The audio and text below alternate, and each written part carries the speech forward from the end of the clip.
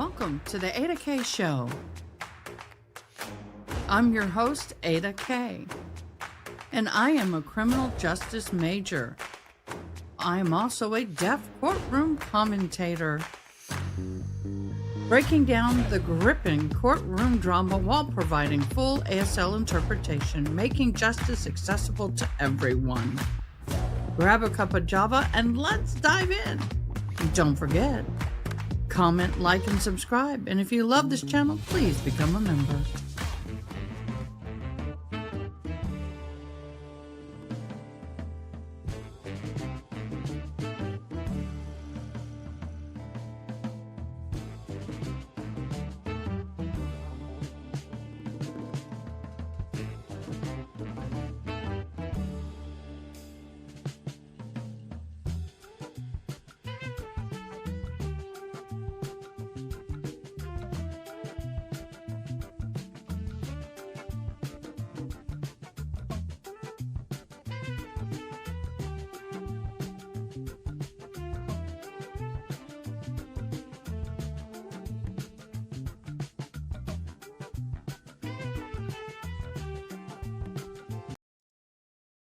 Good morning, everybody. How are you doing?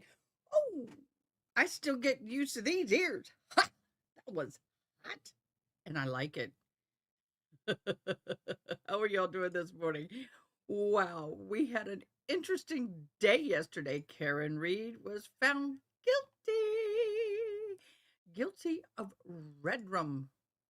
I'm going to put this on today. How about that one? Guilty of red rum. And so her sentencing, and thanks, Mods, for that tidbit of information. My hair, I washed it this morning, and it is still soaking wet. Anyway, the sentencing is on the birthday of Eric. The sentencing, if the information is correct, and I believe my mods when they tell me something, that the sentencing is going to happen on the birthday of her victim. Oh, y'all. Snap! That's going to hurt her a little more. Guilty on all counts. Yay! That's what they, and I believe him. Good morning, Corey Richens, not Karen Reed. Okay, I got to explain something. For some reason, StreamYard has Karen Reed day 3 from the very first trial. That would sometimes I'll come in StreamYard and I think I'm in the right case, and I'm like, where is everybody? Oh, I'm in that stupid Karen Reed day 3 loop that I can't get rid of. So I ran over here real quick. That's to the Corey Richens. I keep getting them confused. Corey Richens was found guilty, and Eric's birthday is her sentencing day. So, yay. We have the fatal friendship red rum trial. Meggan Sundwall is going to be in trial today. Good morning, Miss June. Hey, Joe Schmo. Uh-oh. Uh-oh. Uh-oh. Uh-oh. Uh-oh. I gotta do something. You ready? Happy birthday to you. Happy birthday to you. Happy birthday. Happy birthday. Happy birthday to you. Happy birthday. Happy birthday, Miss One Sunny Day. I didn't get it wrong, did I? Did I? Corey Richens, I know. KR, it's going to kill me. Yes, and congratulations, 11 months of membership. I was thinking about you last night. So happy birthday, beloved. And happy St. Patty's Day. Yeah, I'm going to change the background to St. Patty's at some time today. Happy birthday. Court has not started yet. We are waiting for the court to start. They are obviously late. And that's, oh, hello, Miss Alice. Oh, thank you for joining us this morning, Miss Alice. Good morning. Good morning. Okay, guys, I got some exciting news for y'all. I got to read it to you. I got to read it. Make some corned beef cabbage for dinner. Yes. I woke up this morning. Why do I have two missed phone calls? Who's been calling me this early in the morning?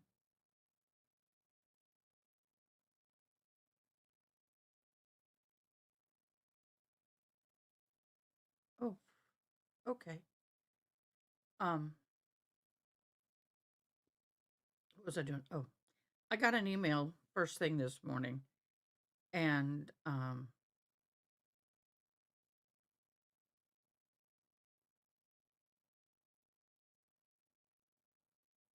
good morning, Ada. I am pleased to share that the hiring managers really enjoyed speaking with you. Based on your interview, they have recommended moving forward with hiring you for the position. Before we're able to do so, an official offer letter, we need you to submit an application using the link below. I've submitted, I'm going to do that as soon as we get starting. Once we receive your completed application, I'll send it over to the offer letter. You have any questions or run into issues? So they are offering me a job as Endeavor's disaster case manager. Woohoo! So at some point this morning, I've got to fill out that information. I'll do it once we're live. So, oh, your boyfriend is making corned beef tacos. You know what? Um, I'm gonna have to find me some corned beef somewhere. I can do corned beef hash.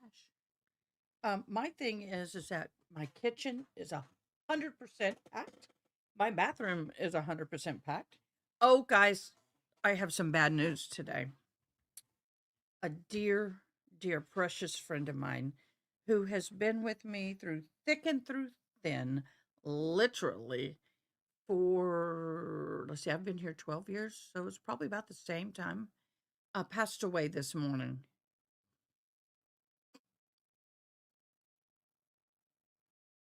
And it really grieves me because I love this friend. So later today, I'll be having a funeral for the infamous hair dryer. My hair dryer died this morning. It died this morning. Hence why this. I used a flat iron to dry my bangs. I'm not going to do my whole head. Um, so yes, it it died this morning. Um, unfortunately. So um, it's going to go into its casket, which is a blue plastic rectangle tall thing, and the memorial services will be on today, Tuesday, next Tuesday, as the pallbearers, who will be named Garbage Man 1 and 2, will return said hairdryer back to the earth whence it came.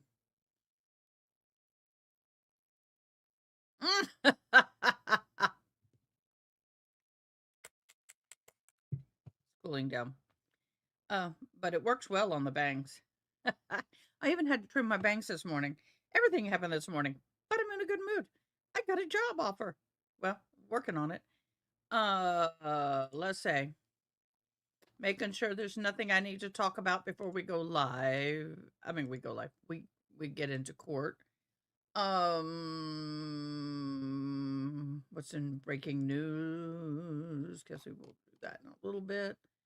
So, Joe Schmo, you have a live tonight, correct? We will be monitoring you tonight. Yes, I have the earrings on. Um, y'all, if you want earrings that are going to last forever, go Kendra Scott. They're phenomenal.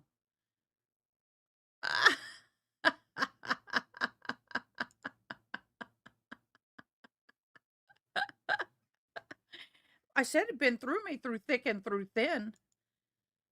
And there's a time my hair was real short. Oh, these hearing aids are, I'm getting used to them. We are going to have to make new ear molds, though, because these squeal too much. It means the mold's not sealing properly. How are you, How are you this morning, Miss June? Uh, So Sarah, what are your plans for your birthday today? Ari, let's see who's all in here. And really, seriously, Alice, it's really good to see you. Thank you so much for hopping in and commenting and wishing um, Sarah a happy birthday. I'm still having allergies. Reminds me, I got to take my allergy med. I knew I was forgetting something. My fabulous mods turned me on to the proper meds to be taking, and not the little over-the-counter stuff I was doing before. I didn't know. I'm not an allergy connoisseur. I don't know these things. I was just taking over-the-counter meds. They, honey boo, they weren't working. Y'all missed it. If you were here that day, you know, man, that was misery. But thank you to my mods, who are always in the know. Always in the know. Um, so let's talk about this trial that we're gonna get ready to watch. Let me take this pill real quick. Don't forget to do the I liked, I subbed.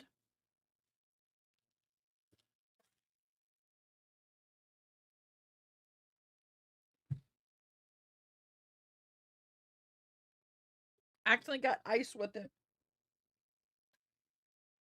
Try swallowing a pill and ice at the same time. That's a trip. Okay, the case that we're following today is Meggan Sundwall, who is accused of killing her friend, Kacee, I think. Yeah, Kacee Terry, by giving her a fatal dose of insulin, um, in an attempt to redrum her in the form of in the form of scheming it up to be as a self-harm situation.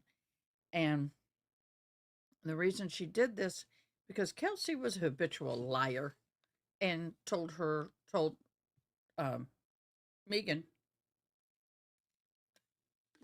or Megan, however you pronounce it, that there was $1 to $1.5 million life insurance policy that she had taken out, and that Megan was the beneficiary. Megan was also a registered RN who had the means and knowledge and access to do what she did. Uh, yes, I have a live tonight. Brittany will be joining me in update last week's hearing for Jose and entering a plea plus an application to reduce his bond. So we will be happy to see you there. Um, so Utah don't do that. Utah prosecutors are alleging. Every time I get a new email, I'm all like, what do I got to do? Um, oh, that was Canva.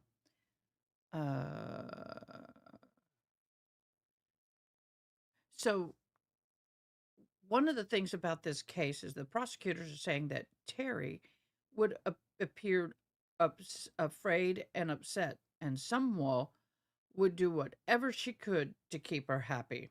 Investigators say that the um, dynamic relationship basically ended up where Terry to lie to Sundwall about having terminal cancer. So Terry, or we'll just call them by their first names, Kacee was terrified of losing her friendship with Meggan, and she had a very much so a codependency problem. And so Terry would create reasons to keep Meggan right by her side. And knowing that Meggan's a nurse, and had that kind of compassionate heart, started creating illnesses to keep her close. And she said that she had terminal cancer, something prosecutors claimed that Terry then used as an opportunity to administer the deadly insulin dose, believing it would allow her to collect the insurance payout. Now, one of the things is that it is alleged that Meggan would talk to Terry, say, "Well, are you sure you want to go through with this? It's, we can do it where you can just go to sleep. insulin. I mean, she was coaxing her. Or if you're so miserable, why don't you just end it? And she would be saying things like that. So in the end, that's kind of what was going on. And I'm trying to let me see if I can find my documents on her. She's not a. Do we have a case on her? Do we not have a file on her? We may not have a file on her because we just jumped on. But there's a lot of evidence in text and information where you can see Meggan was coaching uh, Kacee into accepting self harm. Now, the other thing also is that there was when the police uh, seized Meggan's phone, she had already deleted hundreds of texts that were incriminating. And when they compared Meggan's phone with Kacee's phone had a lot more texts that were very damning versus Kacee. And so that is where we are on that. And it was quite interesting. Um, the picture of her in jail doesn't at all look like the person. I had to double check on that.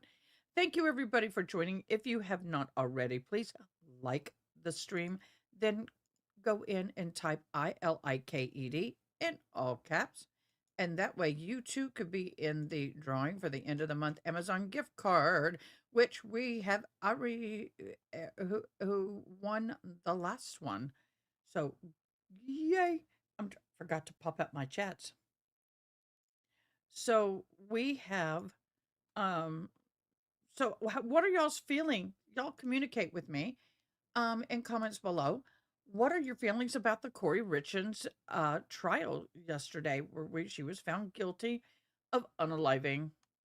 Yep, found guilty of unaliving. Mm-hmm. Yep. Shit, she was. That's what I was gonna do. Game giveaway. 1, 2. Okay, let me get it up here.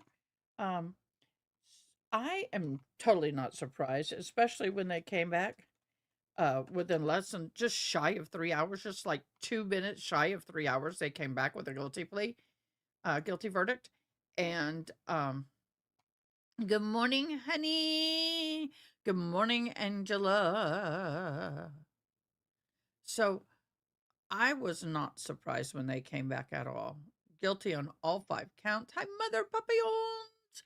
Not surprised. Was not surprised by how fast they came back either. Since more shenanigans and from her side during sentencing hearing. Yeah. What what got my goat is we're waiting for the hearing to begin, y'all. Don't go anywhere. The court, let me refresh, make sure. I have multiple sources up and running, and it said starting at 9:30 a.m., but they're not live yet in court. I forgot to put that one on. But anyway, what got me was 2 days before the state rested, or maybe a day and a half before the state rested, um, the judge asked the defense, "Do you, if you're gonna put on a case in chief, do you have all of your witnesses lined up?" "Oh yes, Your Honor, we have them all lined up. We're all good." And then the defense rests, and he asked, "Are they ready to go?" Basically, and they said, "We need a conflab."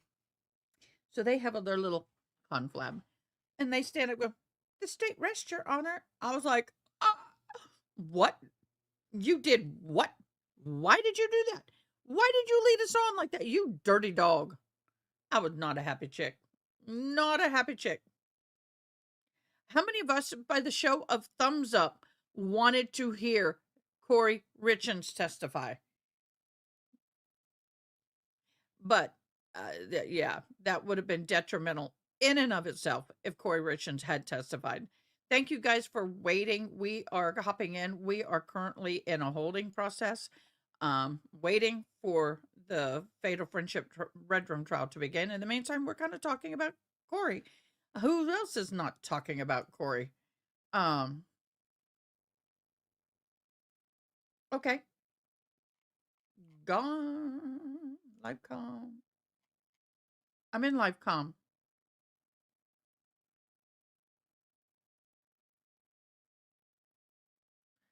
I'm in Livecom and I don't see anything new, love. Did you put it in working? It's not there. If you will redo it, please. It's not in Livecom.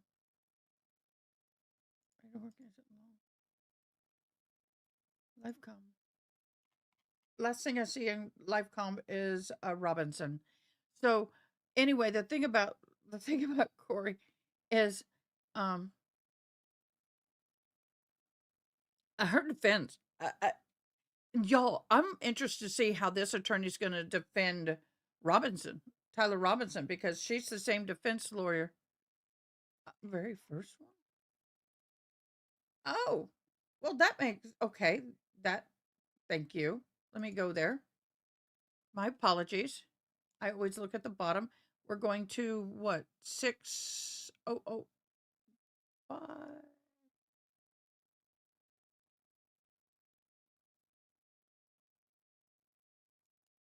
Okay, we're going to share this while we're waiting for trial.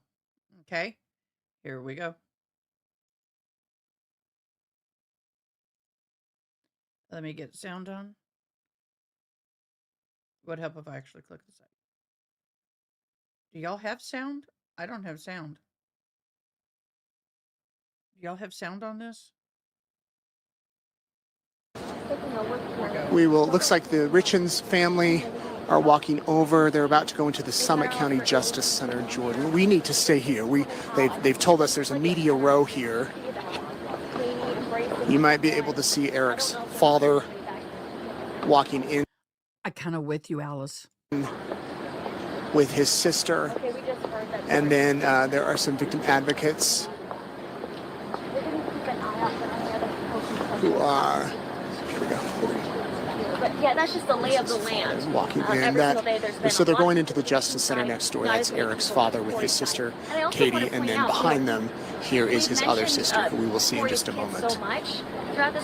Kacee Richens was escorted out of the courtroom. She will be sentenced in May after a pre-sentence investigation is completed. Normally, you have sentencing here in the state of Utah within 45 days. She waived that, so she will not be sentenced within the 45-day window, but they were fine with that. She could face up to life in prison on each of the on the murder counts. And there goes Eric's other sister with their victim representative. It looks like they are going into there's stairs there. I don't know if we can see it on our camera shot. They walked into that Justice Center and they're walking up the stairs now.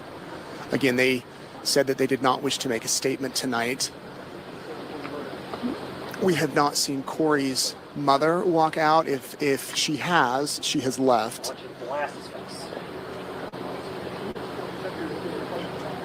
Corey's mom has been in court. She was there today right behind the media row. The way that the courtroom was set up is the first row, there were 10 media seats.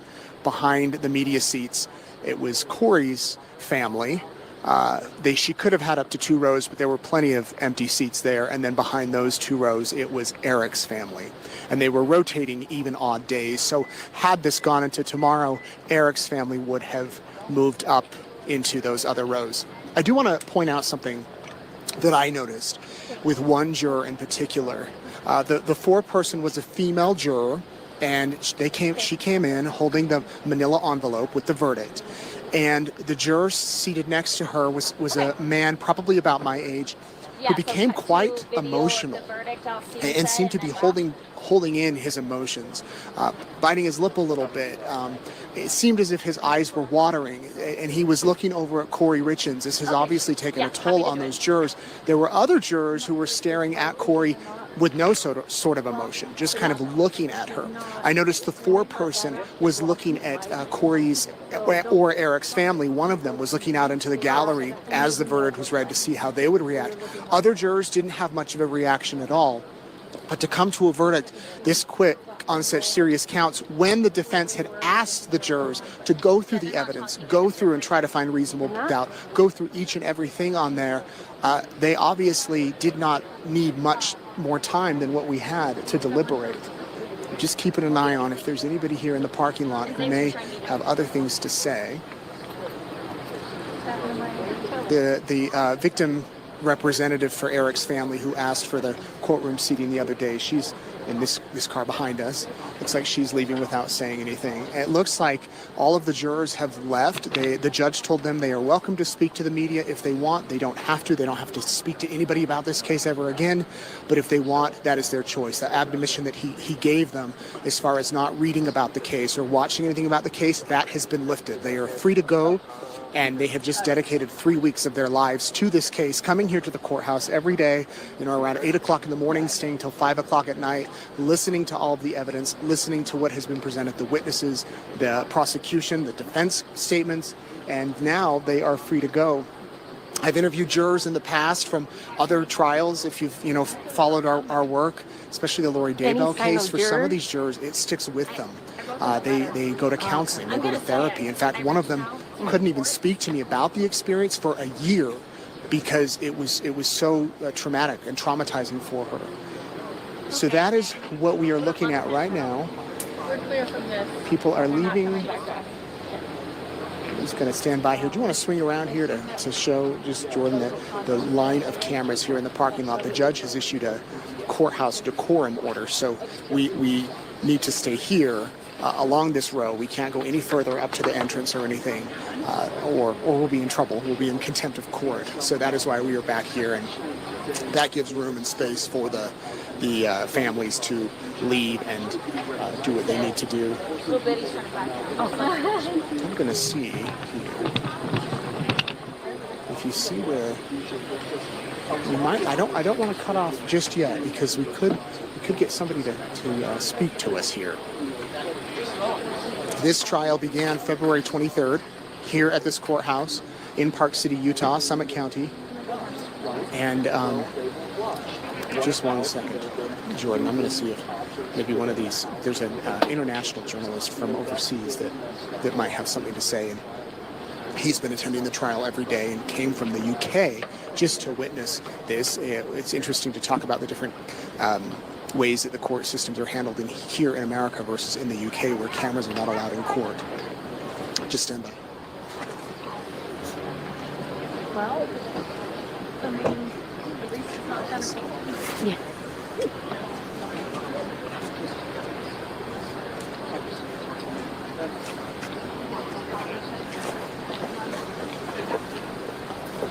We're going to try to get an international journalist. He said he'd be stage fright, but I don't believe that. So, just to recap, if you're just tuning in, this trial began the 23rd of February here at the courthouse. Kacee Lyn claimed all along that she did not poison her husband, that she did not commit insurance fraud, and that she did not commit forgery on any of these counts. The defense said that Eric either accidentally or purposely ingested fentanyl, that Kacee never did it, and they tried to poke holes, I should say, through all of the prosecution's arguments in the past 3 weeks. In fact, hard to believe that closing arguments were just today. Everything happened just today. The jury didn't even need an evening to go home and think about it. But we heard first from the prosecution laying out their closing argument for about 2 hours. Then the defense came on and said the prosecution has not proved this case. She spoke for around an hour and 20 minutes. Then Mr. Bloodworth came back, gave the rebuttal prosecution argument, and said this is what you need to pay attention to the jurors. So we're going to break this all down tonight on Courtroom Insider.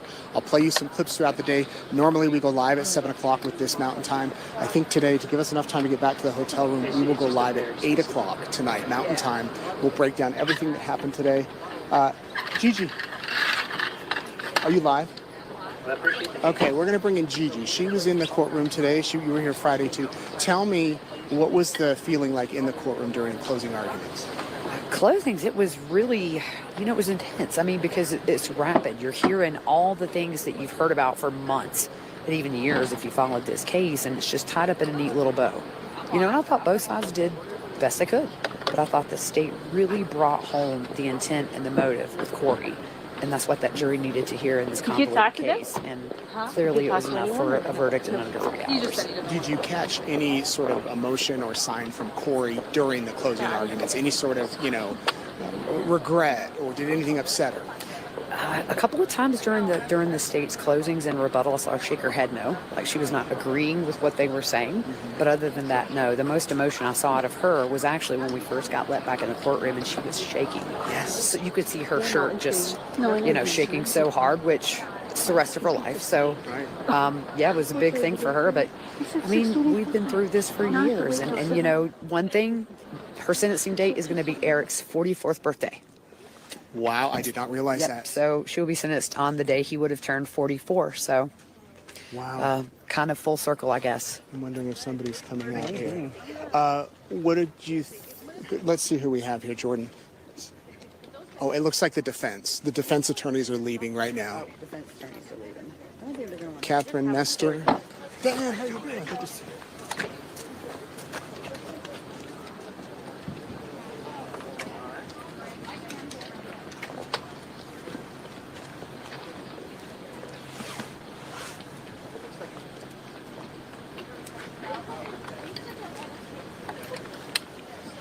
Let's take video and where's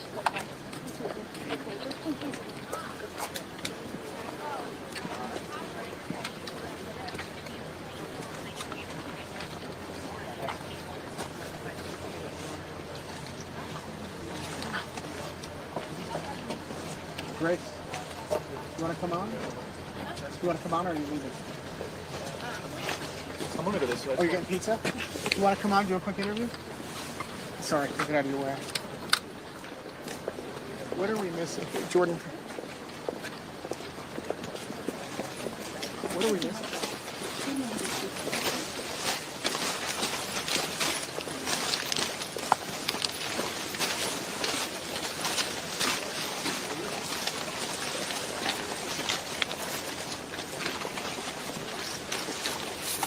Some emotion. What are your thoughts or feelings? I'm just relieved. Oh my gosh, I'm sorry. Tell me about that. Well, I'm feeling relieved.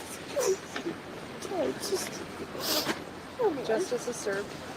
Yep. Justice. I don't really know what to do. What's the last 4 years been like? I mean, as far as waiting for this moment? Hard and difficult and emotional. But, yep. We're definitely relieved. Were you surprised the jury came back so quick with a verdict? We weren't prepared for it to be that quick, but surprised a little. When it came back that quick, did you think, okay, this is probably a guilty verdict because it came back so quick? Or did it give you any indication? No, I was just as nervous. We've always been positive. We've been positive for the time. So as a family, we just tried to stay together and let justice prevail. So. Do you feel like you can start healing more now that this is concluded? Yep. Where do you go from here? We've always been positive. Been positive. About the new normal. Just tried to stay together. What do you hope you Let justice prevail.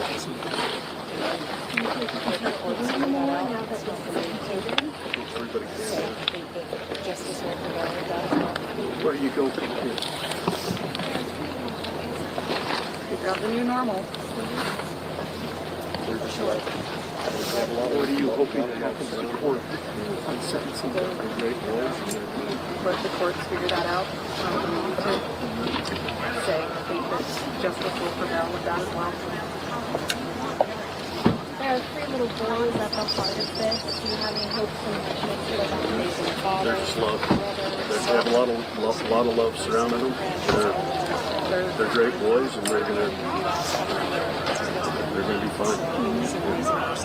Obviously, we're all here for this murder trial, but how do you want Eric to be remembered beyond the circumstances of his death? He was an amazing father, brother, son, nephew, person, friend. He was everyone's best friend. Everyone you ask, how do you know Eric? He's his best friend.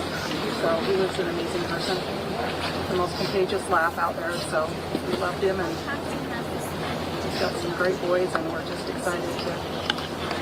Surround them with love. We're just gonna wrap them up. Yeah, just gonna To have make their someone lives pass as good away, as we and can. then a year later to have circumstances Great kind of family. flip, and you have to deal with that again, and How Captain has be sad all over again. on teams. Circumstances. You see Katie, Amy crying in there. How's it been for them? Watching them go through this. Rough to relive it. Wanting to have someone pass away, and then a year later to have the circumstance kind of flip, and you have to deal with that again, and be sad all over.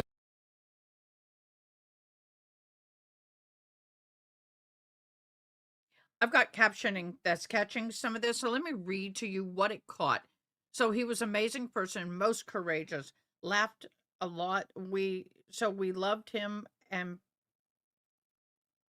something packed up something about great boys. We're just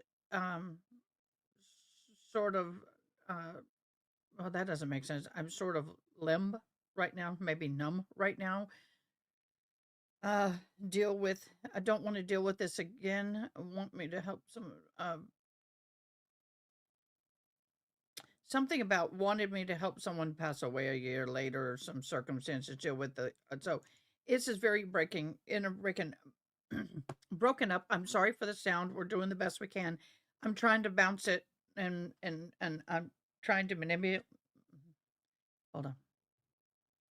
Y'all who don't know me, I'm AdaKay. Thanks for joining. I'm deaf without my new hearing aids, and it's got a little discombobulated, but I'm going to try and boost the sound. Again, but under different circumstances, and put it on them. I'm sure My career. speak for that on a later time. Yeah, we're just here for them, for the family. Here for Eric. Eric did a lot for everybody. He was my cousin. I miss him every day. Think of him every day. I love him. I'm here to support him. Richard's family. Eric's Are you cousins? Walk away.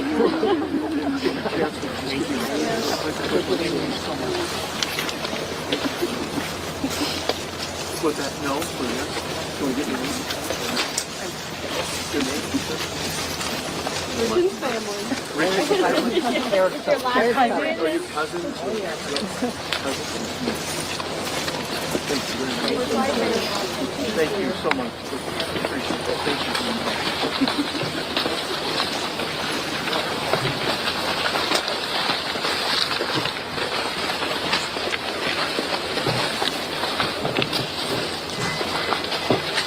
So you just heard words from Eric's cousin. Okay, that walking on gravel, we don't need to hear that. But the court is getting ready to start in the fatal friendship red room trial, day 4.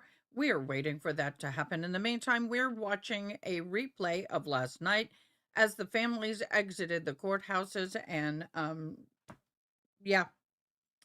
we will probably be getting a statement somewhere in the near future from the Richens families. That's what was indicated. Now, if that happens or not, that's another story. We don't know. I'm going to be interested to see what all everybody has to say about Corey at her sentencing. That's going to be interesting to me.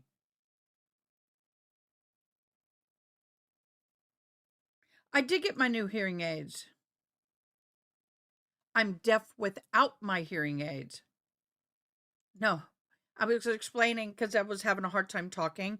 What happens is without hearing aids, I'm totally deaf. With my hearing aids, I can hear a little bit, and they're new, and I'm having to get used to the sound. I'm having to get used to hearing a lot of things that I'm not used to hearing, and I can get a little bit discombobulated, and it'll take about a week to adjust. So that's what it was. We're doing this all remote from a place that does not have really great cell phones. But you can see just the media attention in this story is just massive. There's, as I mentioned earlier, there's people here from the AdaKay media outlets, reporters. There's, of course, the networks are here. And there's a lot of other media who are here. I talked about the jury earlier. The emotional toll that this has taken on the jury. Gigi here from Pretty Lies and Alibis, I was just speaking with her. She mentioned Corey shaking. I'm going to kind of pull back the curtain and tell you how this all worked. Every week, the media, there's 10 media seats. Every week, we request seats to go to the courtroom. And because there's more media members that want to go in than seats, we're assigned days. So last week, before the defense rested, I submitted Monday, Tuesday, Wednesday. The message I got back was I was picked for Tuesday, Wednesday. Well, then the defense rested, and we knew that today would be closing arguments. So I said, is there any way I can get in Monday? The communications director, very nice to work with, she said, we'll put you on a standby list for Monday. You'll definitely get in Tuesday, Wednesday. So all day, Jordan, my photographer, and I, we were inside the courthouse, but we weren't in the actual courtroom. We were right next to it in a media room. Then when we got word of a verdict, I went running out to the communications director. I said, is there any way I can get in the courtroom? And there were empty seats, but if you're not on Media Row, you can't have your laptop to post updates, which I've been doing. And she said, I don't think there's any extra seats. So sorry. 2 minutes before they came into the courtroom, and they gave me a media badge.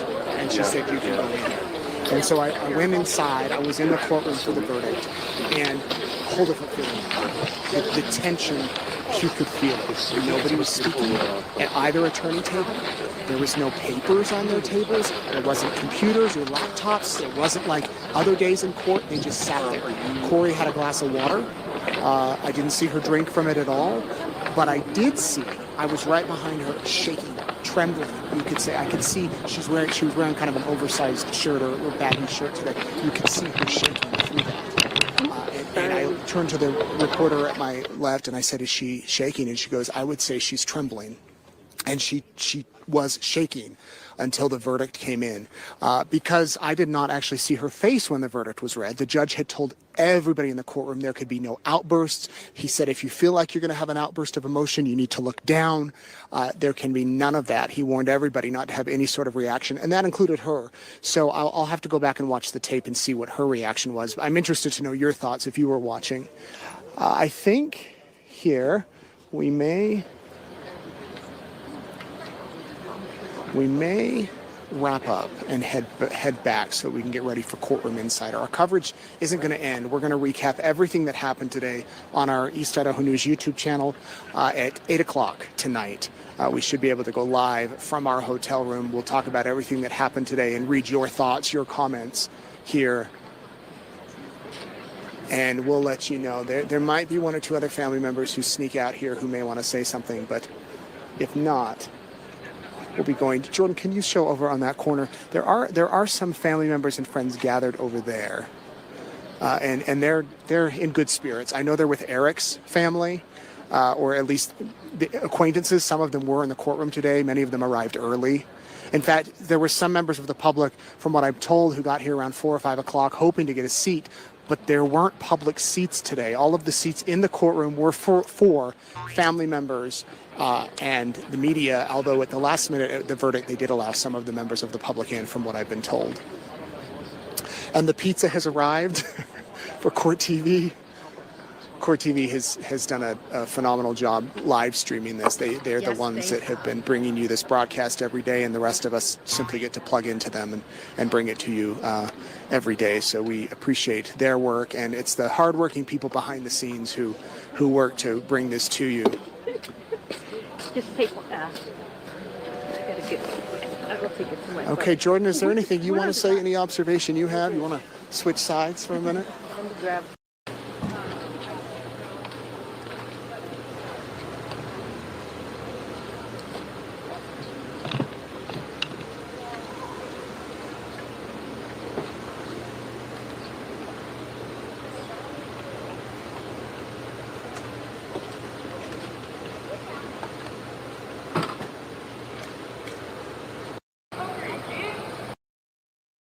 Okay, that is all for that, guys. What we're going to do is court has just begun in the fatal friendship bedroom trial in Utah. Meggan Sundwall, they are starting. There is something going on with the judge. There's a lot of communication with the. They haven't even brought the jury in. I don't know if they're what's happening because I've been listening to this. So we're going to go over to that case again. Thank you guys for hopping in who've never been here. I'm AdaKay. Nice to meet you. And I didn't mean to do that. I don't want that. Wonderful and nice to meet you. Thank you so much for popping into our channel and for all of our faithful followers. Thank you. Good to see you. Good to see y'all. Okay, so let's hop into the other case.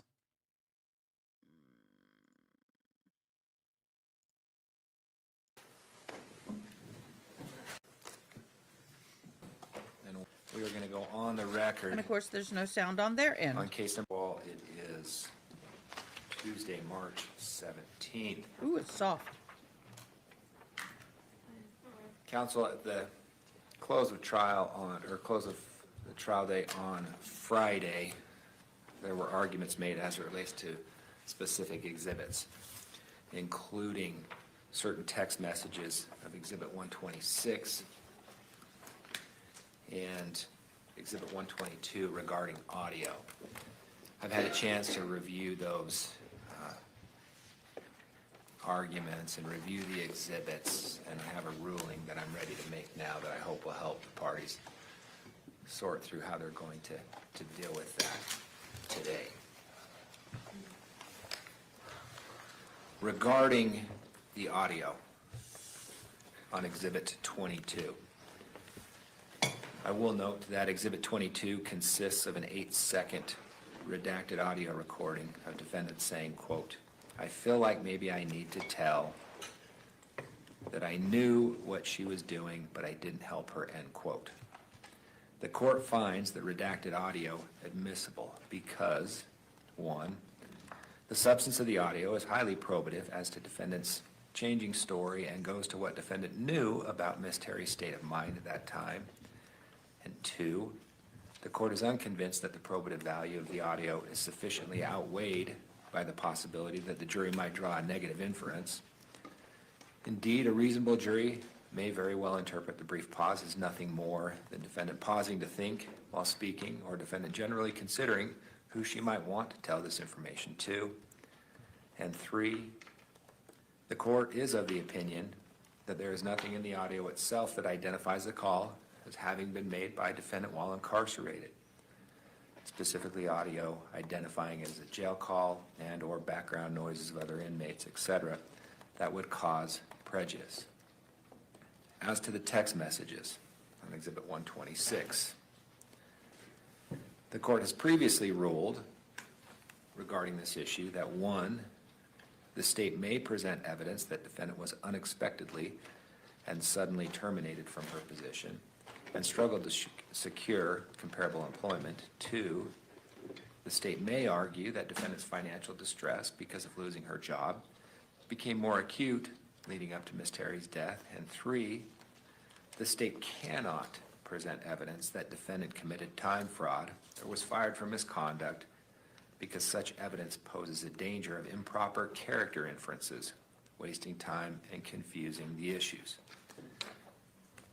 The court now applies this ruling, as well as Rule 403, to Exhibit 126 and orders additional redactions to the already redacted exhibits. And those are found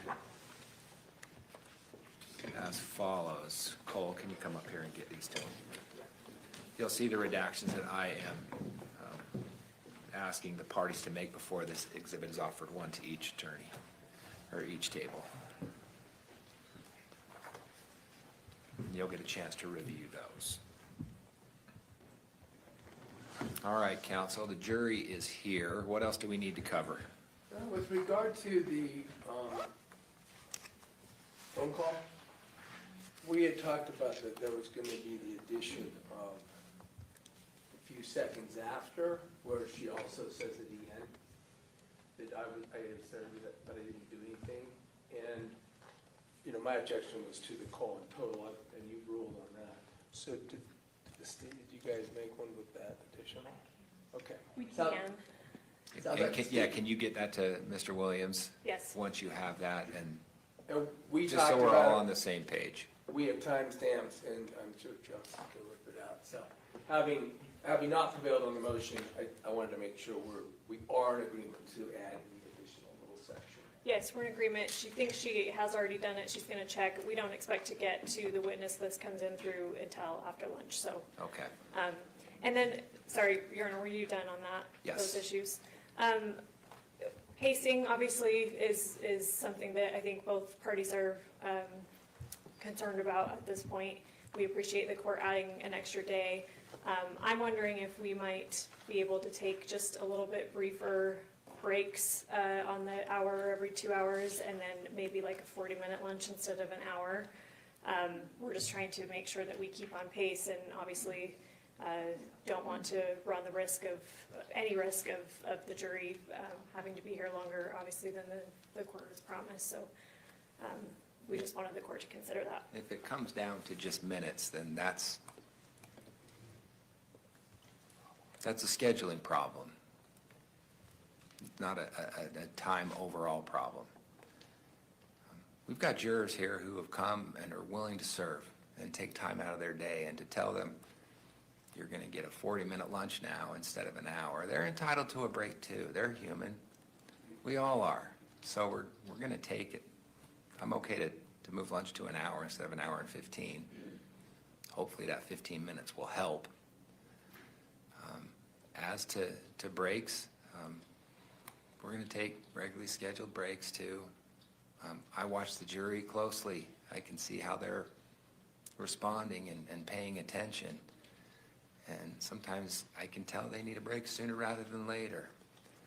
I am cognizant of the time, but if it's gonna come down to 10 to 15 minutes here and there, then that's just a scheduling problem.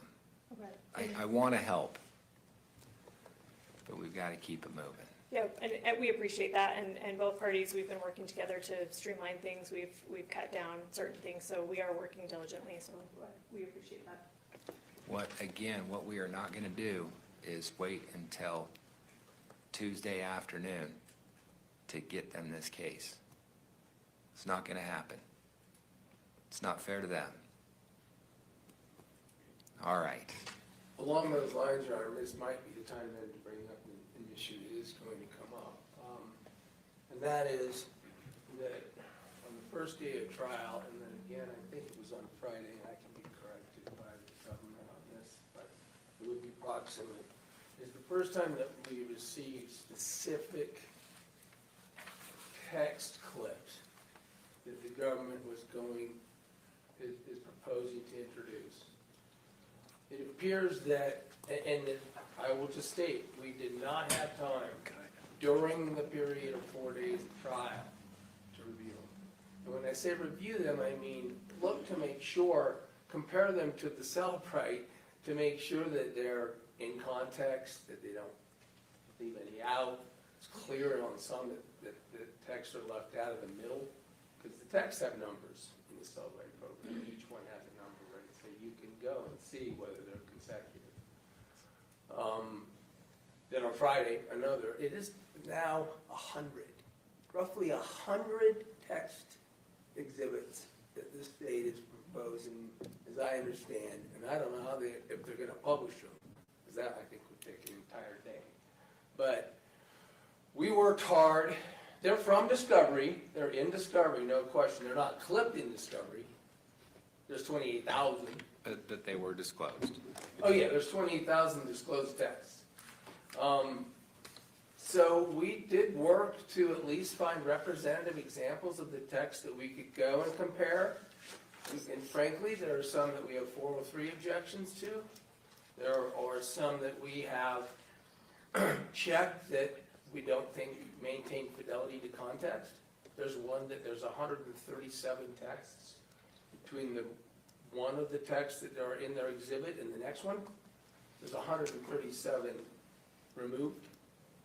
There are subjects in the text that vary from the apparent purpose of the text. So we worked hard. I think we logged at least 10 hours trying to review the 100 and check context of some. And I informed the government that I didn't think it was fair to have to agree to any text other than we were used at the preliminary hearing, which I think are 37. I want to make that record. We did send some examples to the government of our concerns. For instance, there's one that does deal with the financial desperation issue of theirs, but it's in December and it talks about marital problems between the two that turned out not to be problems. I want to make a 403 on that. So we've got some issues coming up with 100 text exhibits that the state wants to utilize, and I thought maybe you'd bring them up as we talk about time. In a perfect world, all of this should have been handled before trial. We I didn't mean, get them before we're trial. talking, I mean, if we're gonna get into argue all of those, we're talking several hours I can't of argue. trial time. I can't argue them. I sent notice to the state, I cannot effectively check 100 texts in a 2-day weekend against a 28,000 text discovery tranche. And that we're concerned about the ones we could get to, and so we're objecting. And I know we're trying to think ahead at this point in time. It's not directly before the court right now. Mr. Thomas? Let me add this, and I don't mean to interrupt, let me add this. We had talked about agreeing on foundation, and I have. So they don't need to move these texts in independently by laying any foundation. Whatever you ultimately determine is admissible in relation to my concerns, 403, some of the time in providing them and my inability to effectively do the job that I just described. Whatever is admissible, we are agreeable to pre-admission, so they can just move and publish them. And that's gonna require you and the state to have discussions over lunch or after court, things like that too. I mean, a lot of this can be solved by just the two parties talking, but to the extent that it doesn't, and if there's objections to dozens, if not hundreds, it's not gonna work. Ms. Thomas, you stood up. I want you to be heard. Well, Judge, I just wanted to notify the court that we've been working since the preliminary hearing to pull out of that 28,000 trove of text messages the ones that we felt was most relevant to this case. Since then, yesterday, I spent, it only took me 2 hours to go through every last one, to read each of them, and I did cut out quite a number of them, quite a few that we won't publish to the jury. But that's all it took me, it was a couple of hours. Mr. Williams has had these since he was appointed, or, took on the case when Ms. Sundwall was originally charged.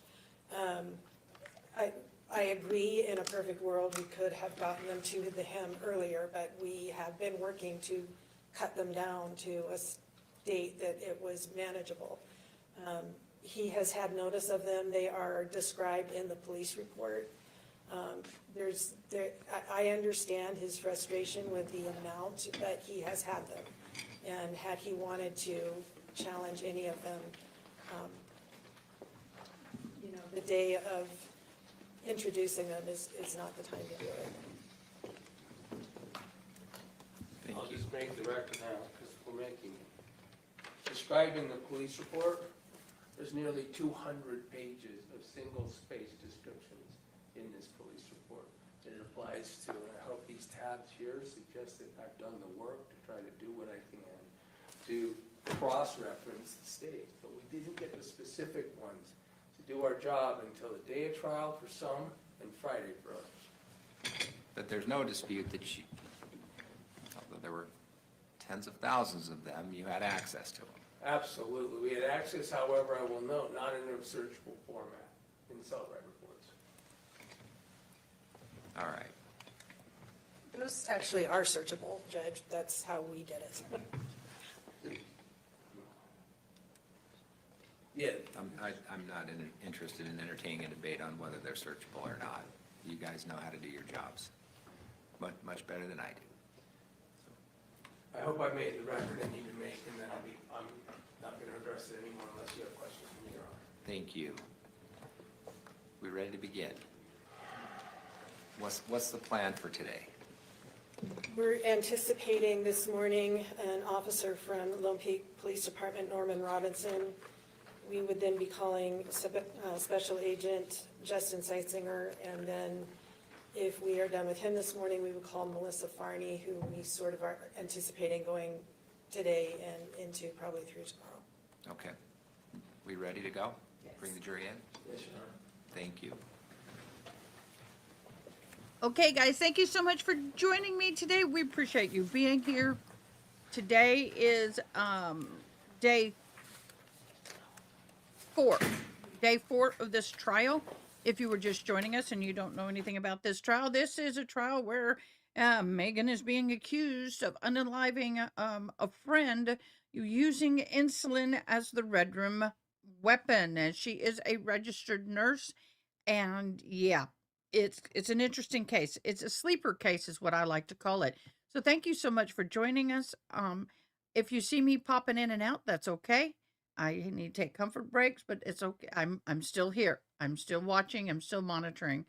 I want to thank my mods. We have Honey, Angela, and June are our mods, and Joe Schmo is a mod. And I want to thank you for all you're doing. And again, Ari, thank you so much for your super chat. Bless you and love you for it. Thank you very much. And congratulations to those who received the gifted memberships at RMX 8514, Diana B 2728, Tiffany Graham, Kay Frenzy, Life, Love, and True Crime, and Ari, did you receive one? No, you did not. Okay. So good morning, K-Swan. Good morning, everybody. And here we go. I need a sound check, mods.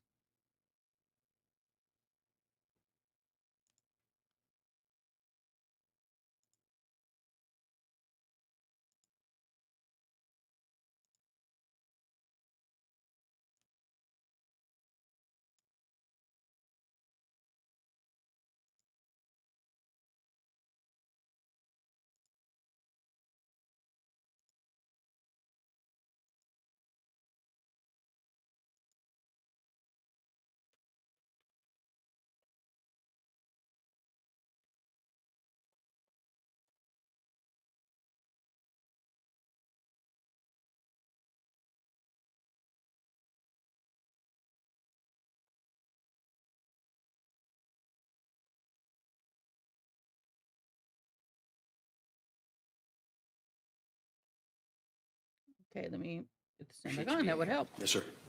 Ms. Thomas. Thank you, Judge. Good morning. Would you tell us your name, please? It's Officer Norman Robinson, How do you spell your last name? Robinson. And it's probably fairly evident to the jury what your occupation is, but I will ask you for the record to tell us that. I am a police officer for the Lone Peak Police Department. Excuse me. Okay, how long have you been with Lone Peak? 23 months. And what is the jurisdiction of Lone Peak Police Department? Lone Peak Police Department covers Alpine City and Highland cities. 23 months.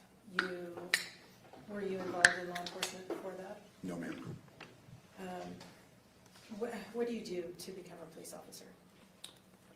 Well, in my case, I sold my company, decided to make a life change to serve my community. Lost 100 pounds, started working out, went to school, went to the academy, 9 months of the academy. And in the academy, we have to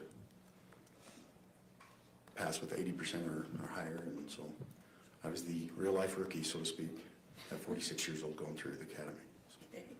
You mentioned the academy. What is the academy? It's post-training. It's Academics, it's defensive tactics, it's firearms, it's everything you need to know to qualify to become a police officer.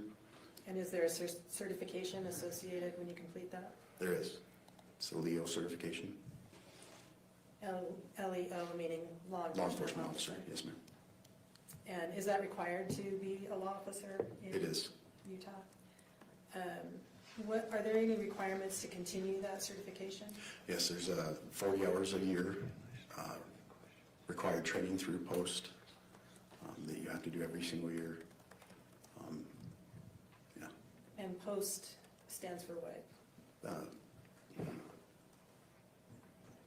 Okay. Sorry. Police officer I'm super standards and nervous, so- training?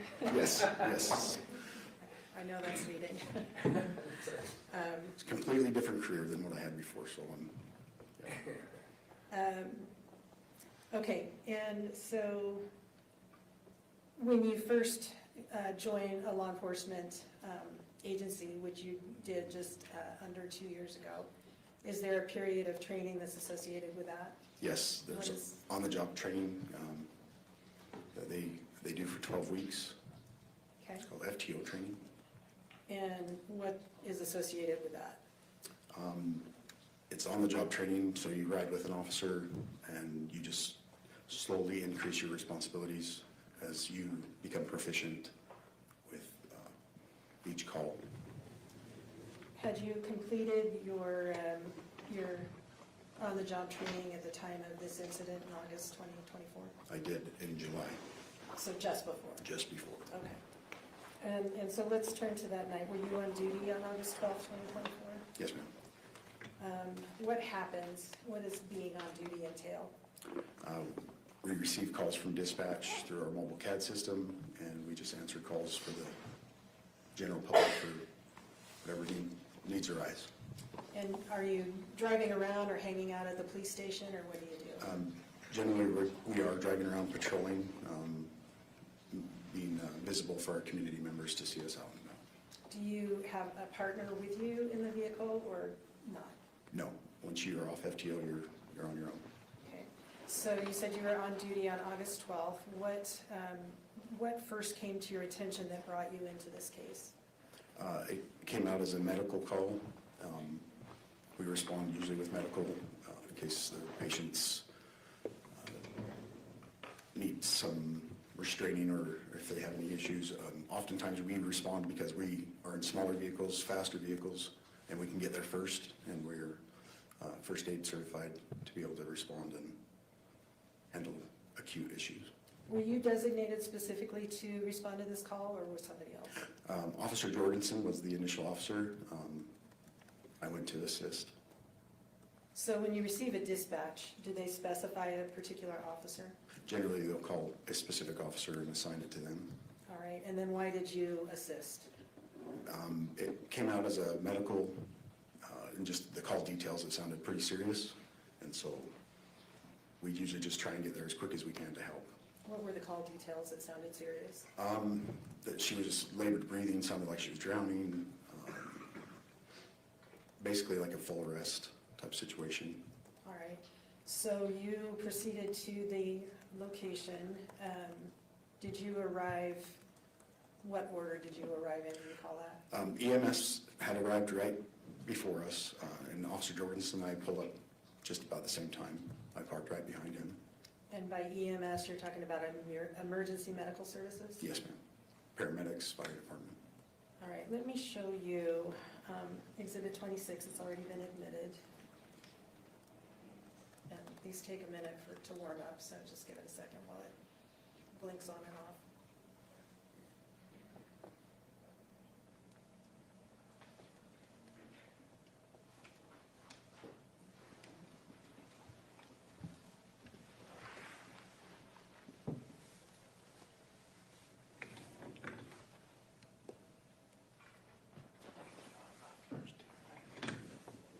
Okay, I think we've got it. Do you recognize this photograph? I do. What is that? It's the home where Kacee was staying on Stevens Lane. And that is where you responded on August 12, 2024. Yes, ma'am. What time of day did you respond? It was in the evening. It was dark, probably around 2100 hours. 2100 p.m. That went away. No, not yet.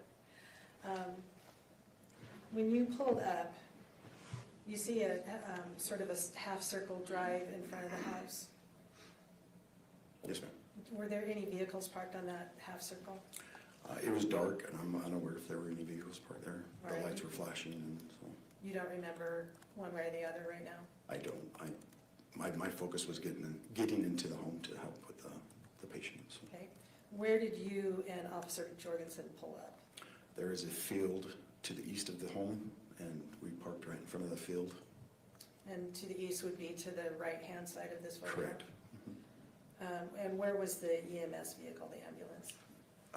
So there, where we parked is the field, and then the driveway, there's a long driveway that goes on the side of the home. They pulled up just past that driveway so they could back in an ambulance into that driveway. All right, so when you arrived, EMS was on the street? Yes. All right. Did you see any other vehicles or people coming or going from the house? I did not. I saw several sets of headlights, but again, it was dark, lights were flashing, and my focus was to get to the patient to help. Where did you go? You can turn it on. Thank you. So along the long driveway is the attached garages, and in the first garage, set of the large doors, just inside the garage is a set of stairs that go directly to the basement. And is that where you went? It is. I followed a paramedic carrying some supplies. He was carrying some supplies, and I was following right behind him.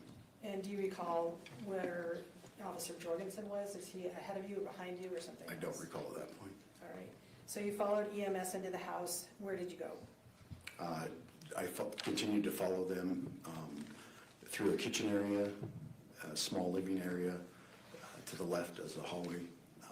Directly at the end of the hallway was a small bedroom. And Let me stop you for just a minute. Was this on the main level of the house? no, ma'am, that was down in the basement. All right, so you went into the basement and then you described a kitchen area, a small family room area, and a hallway. Correct. And then what did you see?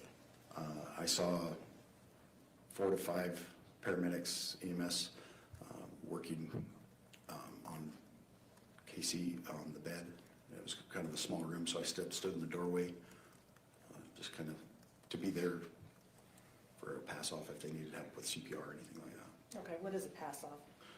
So as they initiate CPR, it's quite strenuous on the body for people to do, and so we trade off to make sure that the compressions are correct and nobody gets exhausted during that time, so the patient's getting full care.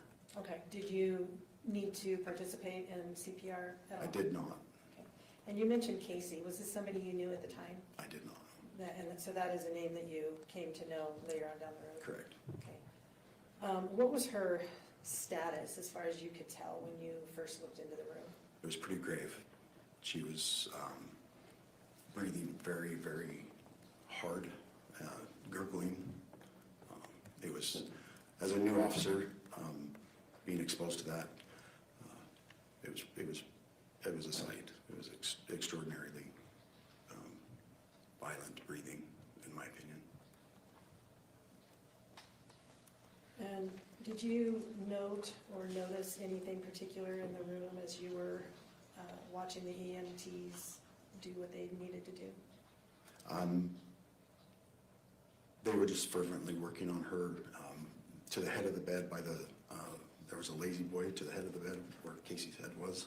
I remember one of the EMTs pointing to a syringe on the floor, asking if she was diabetic. I was unaware at that point if she was or not. And he lifted that up, put it on the nightstand so they wouldn't step on it because it's a tiny room and it was quite crowded with 5 to 6 grown men in there, so. Let me show you in exhibit, it's 164.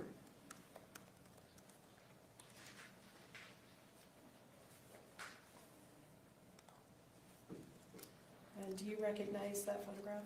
Yes, ma'am, that's the syringe the fireman placed on the nightstand there.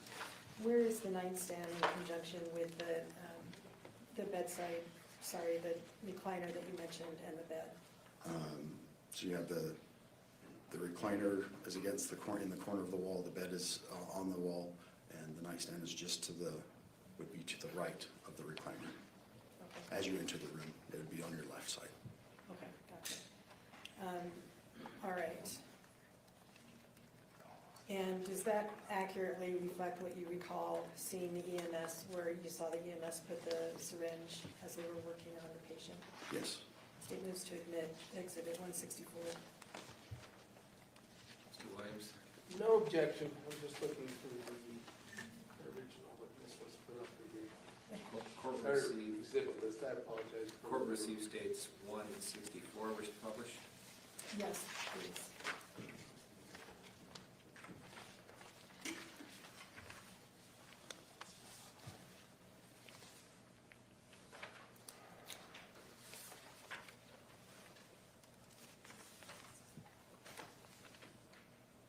All right. How long were you there, standing in the doorway before EMS completed what they needed to do? I went back and forth down the hallway, keeping the hallway clear for them, so if they needed to go in and out for medical supplies, also to ensure some privacy for the patient, because they did have to cut her shirt open. All right. And how long before they, well, what did they ultimately do with the patient, with Kacee? I believe it was 10 to 15 minutes of patient care on scene. They ended up transporting to the hospital. What did you do after the EMS left with the patient? Officer Jorgensen and I, he collected a statement, and I assisted where he was the initiating officer. I just assisted where he directed me. They started to look for medications, anything that could help the hospital with patient care.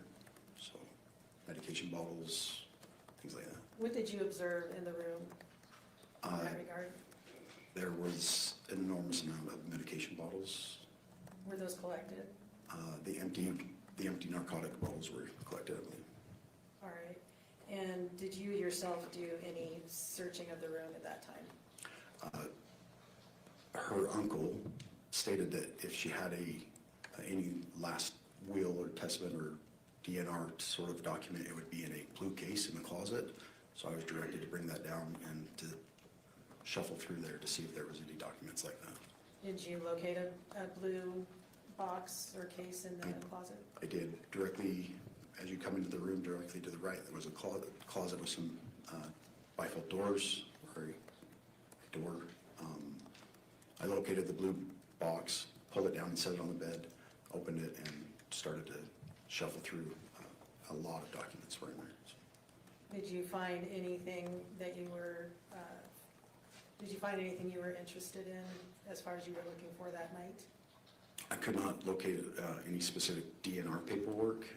There was a single envelope with a name on it that I thought was interesting or suspicious, so yeah. Why did you think it was interesting? I had the task, Officer Jorgensen gave me the task of calling Kacee's sister to find out who was in the residence with her earlier, and that person's name was on the envelope. So. Okay. And would that person's name be Meggan Sundwall? Yes, ma'am. What did you do with the envelope? I put it back in the box. Did you open the envelope? No, ma'am. You said you were looking for DNRs or anything of that nature. Did you find any such thing in the box? No, ma'am. In your training and experience in law enforcement, have you come across people that had DNRs? Yes. And what was your experience with how they are stored or located? Generally, DNRs are located somewhere very visible for EMS to see, generally on a fridge, magneted to a fridge, or on a nightstand near the patient. So there was nothing in the room. All right. Did you happen to notice whether there was a box or a basket of snacks in the room? No, ma'am, I didn't notice that.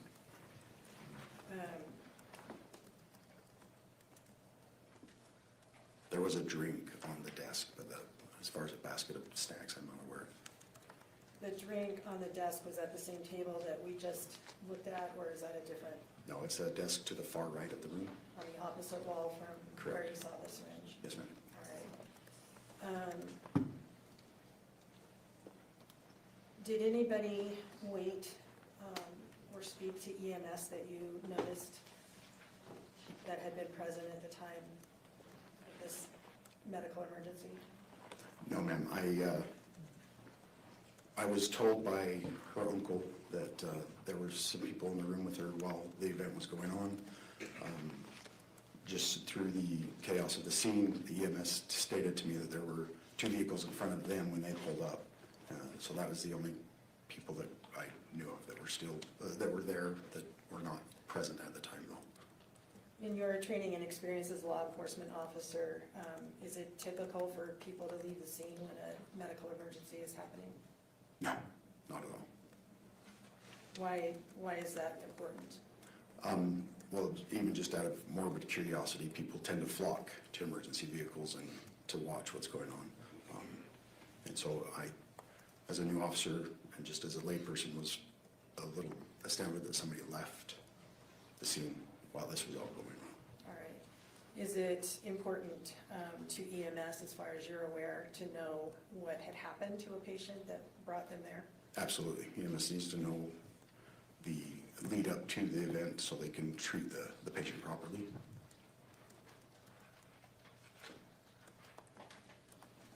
How long were you at the home before you left? Approximately an hour. Okay. And what was happening when you left? We collected the empty narcotics bottles, prescription bottles, spoke with the uncle, shut the door to the room, and as far as I'm aware, the on-call detective had been notified, and the on-duty sergeant had been notified. Did you also, you said you collected the narcotic bottles, did you also collect the syringe that you noted? Correct, yes, we did. What happens when you collect items? I just assisted bagging them up. Officer Jorgensen, since he was the initial officer on the scene, he takes them back to the station and then books them into our evidence lockers. From there, it goes to our evidence tech, and I'm not sure.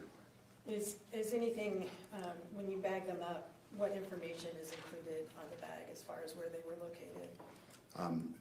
So it's where they're located, who's taking responsibility for them, chain of custody, so Officer Jorgensen, and then they get transferred to a more physical or a sealable bag at the department, and then entered into a locking locker that once it's locked, we don't have access to it.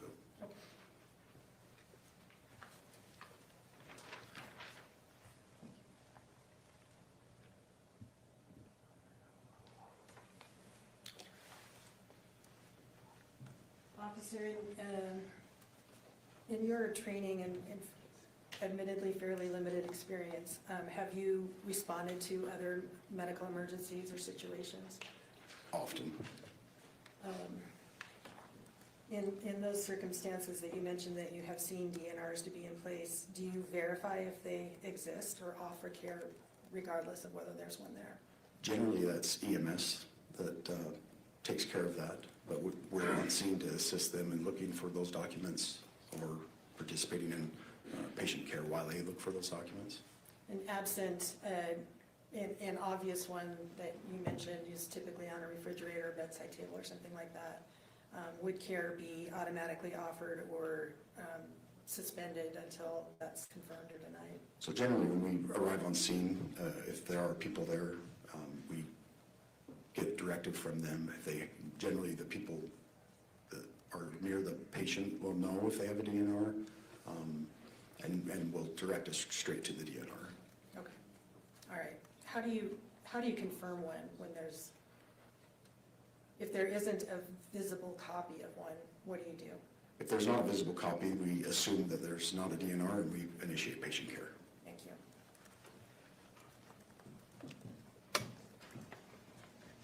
Mr. Williams. Morning, Officer Jorgensen.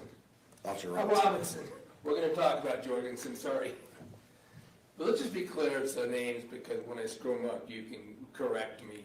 3 officers from your department ended up there on the scene, essentially working together to do whatever you thought was appropriate on the scene, right? Correct. Okay. And Jorgensen was the agent at that time, the case agent, right? The initial officer, yes. So he's sort of in charge, if you will. Correct. And then there was a Osborne, right? Correct. And And then there was yourself. correct. And you arrived first, even though it was Jorgensen's. We arrived at the same time. About at the same time? Okay. I pulled up directly behind him as we. And at this point, you've been 5 months out of training, right? You've been 5 months out of FTO? FTO. No, I was a month out of FTO. Oh, 1 month. Yes. 5 months out as an officer. Yes. So you've been. 4 months on as an officer. You've never responded to seeing anything like this in your police career at that point, right? Not in my police career, no, sir. I was a CNA when I was younger, worked in nursing homes, things like that. But I mean, in a law enforcement No, not perspective. law enforcement. Because we're gonna talk a few things, and I kind of want to actually give you an out right up front. You were new, Yes. right? So what I'd actually like to quickly do here is, let me set this up and a bit. You're issued body-worn cameras, right? Correct. Body-worn cameras in your department are worn on the shoulder, and other than that, obviously, body-worn camera is to pick up whatever you can that you're looking and seeing at as you undertook this nearly an hour activity, correct? Correct. It's a absolute requirement of policies and procedures that you initiate your body camera under these circumstances, agreed? Agreed. So you did, right? Yes, sir. And then you turn off your body camera at the end of this activity, in other words, when you're gonna leave the residence, is that when you decided it was, Yes. you could turn it off? You were also issued telephones, right? Correct. And those are telephones you could take evidence with, correct? Correct. For instance, photographs. Yes. We're gonna get to all that in a minute, because I know that you know what's coming. That even though you followed your body cam policy, created an entire body cam that we could review and see exactly what you did, it got destroyed before this trial, right? Yes. As a matter of fact, and you didn't destroy it, right? No. What you did is you logged it, you uploaded it to something, because that's what body cam footage is supposed to be done with, right? Correct. Now, when you uploaded the body cam video, it sounds like we've uncovered the fact that you uploaded it with the wrong tag, is that right? No, sir. So when you uploaded it in the manner that you would expect to go into evidence to be used for a criminal case, right? No, sir. At that time, it was a medical call. Right, so I guess that's my point. When you uploaded this, regardless of whether it was a medical call, you're required to take that evidence. Can we agree body cam evidence is pretty important? Yes, sir. And that's why you have policies that require that you take it, you use it, you keep it on, and you preserve it, right? Right. And so what did you do to preserve it? I uploaded it and tagged it as, according to my training, that it was a medical call. The patient was still alive and transported to the hospital. At that point, I had no idea if the investigation was going to go further or not. So. Okay, that's what I'm getting to, and maybe there was maybe it's my fault, but you tagged it as medical. And is it your understanding, or was it your understanding at the time, that made any difference in terms of it being preserved as evidence?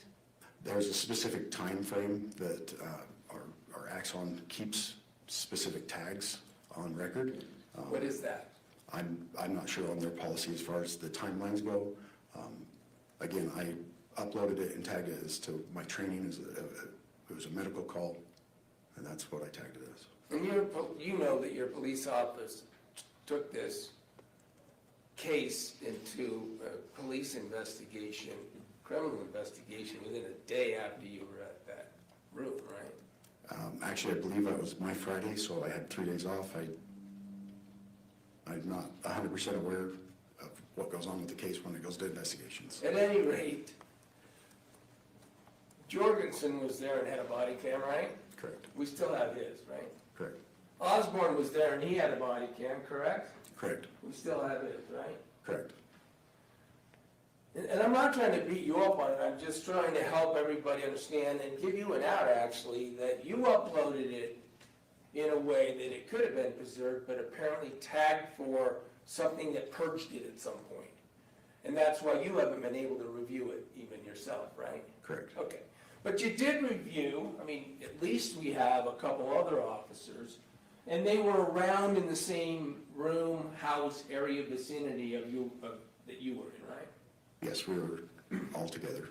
So at least we have theirs, and in fact, didn't you review Jorgensen's Yes. body camera in preparation for today? I did.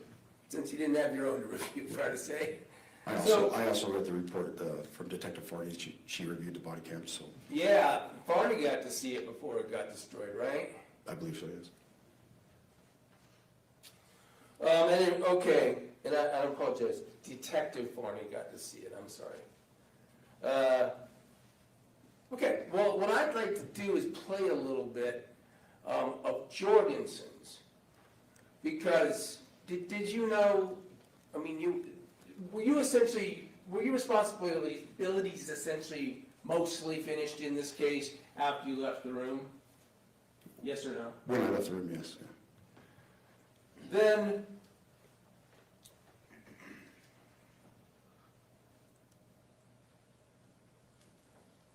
so you're not aware, you were certainly never asked to take photographs of the scene, the room, and things like that, right? Officer Jorgensen asked Officer Osborne to do that. Okay, so that's enough. So Jorgensen did not ask you to take pictures of the scene.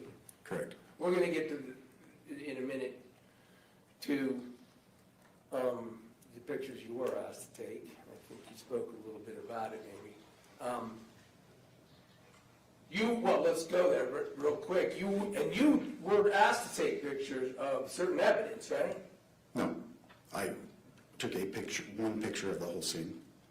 It was after I discovered who was in the room, so I had written it on my notepad, and the envelope I found in the blue box had the same name, so I took a picture of my notes and the envelope. You only took one picture? With my phone? Issued phone, yes. We've since learned that that's got destroyed or can't be found either, right? We were issued new phones. I did an upload of all my old material onto my new phone, and there was a few months of the Google Photo Drive that did not upload. And So the answer, I was unaware that it did not upload, so yes. The answer is yes. The photograph you took is also now not available for us, right? Correct. All right. You don't know this, I guess, but the only information we have about what this house looks like in the basement is a drawing that a witness unfortunately had to do on an iPad. I'm going to show some of Jorgensen's camera so the jury can see right there on the camera what the house looks like, what the basement looks like, what the hallway looks like. And I'm going to ask you to confirm that it's what you've seen too, the foundation, unless there isn't any objection to playing. I don't object to that. Okay, and we're going to do it without the sound. Purpose of playing this is to show what you did and saw, and then we'll talk about what you heard and learned, okay? All right, let's stick that up. I'm not seeking to mark this.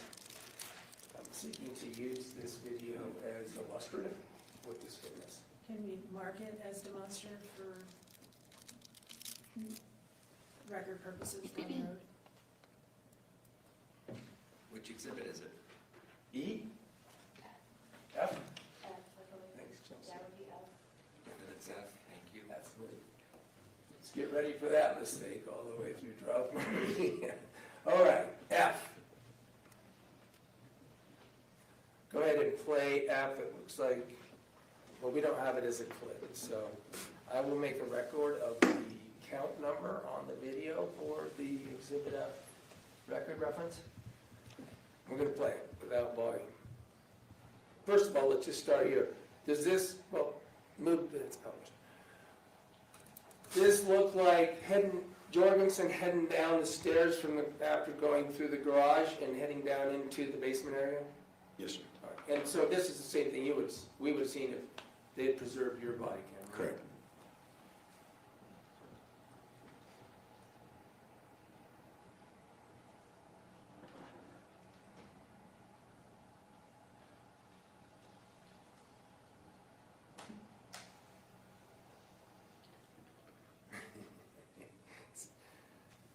All right.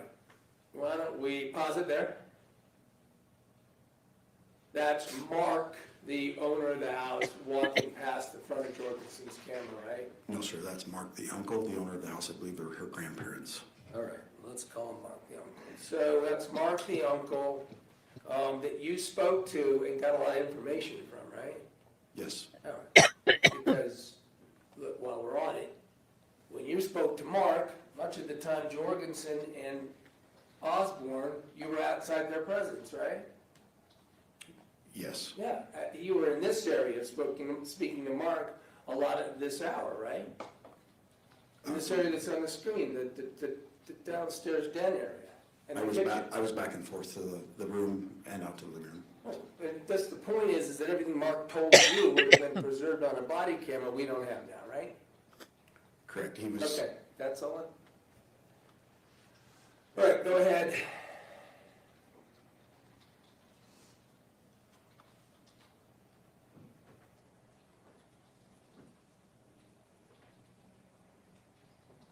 All right, we're walking down. You can see Mark's father there on the left with the red cap, right? Yes. That's Newell, right? Yes. Now, you found, by the way, a whole bunch of Newell's prescription medication and opioids in that room eventually, right? Correct. That was EMS. There goes Mark, right? Yes. Here you are talking to him, right? Yes. And of course, we don't know what he's telling you, at least not in form of a recording. Well, actually, that's not true. That's not true. I'll take that back. This is Jorgensen's camera. Correct. So we do know this discussion that was happening because it's being caught on Jorgensen's camera, right? Correct. Now, during this discussion, Mark is giving the information about he's already talked to Kylie, who has stated that she thinks Meggan was involved in poisoning her sister, right? Correct. And Mark has already said, so we don't know if it's some suicide or assisted suicide or she murdering, and all of these theories and suspicions have been told now, are being told to you by Mark, right? Yes, All exactly. right. So I want to be clear that at this point in time, there's reason to believe it's not just medical, there might be police work to do, right? It's third party, so essentially it's kind of hearsay. Well, sure, you begin investigations on hearsay all the time, right? Yes. I mean, detectives. I'll back off the subject. Here's the EMT talking to you about what's going to happen. Mark needs to go move his truck because the ambulance, they're going to take him up that stairs he just pointed at, right? Yes. All right.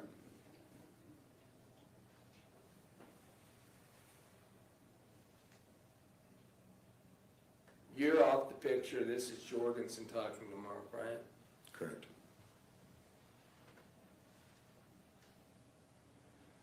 Remember that's Mark looking to get a phone number? Yes. At the time that you were there, a call to Kylie had happened, right? Correct. So Kylie's suspicions and Kylie's position was being made, and you were privy to it, right? Correct. And by the way, that was that Meggan poisoned my sister, right? I don't recall if she used those words. Did you know at this time that, you just talked about calling to leave the scene of medical, did you know that they'd been ordered out and that they were gonna call the police if Meggan and her father and her mother didn't go? You didn't know at that time that Kylie had said that to them? I was not aware that they were ordered out of the home. And when owner of a home orders you out, you have to go, right? You should. Because, well, it'd be illegal, it'd be trespassing. if Yes, you go. could be trespassed. And that's more than just a trespassing in the park. That's a Class B misdemeanor trespass, isn't it? Objection to the legal conclusion. Is trespassing a crime? Yes, it can be. Usually it's a warning first to leave the property. I'm not asking you how you do it. Is trespassing a crime? Yes. Here we are now seeing at, I'll make a quick record, 3:49 on body camera time at the bottom left. Maybe I better make this record. I don't want the jury, help the jury understand. If we could, up in the upper right, there's a time count too, right? Upper right of the video. You guys have a time counter? Yes, sorry. And that's all right. And then the bottom left is a time counter. It says 4:08 right now, for instance. That's how long the body cam has been on. Okay, so one is the measure of the length of the recording, right? Correct. And the other is supposed to be the date and time you're there. Correct. Now, sometimes those date and times aren't accurate, right? Yeah. All right, go ahead.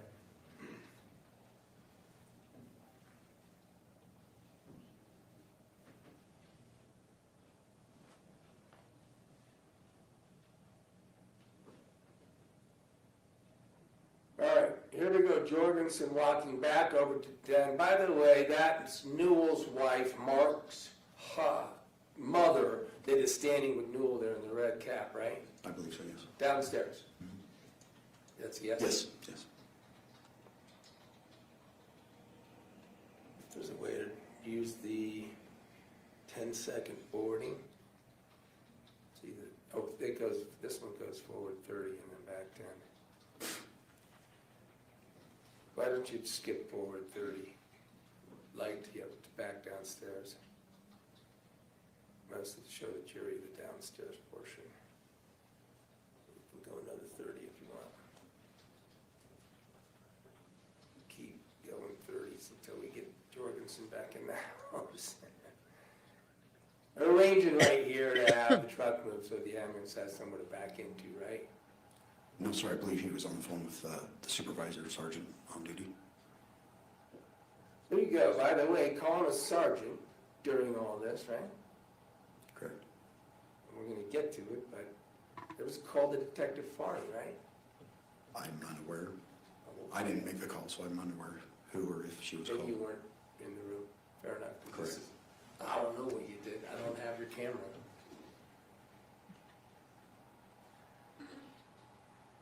There you are. Right? Yes, keeping the hallway clear. This is one interesting situation where you get to see yourself rather than us getting to see what you did. Go another 30 and see what happens here as Jorgensen. So we can see what I want to be able to see what this house looks like. Okay, now we're gonna. I have to ask a question. Was it not testified to the other day? Is this a different couple? Because didn't the parents... Okay, sorry, my bad. So the couple that's sitting in this home with the uncle are the parents of,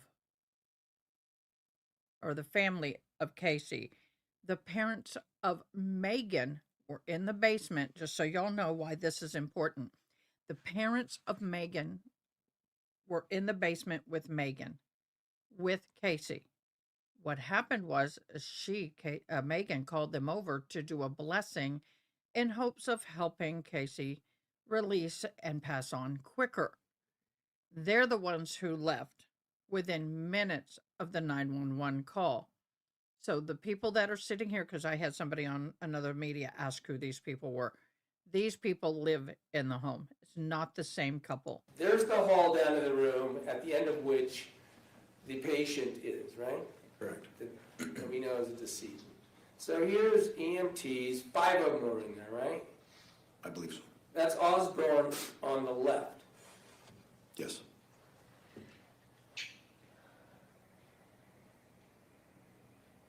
And you guys really didn't go in that room. We can see the syringe there, right, on that Yes, sir. table with the light on it? Yes, sir.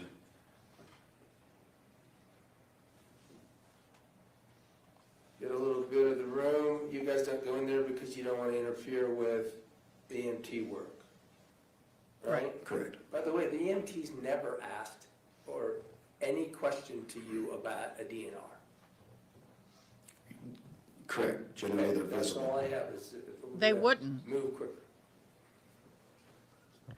EMT would not ask a Back cop. out to the den. All right, let's see if we can forward even dragging, if you'd like, Marissa, to once the EMTs leave.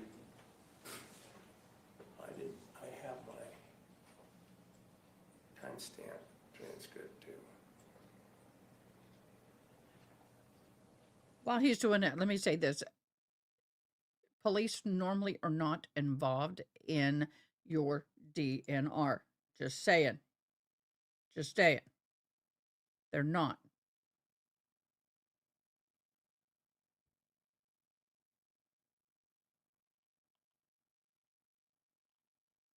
I'm sorry. So, that is an odd question to me. The only people that would be concerned about the DNR at this point would be the EMTs, not the police. Now they're leaving, that's a box. The EMTs asked you guys to carry some stuff up for them, right?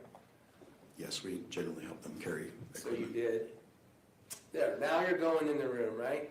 That's Officer Jorgensen. I'm actually, at this point, I was upstairs making sure the walkway was clear for EMS to carry her out. I told you were gonna need to keep correcting me. There you are. Yes. So you're seeing there's the syringe, you're certainly able to view this room, and it looks like this on the camera, right? Yes. Same thing we would have seen if we had seen your body camera. There's the closet, by the way. What was in that? Oh, strike that. You mentioned drink, there's one up there by the TV. Yes, sir.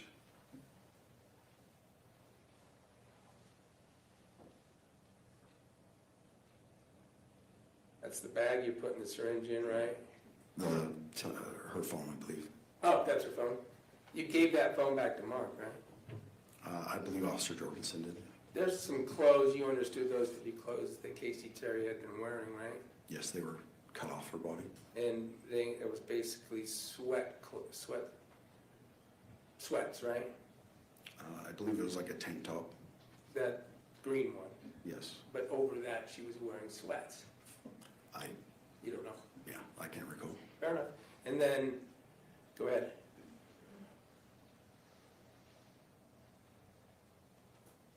Now you said what you ended up finding was a massive amount of prescription pain pills, oxycodone, right? Officer Jorgensen, Officer Osborne discovered those, yes. I mean, the three of you, knew it, right? Yes, I was You were aware. in that room when they were finding them in the drawers, finding them in the closet, finding dozens of pain pill bottles, right? Correct. And it became clear in your investigation, the three of you there, they even had Newell's name on them, right? Correct. Many of them for opioids, right? Correct. I mean, when you told Mark about all these drug containers that you found in Casey's room, he was surprised, wasn't he? He acted surprised. He can't say whether he was surprised. He acted that. I recall him saying that she was suffering from some ailments and that she was taking care of Mule's medications, so. Taking care of them, all right. Having them in a room, an empty bottle. Those bottles were empty, right? Almost all of them. The majority of them were empty. You remember Osborne saying he thought he had about 1,000 missing oxycodone pills?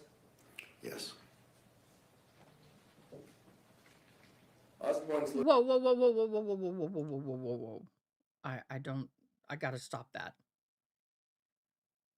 My captioning. I recall him saying that she was suffering from something and she was taking care. Okay. You remember Osborne saying that he thought he had about 1,000 missing oxycodone pills.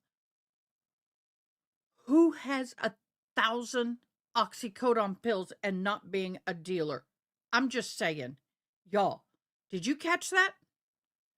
I'd be going, what? 1,000? 100, maybe. 1,000 missing?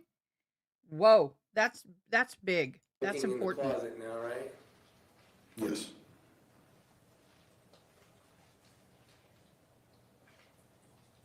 I don't know exactly when the turquoise box starts. Already there, so.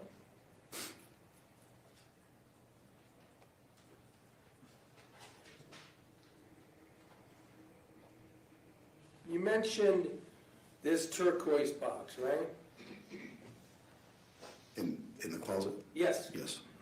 I'm going to get to that subject because that's what we were talking about. You looked through that, right? I skimmed through it, yes. You just skimmed through it, in fairness, right? You didn't, you're just arriving, you're told maybe something might be in there of some importance. Is that fair? Yes. Okay, so it was, I think you said Jorgensen asked you to do that. Yes, it was. We're going to get to seeing you do it. By the way, now you're seeing the pain pill bottles that were pulled from that drawer, right? Wow, that's It a wasn't lot just of pain meds. pills, but yes. I'm sorry, medication. Fair enough. There were some other kinds of medication. Yes. Right?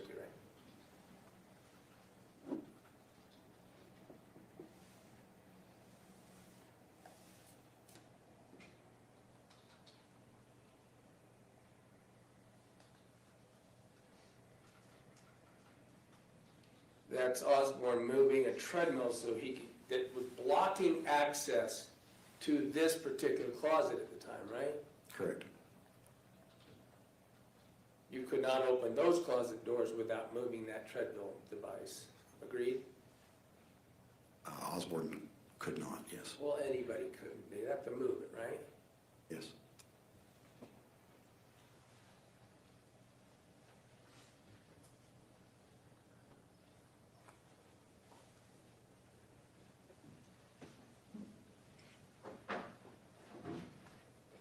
This is Osborne going through the closet, right?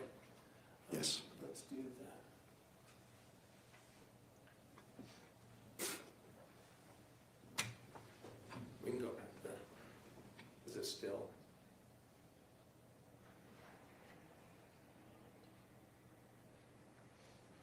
Okay, here we have you reaching up. In a second, we're going to see more fully, but that's the turquoise box, right? Yes. Now you're reaching up, pulling it out. By the way, pulling it out. You're wearing gloves for reasons that include you don't want to leave fingerprints, right? Yes. Certainly, even at that point, and as you sit here now, you realize that a smooth surface like a box would be a good place to try to get fingerprints from. Might be. Well, and there were a lot of, like you said, empty narcotics, and so, you know. All kinds of stuff. Yeah, I don't want to get. But on that, now you're talking about the gloves. It was actually Osborne that said, hey, when you picked up that needle, he said, hey, you should go wash your hands. It was her phone that I grabbed. Phone. Yes. And then you wash your hands and put those gloves on. I did. Mm-hmm. There you are, opening it.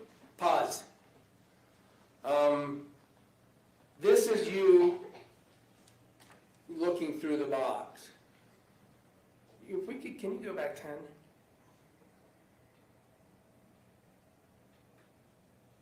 Now, did you know, or have you learned, that Meggan Sundwall had been told by Kacee that there were things for her in this box? Objection, that's hearsay on a whole different level. I can ask him if he knows. It's not going for the truth of the matter, sir. It's going for the involvement of the officer. Overruled. At this time, you didn't know, but as you're investigating, you're talking, I'm just asking if you learned that there was a claim that there were things for Meggan in the box. Let me just ask that. There were a lot of excited utterances going on as far as her name and things, but nothing specifically about that box. I mean, we're going to get... It was correlated to, about Meggan, to me. I interrupted you, I'm sorry. Okay, let's play it. So, we can see in that box There's, now that's not you looking in there. That manila folder, that's not you looking in it, right? No, that's Officer Jorgensen. As of this day, you don't know what was in that manila folder, right? Correct. You're, looks like cursorily going through some things, looking at things, poking in. You didn't pull. Gonna get to the letter. You're pulling out some documents. Now, of course, at this time, I mean, you don't really have any specific consent to search those items, right? Her Uncle Mark gave us consent to look in the box for a DNR, just for patient care. So As a matter of fact, okay, in fairness, then Uncle Mark had told you you could do anything you wanted in that house and look anywhere and search, right? to me specifically, he said I could look in the box for a DNR. But you knew that he had given consent to the three of you to do what you needed to do and look where you needed to look. Is that fair? In that house? To me, specifically was the box. And then I went off of the initial officer, what he directed as well, so. All right.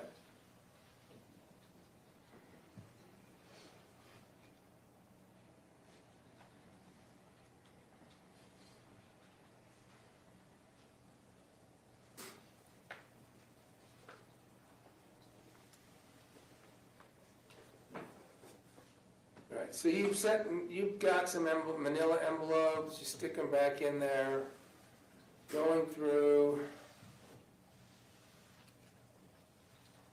looking at papers. So that's obviously Jorgensen standing there recording it, so he's looking at them too. Thumbing through some letters, it appears to, notes, maybe cards. Is that what you saw in there? Yes, there was a lot of miscellaneous papers, so we were looking for a specific medical document.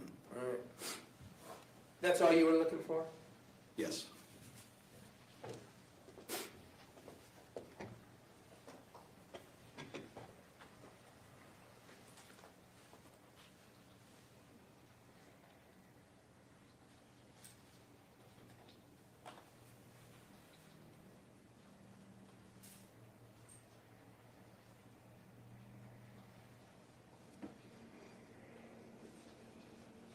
All right.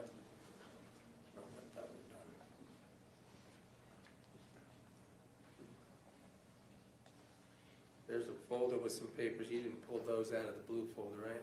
I believe it was empty. Okay. Can you go back 10 seconds?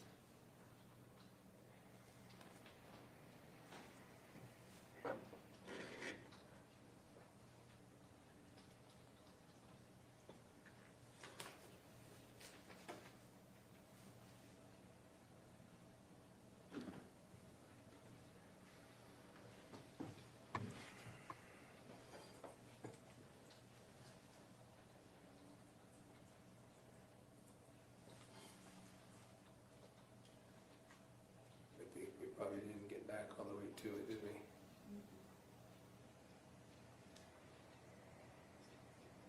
A couple 10s back and out to 64. That's right where you put the folder back. There it is. Yep, blue folder. Nope. But there's white on the inside. You're saying there was nothing in there? I don't recall. Okay, fair enough. Yeah, This helps. It's been a while. correct, and as quickly as I opened and closed it, I would assume that it's because it was empty. Or there was just one paper in there that definitely wasn't a DNR. You didn't go through everything in here, in fairness. You didn't go through to see really what was going on. You were looking for a DNR. Correct, I was skimming through for a DNR. And so you don't know what else might have been in there in the way of letters, who they might be to, or anything like that, right? Correct. All right. But something came to light. Can we get to it? You said a letter, envelope, let's put it that way. You don't know what was in it. Correct. But it said Meggan Sundwall on it, right? I don't recall the name, but it had just this one name on it.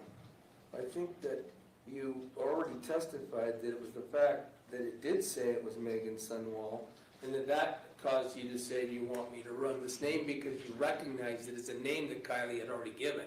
Correct, it matched my notes that I talked to Kyle on Okay. the phone, so yeah. Just Sorry. establishing, is that it, right there on the bed? Yes, sir. All right, so there's the letter, a letter that says Meggan, an envelope that says Meggan Sundwall on it. You check, you find out that's a name of interest, right?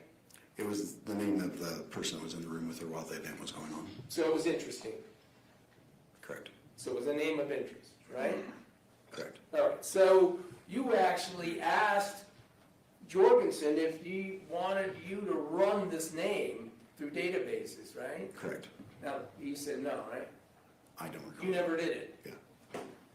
And you don't know what was in that envelope, do you? I don't.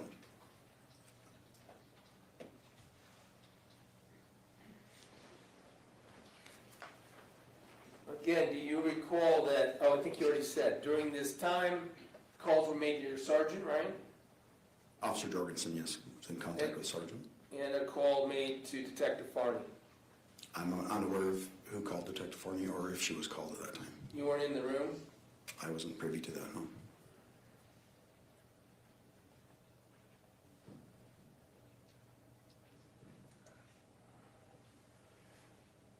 Still of the port switch. What do you want to show the leading? Let's go to the very end. When you walked out with Jorgensen, right? Correct. The last thing that you ever said to Mark and whoever else was present who could hear is, don't let anyone go in that room, right? Correct. Lastly, I just want to show you a still photo, off of a body camera.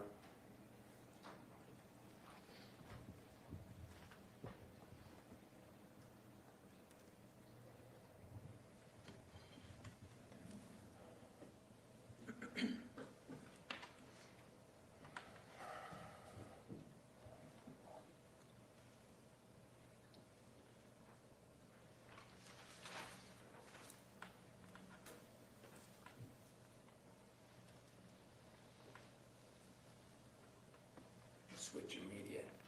Gotta go to switch on. Thanks for patience. Do you recall, this shouldn't be published yet, thank you.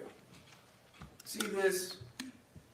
You recall standing there, we saw Osborne going through and Jorgensen to a certain extent, the left-hand closet where it was blocked by the treadmill, right? Yes. You recall that this is the closet that is depicted here on what I'm going to call defendant's G. From that picture? Yeah. No, sir. Do you recall seeing that? That's a close-up picture of medication. I can't there's definitively say that that was the closet just by that still picture. There's something in front of it, right? There's a syringe. Is that right? Yes, there's a syringe on the shelf. Did you ever collect that syringe as evidence? I never saw that syringe.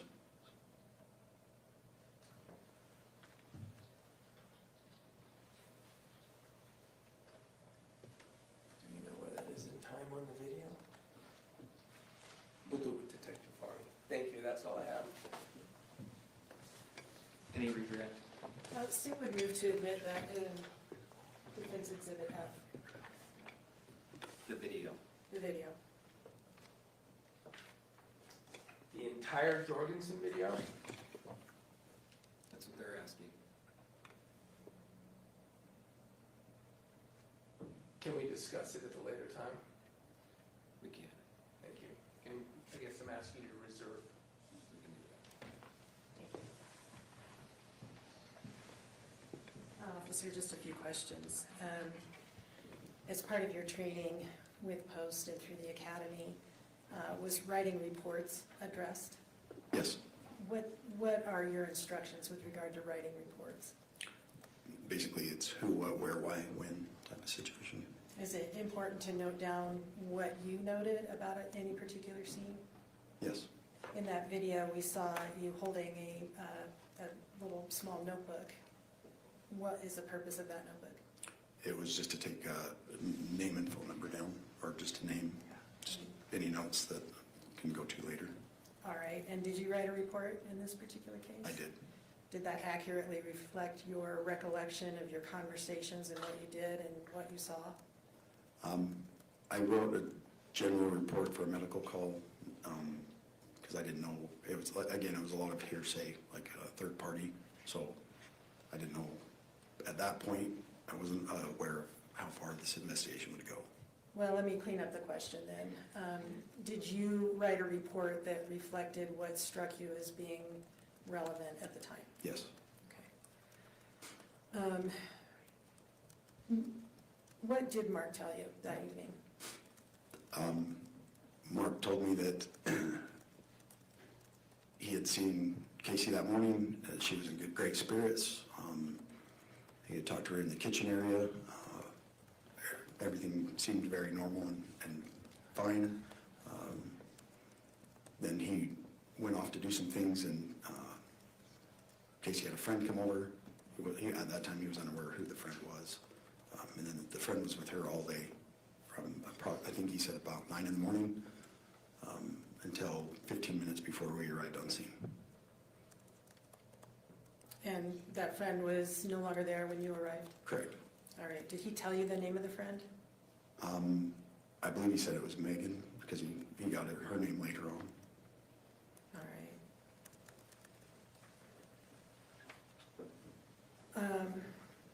And in that video, I think Mr. Williams identified them, that there was an older gentleman in a red hat. Who was that person? That was Kacee's grandfather, Newell. And that's the homeowner? The homeowner. And with him, and part of it was an older woman. Who was that? The grandmother. Okay. Also the homeowner? I believe so. Okay, and then Mark was also in that video, obviously. Yes.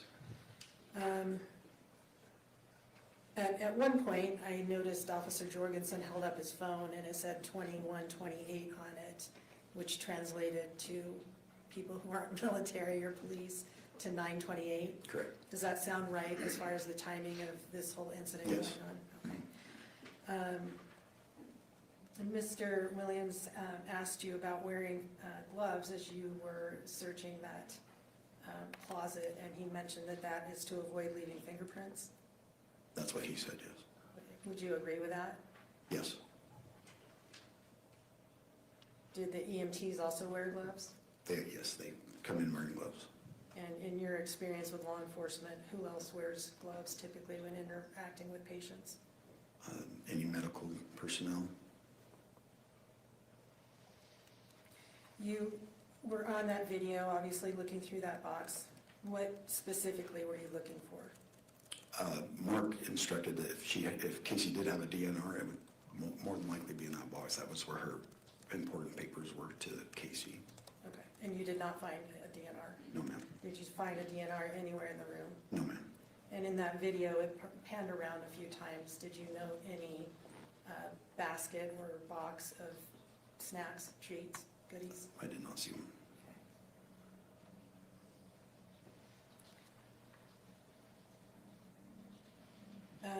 In that last photo, could you put that back up, please?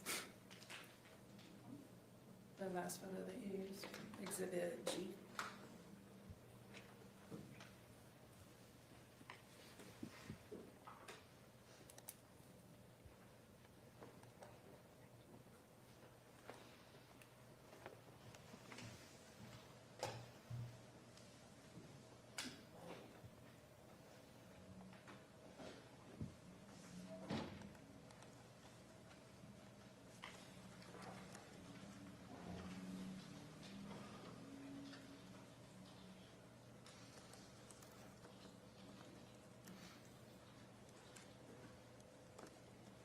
Okay, that plastic item on the shelf in front of the bottles, Mr.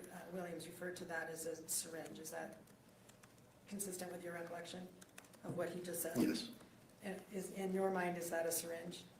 I would say that's a plunging type device. I wouldn't call it a syringe. Usually, in my experience or my brain, I attribute a syringe usually with a needle on it.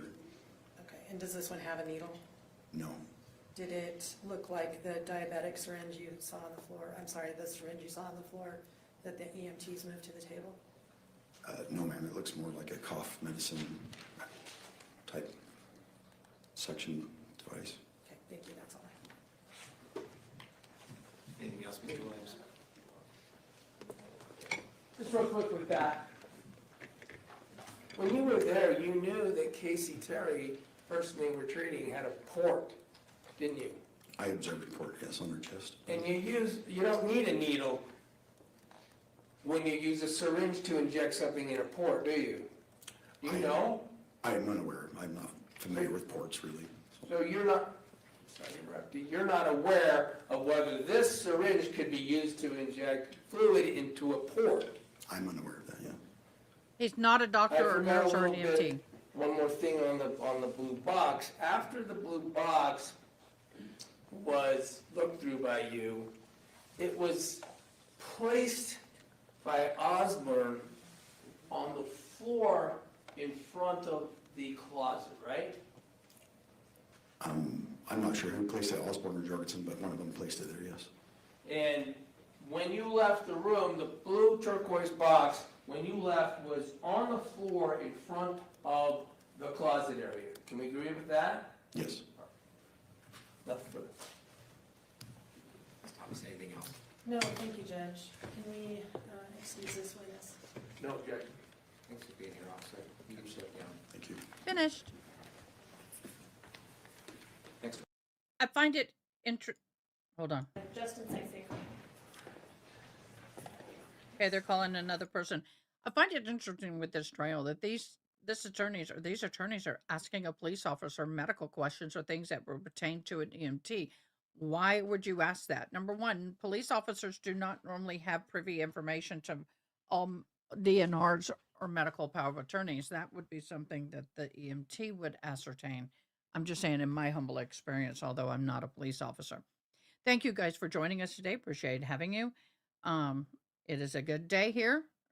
I'm surprised the courts are also allowing that computer monitor to be shown by the court camera, because not everything on that monitor is public information. Just surprised, that's all. Thank everybody for being here. Appreciate you being here today. Good morning. Old Women of the Hills, Just James 1980. Welcome in. Appreciate it. Good morning to both of you and everybody else who's lurking. Thank you for being here. Can you keep that mic in front of you at all times? He's like, yep, been here, done that. If you could Know state what your to do. name and spell your last for the record.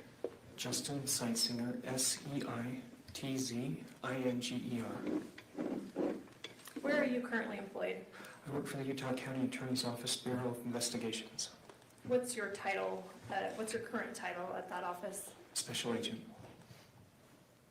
How long has that been your title? Recent, maybe a couple months. What was your title before that? Sergeant.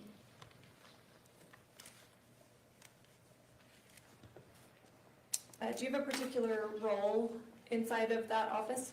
I do. I conduct the forensic examinations of digital evidence. And how long has that been your role in that office? In that office, I guess, just over 8 years. Did you have that role at another, in another agency or job before that? Yes. Where? The City of Orem. How long was that? I was 3 years approximately, maybe 4 years. Anything before that as a, Not as a digital examiner. I was a regular police officer before that and a detective. okay, I want to go through your training and experience. We'll start with just your police officer training. Briefly describe that for us. So I attended the academy like every officer does to become a certified officer in the state of Utah. I went through all the necessary trainings I needed to do my job well and effectively. I've been through myriads of trainings, from homicide school to forensic courses, multiple forensic courses, multiple certification courses, to become certified in the tools and skills that I have. How long were you, before we get into your the forensic aspects of your job, how long were you just a police officer? I was a patrolman. I've been a police officer for almost 20 years now. I began as a patrolman, then I worked my way up to become an investigator, and then I went back from investigations to patrol as a corporal, and then I went from corporal to the Utah County Attorney's Office as a sergeant, and then eventually special agent. All right, I want to talk about the forensic aspect of your current job and previous jobs. When did you, I guess, would you say that that's a specialty? Yes. When did that become your specialty? It began when I was at Orem. How many years ago was that again? Oh, about 12. All right, and what does that encompass? So digital forensics, what we do is we conduct forensic examinations of cell phones, laptop computers, regular desktop computers, thumb drives, drones, anything that contains storage, digital storage. You mentioned a few trainings, I think, that went toward forensics. How do you keep apprised of updates in technology and how to go about analyzing forensics appropriately? We continually study. We're always going to school and classes. I've never stopped studying since I became a forensic examiner. We go to certification courses for the specific tools that we use. They're very thorough trainings. I'm a Cellbrite certified operator, a Cellbrite certified physical analyst.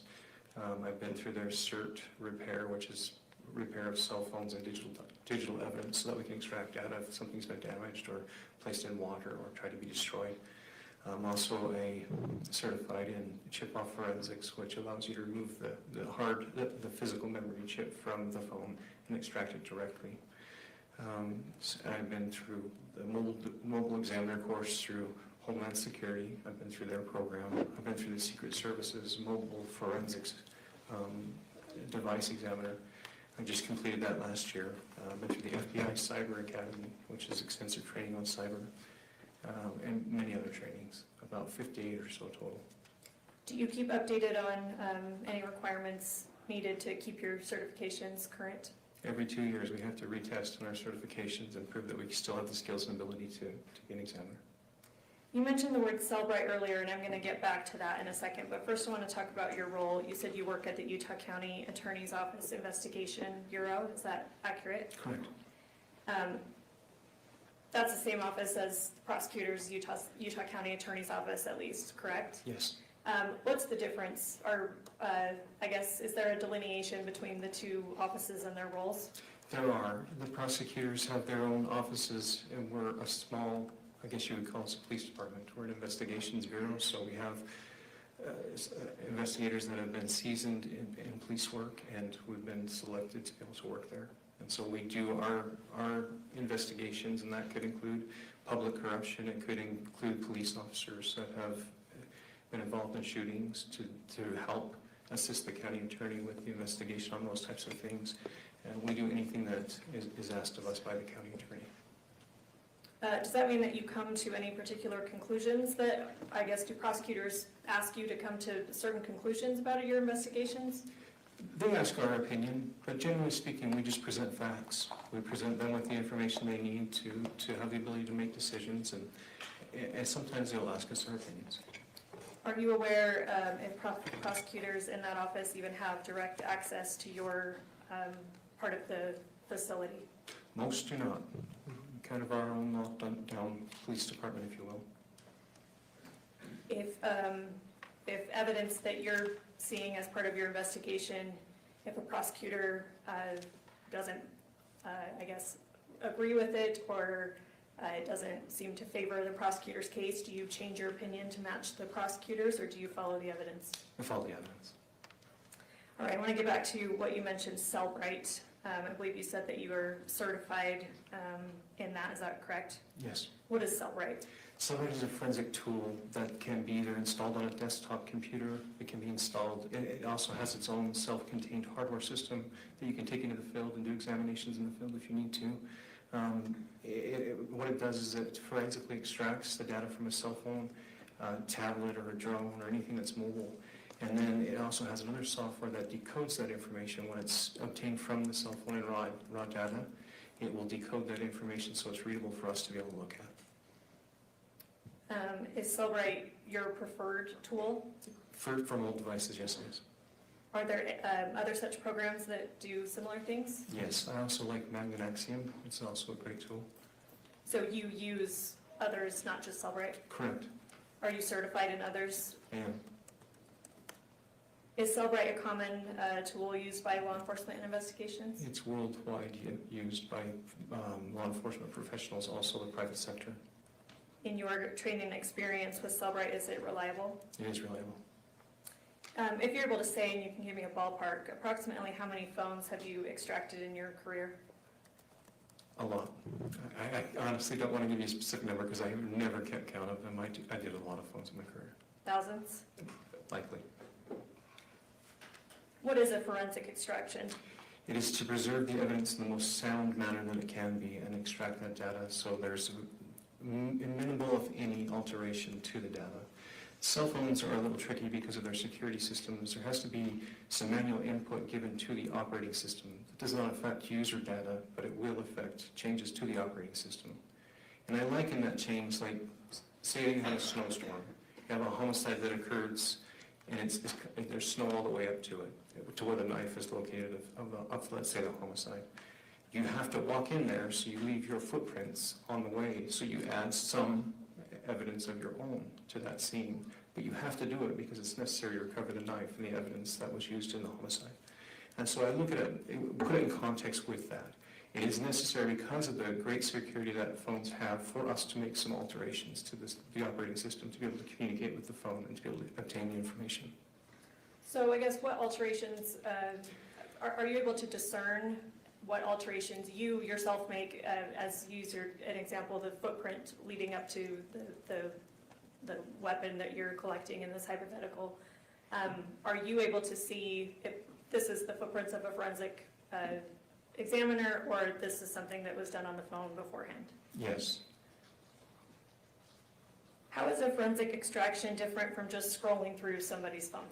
Scrolling through a phone manually can make changes to the phone, and that's not something we want to do. We want to preserve it in the most pristine condition that it's in. We don't want to alter user data, and that would certainly alter user data. Are there some limitations? I know that there are different types of cell phones, Apple, Android, et cetera. Are there limitations that certain phone, I don't know, what do you call it, software, hardware, presents you when you're doing a forensic extraction? Yes, they're continually changing and they're continually challenging. Is one phone type more challenging than another? I guess that varies. Apple can be a little more painful sometimes. And why is that? They're always changing their software to lock us out, specifically lock us out of being able to do what we do. Nevertheless, are you still able to extract information from Apple phones? Yes. How do you ensure that data is not altered during the extraction, other than, like your example, the observable footprints of the forensic examiner? We make minimal adjustments. We'll place the phone in a Faraday box. That just means that it cuts off all communication to and from the cell phone, so alterations can't be inputted from an outside source. We place the cell phone in airplane mode, so it's not communicating beyond the date that we have been given the phone, so additional data isn't being added to the phone. Also so that it cannot be remotely wiped by an individual who's trying to destroy evidence. So there are things that we input, like say airplane mode. We'll often turn that on. We'll remove it from the network. We don't want the potential of it to be wiped remotely. Do you know what case we're here on today? What's that? Do you know what case we're here on today? Yes. Fair to say this case involves Kacee Terry's phone to some extent? Yes. And Meggan Sundwall's phone? Yes. Do you recall when you were first, I guess, enlisted to assist on this case? I believe it was August 15th, 2024, but it may have been a day before that. I think our chief had been starting to discuss it with us maybe the day before, but we got actively involved on August 15th. Did you come into possession of Kacee's phone? I did. Do you know how you obtained that phone? I guess the legal mechanism? Yes, our lead investigator on the case and Sergeant Hales, they provided it to me along with a search warrant for the cell phone. Did you extract that phone? I did. Did you follow standard forensic procedures to do that? Yes. Were you able to verify the integrity of the extracted data? Yes. Did you also extract Meggan Sundwall's phone? Yes. Well, first, let me go back. What type of phone did Kacee Terry have, if you remember? An iPhone 12. Going back to Meggan's phone, what kind of phone was Meggan's? I believe it was an iPhone 13 Pro Max, as I recall. How did you obtain Meggan's phone to extract? I did Meggan's phone on 2 occasions. Meggan provided consent for us to be able to do a limited search of her phone, and I believe that was 8/19 of 2024. And so I responded to her home and picked up the cell phone, brought it back to our lab, and then I extracted the data there. We were limited on our capabilities that time because iOS had just done a new update, and so we were only able to obtain a logical extraction, which is limited on scope of data. What's a logical extraction? And basically, it's how the phone interfaces with an API. So an application programming interface is what that is called. And so basically, it's given permission to obtain certain data, but it's only given permission, generally speaking, for native applications. So third-party applications, you wouldn't see that. You would be interacting with the applications installed by the phone's operating system, and that has granted API access. You said that you did a second search on her phone. Do you recall when that was? I do. It was, I believe it was 9/19 of 2024. Like, I might need to verify, no, maybe it was 9/9. I might need to verify that. Can I refresh my report? Do you have your report in I front do. of you? If that would help refresh your recollection, just read it to yourself and then look up when you're done. Okay, so 9/9 of 2024. And with that second extraction, were you able to get a more full picture? I was able to get a full file system extraction. I'm going to show you, it'll pop up on your screen what's been marked for identification as States Exhibit 14. Sometimes it kind of glitches a few times before it warms up. I guess I don't need to tell you much about technology.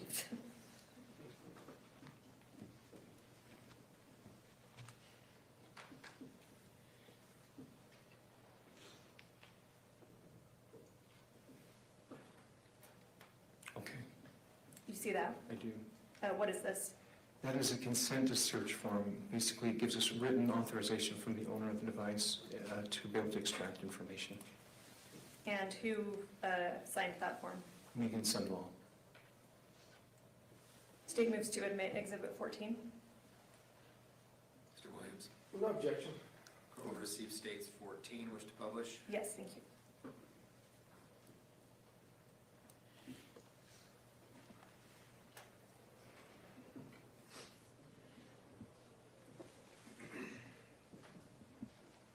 You mentioned that she gave limited consent.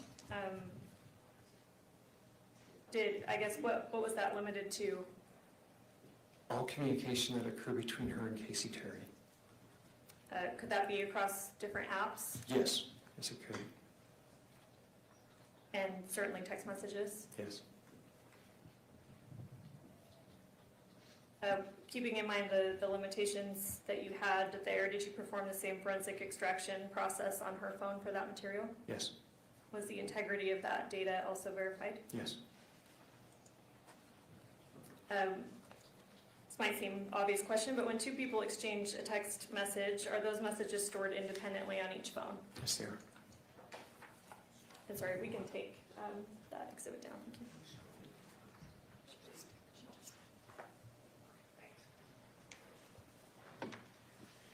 If one person deletes a message on their phone, does it delete it from the other person's phone with whom they're communicating?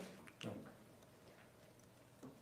Was Meggan's phone set to automatically delete messages? It was not. Over approximately what time period did Meggan and Kacee exchange text messages? So I believe they began in 2019 up until August of 2024. If you can recall, approximately how many messages were exchanged between the two of them during that time? 28,000 is what I recall. Did you compare the message threads between the two phones? I did. When you compared them, Did you find anything of note to you? I did. I found that Meggan Sundwall's phone had 1,618 less messages than Kacee's phone did. Did you look into why that might be? I did. What did you discover? They were deleted. I'll get back to that in a second, but, well, you said 618 total. Yes. Did you, I guess, narrow a time frame that you looked at more directly? Yes. What time frame is that? I believe it was in July of that year up until the current date. Okay, and from July of 2024 up until August, I guess fair to say the last messages on Kacee's phone were August 12th? Yes. So from July of 2024 to August 12th of 2024, how many messages were deleted from Meggan's phone? So I don't know if I want to say it was around 200 and something, but I don't know the exact number. Okay, but in the 200s? Mm-hmm. Why did you select that time frame? I was asked to. Who asked you to do that? Sergeant Hales. Were those items, those messages missing from Meggan's phone random? No, I don't believe so. Why? What makes you say that? Well, they're text messages that talk about suicide. They talk about insulin. They talk about assisting in that process of suicide. Any that talk about life insurance? Yes. Those were some of the ones that were deleted as well? I'd have to look at it specifically. I can't recall if those life insurance ones were deleted because I think they were more of, yes, I believe they were, but let me double check that if I could. If that would help refresh your recollection. It would.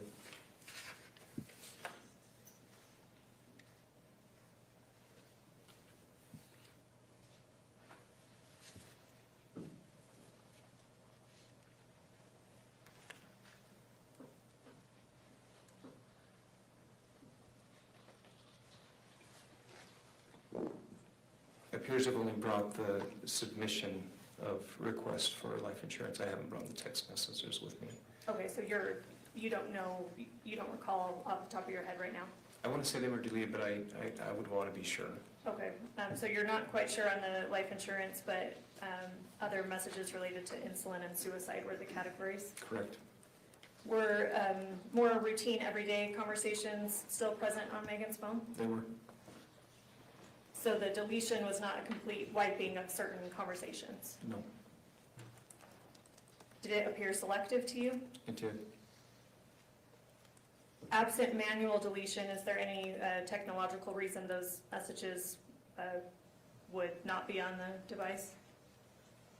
Not that I can think of.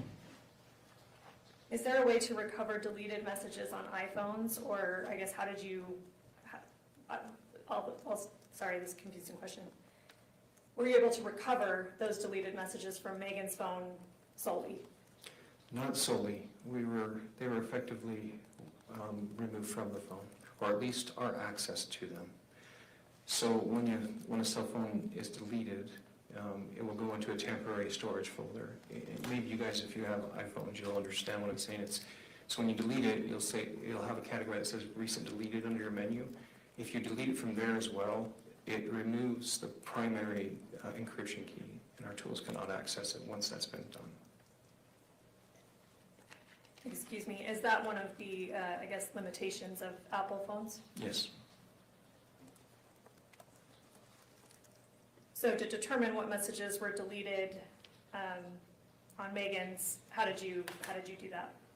Just manually, and you could see some that had been deleted, some we did recover partial of. Like on one conversation, it showed that she removed a heart on 8/17 from a message that was present on Kacee's phone still. You would see just remnants of things that had been deleted.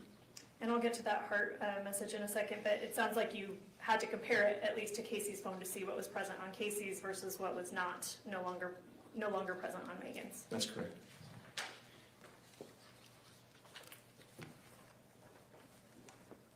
In addition to text messages, can a forensic extraction recover internet search history? It can.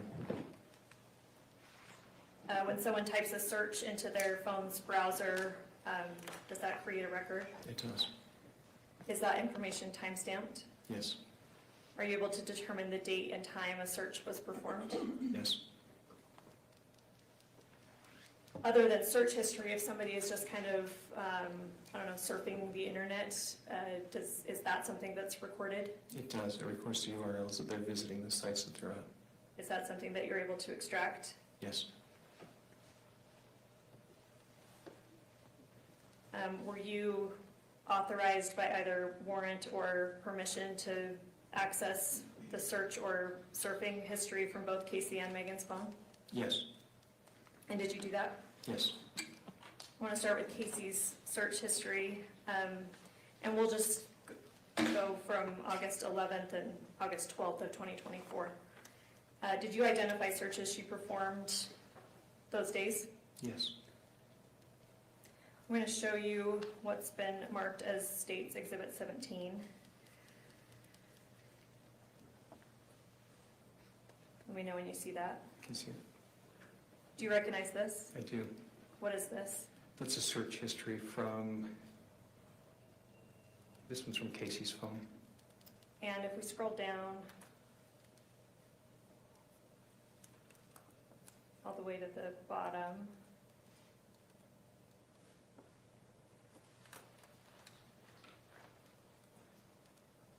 you see the time frames that we're looking at here? I do. And what are those? 8/11 to 8/12. Is this a document that you created based on your extraction of Kacee's phone? Appears to be, yes. State moves to admit Exhibit 17. Mr. Williams? Foundation, can I quote arguments? You may.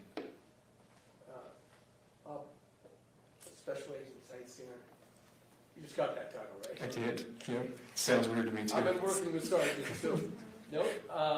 Let me just ask you this, is this the entire search history of Kacee Terry during the dates on Exhibit 17?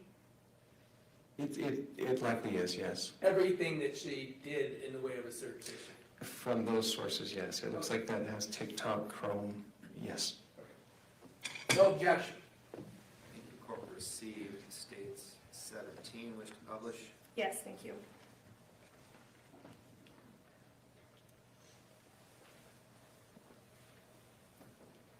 All right, there aren't too many of these, so I'll go through them with you. Up at the top, so we see different categories. There's timestamp. Source is the next one. Kind of briefly explain what that identifies for you. Are you starting with the first one? Yes. Okay.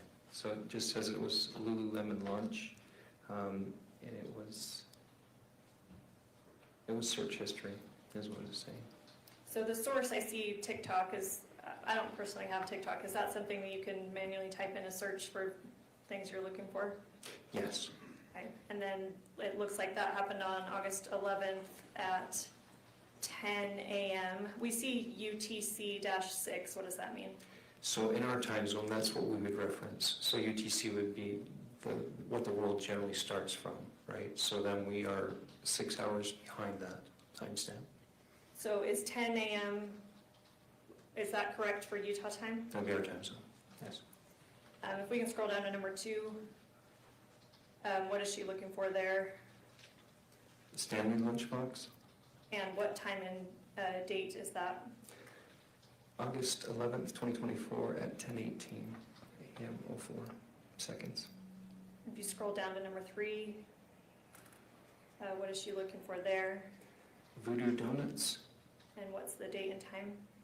8/11/2024 at 12:27 and 19 seconds. Number 4, what is she looking for there? She searched, is it okay to give yourself a shot with just saline in it? And the time, sorry, say the date and the time on that one. That is 8/11/2024 at 9:48 and 13 seconds. The next couple, number 5 and 6, and I think once we get to the other page, they'll be similar. They all happen at similar times, 9:48. Yes, approximately. Is that fair? number 5, what does she search there? Is it okay to give yourself a shot with just saline in it? What does she search for in number 6? Is it okay to give yourself a shot with just saline in it? If we go down to number 7, what does she search for there? Is it okay to give yourself a shot with saline solution? And what's the time that she searched for that? 9:49 and 40 seconds.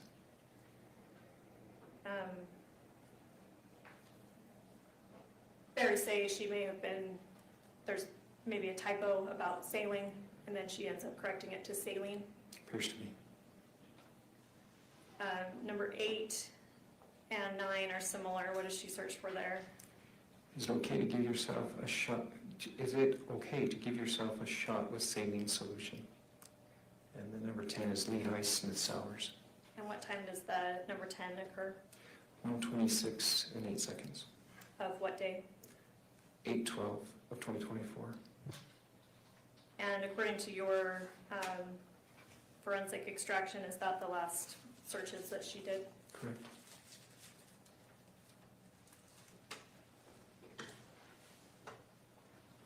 All right, I want to go to Meggan's phone.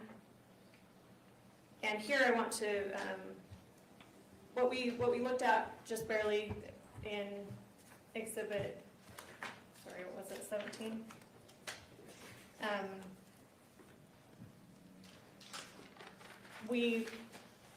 I think you made this distinction before that there's a difference between typing in a search in a web browser and then just kind of surfing the internet, right? Yes, there's a difference. How does surfing the internet appear, I guess without getting too technical for the jury, how does surfing the internet appear differently in an extraction versus like Googling something or searching for something in a browser? So in a search, you'll see a value entered of what you searched. In just web browsing, you're going to see URLs. You're going to see where they're going to, what sites they're visiting, what they're looking at. All right, did you do the same, did you look at both affirmative searches and then also internet surfing for Meggan's phone? Yes.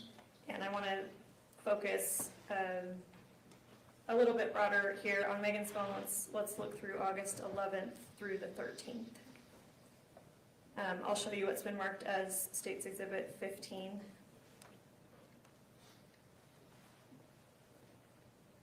Let me know when you see that. I can see. Do you recognize this? I do. What is this? That is web history for, I believe this is Meggan's phone. And when you say web history, is that surfing the internet or is that searches? It will include some searches, but primarily surfing the internet. Is this a document you created based on your forensic extraction? Yes. State moves to admit Exhibit 15. Mr. Williams, Oh, no objection. court receives states 15, wish to publish. Yes.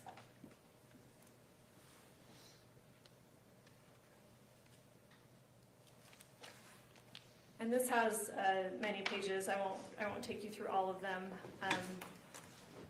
but I'll focus on a few. Let's start at the top. So these columns are a little bit different than what we just looked at with Kacee's phone. What do we see here generally?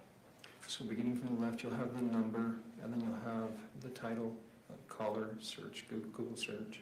You'll have the URL that was navigated to. You'll have last visited time, and you'll have the source of what was used. So, for instance, here we see Chrome. Yes. And in number 1, what does it look like she's searching for? It says and caller. Okay. I'm going to take you through, like I said, there's many pages. We won't go through all of them with you, but the jury will have the ability to look through those. Okay. I want to take you down to number 63.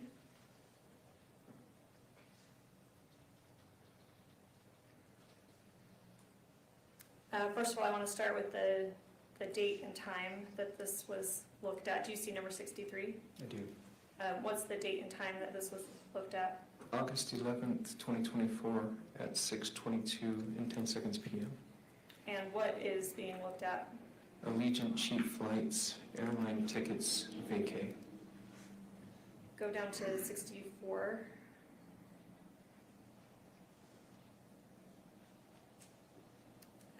Is that similar? Yes. All right, we'll go down to 74. What's the date and time of 74? August 11th, 2024 at 7:19:08 seconds p.m. And what is she looking for there? All jewelry from Brian Anthony's. I'll take you down to number 78. What's the date and time that she's looking at this?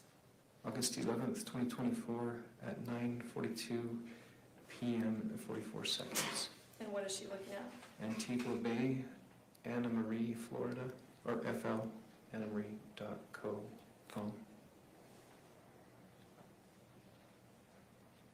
All right, I'll show you what's been marked for identification as States Exhibit 16.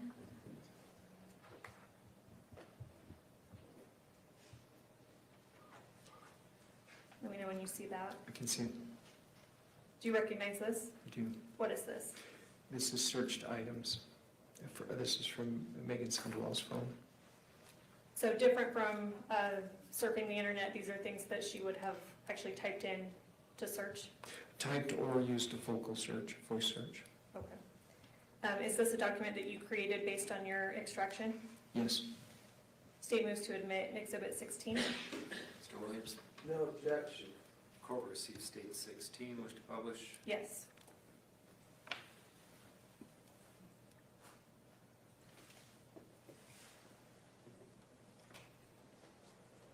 And we'll start again, this is multiple pages, I won't go through all of them with you, but we'll start at the, oh, sorry, oh, there we go. We'll start at the top. Similar to the one we saw in Exhibit 15, what does number 1 indicate? If the value is and caller, the date is August 11th, 2024 at 1:52 and 29 seconds p.m. The source is Chrome. Let's scroll down a few pages.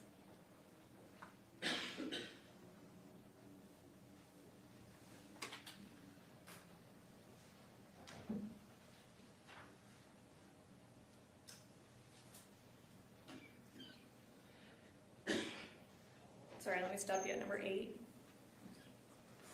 What is being searched here? Domino's. And what's the time and date of that? August 12th, 2024 at 1:09 and 51 seconds p.m. I'll scroll you down further.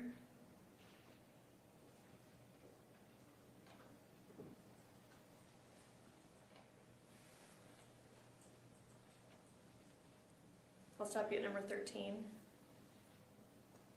What was Meggan searching then? Freestyle light, how low can it go? And what's the date and time of that? August 12th, 2024 at 4:23 and 23 seconds p.m. Scroll down a few more. We'll stop at 13 and 14. Tell us what she's searching then. Freestyle light, how low can it go? On August 12th, 2024 at 4:23 and 23 seconds p.m. And number 14, it looks like the same, even the same exact time. Why does that show up twice? If you know. I would want to look, let me see here. Let's see if we can see real quick.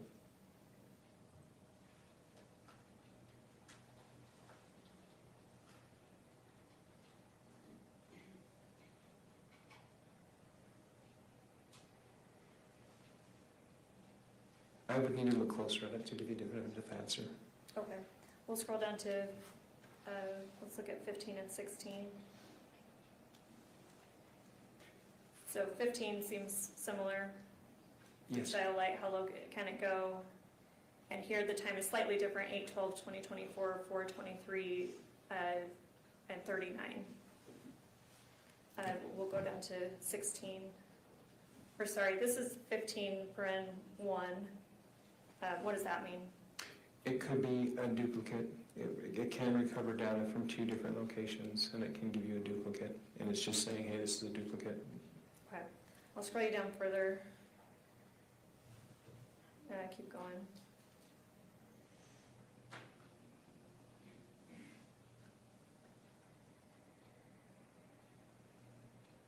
And then I'll stop on 19.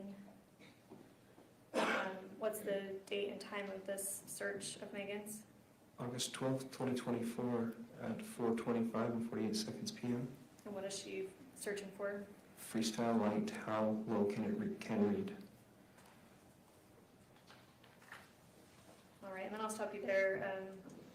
We can take down the exhibit. The jury will be able to look through that in their deliberations. Are you aware what freestyle light is? I am. What is that? It is a glucose meter that checks your blood sugar levels.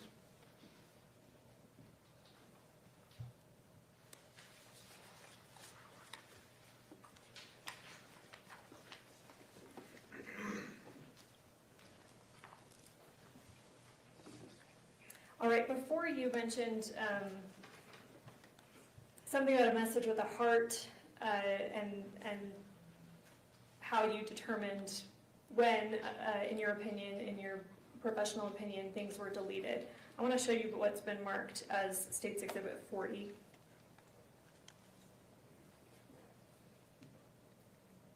Do you recognize this? Sorry, Chelsea, if you could scroll down.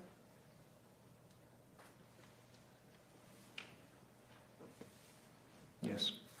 And what is this? This is text communication. Is this part of something that you extracted from?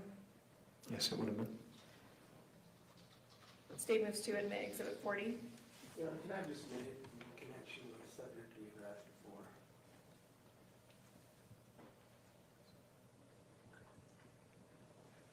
No objection. Court will receive States 40, wish to publish. Yes.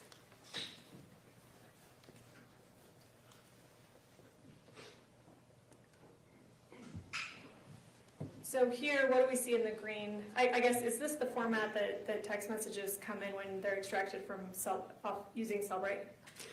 No. How do we get this formatting? It mimics your phone. It gives you a conversation view like you would see on your phone. It's more pleasant to look at than the raw data and the columns and rows. So the conversion into something that's more pleasant to look at, is that something that you do or that Cellbrite does? Cellbrite does it, but I put the input in to make it do it. Okay. What do we see in the green bubble here? A message from Kacee to Meggan Sundwall. And it says, and fairness, we don't have the full context, right? We only have 2 messages here. Yes. But in part, she says, like I said, if anything happens, I wrote that sign in case they change nurses and I'm out of it. So if you don't hear from me, you will hear from someone, maybe even Masteller. He has your number and knows that you're my person to call. What's the date on that message? The date is 4/5 of 2024 at 12:58 and 38 seconds p.m. What's the blue message we see below that? That one is from Meggan. And it says, loved, and then it starts to quote the message that I just read. Is that fair? Yes. What does that loved mean? So when you click on a message that somebody sent you like and you want to add an emoji to it, pretty much that. So in this format, it won't just show the heart or the thumbs up or whatever emoji. It actually makes it look like there's, it puts it there like it's an additional message. It would attach a heart to it, yes. So data would be logged about it. Okay. I want to show you what's been marked as Exhibit 41.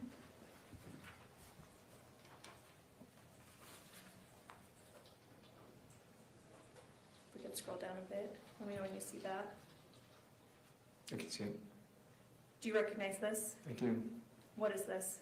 That is when it was removed on Meggan's phone. The heart was removed from that message. All right. So this is part of the extraction that you performed. Yes. Is that fair? Yes. State moves to admit Exhibit 41. Williams. No objection. Court received States 41, may be published.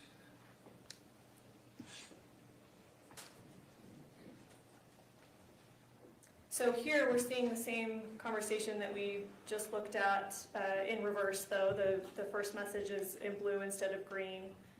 Does that help us determine what phone 41 is versus Exhibit 40? Does that question make sense? Kind of, but no. I guess, do you know what phone this is from? Just from this view, no. I wouldn't want to answer that conclusively. Okay, fair enough.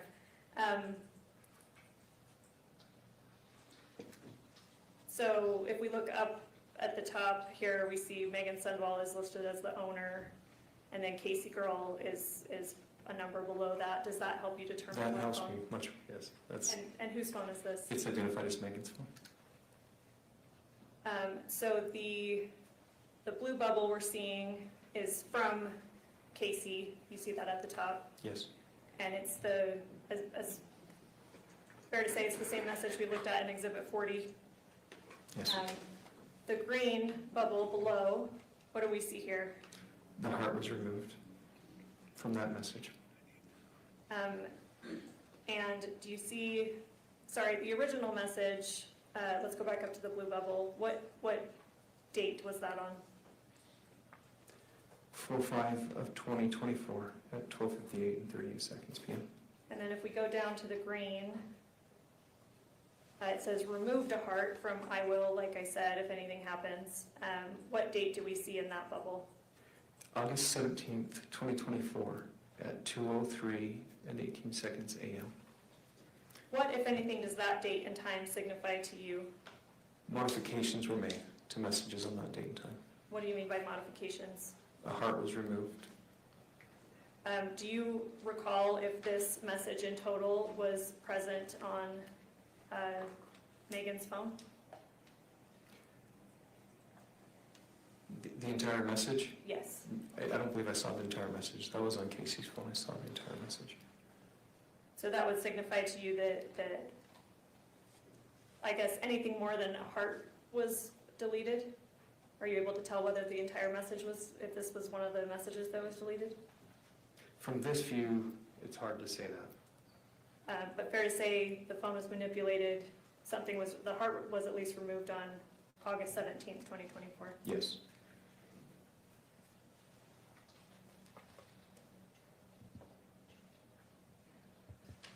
I'm ready to pass the witness. Thank you. We've been going with the jury for a couple hours now. We're going to take a morning break. Ladies and gentlemen of the jury, you are admonished by the court that it is your duty not to converse among yourselves or to converse with any other person on any subject of the trial, and it is your duty not to form or express an opinion thereon until the case is finally submitted to you. This includes no individual research on the parties, attorneys, or claims. All rise for the jury. Okay, I sped that up to get us caught back up. Thank you guys for joining us today.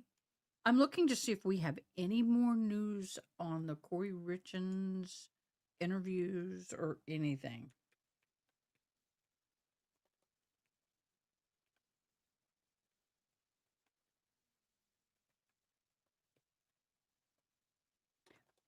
But she's gone. I'm going to play this.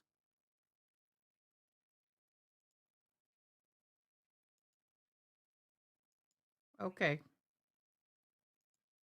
Hold on. I'm going to share this. It gets really loud. Pause, please. Let me get back down here. Let me share this. Expand. Now Eric's family wants to focus on his boys. They're just loved. They have a lot of love surrounding them. They're great boys, and they're gonna be fine. And honoring who Eric was as a person. 4 years ago, our family lost the brightest light. Eric is deeply loved and missed every single day. We are grateful to everyone who has worked tirelessly to bring justice for Eric. Our focus is now on honoring Eric's life and supporting his boys as we all continue to heal. Meanwhile, defense attorneys appeared defeated coming out of the courthouse shortly after the verdict was announced. Yeah, think? You think they were defeated? That was a hard loss for them, and I feel bad, but I don't feel bad. Um, but we don't have any more interviews or anything that I know of. I'm looking to see if we can find anything for you. Um, a lot of pictures, but not a lot of videos that's going on. Okay, so this case, let's talk about the question.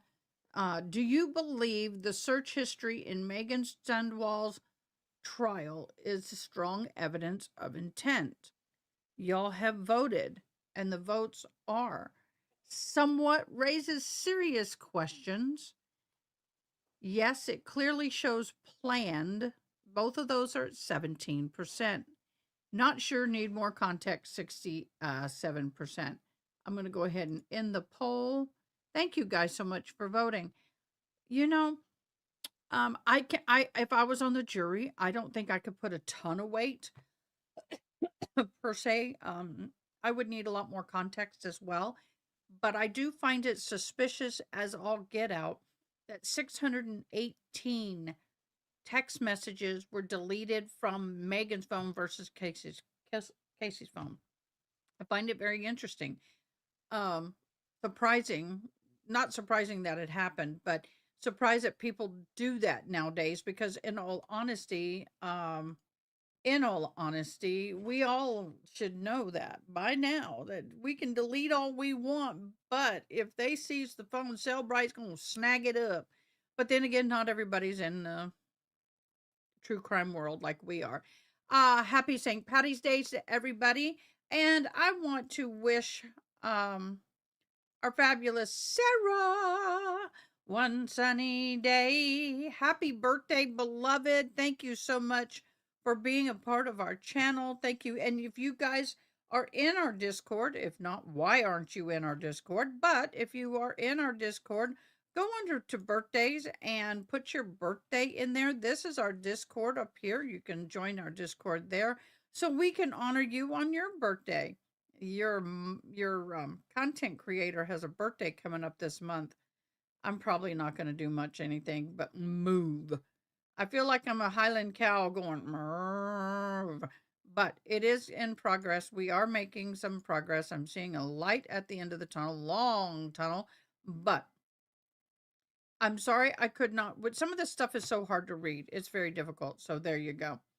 So with this case, for those of you who are just joining, Meggan Sundwall is accused of injecting 100 units of insulin into Kacee's port. Now, the one thing about Kacee, why do I keep calling her Kelsey? It's Kacee. Kacee's dyslexia, once I get hooked on a name, I just can't change it. The victim, well, she was a habitual liar. And she lied about a lot of things, and it was stated earlier in trial.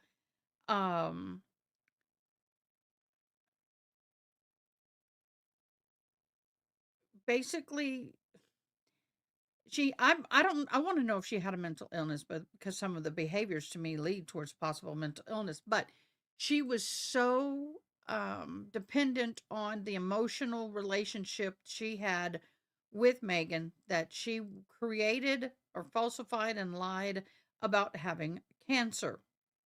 And that was to keep Meggan close to her. She created illnesses. Now she was, okay, I'm trying to figure this out. All the reports said she was born without a kidney, but I don't know anymore, but she did not have only had one functioning kidney. It was purported that she had issues staying hydrated. She was getting saline injections or infusions on a regular basis. So anyway, she got a port, and that makes it easier so they don't have to stick her every time. I don't know. I want to hear from that doctor who gave her the port. That's who I want to hear from, and I want to hear why did you give her said port. So we'll see if we hear from him. But she was given a port so they could do direct access and either draw blood, give meds, or give saline infusions or whatever. As you heard on the stand, there were some searches of can someone inject themselves with saline? Of course you can. It at that level, it's not going to kill you. Now, it's not recommended. It's not safe, but I'm not an RN. But um, anyway, so I'm perplexed by this woman. I want to know her past. I want to know why she went down this emotional road. I want to know what caused her to become the way she was. Very codependent on her relationships for sure. Um, I don't know. I don't know why she was the way she was, but to be lying about cancer and fabricating illnesses to maintain a relationship is desperate. Very desperate. And apparently she did desperate things. And then Meggan, she also lied about getting a life insurance policy and putting Meggan as a beneficiary for $1 million to $1.5 million life insurance policy that she told Meggan she had. Meggan was in extremely financial debt and stresses and was very struggling in that department, and multiple times said that that life insurance policy would solve all her problems, and that Kacee was willing to go. So, well, hypothetically, she said it, but whether she actually really wanted to unalive herself to help her friend, I don't know. We can't get in her brain, but we do know that Meggan was consistently. We're waiting for court to come back. Meggan was consistently trying to coerce her, encourage her. I forgot to put that up. Encourage her to possibly end her life. Even gave her advice on how to do it. So she could reap the benefits of a $1 to $1.5 million life insurance policy. That is the charges. That's the allegations. Where are you? Do you believe that she's actually guilty of this? Do you think that right now there's enough evidence to convict her? I'm not sure yet. I'm on the fence, as always, at this point. We will be, and during the lunch break, we will be going, I will be showing you some news about Kelsey Fitzsimmons, which is coming up shortly. Her trial is due to start this month, I believe, and it is an interesting trial. Now, Kelsey Fitzsimmons was a police officer who ended up getting shot in the chest, but she's being charged of trying to shoot a police officer. But another sad case, y'all. Another sad case. So let me get this back up here. Did he say how long he was going to be in the break? About 15 minutes. And that was about 15 minutes ago. I made any affirmative statement about the ability to do anything. Is court low? Is it just my hearing aid? That's Exhibit G, photo of the meds in the closet. Did you intend on offering that? Yes, and I mean, I'd offer it now if the state doesn't have an objection, but the witness ultimately said he didn't remember seeing it, so I didn't feel like I could lay the foundation, so I certainly will be able to through Detective Farn. So we'll hold off on that then. All right. Thanks, Brett. Okay, let's come back at 5 after. Thereabouts. Thank you. All right.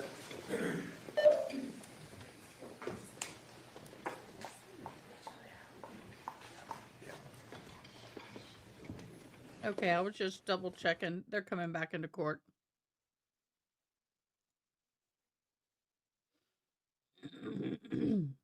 So Kelsey was being charged with an assault of a deadly weapon. She's pled not guilty. Officer went to her home to serve a restraining order, and unfortunately things escalated. They informed her that her fiance was going to get the custody of the 4-month-old baby, and that they were going to need to get clothing and etc. for that baby. During that time, a prosecutor says Fitzsimmons pointed a weapon at an officer, and of course, the officer, in fear for his safety and life, shot her. She did survive a lot of hospitalization, a lot of physical problems from it. But the legal team for Fitzsimmons states that she did not threaten the officer. She said that she pointed the weapon at herself, not at the officer. She was a new mother, allegedly dealing with mental health issues, postpartum depression, etc. So there you go. That's where that was going. Now, there was some underlying situations. There was reports of domestic violence, and there was a custody battle.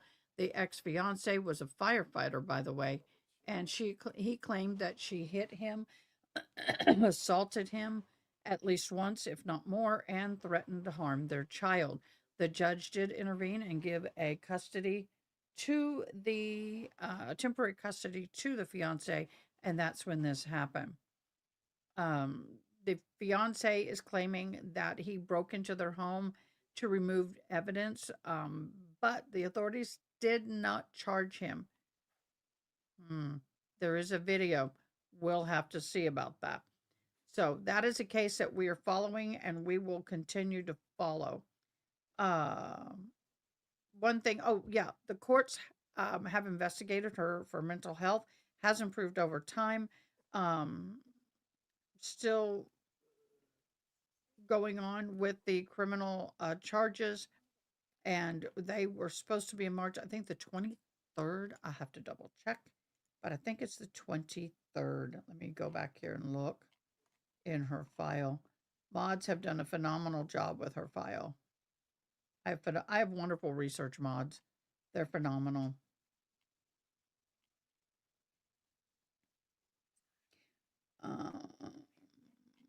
Get back up to the top of her file. It's a large file. Yes, I think it is the 23rd.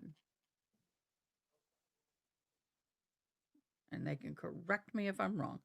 The court does not have any sound because we are at a sidebar and we're waiting for them to come back. This here is Meggan Sundwall, the RN. She looks a lot different. I mean, it looks like she's aged about 15 years, in all honesty. But you can age in jail very, very quickly. You do.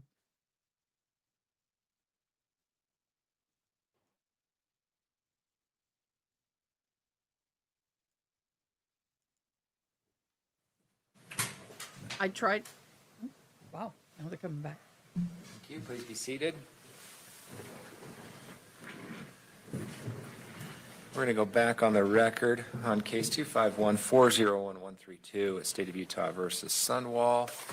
Can I have just one moment? I'm sorry. You bet. We can have the witness come back up.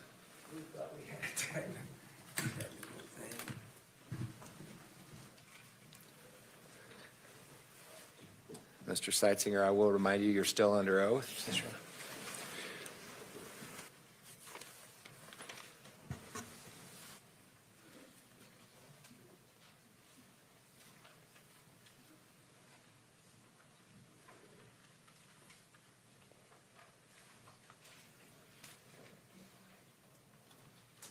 All right, sorry, we're doing.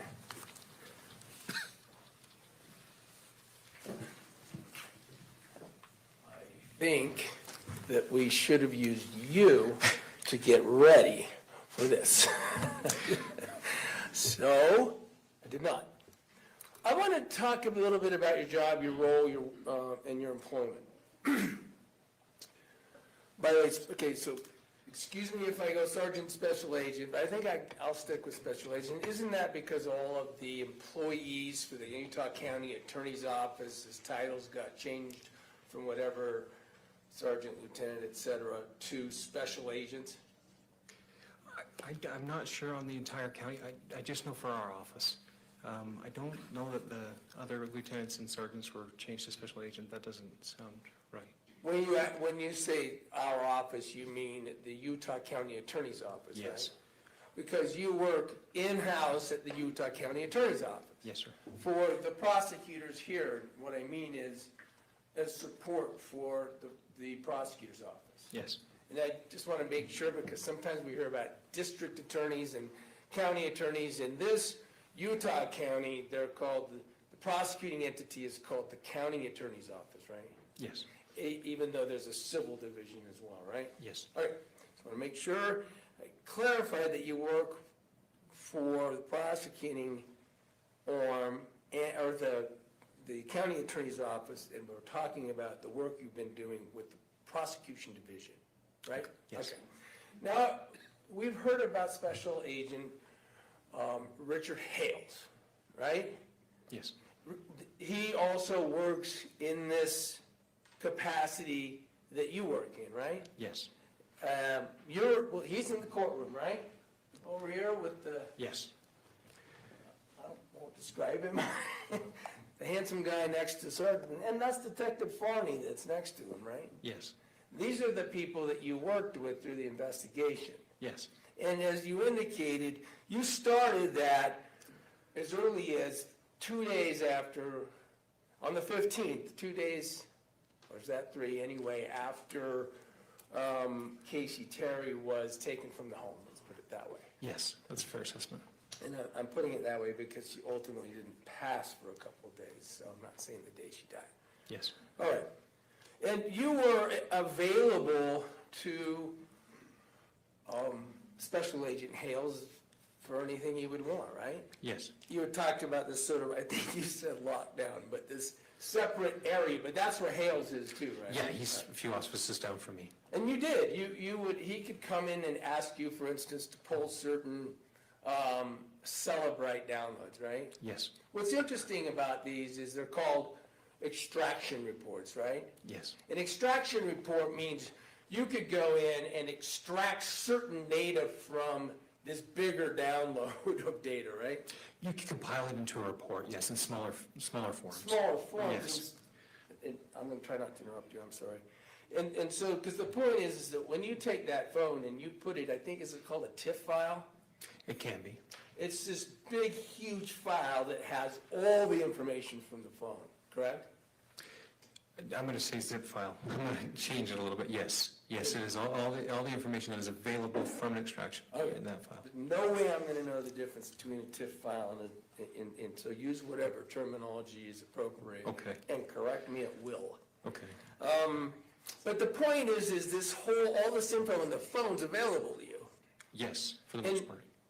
And it's an extraordinary amount of data these phones have these days, or let's focus on the 2024 August, but things haven't changed that much in terms of the data that's on these phones, right? No. For instance, I mean, you can get geolocation of where that phone has been at any given time, right? Generally speaking, yes, if they've given permissions to it. You can get contacts, a list of the contacts the person had in their phone, right? Yes. You could go right and search and find out how many times anyone communicated with that contact. Yes, you could. You could get, of course, any recordings that are on the phone, right? Yes. You have access to photographs, videos, and those things, correct? Yes. This wide variety of information that you have, at any time that you can keyword some searches and extract so that Hales, Special Agent Hales, could come over to you and say, hey, show me all the text messages between Kacee Terry and Meggan Sundwall, right? Yes. Then, and these are some examples we've seen, then he could come say, hey, show me the search history for a Google Chrome browsing events of this day on Kacee's phone, right? Yes. Same thing for Meggan's. These are these exhibits that the state has admitted, right? Yes. But you could go back and do searches at other times if Sergeant Hales asked you to do. Yeah. And if Detective Farney did, right? Yes. So since August 12th, 2024 till today, you were certainly available throughout this investigation to do those sorts of narrower searches through all this sorts of narrower data if you're asked, fair? Yes. And it's not just them, is it? It's the prosecutors. Yes. As a matter of fact, weren't you asked throughout this investigation at times to do things and asked by a prosecutor? Yes. So,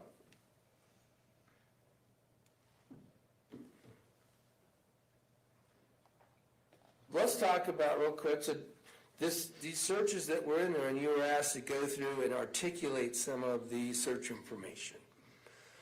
Let's talk about the search that Meggan did for vacations. All right? Okay. Have you ever asked to go further back in the data and see whether that was a regular search that might indicate she had a vacation coming up with family? I don't recall being that specific, no. To go back further than that, I believe it was August 11th, I think was the date of that. So but the point is they didn't, these exhibits that were put into evidence, they never went through and took and asked you in relation to any of the searches that Meggan did to go back and see if those searches occurred prior in time. No.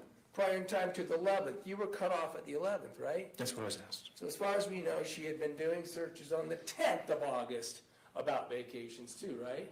We'd have to look. And about jewelry. We'd have to look.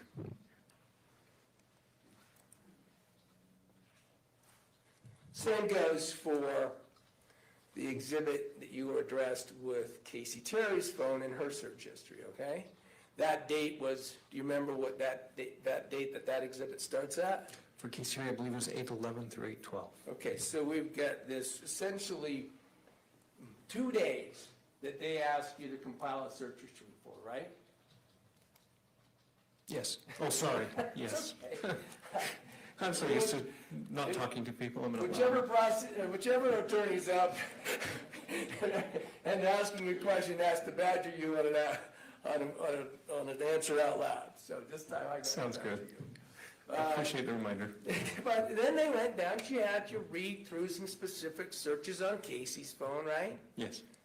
But no one ever took any of those specific entries and asked you to go see if Kacee Terry had searched for that before the 11th, did they? Correct. I mean, they've never asked, strike that. Now, then we talked about this, the circumstances of deleting. And I just want to address that a little bit. Actually, before I do, I forgot to do this. You also do some other tasks. I mean, you're not just in that office, sitting at a desk, only doing forensic extractions of phones, right? Yes, I am. Really, you interviewed Lee. Oh, yes, I did participate in that. Generally speaking, I'm in a lab. And that's what I want to be clear. You're also available, for instance, in this case, you did interviews for this investigation, right? Yes, I did. You interviewed Lee Randall. Yes, I did. Detective Farney wasn't there, right? No. Special Agent Hales wasn't there, right? No. You interviewed Renee Randall, right? Yes, I did. Same answers. The detectives and the sergeant were there, or the special agent were there. Hales. Hales wasn't there for that one. Special Agent Tishner was with me on both those. Tishner, someone else. Yes. You don't.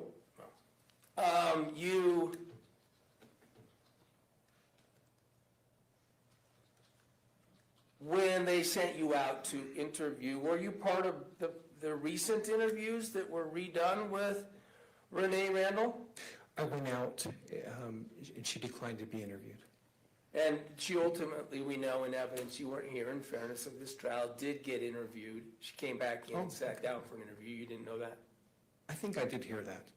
I take it you weren't part of it? No, I wasn't part of it. So you weren't part of this recent interview of Renee and Lee? Yes, I was not part of it. All right, so you can be asked to go out and do other traditionally detective-oriented or investigator-oriented tasks, right? Yes. So, for instance, they could have said, as to some search for a vacation, can you go back out and ask Lee and Renee whether they know about an upcoming vacation plans that might involve Meggan Sundwall, right? Yes, we could do that. But you never were. No, I was never asked. You also knew that Meggan Randall, throughout this early time especially, Meggan Sundwall, Meggan Randall Sundwall, was being spoken to by Detective Farney and Special Agent Hales, right? Yes, early on, you're talking about that? Yeah. Yes. Because, I mean, this is back and forth in the office with Special Agent Hales and you especially, right? Yes. Because you're in the prosecuting office. And you're meeting with the prosecutors at that time too? And let me just focus on Ms. Thomas. Maybe a couple of times, maybe. I mean, Ms. Thomas was directly involved in meeting with the agents, right? Let's just ask about you because you might not know about I others. think she was primarily talking to Detective Farney, but I was present with her.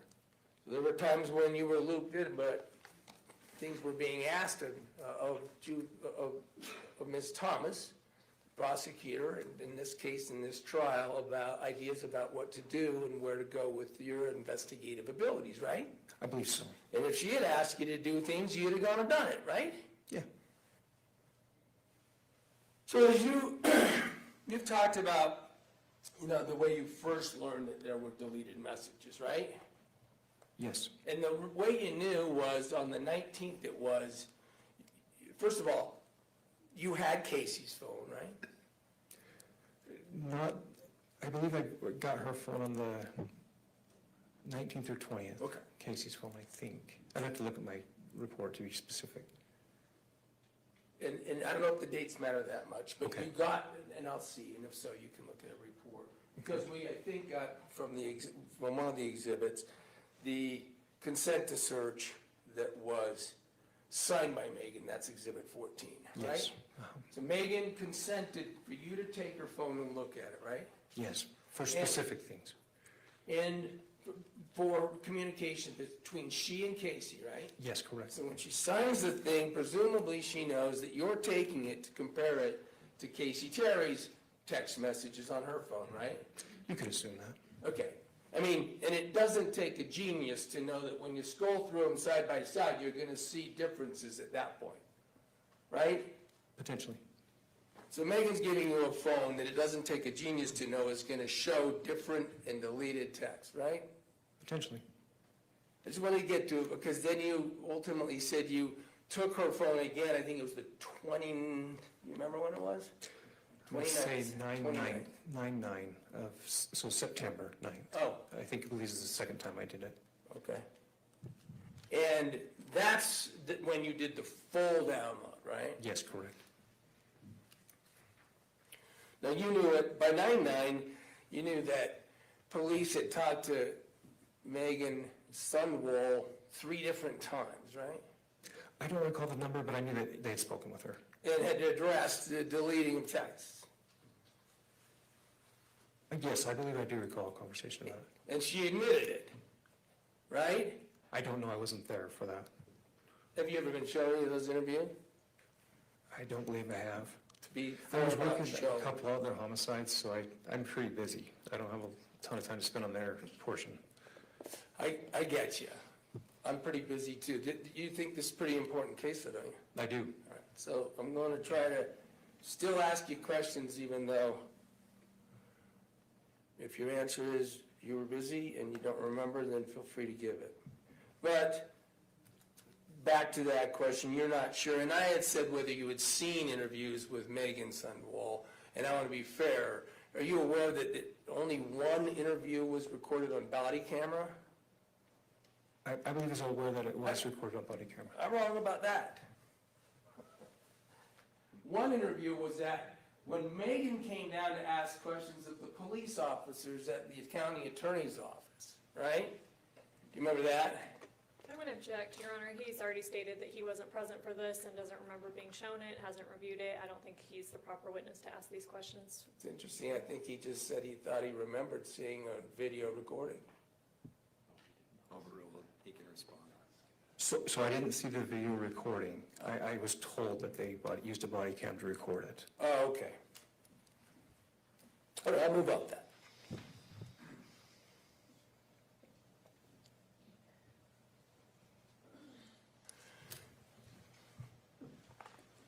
Can I have just 1 second to check on plug that in?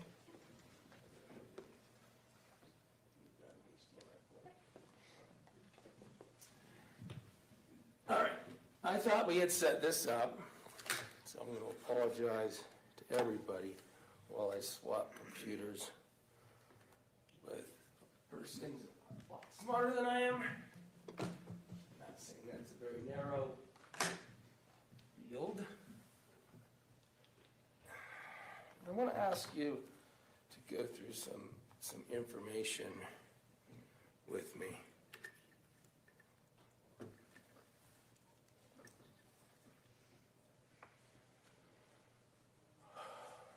With regard to these phones, talked about all this information that's on.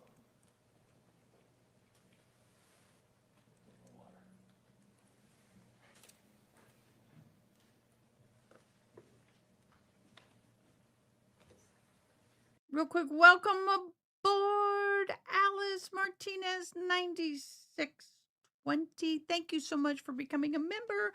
You have an entry into the end of the month giveaway for an Amazon gift card. Thank you so much. It is sponsored by, the sponsor is Red Dog Ranch. Thank you for this month's giveaway. We appreciate you so very, very much. And you have an entry in the end of the month. And thank you and welcome to the family. Sorry I skedaddled. Monkey Butt was needing my love and affection. I had to give it to her. Yes, I said monkey. Excuse me. You're also not aware of how much I've been clearing my throat. Same thing. I'll give you a second too. Thank you. For the benefit of everyone, I'm going to take another try. All right. One category of information. Can you see something on your screen? Yes. This is going to probably help. One category of information you can get from these phones is you can see when they moved, can't you? Yes. There's an accelerometer feature, is that right? Yes. So if I pick up my phone, and I move my phone over here, it's storing that data, right? It's likely. When I did it, right? Possibly. How far I moved it, right? Very possible. And that's true even if I didn't even turn it on. I didn't even have a screen display come on. It's still going to record that, right? Very possible. So one thing that's interesting is that we get to know how far phones move. Now, it doesn't tell us who moved them, right? Right. The other thing you get to know, if you look for it, is there. It came on. My phone just came on, right? Yes. Make sure it's on before I show everybody. That's a screen display coming on, right? Yes. Apparently because it got in front of my face, right? Quite possible. Probably, right? Yeah. That doesn't mean I unlocked the phone. I mean, sorry. That information is display on and off when you see the data on an extraction report. Yes. It can be found. Then if I actually purposefully, so I want to be careful. If my phone came on because I had a notification ping to it, then it would be display on and off, right? I'd want to research that a little further. Okay, if you don't know, you don't know. However, then there is information that is also lock and unlock, right? Yes. So that is when I actually open the phone, either by doing something manual or my face, if that's how I turn it on. And I think the only other thing with an iPhone is a thumbprint, right? Could be. You're aware that the phone that Kacee Terry had was opened by facial recognition? It's possible. Now, obviously, also, I forgot PIN. You could put a PIN in, right? Yes, you can put a pin. And that's how you would get a lock and unlock notification on the phone, right? Yes, if it's locked or unlocked. So we could get a lot of information about whether a phone moved and whether when it did, a person was locking and unlocking it from running through an extraction report, right? You'd get a lot of information, yes, and stuff like that. So did the government ever ask you to find out what Kacee Terry was doing on the 12th? What Kacee Terry's phone was doing on the 12th? That question specifically, I don't recall that specific. It was more narrow than that. All right, I'm gonna show you, well, you've got it on your screen. Does this look like an extraction report? It does. And this like the report that would have the sort of information that I was just talking about on it? It does. And I've highlighted some on this. Plugged in, I didn't cover that. If a phone's plugged in to charge, then it'll even say that, right? Yes. So you can learn when it was plugged in and how long it was plugged in for. And I suppose you can learn how far it was charged. Not from this report, but you could, right? It logs a lot of information, potentially, yes. So I want to do this then with you. I'm going to seek to publish for illustrative purposes the extraction report that begins at 7 o'clock a.m. on Kacee Terry's phone on August 12th, 2024. Thank you. Publish. Let's do some investigation. Again, I'm sorry in advance. It sounds like you were never asked to do this investigation by the government. I'm highlighting it here. I promised I'd start at 7 o'clock. Looks like it was plugged in, and you have that status, right? Yes, appears to be. And I've highlighted things because there's so much information, you really got to cover lots of pages to get to it, right? Tens of thousands. I'm going to scroll down. It's not scrolling further.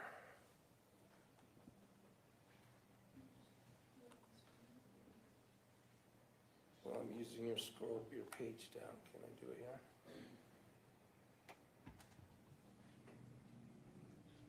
It ends at the first page.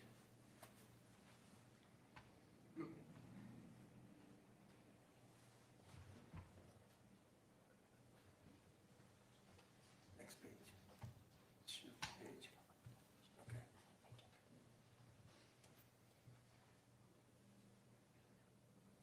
Then I can do that, go to the next page. Not my computer. Sorry. Focusing in and So out we're makes gonna me scroll nauseated. I down can't here, look. and it looks like we can see the device gets unlocked and locked, right? Yes. Locked, locked and unlocked, locked and unlocked. That's the sort of activity that the user has to make happen. Yes, it would take input of some type. Again, I'm scrolling down through here. We see lots of locked and unlocked activity indicating the user is engaging the device, right? Appears to be. Still going down. Going to the next page. Going to the next page. Going. All this activity that I've highlighted is locked and unlocked, right? Yes, in the yellow. Yeah, in the yellow. The reason I wanted, maybe I should really quick. All this stuff happening in those left-hand columns. Sometimes there'll be a whole string of indications that like Gmail was in action with the phone, right? But they'll all be in the same second, right? Can be. That's because it's just happening automatically from the Gmail site, right? Yes, and we're very fast with our phones. There's lots of stuff happening on our phones that we don't even apparently know about necessarily. Going down all through this day. We're still on at the 7 o'clock hour. Sorry, we had to put this in pages that I'm going through quickly. We're seeing locked and unlocked. I think that's the same page that we're seeing. We are? It looks like it. How do I go to the next page, Marissa? Thank you, Judge.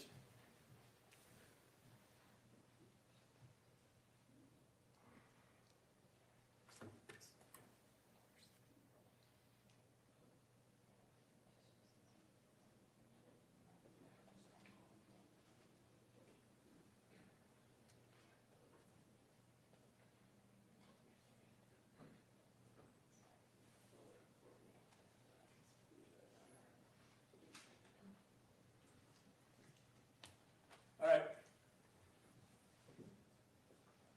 Thank you, Your Honor, for saving us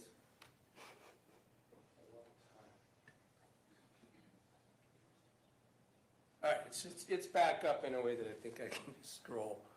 We had this plugged in device status that we started with, what, 7 a.m., right? Yes, that's the top one. And this is what it's still not doing it.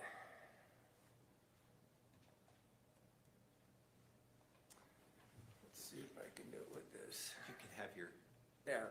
investigator come up and help. It looks like if I go over here, I can click and scroll.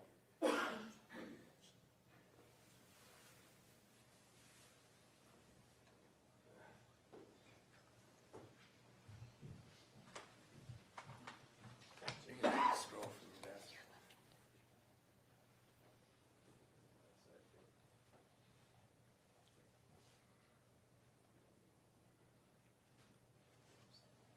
Over here. I don't see the bottom right. So I'm just going to scroll by clicking one at a time. Locked and unlocked. Now we are moving through the day, right? Yes, appears to be the. All right. This is what I meant to do.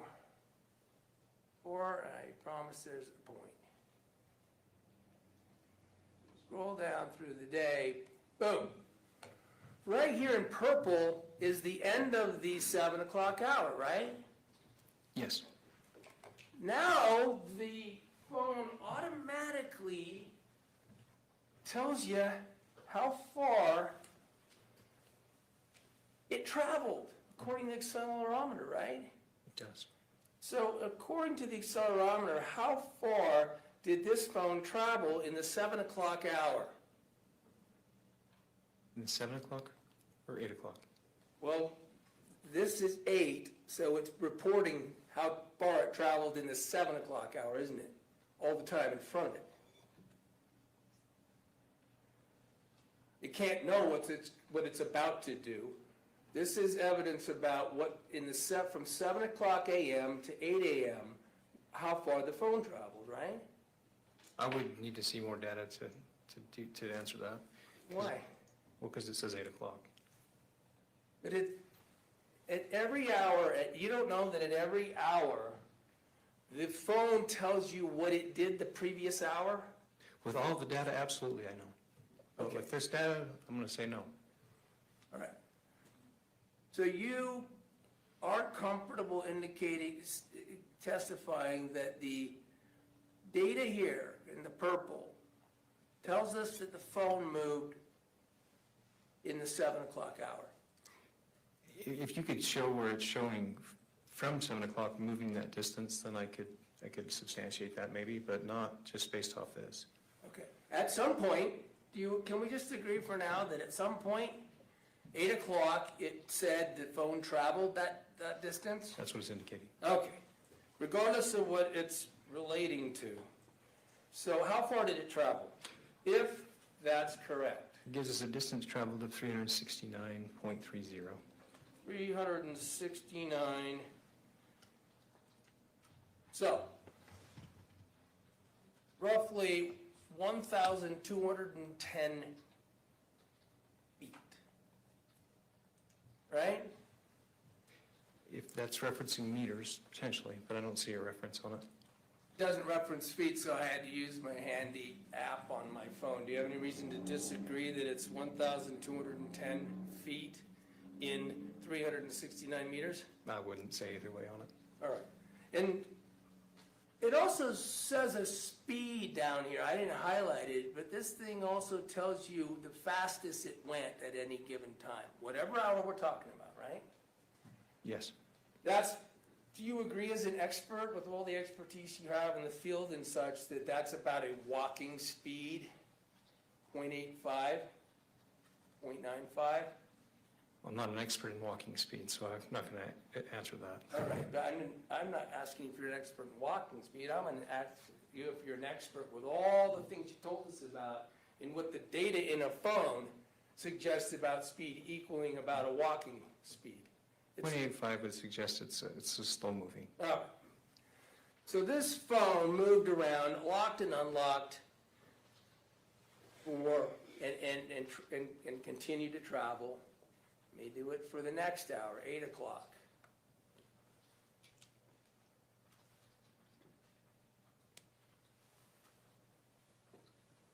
We got some unlock and activity now at 8:45, right? Appears to be.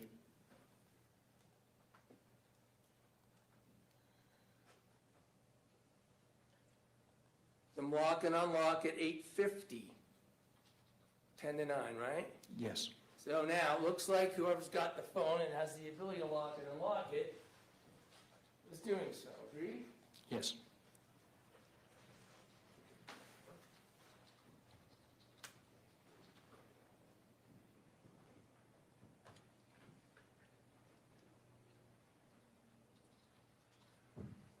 All right, 9 o'clock, this phone gives information again about distance traveled, right? Yes. With all the same caveats you said before Yes. about what hour that was in, how far did it travel? It appears to be 237.77. So another 800 feet, right? If my, I would want specifics, like if it was meter, if you could show me it was meters, then I would agree with you, but I just, under that measurement, it just has a square box, so I know, I'm reluctant to say exact.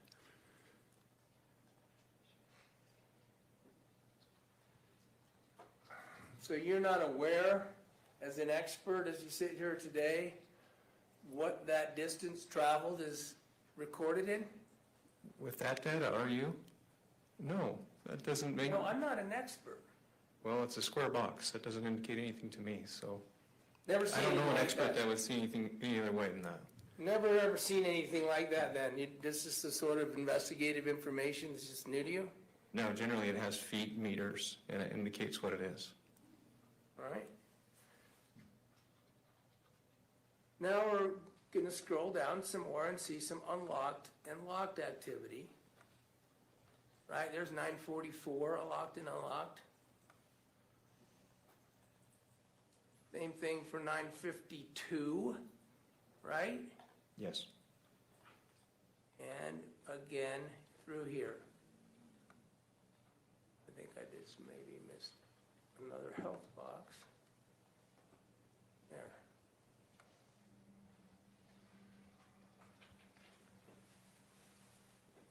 Now we have what it says 11 o'clock. We have some more information that at 11 o'clock this information is being given again for distance traveled, right? Yes. So for whatever hour that's speaking to, some movement of the phone and some activity locking and unlocking it by the phone user. Agreed? I see the distance traveled. I don't see your highlights, though. You don't see the purple highlights? On the distance traveled, yeah. Yeah. You said unlocked or unlocked? Well, we had previously walked. Oh, okay. I'll just. You're talking about previous page? Okay. So as we were going up here, see that activity? Yes, I see that. All right. Fair enough. Now we're back to the 11 o'clock hour. Now I'm going to scroll down and see if you see any more locked and unlocked until it's 11 o'clock.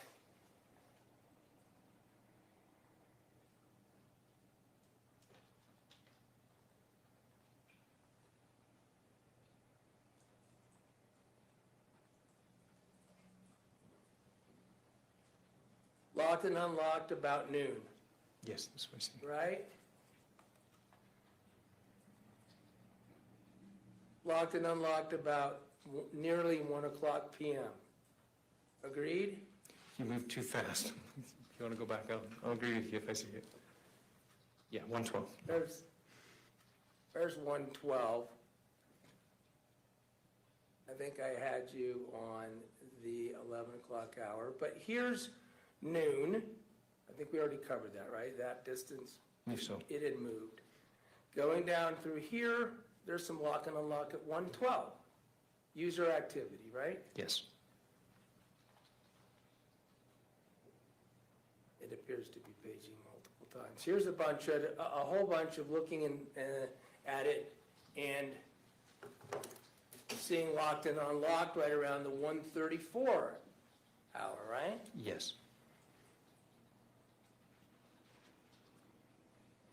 138, locked and unlocked. Yes.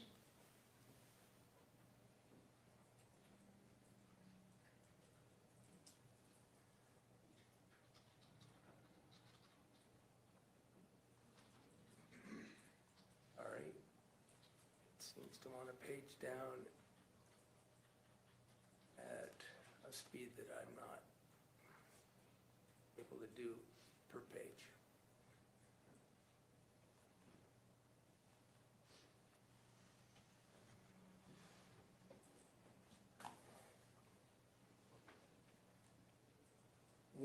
We had already talked, there's like 138, then you've got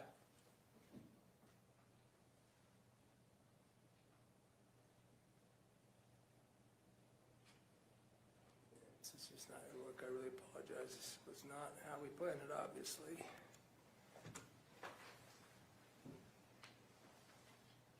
Not locked up 138. Yes, I see that. Yeah. At the end,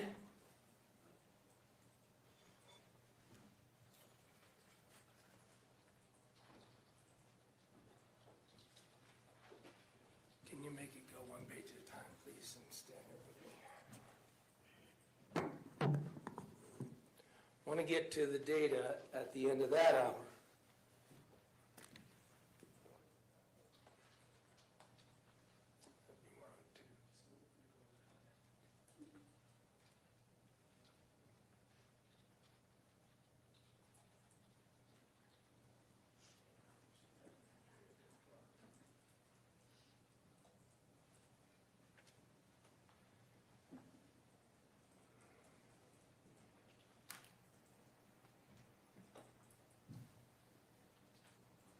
Okay, this one we didn't get highlighted. Right, that's the point. Reason we didn't highlight it. See the 2 o'clock health measurements again? Yes, 2 o'clock even. It looks like that phone did not get moved in that hour, did it? Does not appear so. All right, so now we had a little bit more activity up till we saw 138, and then the phone didn't move, even though there was some locking and unlocking, right? 138 was the last I remember the unlock and lock. Is that what you're referencing? Yeah. Okay. But whatever happened in that hour with locking and unlocking, the phone didn't move. Give me a time frame. That's too broad.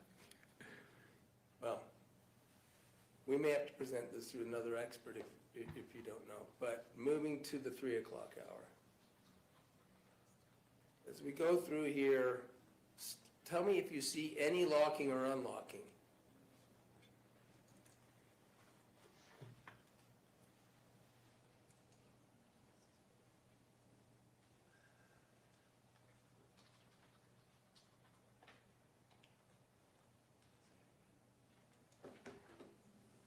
You're not seeing any locking or unlocking action. That's pretty fast, but it's not standing out to Okay. me.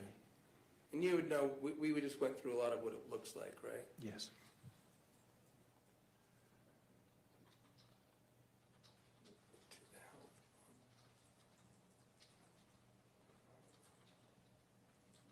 All right.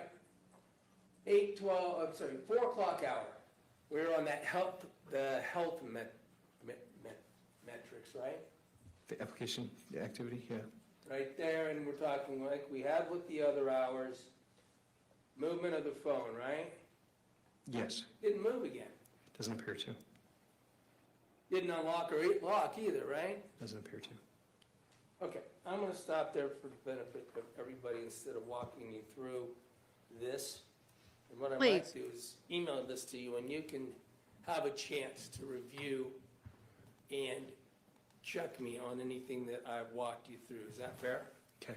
And when all these hours end on the phone, to see whether or not it ever was used or ever moved after that 138 unlock, okay? Is that the question you're asking me? Yeah, that's Okay. what I'm gonna ask Okay. you. Yeah. To come back and tell us if it did. Okay.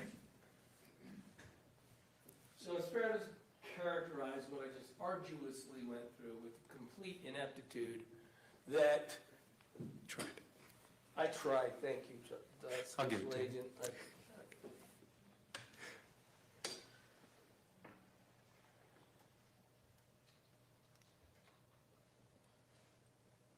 up until Meggan got there, up until about 10, Kacee's phone is moving around and it's getting used a lot, right? Appears to be.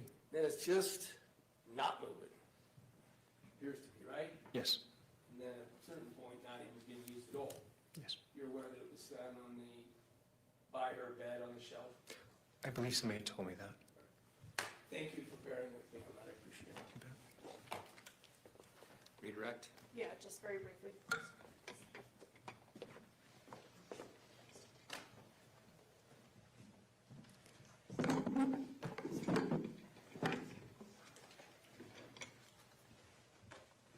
You were asked about the travel, that apparently it looks like it logs every hour, but it doesn't give you a unit of measurement. No, I didn't have a reference measurement. So it could be meters, potentially feet, could it maybe be inches, or maybe it doesn't even log inches? Meters or feet would be more likely, or miles, or So maybe kilometers, depending on how they have it set. Okay, so if a phone is moving just a few feet away, maybe it might not even be enough to log movement? It may not be. I mean, I'd need to do a lot more research on just small movements. As Mr. Williams was scrolling through kind of a lot of things that were happening on the phone, I saw, pages of Gmail things. Are those, if you had a chance to get a good look at those, are those like emails being received on the phone, or is that somebody affirmatively doing something on the phone? It potentially could be. I'd need to look closer. Okay, but a lot of the activity, fair to say, could be just notifications being received, emails being received, Very things possible. like that. Yes. I think Mr. Williams even said this, even if a phone is being unlocked or locked, we can't tell directly who's doing that. No. If someone knows somebody's PIN number, for instance, they can unlock or lock somebody's phone. Yes.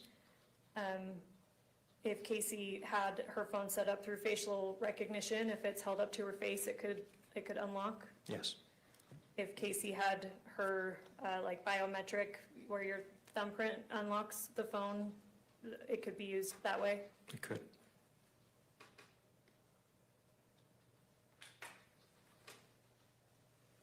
You asked about search history that's available. If we went through all the search history on both these ladies' phones, we would probably be here all year. Is that fair to say? We would be here a while, for sure. So the prosecution asked you to narrow down on certain dates. Yes.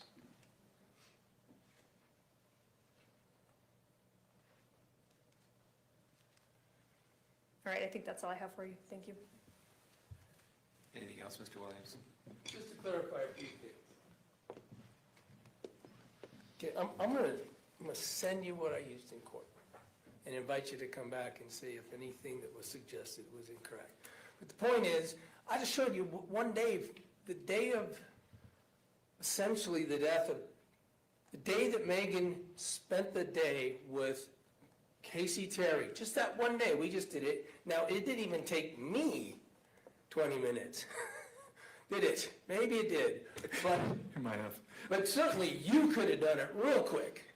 Yeah. Had they just asked you, let's learn a little bit about what was going on before Meggan got to the house, right? Yes, and to clarify, I did do search terms, so it's not like we just stayed on that day. That's All right. what I was asked to produce. And this kind of evidence just wasn't asked to be reviewed, and I'm kind of catching you cold on it, sounds like. And that's, you want to double check because you want to be sure that things are correct. I think every party here deserves that, yeah. So if you'll come back and tell us whether that's meters or feet. Would you be okay if I use more data to substantiate that? You know, I'm going to leave it to the prosecution to decide if they want to clear anything up with you in that regard. Okay. Or we want to call witness, who knows. But let's talk about this last part, because it's true. Someone could hold the phone up to my face and then they'd be unlocking it and locking it, right? Yes. And then presumably they could also be moving the phone around because, let's face it, we don't know who's doing the moving, right? Correct. Okay, but we just watched. Are you aware that Meggan didn't get to that house until just before 10 a.m.? I'm not sure when she got there. I didn't establish that point of fact. So I would say that's my recalls that I was told was around that time. Well, at any rate, that movement we were talking about, I specifically went over with you. We can tell from the phone all happened, with the exception of that short 77 period of movement. That all happened before 10 o'clock. Okay. Okay? So you're not suggesting. If you say so. I She want to can look run at it. over there and strike that. Nothing further. Anything else? No. You can step down.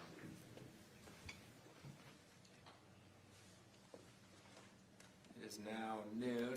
We're going to take our lunch break right now. Ladies and gentlemen of the jury, you are admonished by the court that it is your duty not to converse among yourselves or to converse with any other person on the subject of the trial, and it is your duty not to form or express an opinion thereon until the case is initially submitted to you. This includes no individual research on the parties, attorneys, or claims.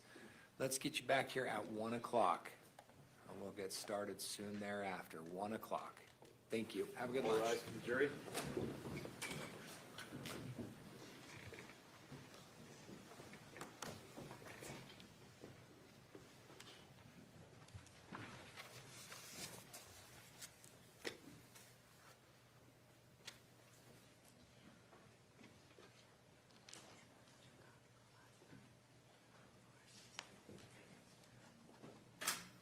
Please be seated. Council, we're going to be back here at 1. We'll get going as soon as we can. Anything else we need to cover before we take a break? Not that I can think of right now. We good? I think we're to Detective Barney, so we still have that outstanding issue of now we're going to be plugging through a lot of texts that we just haven't had time for to review in terms of being exhibit. Then we just got to keep moving forward one way or another. No, I understand. I'm objecting to them using anything that wasn't used at the preliminary hearing since we didn't get enough prior notice of these specific text message chains to investigate. And we've already established that you had them, albeit tens of thousands of them. You had them, you just didn't know what specific ones they were going to use. Is that correct? That's correct.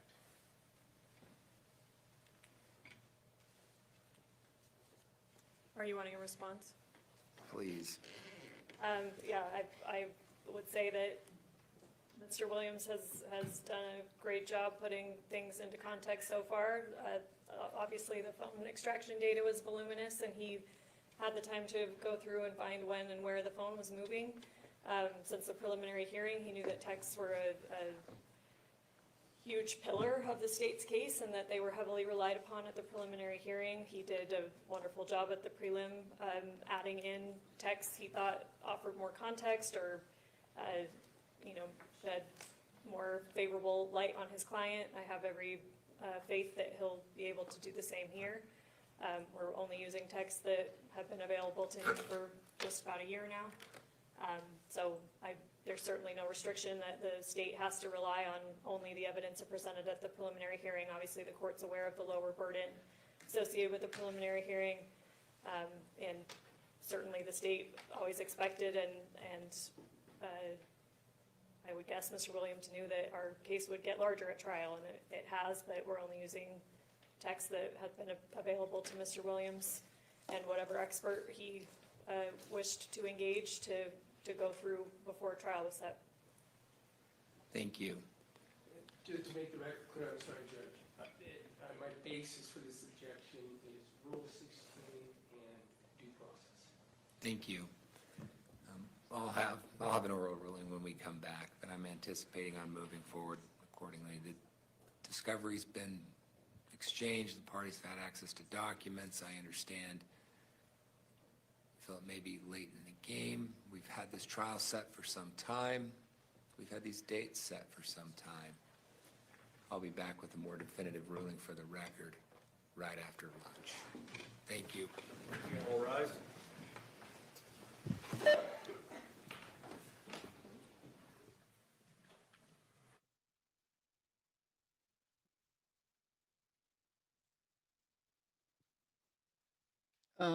Wow, that was interesting. That was new. and interesting. Thank you guys for joining us. It is now lunchtime in this court. I'm going to run a new banner.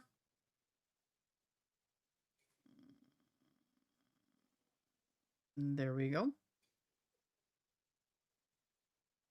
Okay, so what we're going to do now, while we are in lunch break for this court, we are going to go over to the Fitzgerald because they had a hearing. Sorry, getting the mic closer. So let me switch tabs and let's get over there.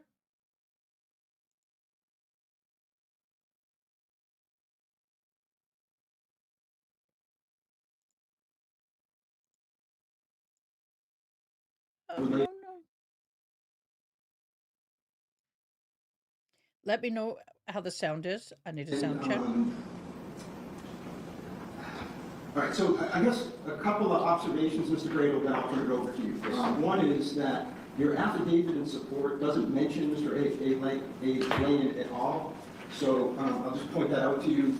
Also, the proposed order doesn't mention him either, or who the subject of the records would be that would be ordered to be produced.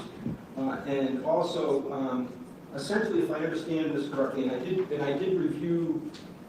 There was video footage that you folks dropped off last night, at the end of the day. I think at the other contract open, but I did review the video footage. But if I understand, generally speaking, that there's these multiple instances, if I remember correctly, in April or in May of 2025, where Mr. Lane is observed on this video. I assume that at their residence at the time, smoking marijuana or something. Yes, Your Honor, that's what we would allege. And so. And your argument is somehow this would be relevant to Mr. Lane's ability to perceive the events and hear the events accurately and then relate them. So, but how is, let me ask you this, marijuana is legal, right, in Massachusetts, as is beer. So if the video displayed him, Mr. Lane, drinking a glass of whiskey or a beer, the number of times that you saw him. What's the difference? Right. What is the difference? Happy to answer, Judge. So in this case, the state of the evidence is that we gave you 4 or 5 clips as a representative sample of over 200 clips that we have that are similar over a long period of time.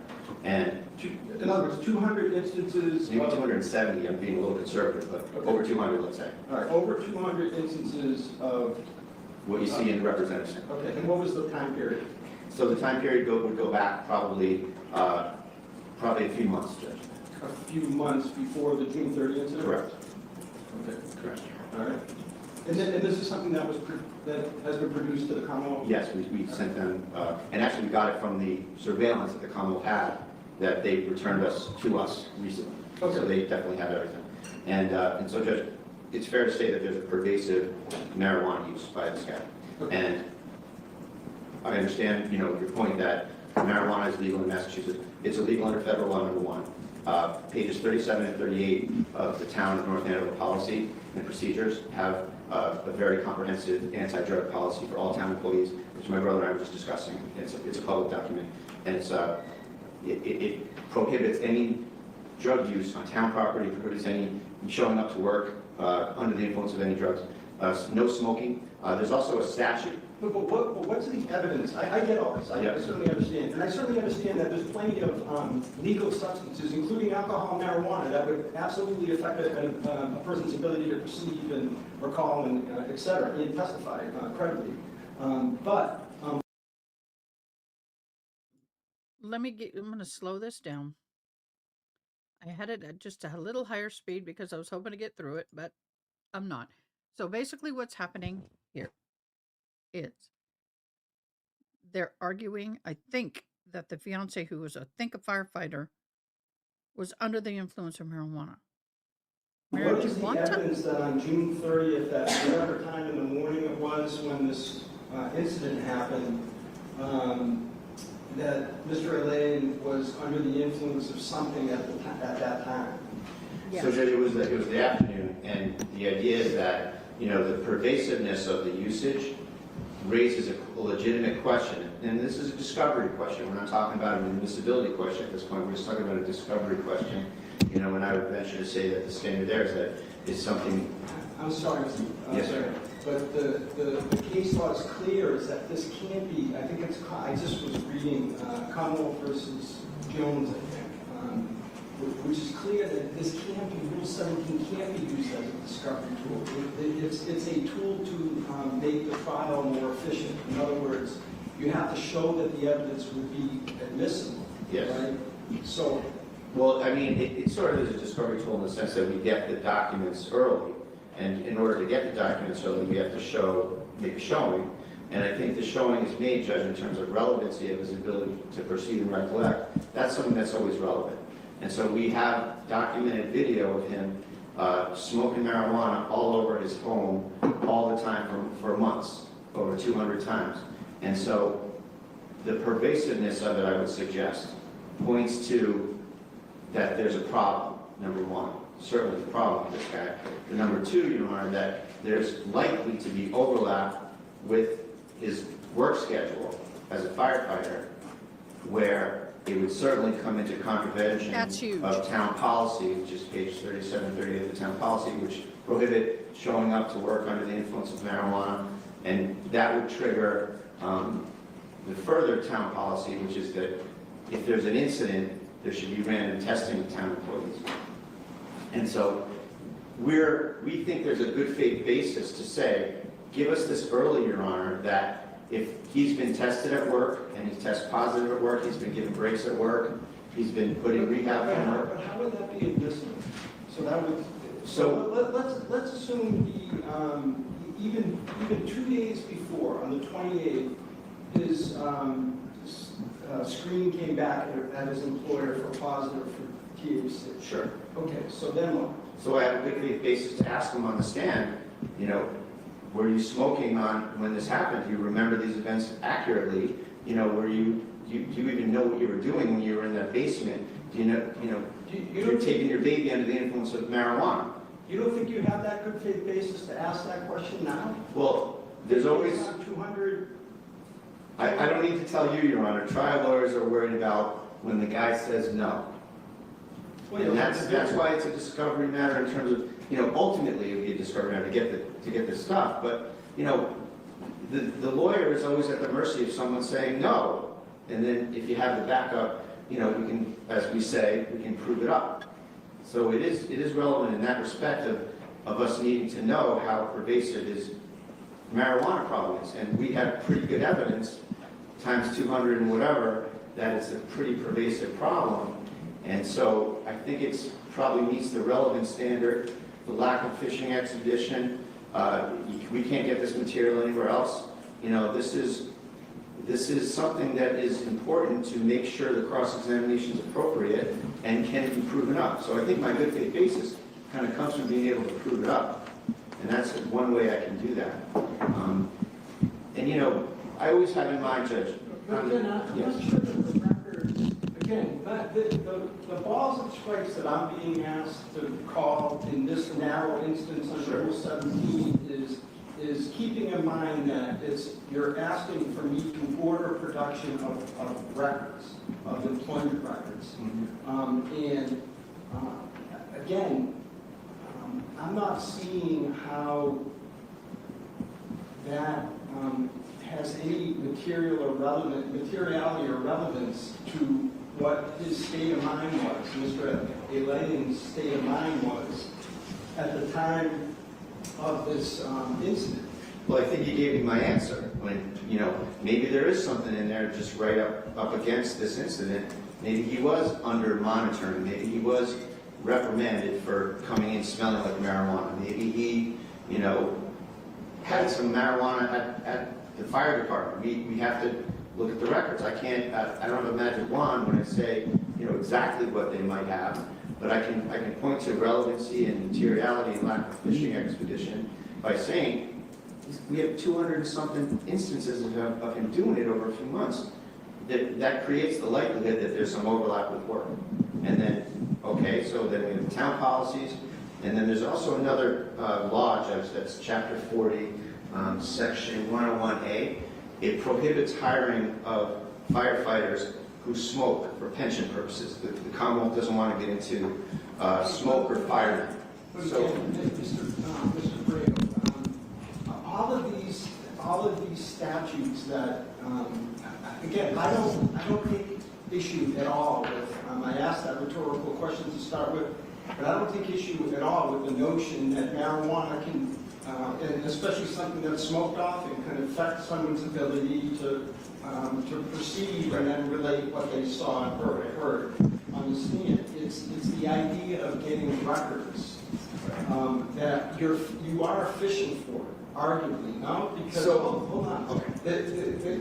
Again, I'm constrained because the case law says that this is not to be used as a discovery tool. Now, let me say this. I've been there before, and I know that you're between a rock and a hard place because you have some information, like you do, about the possibility that they'll be in the records, but the SJC has made it clear that you need more, I believe. So, you're the judge, and I respect your ruling, but I should just say... Well, I haven't ruled yet. So I appreciate it. My thought is that whole business about it not being a fishing expedition, I think that what they mean there is that you can't be held, the defense can't be held to the standard of knowing what the other people have without getting to it. It would be easy if we could say, I know they have 16 reports from 16 days that he showed up smelling like marijuana and stumbling around. But, that's never the case because this is adversarial litigation. And so we don't know, and we never do know. So the courts can't put the defense in this catch-22. We have to ask for the records, and it can't be a situation where, you have a time machine, you have a magic wand, whatever you want to call it. We don't know. Defense counsels never know. And that, it can't mean that Rule 17 means nothing. So you have to interpret this fishing expedition thing as meaning just completely throwing darts. And so what I'd answer to say why we don't have a fishing expedition here is because, excuse me, we have this incredible number of video documentation.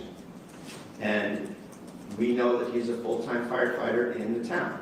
And so the likelihood of an overlap is pretty substantial. So that's really all we have. And that's all a defense counsel can ever have, is kind of skirting around the edges. And in fact, arguably, you have more than we often see, right? I think so, Judge. So, this is just, this is asking for records that will potentially be able to give me the ability to prove up a denial, I think, if you will. And, who knows what he's going to say? I don't know, because he's an adversary. So, I'm just trying to get the record as populated as possible. And if I have information, I'll know the parameters of what he's saying is truthful and what is not truthful. And I think it would make for a better cross-examination and a more economic cross-examination if I'm not dancing all around without the benefit of these records. So that would be my argument, Judge. Thank you.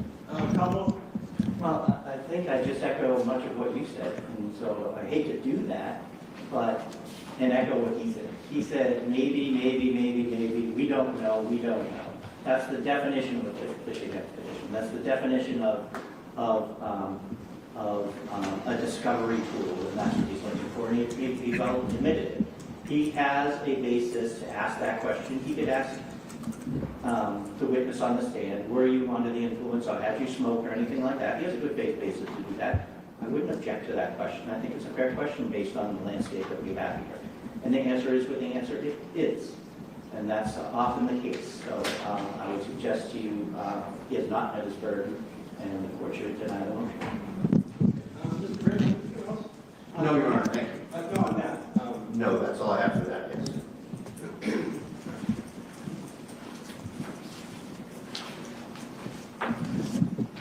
So I'm going to issue a more formal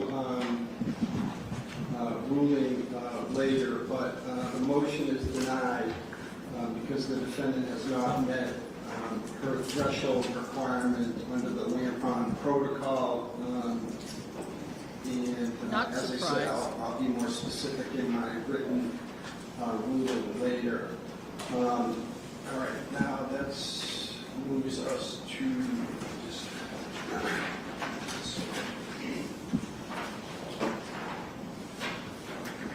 All right, so, I thought we would then go to the defendant's motion in limine, which has various requests. Let me just get it from the paper 67. Now, I meant to point this out even before we started on the Rule 17 motions, but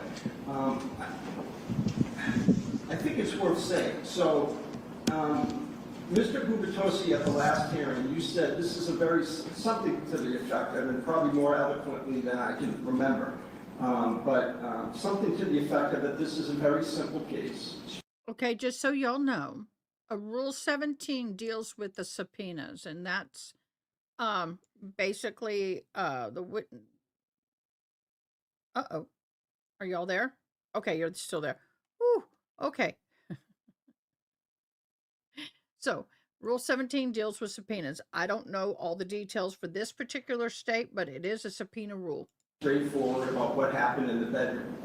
And I'm glad to see that the defense seems to agree, because in in this particular motion, Mr. Gradle, you wrote, the narrow issue here is whether Ms. Fitzsimmons committed an assault with a dangerous weapon against Patrick Noonan on June 30, 2025 in the bedroom, et cetera, et cetera.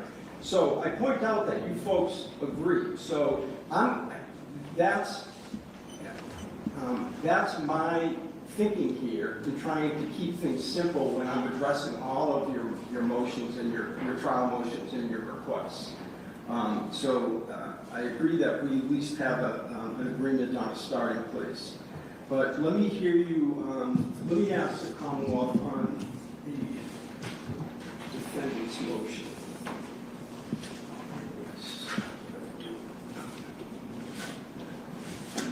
So, as for sequestration,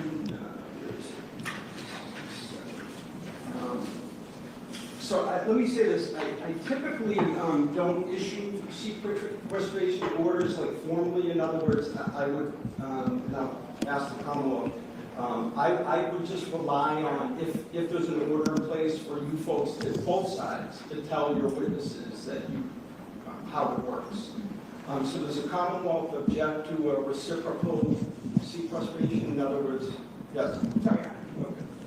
Thank you. So I'm going to allow the request that the trial witnesses be sequestered as that term is used in your motion, and it will apply to both sides.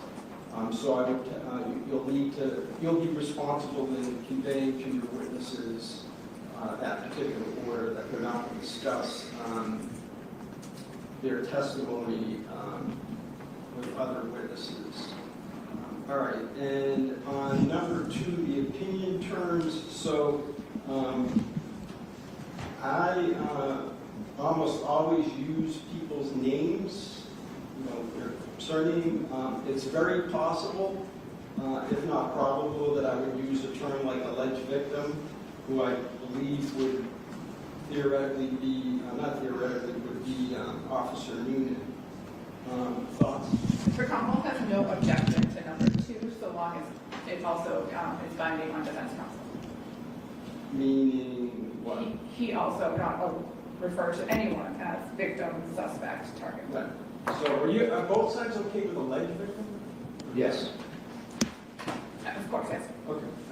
All right. So I'll allow that, and I'll write this up later so that we're not.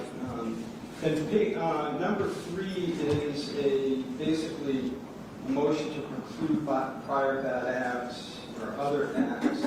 And let me say this: it probably makes sense to hold off on this because I view this as an opposition to a couple of the Commonwealth's motions, I think. So just remind me, Mr. Gray, and we can circle back if I haven't addressed everything. Certainly. In there. Number 4 is voir dire. Let me hold off on that for a moment because the Commonwealth also has proposed voir dire, but let's go to number 5, which is the last.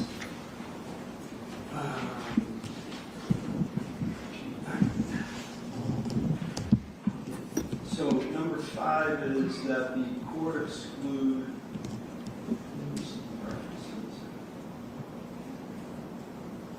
There's a lot there. Commonwealth. I mean, I think most of it is not really applicable to the facts of this case. So insofar as, the defendant is known to other members of the North Andover Police Department because she was a North Andover police officer, I think that's kind of unavoidable. They're not a repeat offender. That's what I'm. Certainly not a repeat offender. Okay. And I think the defendant did never flood anywhere. She was never a target of any broader investigation. So I think as this is somewhat boilerplate, it doesn't really apply to the case. So there's no objection. All right. So that will be marked as allowed of objection. And we really should at some point talk about, and this may arise during the hearing on one of your Commonwealth's motions, but talk about the scope of what the evidence will be as it relates to this 209A work, right? And I think we need to flesh that out, or maybe it doesn't need to be fleshed out, but we'll get to that in a moment. So that leaves paragraph 4 in the defendant's motion, which is request for voir dire. And while I'm addressing the defendant's request for voir dire questions of jurors, let me get the Commonwealth's out. Paper 63 is the Commonwealth's request for jury questions. So let's just go back for a moment. As I said, I intend to handle this impanelment like I do all the panelments, and that is to use a case-specific juror questionnaire in addition to the single-page questionnaire that the jury commissioner issues with the summons. So my philosophy is, and also you folks will have, we will conduct individual voir dire of every juror, whether they answer yes any of the questions or not. You folks will have permission to ask reasonable questions as part of attorney-conducted voir dire. My philosophy is to put as much of the questions you folks think are relevant in the questionnaire so that it just will speed up the process. Obviously, you'll have your own things that you'll want to maybe ask personally, which means that the questions have to be formulated in a yes or no, in a manner that calls for a yes or no answer. So when I look at the defendant's request, I mean, I definitely can include something like A and B, C, mental health issues in general, and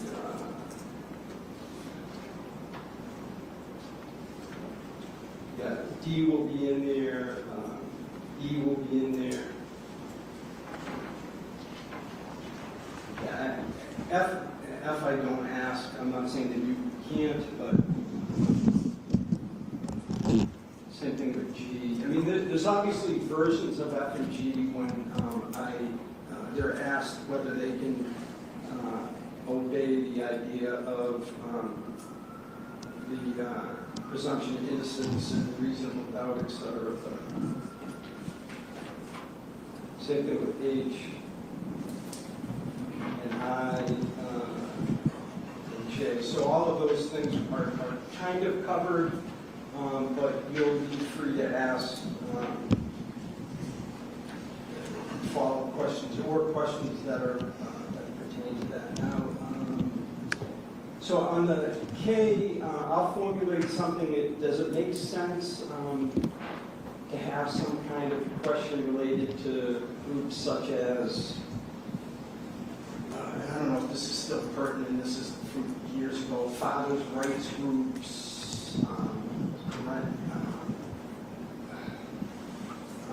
groups, groups that may advocate for Second Amendment issues. I don't know, things of that nature.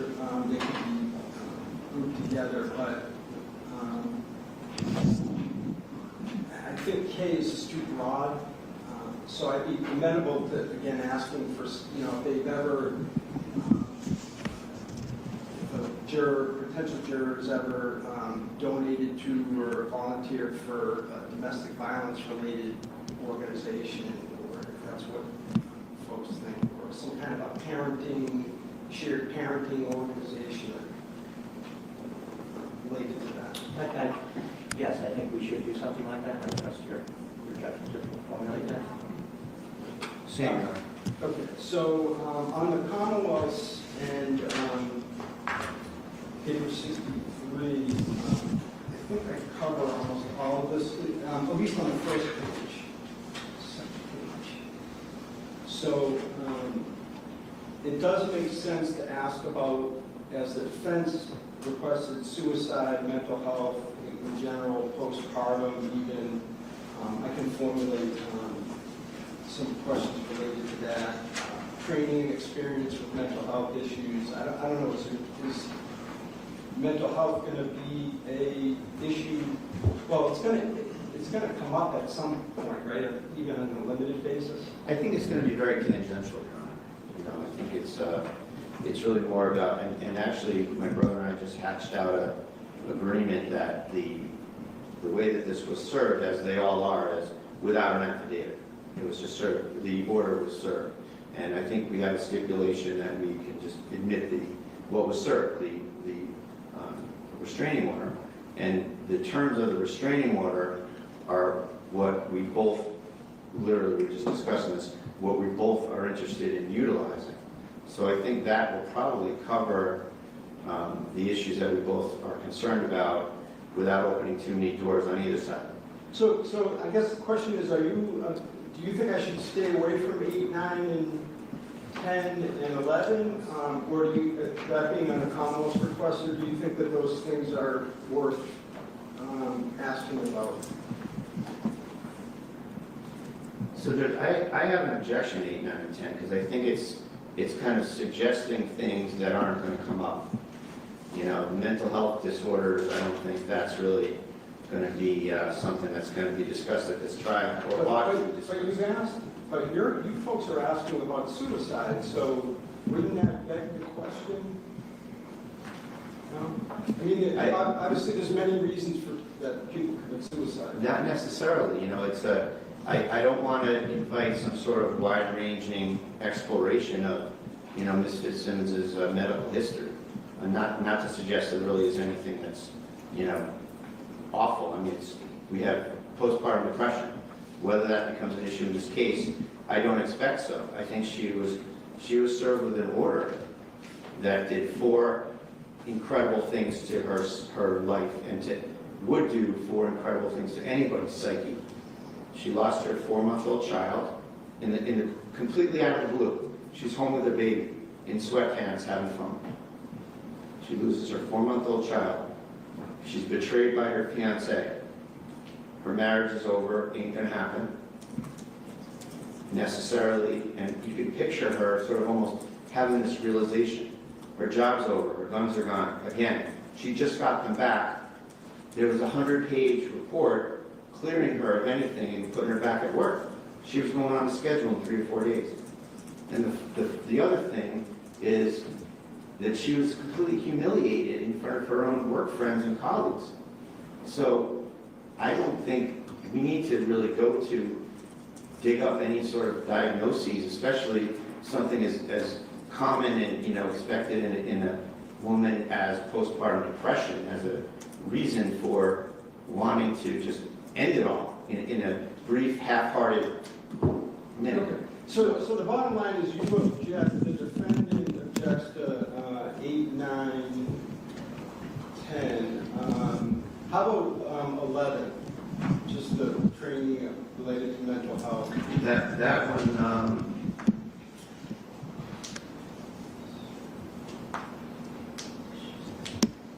We're okay with that. All right, so 8 to 10. So let's just take them a bit at a time. Commonwealth, from your perspective as to 8, 9, and 10. Obviously, we cannot predict how the trial is going to proceed. However, based on counsel's representations here and prior public representations, it seems like the defense is going to be that, based on the confluence of those 4 factors, the defendant claims that she was attempting a suicide attempt. I don't know how you divorce suicide from mental health issues.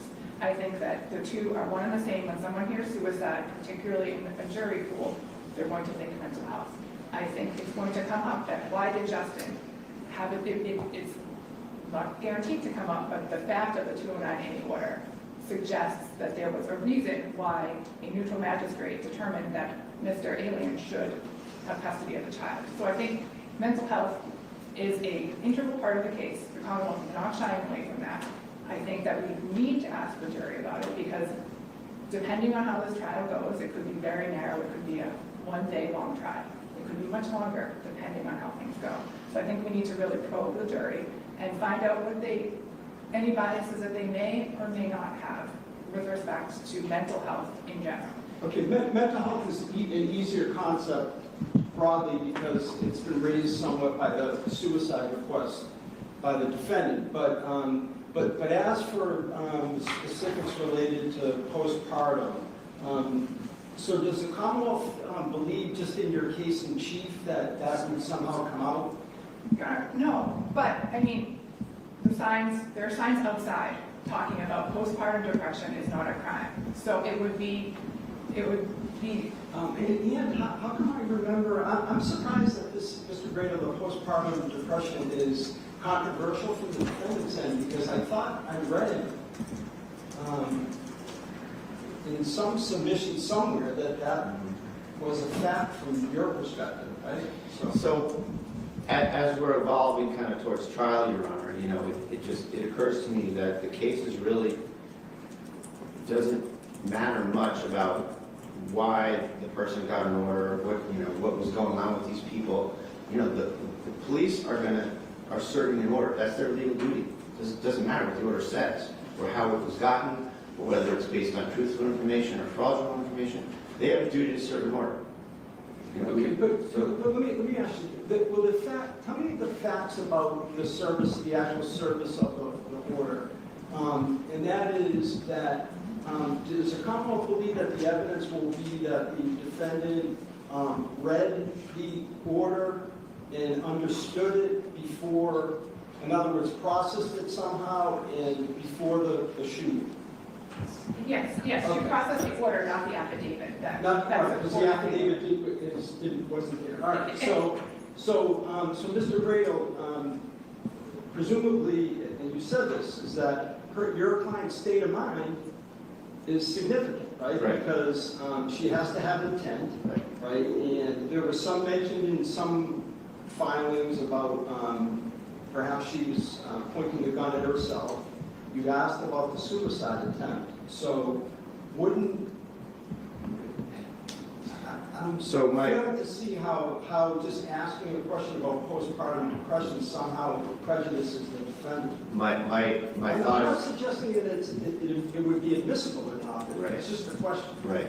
I mean, I'm concerned about the degree of disclosure, and I feel like the second it gets mentioned that the government's going to allege that we've opened the door to something and that all of her prior incidents are relevant and now they have to come in about postpartum depression.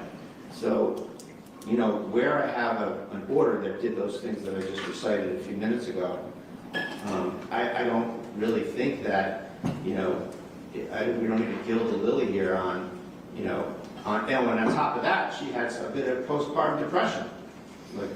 How far do I have to go? Those things that I said are eye-popping. To have that happen to anybody out of the blue on a nice summer day when you're home with your baby. Especially if they're suffering from mental health I agree. or conditions. I agree, but I don't want to open the door. If You're not, so let's be clear. Okay. We still need to drill down on, at least I think we do, on what is admissible broadly in this area. All I'm addressing right now is the simple yes or no question related to postpartum depression. And that is whether they have any experience. I could use something similar to Ms. Moriarty, were you in the Brito case, where there was a significant mental health issue or issues, and it would just be yes or no. It's not. I would never say there'll be evidence that the defendant. I don't know. It's just your experience with it. You're giving me a comfort level, Judge, and I'm okay. Okay, but the other thing too is just understand this: is that I'm going to take the information that we discuss now, put it in a draft of a questionnaire that we'll go over before it's disseminated, and you'll have an opportunity to see exactly what it is I'm asking. I was hoping that would be today,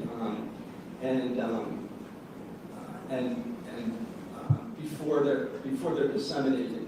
Before I forget, while we're talking about, so give me an opportunity to put that in there. I'm okay with it. And just give me a comfort level, Judge. I'm okay. You don't need to be comfortable. All you have to be comfortable is that it's going to be in the draft, and you'll have an opportunity to see exactly what I want to ask. And that's for all of these questions. But can I hate to float around, but one of the issues I have is related to the draft of the juror questionnaire. Is I think that there's obviously media attention to this case. There's public attention. The public and the media have a right to and the defendant to a public and fair trial. I'm concerned about having a draft of the juror questionnaire getting out there by mistake or et cetera. So I'd be inclined to simply impound it, disseminate it for your eyes only, for obviously to provide show to your client, and just impound it until we get to, and then we can talk about what we do with the final one as well. Any objections to that from either side? No, I think it's a great idea. Okay. All right. So that's the way Mr. Williams makes sense. Remember, that's the way we'll handle that. All right. So I think that does that cover everything. I think firearms related questions in Second Amendment type of stuff that I typically ask in a firearm possession case would be pertinent. Again, why don't you folks just with an open mind take a look at what I write, what I draft, and you can object or take it out. Let me just look at the rest of this.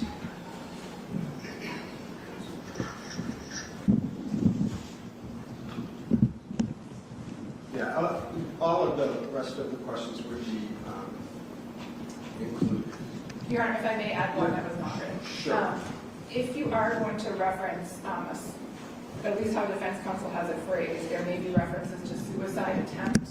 I think that is a way that gets the jury comfortable with the defendant's theory of the case. The Commonwealth would ask if that's the way it's phrased. Because it's not going. It won't be phrased like that. At least initially, when I drafted, I think that all of these questions have to be neutral. They have to be neutral for both sides. In fairness. I've got new hearing aids and I'm feeling some stuff I don't understand. The guy that moves the camera, it feels like there's a microphone mounted and he's hitting the microphone. Are y'all hearing any weird, like, feels like he's sitting here doing that. Oh, rattling my brain. Are y'all keeping up? We got a lot going on in this case.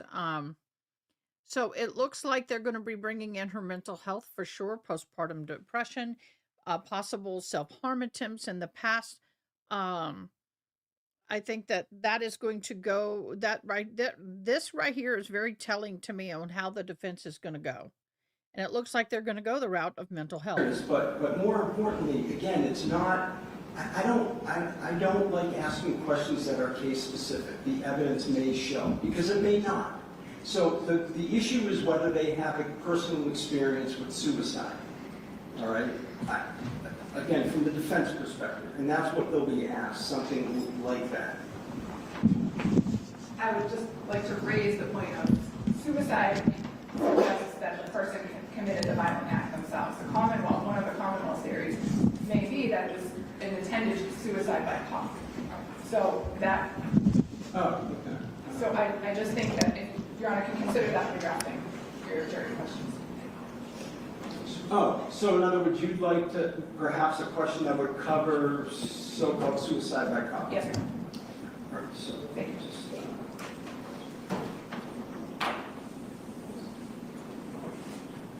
I'm not sure that I'm that creative. I'll have the ability to artfully draft something like that, but we'll put a placeholder in there. I'll do the best I can, and then you folks will. Just to chime in on that, I'm not crazy about that because it's too specific, too suggestive, and it just adopts the Commonwealth theories. So I think the topical reference should be where it begins and ends. Just put my position. So it seems to me that they're going to be asked, like in any serious case, whether they or a person close to them have been a victim What of happened to my background? So typically I ask that, maybe, or been accused of perpetrating violent crime. Maybe it needs to be shooting related, that question. Or firearm related or something, but again, I'll draft a few questions that I think are appropriate, and folks will weigh in and we'll hammer them out. Anything else just generally on voir dire, on the juror questionnaire? No. And then, all right, what else did I want to say about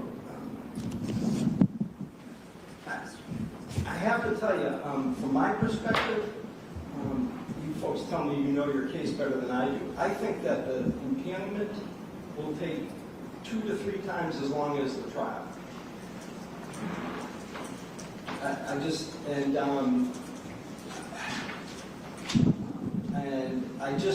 I'd really urge you folks from taking a look you probably have at the rules of professional conduct as it relate to trial publicity, and just do your best to make sure that we can get from the start a pool of potential jurors that are indifferent to the extent that we're able to. But I hope I'm wrong, but I really think that the impanelment will take to get 14. I don't know. Anyone disagree? I think that just depends on what he potentially opens the door to. About how long the trial will be. Okay, yeah, I'm not really understanding that, but I'm not sure that I need to. So let me talk a little bit about scheduling. So I'm going to assume that we start. Okay, guys, I think I'm going to hate her smart more than I did Corey Richens. Did you just see that? This is what she's been doing all morning, and it's really starting to piss me off. Not because she's just coming across arrogant, but it's no respect for the court. You sit there, you don't do this. Her behavior is starting to get on my nerves, and I guarantee you the judge is noticing, and if the judge will notice, you know the jury will too. She's got to learn to keep her face in control. Watch this. Let me talk a little bit about scheduling. So I'm going to assume that we start paneling on the 23rd. We get jurors here in Lawrence on Monday, Tuesday, Wednesday, Thursday. We get the most jurors on Monday, and then the amount that we get are less than each day. I think that we should assume that it will take through Thursday, and that the trial, I should tell the jurors, perhaps even in the questionnaire, that the trial would start on Friday or even the following Monday. I don't know, you tell me. We can think about that only because we only get 6 challenges each. So that sometimes makes a difference. I understand other challenges that we will be dealing as far as people knowing about the case and reading about the case and the like, but I'm glad you raised the number of challenges because I got to get my wand from you because the last handful of trials have been like felonies where folks get more. But my memory is that on the criminal side, you get 4 and 1 extra if there's going to be seat extras, any extra seated jurors. Frankly, whatever the rule says, I'm going to give you. I know the counsel oftentimes tell me, well, in Essex County, judges typically do X amount. I don't care. Whatever the rule is, and I don't have it in front of me, I think it's 5. But we were just talking, I thought it was 4 and then a challenge for each extra juror. Of course. Each alternate juror, so. All right. I don't have my, but whatever we'll all research. I agree with that, Judge. And then if there are 2 alternates, we get 2 more, so there's, typically 6. I don't think that's whatever you want to do. I don't think the rule. I think the rule is for any that are over and above the 12, you get 1 more when it's not a light felony. But again, it will be 5 or 6. We'll figure that out.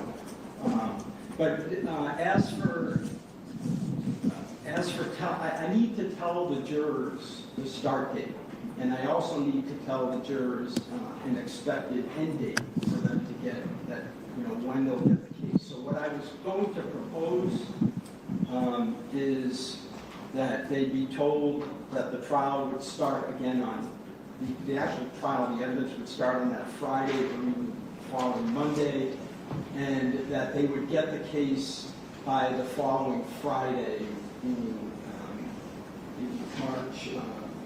April 3rd, which is over estimating the length of the trial on purpose, so that we have built in time. Sure, I think we don't want someone going away. I totally agree with you. I don't know if it's going to take that many days. Maybe I'm being naive to find a jury. Okay.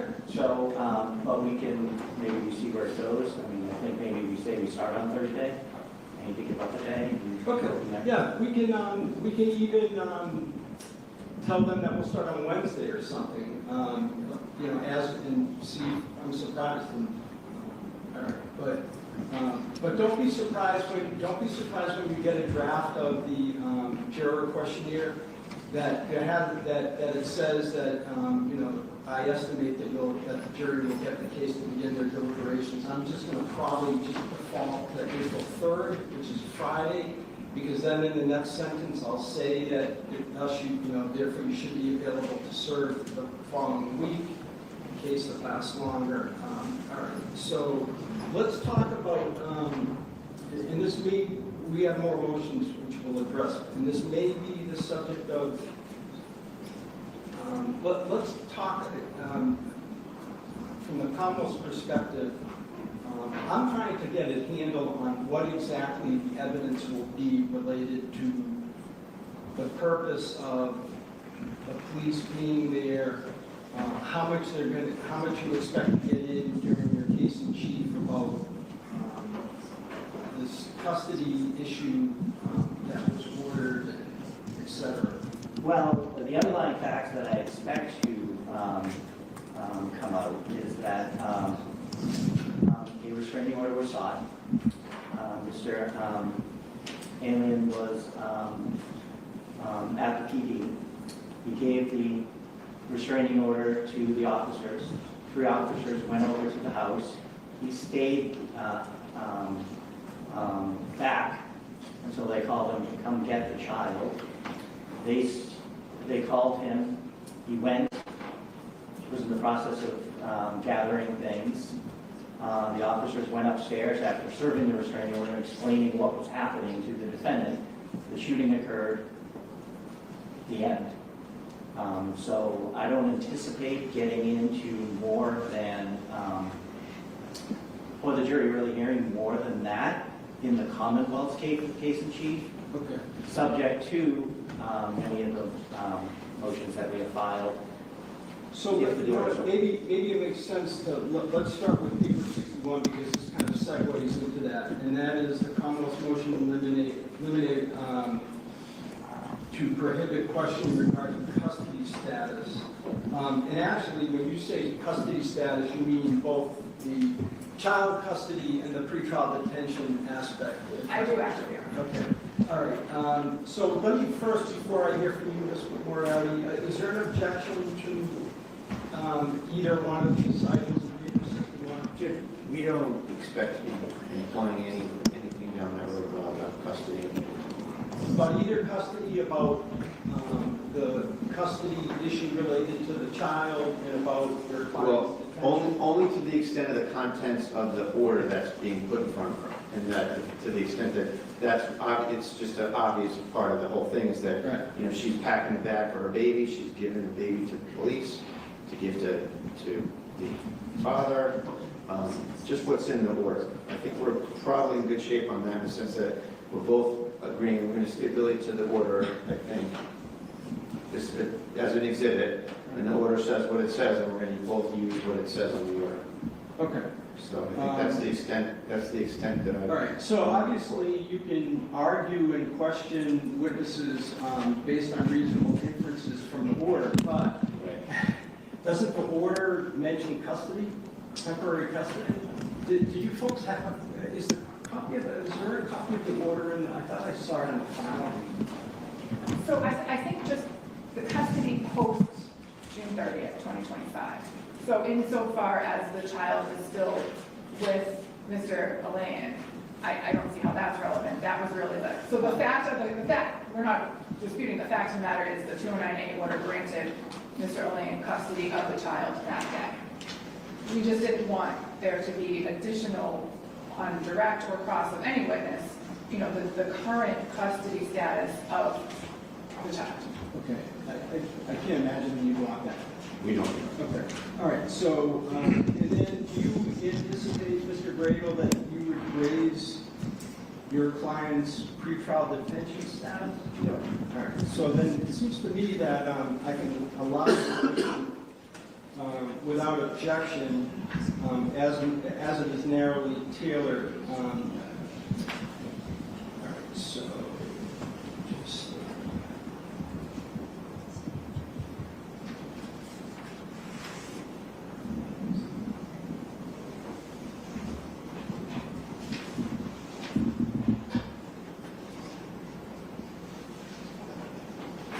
So then that brings us to paper 62.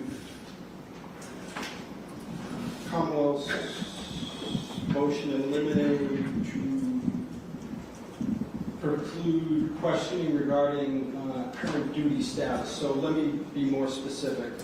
My understanding is that you're seeking, Commonwealth is seeking to preclude evidence regarding the Officer Newton's now current status with the North Andover Police Department? Yes, sir.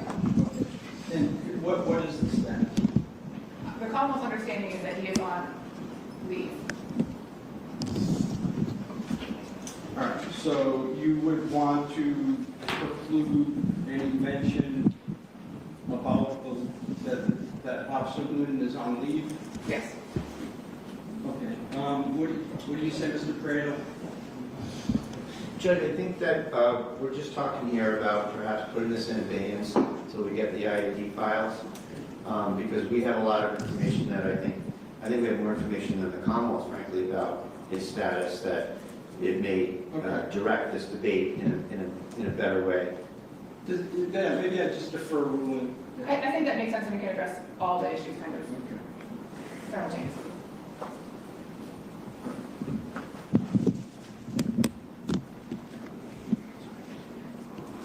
Okay. So that brings us to paper 64, defendant, How many motions did they have? They're on page 64 of their motions list. Wow. Prior bad acts, if they become relevant. There's also some good acts on another motion, but go ahead. With respect to the prior bad acts evidence, Your Honor, as captioned, the Commonwealth recognizes that those are not relevant to the Commonwealth's case in chief. However, in abundance of caution, the Commonwealth wanted to alert the court to evidence it had in its possession about prior bad acts in case they do become relevant based on opening, cross, or the defendant's case. So we can really hold those aside for now, but the Commonwealth just wanted to alert the court, and obviously if the Commonwealth believed that a door was open, we would come up to sidebar before any questioning related to any of these issues. Okay, so, and I appreciate that you're being careful.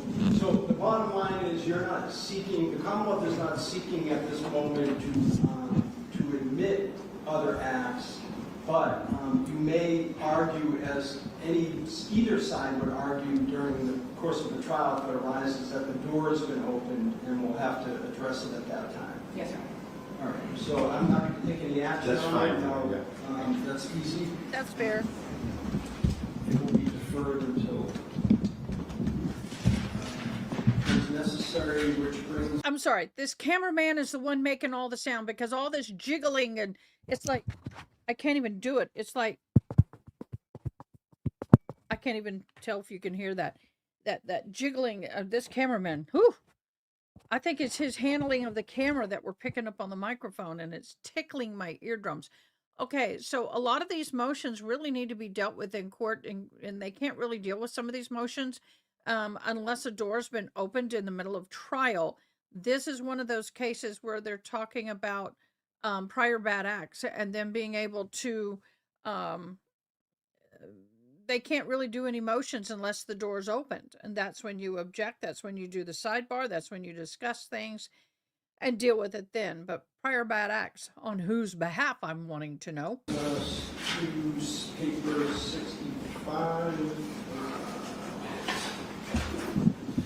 This is Commonwealth's motion in limine to... Okay, we're going to pause here and go back into our trial.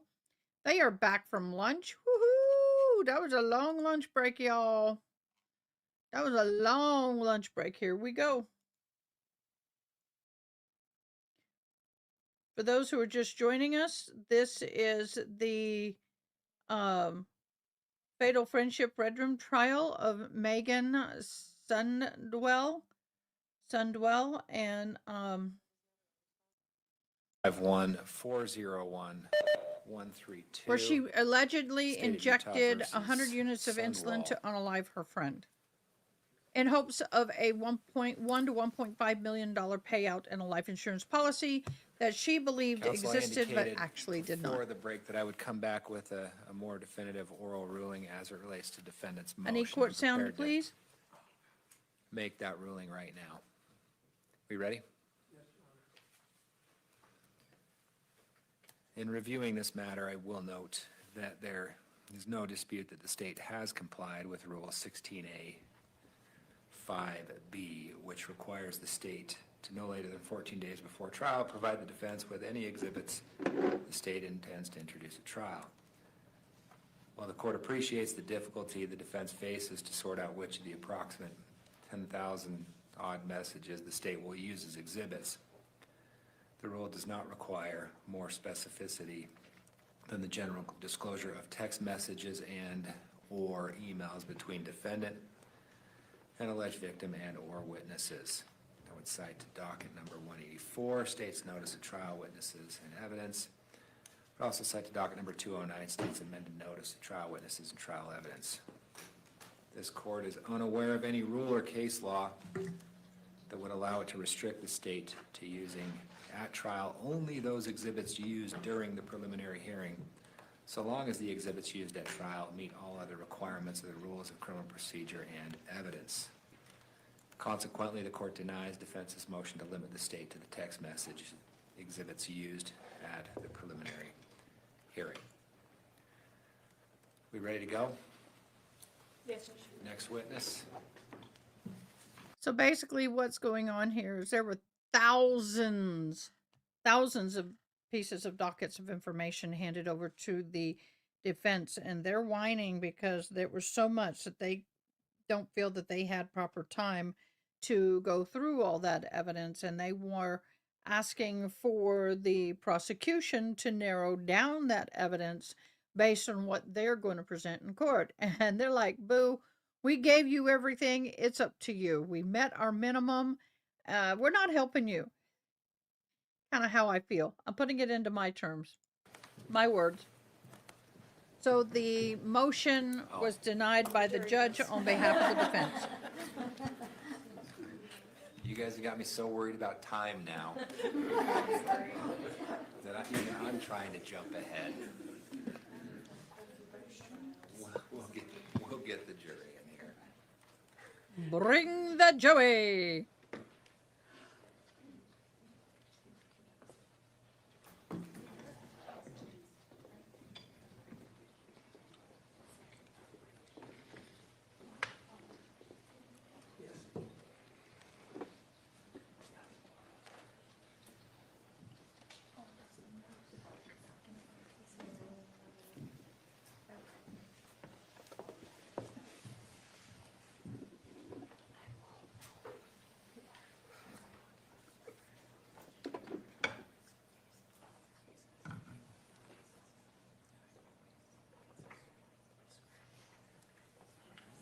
All rise for the jury. Thank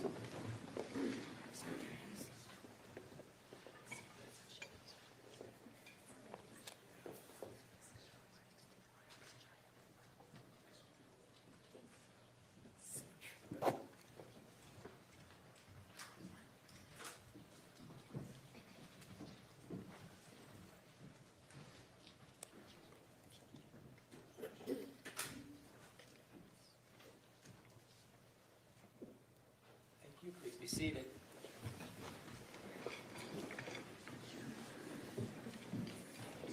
Ladies and gentlemen of the jury, welcome back. I hope you had a good lunch break. We're ready to get going this afternoon. Next witness. Thank you, Judge. The state calls Melissa Farney. Thank you. Please come forward. We'll get you sworn in.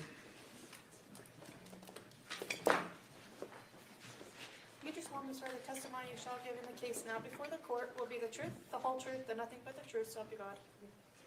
Come on up.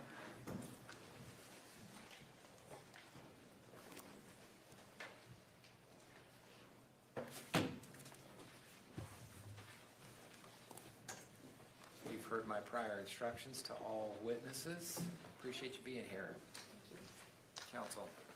Thank you, Judge. Would you tell us your name and spell your last name for the record, please? Melissa Farney, Fahrni. What do you do for a living? I am a detective with the Lone Peak Police Department. How long have you been with Lone Peak Police Department? 6 years. Were you involved in law enforcement before that? Yes, I worked with Utah County Sheriff's Office and Lehigh Police Department. And so when did you first get your law enforcement certification? 2015. And you have been engaged in law enforcement activity continuously since that time? Yes. Have you also maintained your continuing education requirements to maintain your post license? Yes. How have you progressed through the Lone Peak Police Department? Did you come in there as a patrol officer or something else? Yes, I started as a patrol officer. And how does that work then in your agency? How does it work? How does it work to become a detective? Oh, I guess a position opens and then you have to apply for that position. In my case, I had to put on a presentation to the sergeant, and then you get chosen. Or you don't. How long have you been a detective? 4 years. How many detectives do you have at Lone Peak? 2. Is it a big agency? No, we have 23 from the chief down. And you cover all of Alpine and Highland? Alpine and Highland, yes. Any other additional areas? No. As far as types of crimes that you investigate personally, what kinds of things land on your plate on a regular basis? Currently I have anything from rape of a child to this aggravated murder case. We have fraud, burglaries, vehicle theft, vehicle burglary, pretty much anything that happens, we get. We don't have different divisions. There's not an SVU and a property crimes. It's just us. Just the two of you cover everything that happens in Alpine and Highland? Yes. Have you ever investigated a homicide case before this one? No. Has there been one at Home? There was one in 1996. The only person on staff at the time was our chief, but he wasn't involved in the case. Okay, so 1996 was the last time there was any investigation, I'd say of this magnitude at your agency? Yes. How did you first become involved in this particular case? I was the on-call detective the night of August 12th, 2024. I received a call from Sergeant Ballon. What time did you receive that call? Around 10 p.m. And why did he call you? He called because normally we get called out for death investigations or like a burglary in progress or a sex offense. But there were some suspicious circumstances around this medical call, and so he wanted to tell me about it. What kind of information was conveyed to you at that time? He said that the patient had been found alone with a friend and her parents, that there was a diabetic needle in the room, and the patient wasn't diabetic. He said that the owner had said something about the friend being the beneficiary of a life insurance policy. And so what initially was your understanding of the reason that police were dispatched to that location? Like a full arrest, like it was a medical call. She was in distress. Why are police dispatched for a medical assist? We're usually driving around, and whoever can get there quickest, we want to render aid as soon as possible. Is that a regular activity of Milwaukee Police Department? Yes. And I can't remember already if I already asked you, but what time and day was that call received? The call I got, or the actual call? The actual call. I believe it came in through dispatch at 9:13 p.m. August 12, 2024. And so you got notified of it about 45 minutes later? Yes. What was your understanding of the status of the situation when you were notified by Sergeant Ballon? He said that they had transported her, or they were going to transport her. So as far as you knew, the person that was the subject of the call was no longer at that location? Yes. All right. What was your understanding when you received that call of who had responded from your agency? When I received the call, I didn't know. I found out the next day. And did you talk to those individuals? No, I read the reports. Who were they?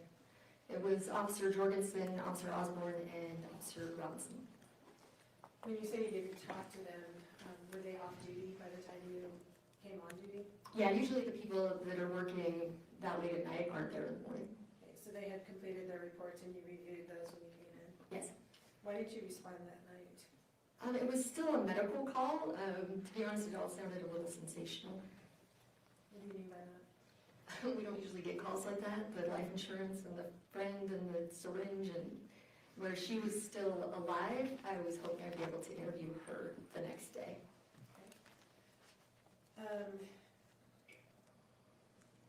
And so when you reviewed the information that had been left by the officers the night before, did you observe whether any items had been collected as evidence by those individuals? Yes, they had collected a syringe as well as some empty prescription bottles. How many empty prescription bottles, do you recall that? A lot. I didn't count them. It was just a lot. Were they empty or full or some? They were empty. All of them were empty? Mm-hmm.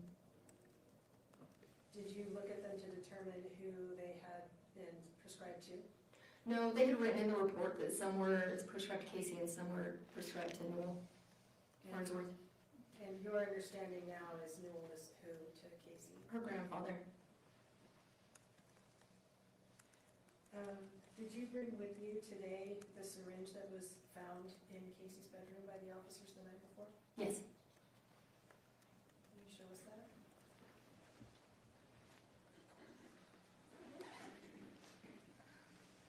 The syringe has been repackaged several times, the latest time by the FBI, so it is in a box. This is item 2. The syringe is in the box. All right. And do we also have a photo of that that would be Exhibit 31A?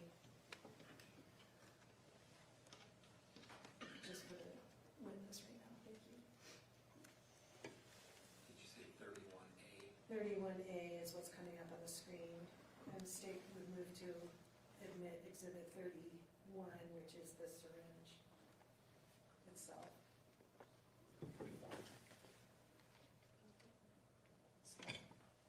It may be valuable to label it on the list as with additional information than just syringe, since there's multiple syringes and multiple pictures. I can clarify that. That's not the syringe. That's the one that's on the nightstand. Sorry, let me back up. The reports that you received and reviewed the night, or you reviewed them on August 13th, is that accurate? Yes. All right. And you saw in the reports that a syringe had been collected from the scene. Yes. Where was that located? Where was that syringe located when it was taken into evidence? In the patient's bedroom. Okay, and where in the patient's bedroom? On the nightstand. Okay, and that is Exhibit 31? Yes. All right. Okay, and so how is that designated on your packaging there? Item 2. All right, Item 2. And it says Exhibit 31 also. Okay, so Item 2 is the syringe that was found in Casey's bedroom on August 12, 2020. Yes. And then if we could see 31A again, please. Julia.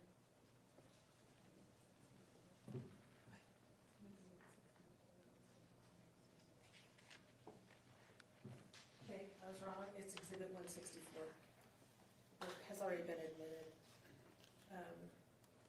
Do you recognize that photo? Yes. And what do you recognize it as?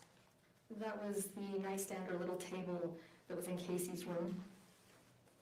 The paramedics had picked up that syringe and put it in that spot. All right, so is it your understanding that that syringe is the one that you have brought with you today and we have marked as Exhibit 31? Yes. Thank you for correcting me, and statements to admit Exhibit 31.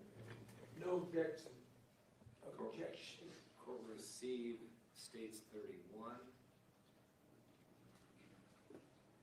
I guess we could publish it to the jury, Judge, I guess.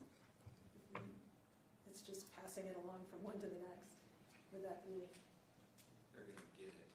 Can they see it? Isn't it in a box? It is. Okay, I don't have an objection. Can't see the screen. Okay, we'll just. It's up to you, Ms. Thomas. That's why we have the photo, because it's just in the box, so, all right. Can you tell us, Officer Robinson gave us some idea, but can you tell us the process when an item is collected as evidence? Yes, so you gather the item on scene, you put it in a bag, and then you write the location where it was found. If there is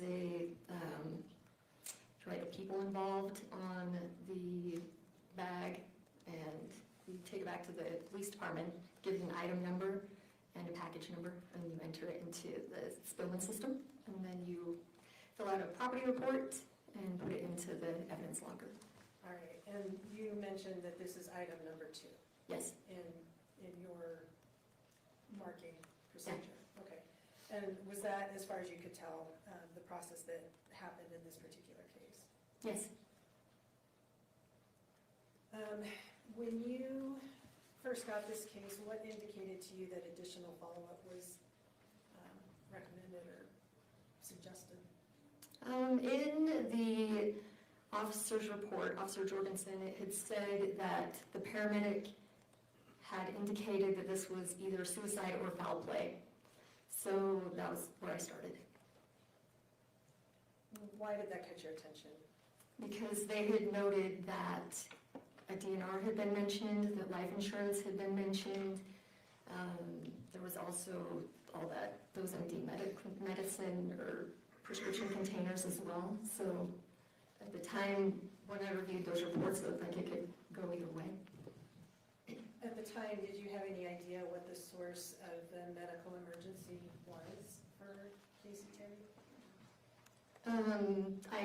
He did put the CAD notes in his report, so it described what dispatch had told officers. So it said that it was basically Mark Farnsworth's words that she wasn't breathing very well. It was basically what dispatch was relaying. So it sounded like she was dying, basically, in the CAD notes that I read the next day. Right. What are CAD notes? So in dispatch, when you get dispatched to something, it comes up on your computer. And then as they get information from the complainant, it shows up on the computer. So it's not always necessarily, doesn't always make sense right away, but usually you get the full picture, and by the end you can kind of tell what's happening. Okay. And did you have any indication from those CAD notes or from the reports that you had received up to that point what had caused this medical emergency? That next morning I did, yes. It said in his report also that they had received a follow-up call from Mark stating that Kacee's blood sugar was at 14 when she arrived at the hospital. All right, and given the information you had received up to that point, what did you do to begin your investigation? I called the hospital and they advised that she was in the ICU, that she was still alive, but that she was in the ICU. And I believe officers on scene had told Mark that I would be in contact with him. I attempted to call him to have him come in and talk to me. I think he was taking Newell to a doctor's appointment and I couldn't reach him at that time. So I started writing a warrant for Kacee's blood. Why did you want Kacee's blood? Well, with the blood sugar level being 14 and my very limited medical knowledge, I Googled it and it said anything under 40 is life-threatening. And was it important to you to have a sample of blood that was close in time to when this incident occurred? Yeah, I wanted to get it as quickly as possible. Over the next few days, what happened with that warrant? So the warrant took quite a while to get. I don't know why. I don't know if the judge was busy that day, but it did take a while to get. I did speak with the family prior to receiving the warrant. And once you received the warrant, what did you do? I responded to Holy Cross Mountain Point Hospital in Lehigh and served the warrant. What does that mean, serve the warrant? So I found the director of the ICU. I don't remember his name, but he received the warrant. He actually told me that we would be able to get blood. I met the forensic nurse there. We just happened to get there at the same time. And he told us we were able to get admission blood from Kacee. So we didn't have to get the blood from, what would that have been, 24 hours later-ish. So we were able to get blood from her admittance. All right, so just so I'm understanding, the blood that you obtained from the hospital had been taken when she was admitted the night before? Yes. All right. And what did you do with that blood? The forensic nurse took it to have it tested.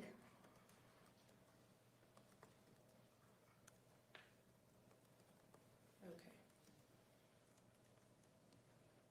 We have already heard from the medical examiner in this case. Are you aware whether that is the blood that was used in the course of the autopsy and toxicology that was done? Yes, it was.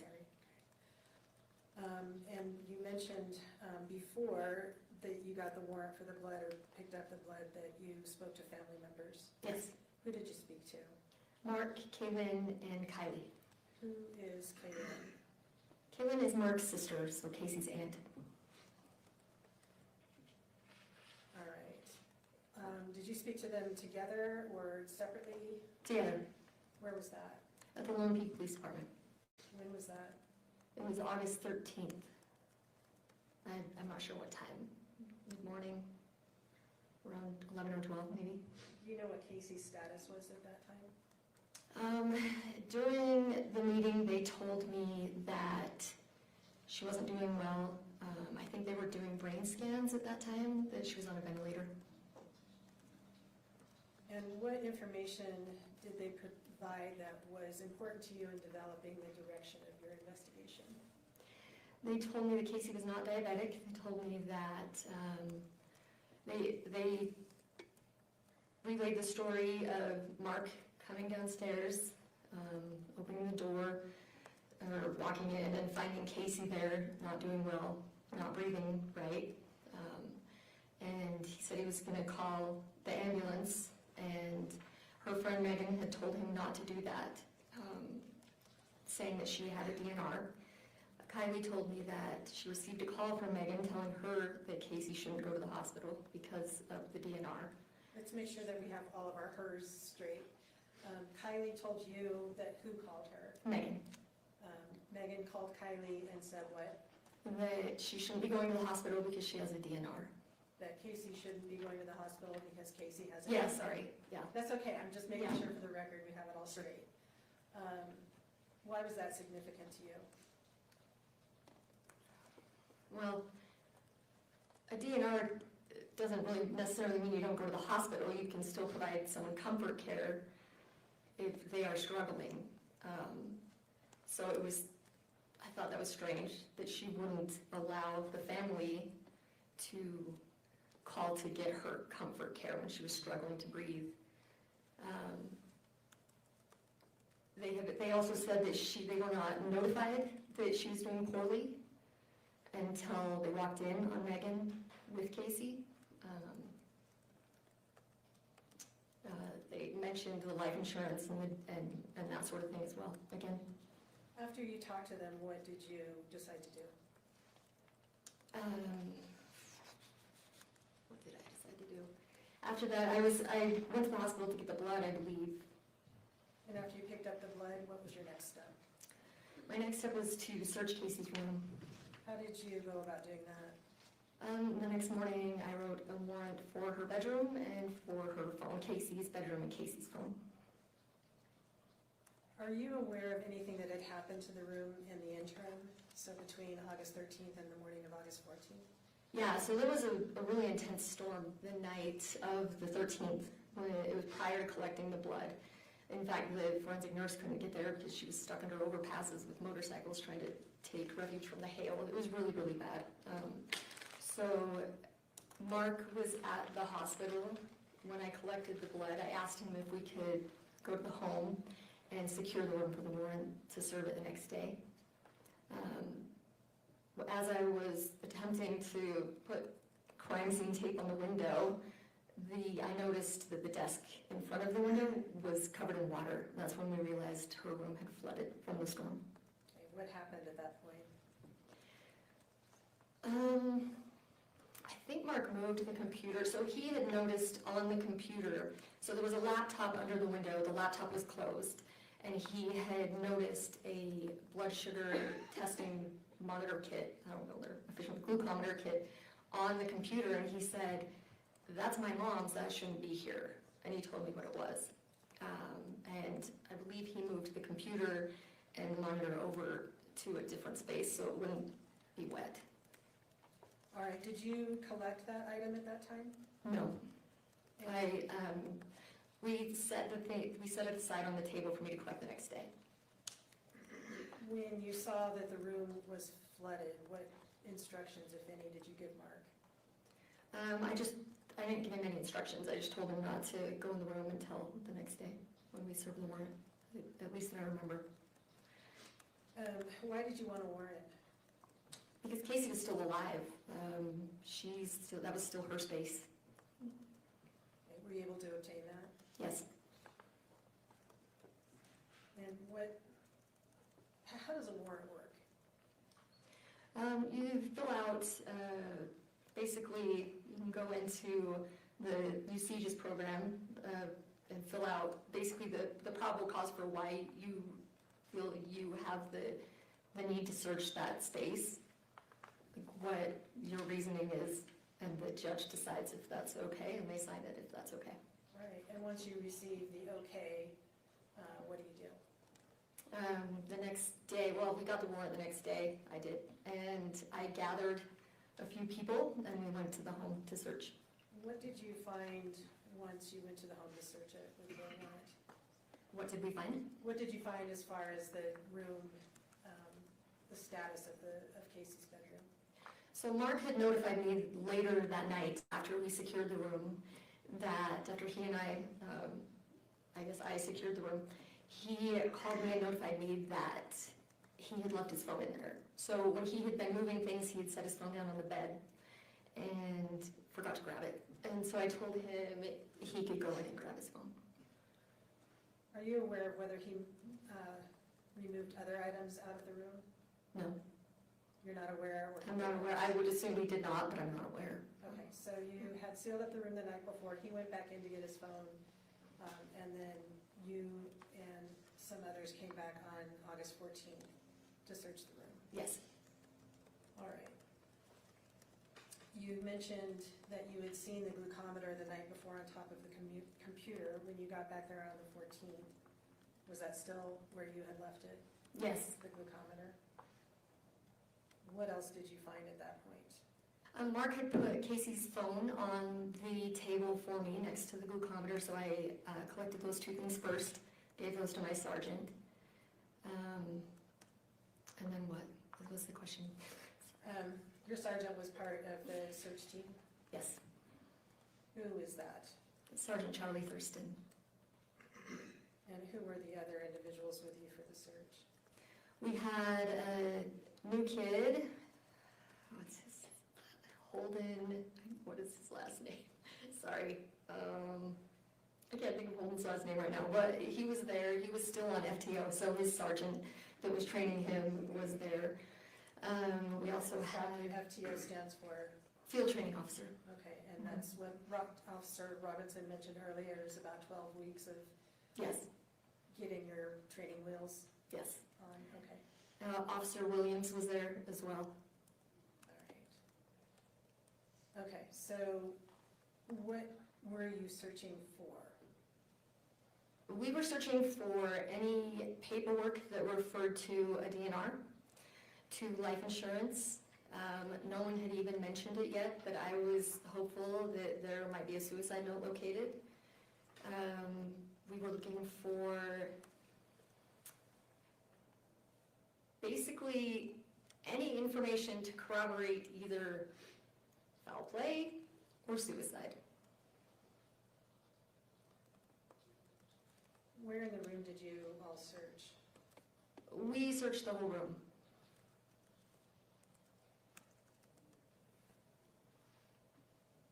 What did you locate that was of interest in your search of the room? We located paperwork. There was a lot of paperwork. We were looking for life insurance paperwork. We found a couple things. I think we found some Lorinsky funeral home paperwork, some old-looking life insurance paperwork. What else did we find? We didn't find a DNR. We didn't find a suicide note. Yeah.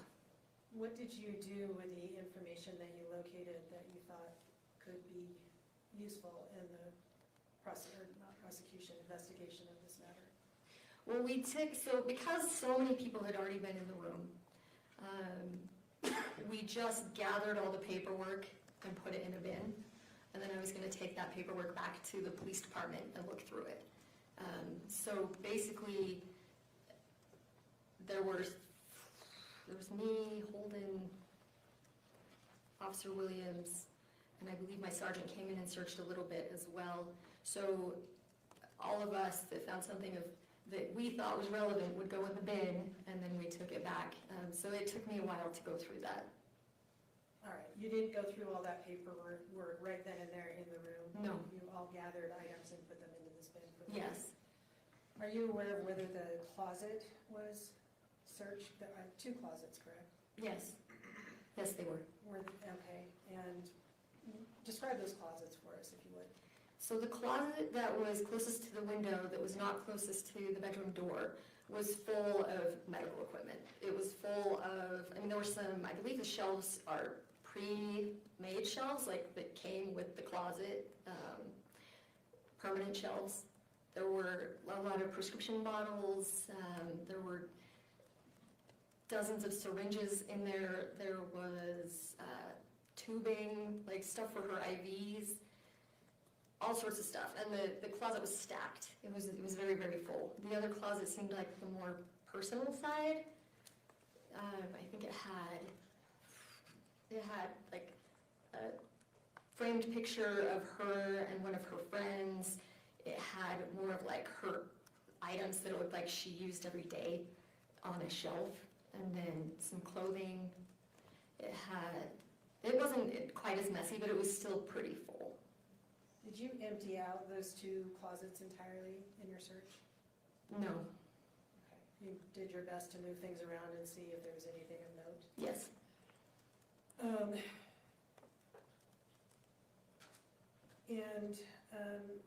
Was there a bathroom associated with that bedroom? Yes. Where is that located? It's right when you leave Kacey's room, it's to the right. Did you search the bathroom as well? Not that day, no. Let me show you Exhibit 30. It's already been introduced.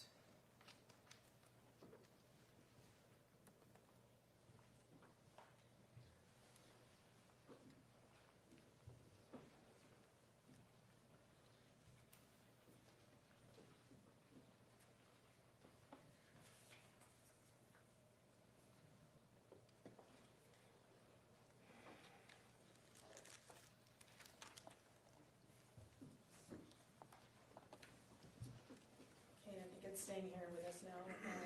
Do you recognize that document? Yes, I do. Is that one of the documents you found in the search of Kacey's room that day? Yes.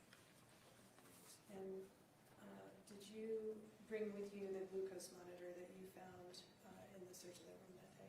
I did. Can you show that to us? Yes.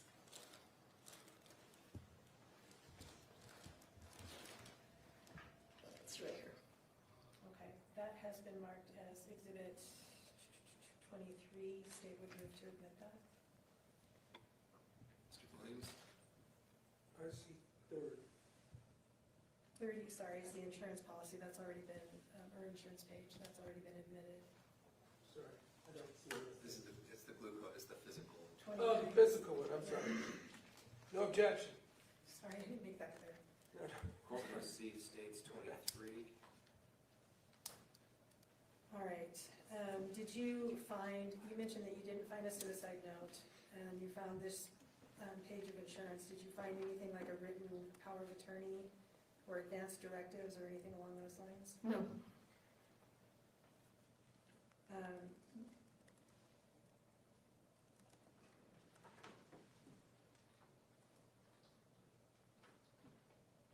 Did you search any other parts of the basement?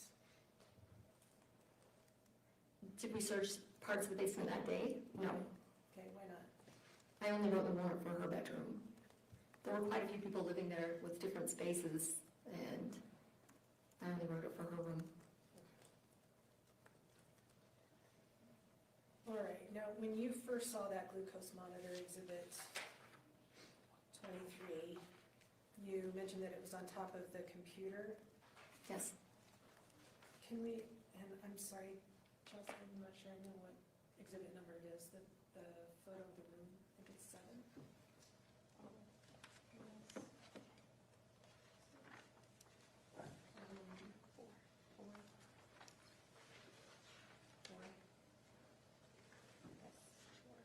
Can you bring that up for us? All right, does that look familiar to you? Yes, it does. Okay. When you say the glucometer was on the computer, where is that in this photograph? You can see it right, it's like there's a plant in the window, it's directly under the plant. The glucometer Yes. is directly under the Under the plant, there's a water, or like a black, I would assume, I don't know what that is, a candle cup.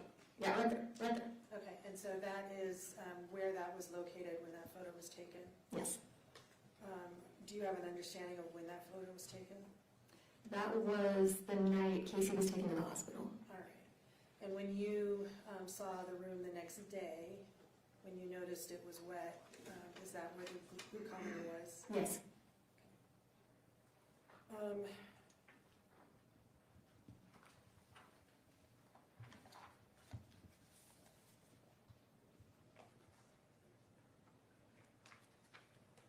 Was the search that you conducted of the room, of Kacey's room, did that include trash cans? Yes. I don't remember a trash can being in there though. Okay. What did you do with the glucometer once you received it? once you took it into evidence?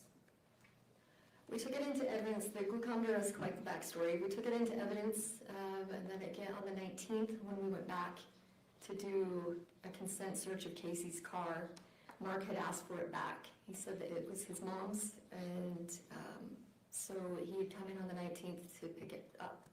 So we gave it back to him, and then I believe he brought it back in for us on January 9th. So after January 9th, we looked into the history of the monitor. How did you look into the history of the monitor? We called customer service for Freestyle Light and had them walk us through it. What kind of information was stored on that monitor, or that, glucose monitor? The readings, when you take a reading, it stores that info. And were you able to confirm whether the date reflected on the monitor was correct? The date was correct. What about the time? The time was not. The time was 1 hour and 5 minutes off. And then when we factored in daylight/standard time, it ended up being 2 hours and 5 minutes off. All right. Did you create a chart that, what did you do once you got the information about how to access the information on the glucometer? So we accessed August 12th. We noticed there were 19 readings in 10 hours. We photographed each reading and made the chart. Okay. And if I could show you Exhibit 10 then. Do you recognize this chart? Yes. And was that the chart that you yourself created once you had obtained the information off the glucometer? Yes, I made a handwritten version and someone made the actual chart. Okay, all right. And so it says monitor time and actual time. Tell us about those two columns. So the monitor time is the time that shows on the glucometer, but the actual time would have been 2 hours and 5 minutes after that time. All right, so you created a column that had the time that would have been correct? Yes. Okay. And then what's BG level? That's blood glucose level. And that is also stored on the glucometer? Yes. Okay, Exhibit 10 I think has already been admitted. Oh, then it has not. The state would move to admit Exhibit 10. No objection. Thank you. Court receives states 10. Wish to publish? Yes, please. Thank you, Brett.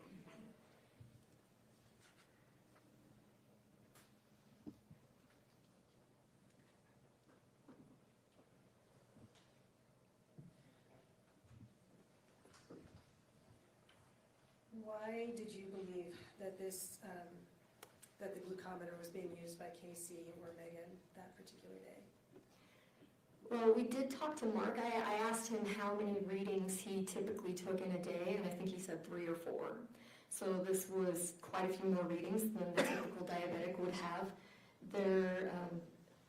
Meggan was there, she got there at 9:54 that day, so she was there for all but one of those readings.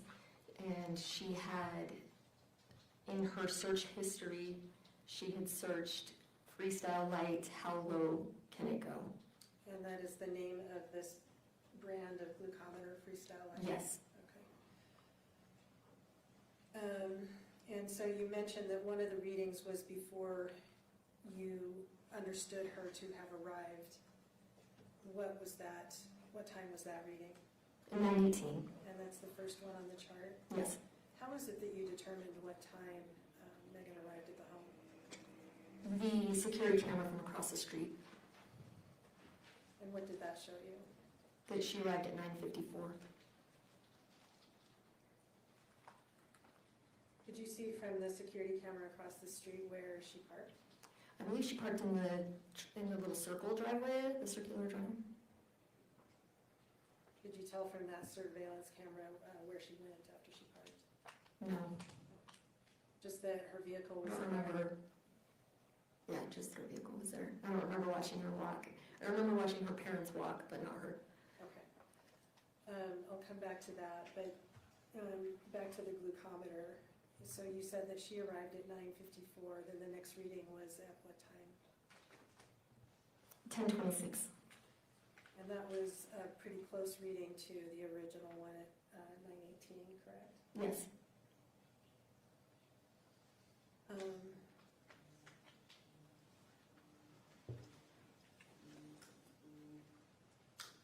Skipping down to about 12:57. You see that? Yes. What was the glucometer reading at that time? 69. And so that was about 18 points lower than the original level at 918. Yes. 22 minutes later at 1:19 p.m., what was it? 64. And just in case anybody else is as challenged as I am on military time, what does 13:19 mean? 1:19 p.m. So that would be in the afternoon. Yes. And so it's dropped to 64, and then what happens after that? And then it drops all the way to low. Okay. From 64 at 119, then just, what, 20? Oh, 43. Did you want me to, sorry, sequentially? It drops to 43 at 1:43, down to 30 by 2 o'clock. Okay, was that, so the 43 reading was just 24 minutes after the 69 reading, correct? Or 64 reading? Yes. All right, and what was the trend from that point on in the afternoon? Continue downward. The last reading was at what time? 19:19, so 7:19 p.m.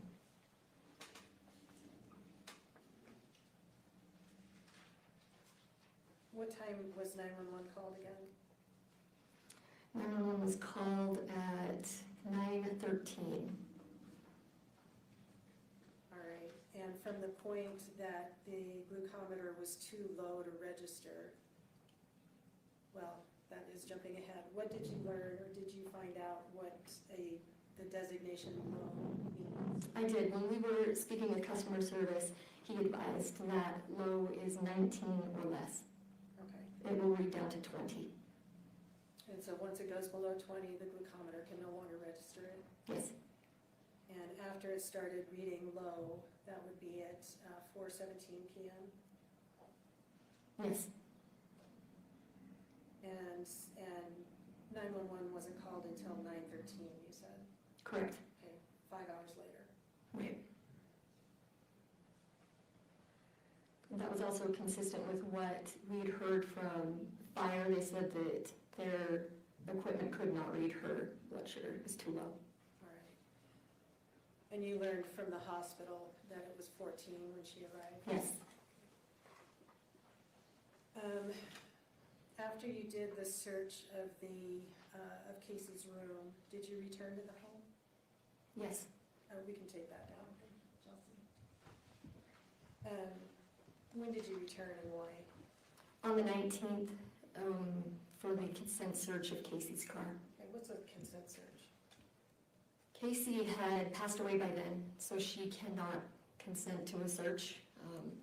So her next of kin can tell us that we're allowed to search that vehicle. Why did you want to search the vehicle? We wanted to see if there was anything related to the incident in the car. All right, and so you went to the home on the 19th. What happened when you got there? Well, let me back up. Did you hear from anybody from that home in between the search on the 14th and when you returned on the 19th? Yes. Who did you hear from? From Mark Farnsworth. What did he notify you about? He had called me on Sunday to let me know, it was Sunday the 18th, that he was going to empty the garbage. He had found a Fanta box in the garbage. And then when he went to smash the box, he realized there was something in there. So he said that there were items wrapped in a towel in the box. He said that it was a vial of insulin. The box that the insulin came in, the instructions, a syringe, and then the orange cap that comes off of the insulin. The little, I guess, security seal or whatever. And he indicated to you that those were wrapped in a towel? Yes. What did you tell him to do about what he found? I asked him to set them aside for me to put them in a bag for the next day because we were already planning on coming. When you arrived on the 19th, how did that that visit go? So the first thing we did was ask Mark for those items. So he took us out to the garbage. He showed us the Fanta box, where it was in the garbage.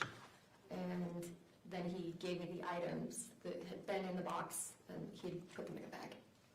We earlier saw body cam footage of Mark showing you the Fanta box and then throwing it back in the trash. Do you recall that? Yes. And so, did you have any objection to him throwing away the Fanta box? No. Should you, with hindsight, have collected that? Probably. At the time, I thought the items in the box were more important than the box, but I probably should have collected the box.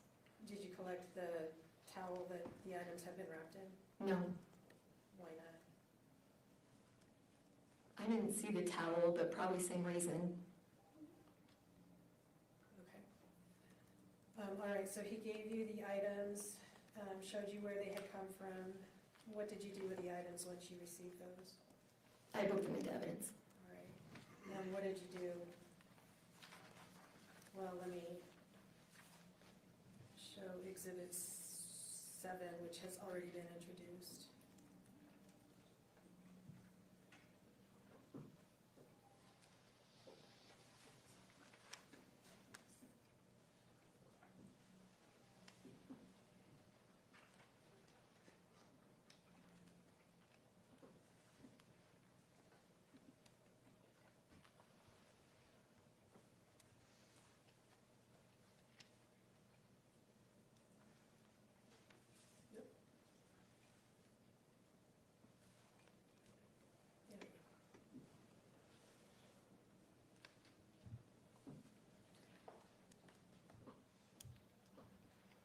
I think I figured out it takes 4 blinks before it stays on. All right, do you recognize this Exhibit 7? Yes. What is it? That is a picture that Mark sent to me on the 18th to show me what he found. All right. And once you received that photograph, is that when you told him to collect those items and set them aside? Yes. You did not take that photograph? No. All right. When you arrived, you said you took those items, you mentioned the syringe,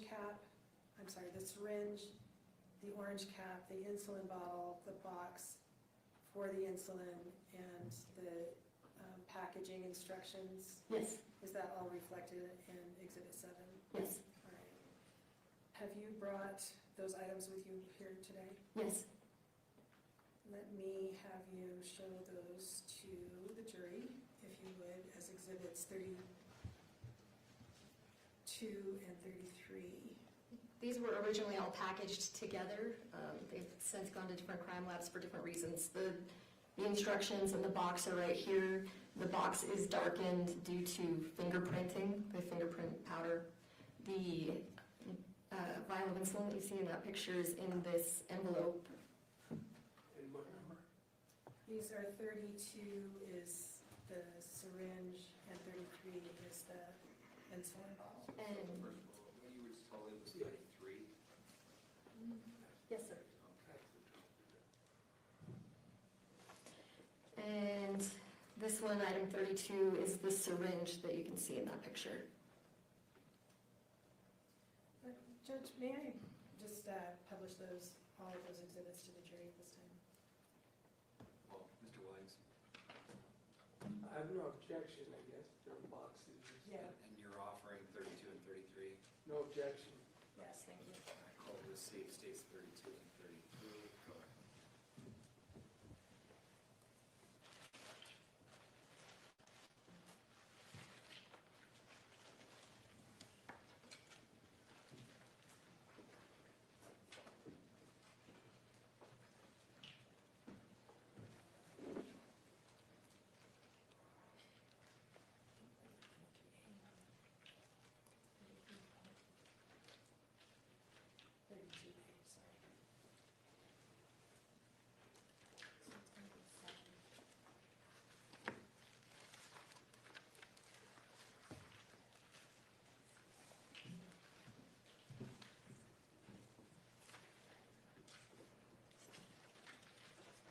every time we open those, you have to reseal it and reinitial it, so you can see they've kind of gone through the ringer with testing. That's why they look like that.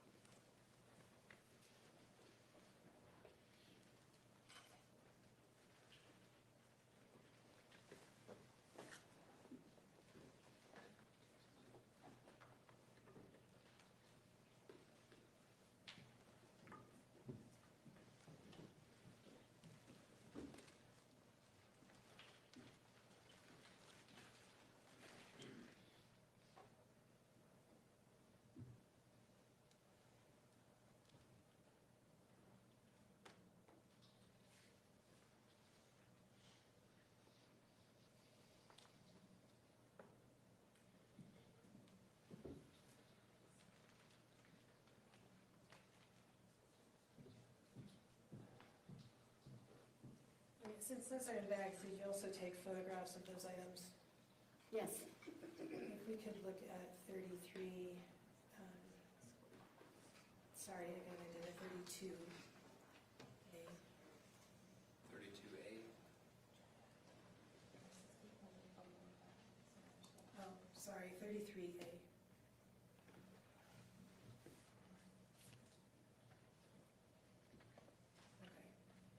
And is that a photo of the insulin that was located in the box? Yes. State moves to admit 33A. Mr. Williams? Can I get some validation as to when it was taken, where it's at? When was that photograph taken? I'm not sure. How are you sure that it's the same item that was retrieved from the Fanta box on August 19th? I was attempting to research that lot number to find if the insulin had been found within the home or brought into the home. So I had taken it out of evidence to take a picture of that lot number. All right, and then what did you do once you took the photo? I repackaged it. So you're Requesting on foundation and date? do you know the date? No. Does the photo accurate? Wait. I'm trying not to stop and start, but did she just say she didn't know the date? When you take something out of evidence locker, it's date, it's timed, it's signed for, it's witnessed. What the hell? Did she just say she didn't know when? We represent what you saw at the scene and what you removed from evidence, regardless of the date? Yeah, I simply took it out of the bag to take a picture of the lot number and then put it back. State moves to admit 33. No objection. You use gloves? States, did you say it's 33A? Yes, 33A. thank you. Publish. Yes, please.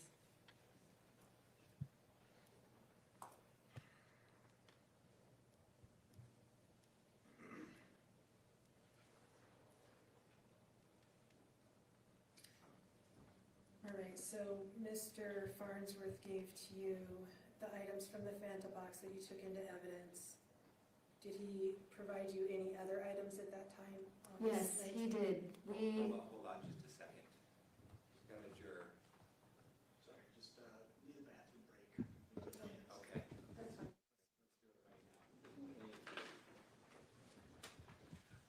All right, we're going to take a short break.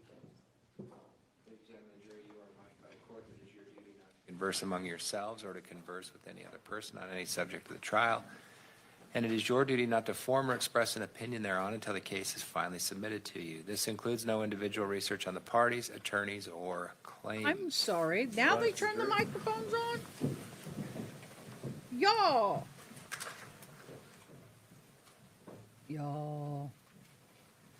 So they found evidence. I've got to leave. I got 15 minutes before I'm out the door, but we're still running the live. Don't worry.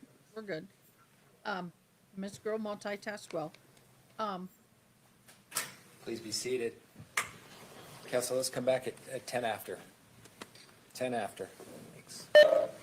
Okay, so they will not be back, so I'm going to leave the sound where it is. So there was a vial of insulin and syringes found in a orange soda box. And is anybody else kind of off put by the fact that she's pulling all this evidence out of what looks to be like a Yellow Kitty school child backpack?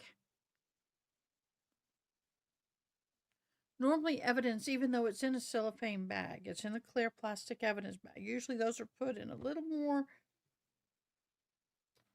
I don't know. It's just bothering me. It's bothering me, in my humble opinion. What do we have here? Okay, in the other trial, we were talking about, and we're on break, so I'm going to talk about it. We were over at the Fitzgerald trial, right? And we were talking about the fiance. Well, the department placed North Andover firefighter Justin Alien on administrative leave. Oh, after all this came out, this happened when? When did this come out? March 13th, so this just happened. Firefighter Justin Alien was former fiancee Kacee Fitzsimmons was placed on administration leave Friday by the North Andover Fire Department. Somebody was watching court. Fitzsimmons was awaiting trial to begin March 23rd in relation to the case which she's charged with assault by means of dangerous weapons stemmed from a shooting inside her North Andover home. Let me pull up that document.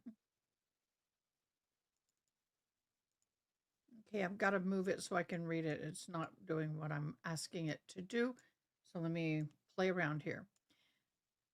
There was an officer-involved shooting in North Andover this evening where Kacee, oh, this is old. This is back in 2025. Kacee Fitzsimmons shot another police officer in her agency after a restraining order was. There was an officer-involved shooting in North Andover evening after. Well, let me share this so y'all can see it too.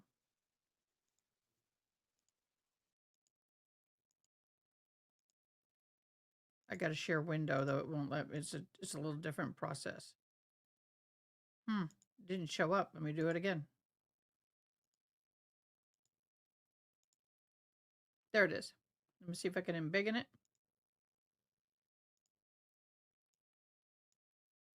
Come on, cooperate. All right, now it wants to open in browser. Let me stop sharing and put it in the browser. There it is. Now I can open it and embiggen it. There we go. There was an officer-involved shooting when Fitzsimmons shot another police officer in her agency after a restraining order was taken out by boyfriend Justin Alien of 28 Maples and Stowe. It was involved custody between the child. She had been med fighting, and status at this time is unknown. MSP detectives have taken over the case, and there's real concern that her parents will try to come to 28 Maple Street. Please make sure that there are checks several times per shift, otherwise until otherwise notified. The checks are to be logged. If 911 calls come in, the residence has been flagged as a caution. Make sure you respond immediately and safely.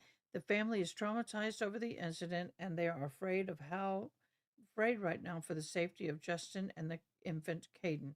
If any calls come in question or information about the incident, please forward. Okay, so that's the older one. But the thing is this guy has now been placed on administrative leave.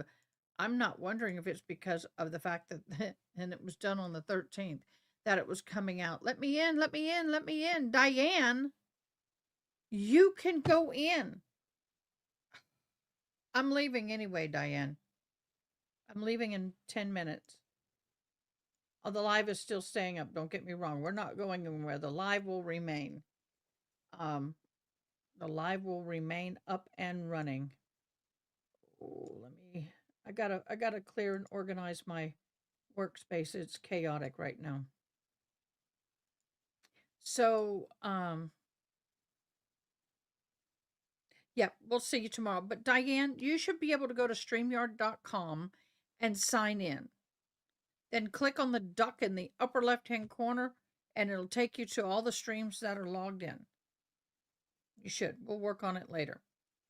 But that said,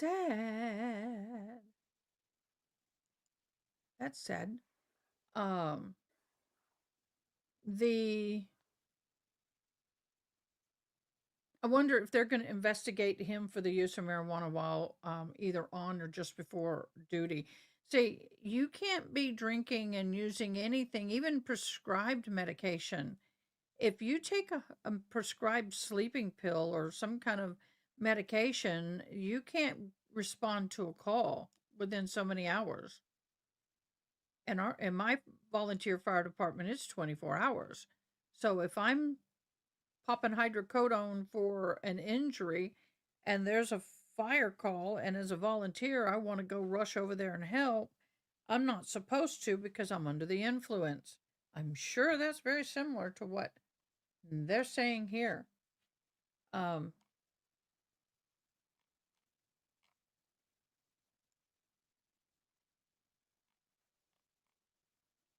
trying to click on the full story, and there is, maybe not. Oh, it's under a paywall. I have to be a monthly subscriber to read that article. Okay, that's the way it is. So with this particular case, what's happening, if you're fairly new, Meggan Sundwall is being charged with unaliving her friend by the use and means of insulin. She is a nurse. Her friend was lying to her about having cancer, manipulating her for attention, and the friend at some point convinced somebody to put in a port for what appears to be IV access. And she lied, told everybody she had cancer when in fact she did not. And she also lied to Meggan. This is Kacee also lied to Meggan and told Meggan that she had a $1 to $1.5 million life insurance policy. And that policy was going to be hers when she died. Not if, but when she passed away. And in that case, it was made very clear by Meggan that she was in extreme financial distress, and having that said life insurance policy would benefit her greatly. And then at that point, I believe, is when she started her path to assisting, for being appropriate for YouTube and assisting in the death of the victim. I don't know how y'all are feeling about this. Well, if you get injured and are on medication, that's why you are put on a desk until the doc releases you, correct? And you no longer need that medication. That is correct. Although I've known some firefighters, paid and volunteer, who have leftover meds or wife's meds or spouse's meds, I should say, and they've injured themselves, and instead of reporting it, they don't, and they just medicate themselves and grunge through it. But that puts everybody at risk, especially if they're taking those medications. But even though marijuana is legal in that state, federally it is not, and it is still considered a altering rug. Thus, you can't be taking it and working at the same time. And apparently, they're saying, the defense is saying, they had 200 more than, or was it the prosecution, said that they had more than 200 videos of him using.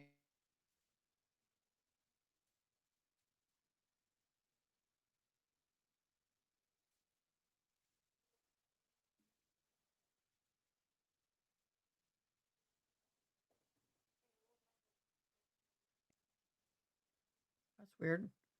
So anyway, so because they have evidence, more than ample evidence, I'm not wondering if there's a security camera in the home, but they said evidence of him enjoying Mary, Ioana, and then working.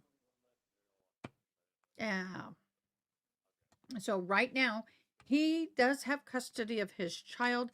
At the time that all this happened, that was he was the age of 4 months old. Can you imagine having a 4-month-old as a mom and then doing something stupid and then having to mm, mm-mm.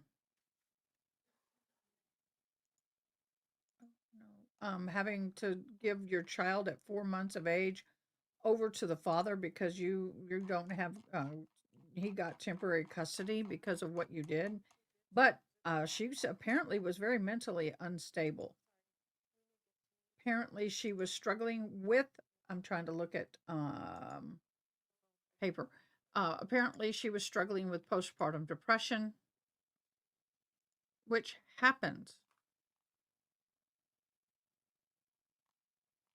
which can happen. And you know what? People don't understand how I'm looking for, we go up here. People do not understand how difficult that is to deal with, especially when it's as bad as some of these people like Andrea Yates. Yep, Andrea. Yep. She, oh, I met her, I worked with her personally. Okay, Miss June. Well, y'all, I'm stepping off in 3 minutes, but we'll leave the court feed up. The mods will be in the background. Yep, his random drug testing is done. Yep, drug testing is important. I know it's a hot subject, and some people believe that Mary Ioana is a fun, non-harmful thing. But in my humble opinion, if you have people's lives in your hands as a firefighter, first responder, police officer, whatever, EMT, all that, you should not have anything in your system that can alter your ability to make the correct decisions and take care of business, in my humble opinion. Oh, okay, I am going to need a mic check before I go. Because now they turned on the mics.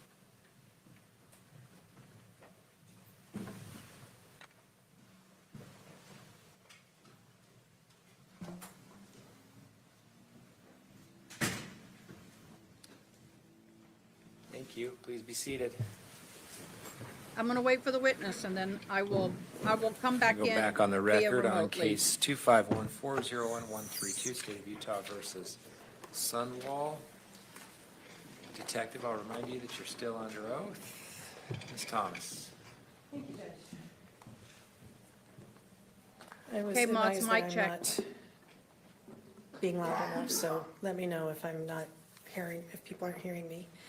I need to back up because I forgot to cover something with you, which is early on in your investigation, we had talked about the amount of, or how many are in your police agency and how many murder investigations your agency has conducted. Did there come a point that you felt that you may need some additional assistance with this case? Yes, as I was writing the warrant for Kacee's blood, so we have a liaison with the county attorney's office that looks through the warrants before we send them to the judge to make sure that everything is there that we need in the warrant. And I called our liaison, and she suggested I needed some help. Oh, okay. Full disclosure, who is your liaison? You. Yeah, all right. So once that suggestion was made, what did you do? You had suggested, because I wasn't sure where to go for help, so you suggested the Utah County Attorney's Office Investigative Bureau. So I had my chief talk to their chief. Were there any other suggestions of other investigative agencies you could contact? If there were, I don't remember. There probably were. Okay. And once your your chief talk to the investigations bureau chief, what happened? Then we met, so that I wrote the warrant for the blood, I believe, on the 13th. So I believe we met on the 14th. May I check my timeline? Would that help you refresh your Yes, recollection? yes, as it to would. timing? Just refresh your recollection and then look up when you're done.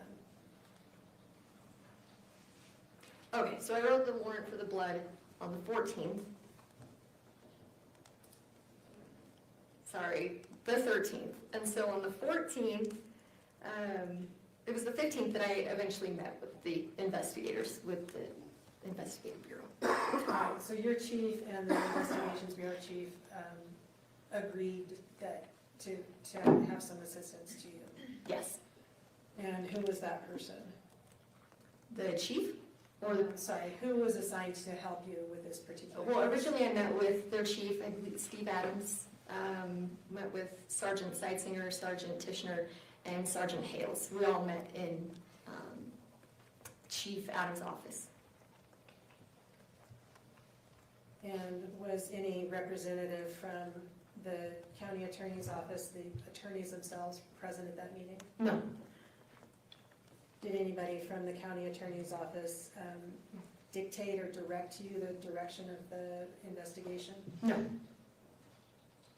After meeting with those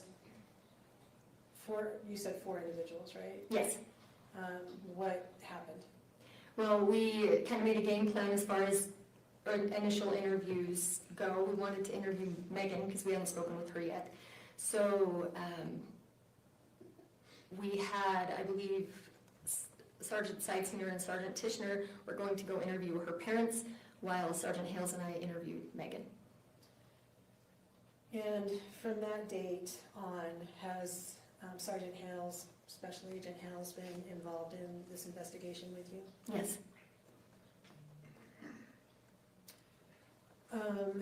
And then you had mentioned when you were talking about this search of the closet during the execution of the search warrant of Kacee's room. Yes. You said that some syringes were found in the medical closet. Can you, were those diabetic syringes or something else?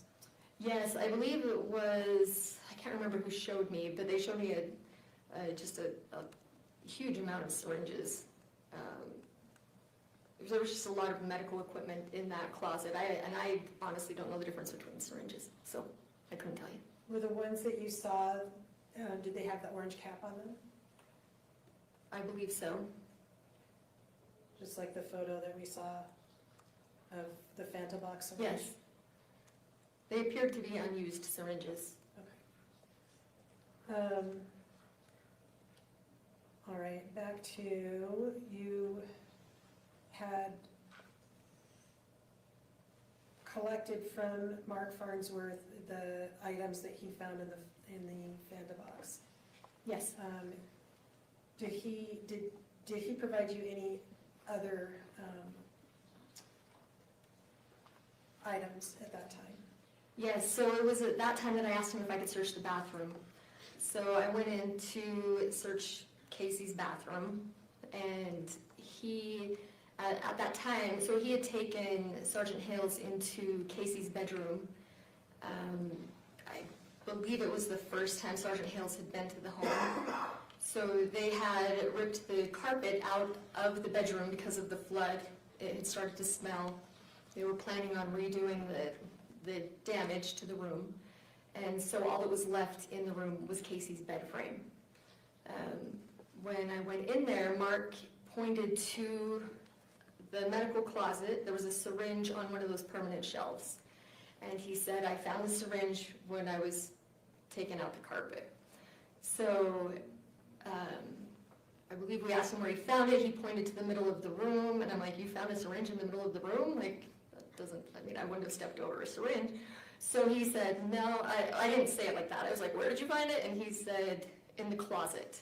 And so we put it in a bag and took that as evidence. He also provided me with some more paperwork that day. Okay. Did the syringe that Mark gave you that was found in the closet feel significant to you as far as evidence being collected in this matter? No, it was in the closet with the rest of the medical equipment. And you mentioned that you at that time also searched the bathroom associated with Kacee's bedroom. Yes. Tell us about that. So we had interviewed Megan by then, and she had stated that Kacee had gone in the bathroom for an extended amount of time, and that when she came out, she was more loopy and that she needed help back to bed. So I wanted to look in the bathroom to see if there was any medications or anything in there. And what did you find? Nothing. Did you look in the trash in the bathroom? Yes. Find any pill bottles, any syringes, any insulin? No. None of those matters? No. Items matters. All right, then you also mentioned that Mark Farnsworth also gave you some paperwork at that time. Do you recall that? Yes. What did he give you? So he had all of Kacee's belongings in the kitchen area. So in the body cam that was shown a little earlier, there's the kitchen table, and everything was kind of stacked in that area that was Kacee's, and then there were additional items on the bar and on like near the bar. And he had taken that turquoise box, and it was sitting near the bar. And he was looking through it because they had found some additional paperwork. He said they found it in the closet. So he gave me a paper, I believe it said Schedule A or Schedule B at the top. It looked like life insurance paperwork.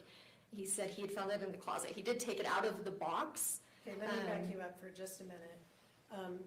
Your understanding was that he had found items in the closet when they were clearing out the closet? Yes. That he then put into the box? Yes. And he was giving you those documents on Yes. August 19th? Yes, he had compiled some things in the box, and he did give me that. He said he had an additional, actually I believe he gave Sergeant Tishner a mailer from John Hancock, and then when we were searching the car, he brought me that additional document. All right, let's look at Exhibit 24, please.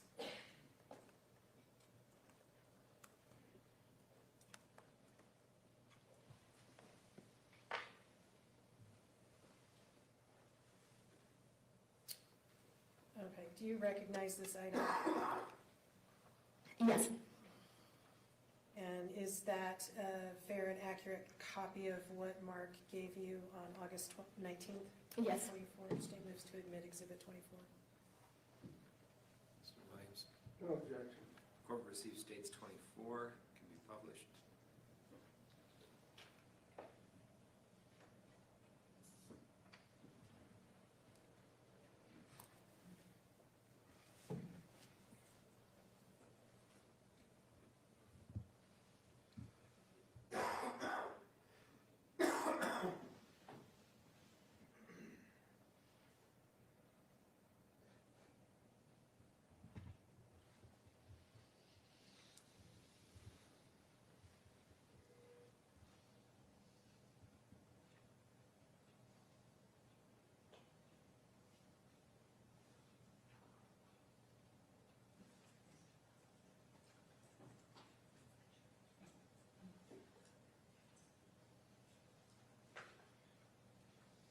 Did this exhibit have another page to it? It had a backside. All right, and is that, It folds in half. You can see the adhesive. Yeah, there it is. all right, is that the flyer you just mentioned? Yeah, it's like a mailer. Mailer, you said Mhm. mailer, not flyer, okay. All right, that's been admitted. Can we take a look at Exhibit 8, please?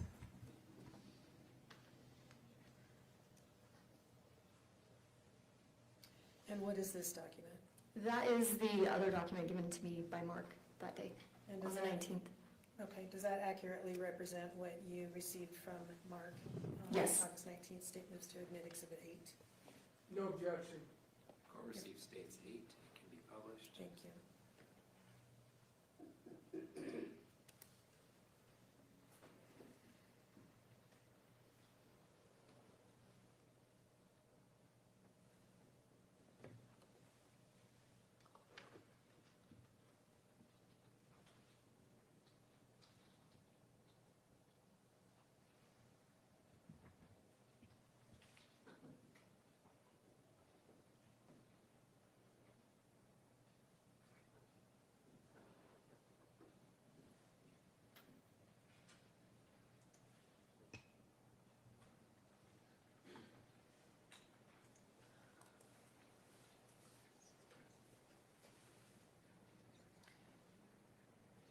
Okay, so when you went to the house on August 19th, just to recap, you received from Mark these two insurance documents, the syringe he'd found in the closet, and the items from the Fanta box.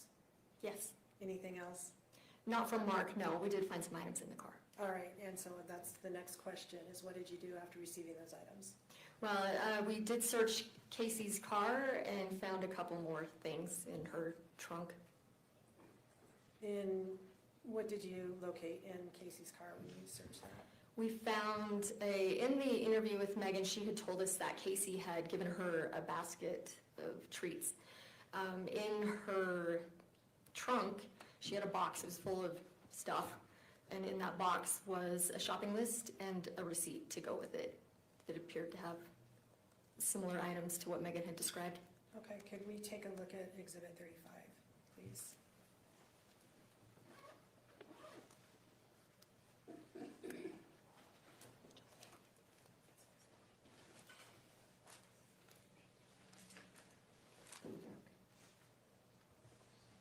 This is the 34 and 35, it looks like. Sorry, I was waiting for it to come. Oh, sorry. Thought you were talking to me, I apologize.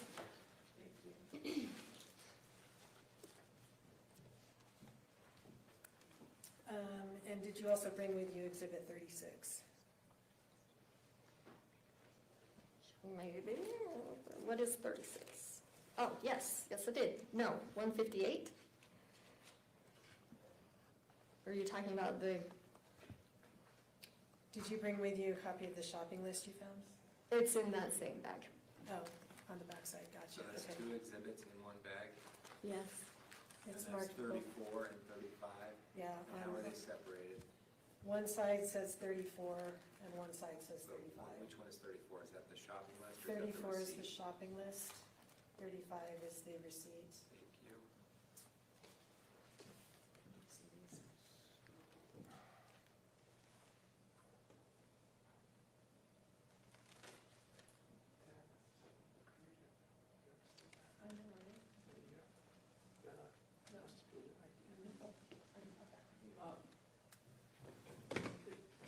They're all in one bag, but pretty creative. I don't have any reason to object.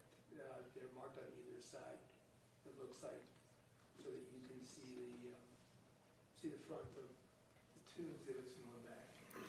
And you're offering those? I am, Judge. Report received states 34 and 35. And I believe we also have those as a documentary exhibit.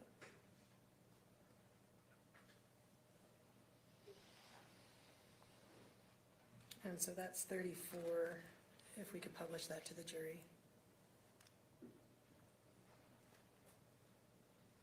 Can do it.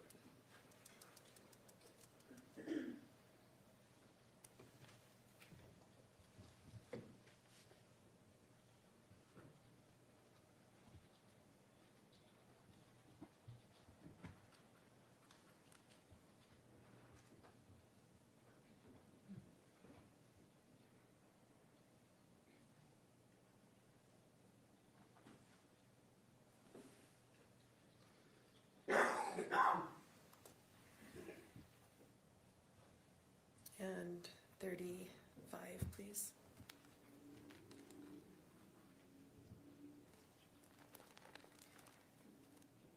Your Honor, may I provide this as well to the jury, just to take a look at? Thank you.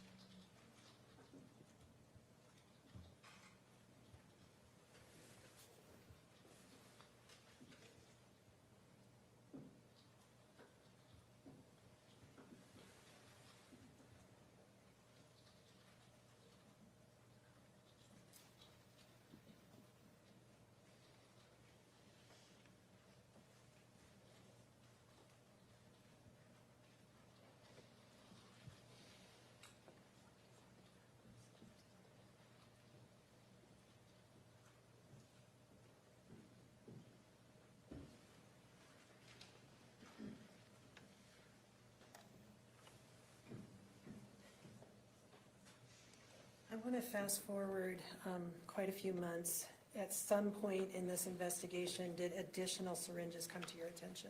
Yes, Do you recall when that was? that would be 4 months ago in December.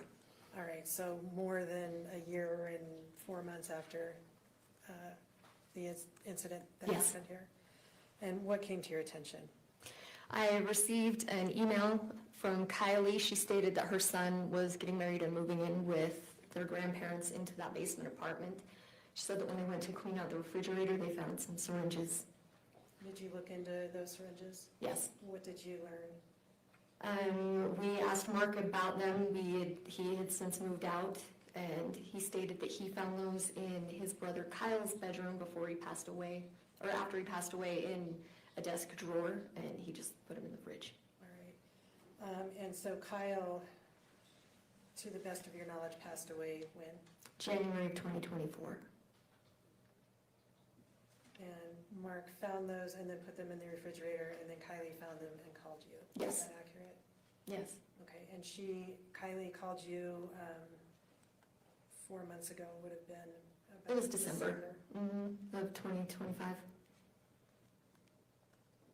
Did you take those into evidence? Yes.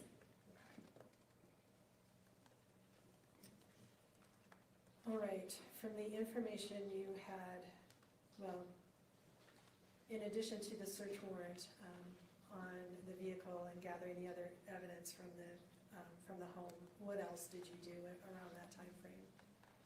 Prior to that, we interviewed Meggan for the first time. What was that date? It was on the 16th, Friday the 16th. All right, had you received any information about Kacee's status at that point? Yes, when we had arrived to serve the search warrant on the 14th, Kacee's brother-in-law Jim told us that she had been placed on the end-of-life care. She ended up passing away on the evening of the 15th, I believe, at 8:22 p.m. All right, how did you receive that information?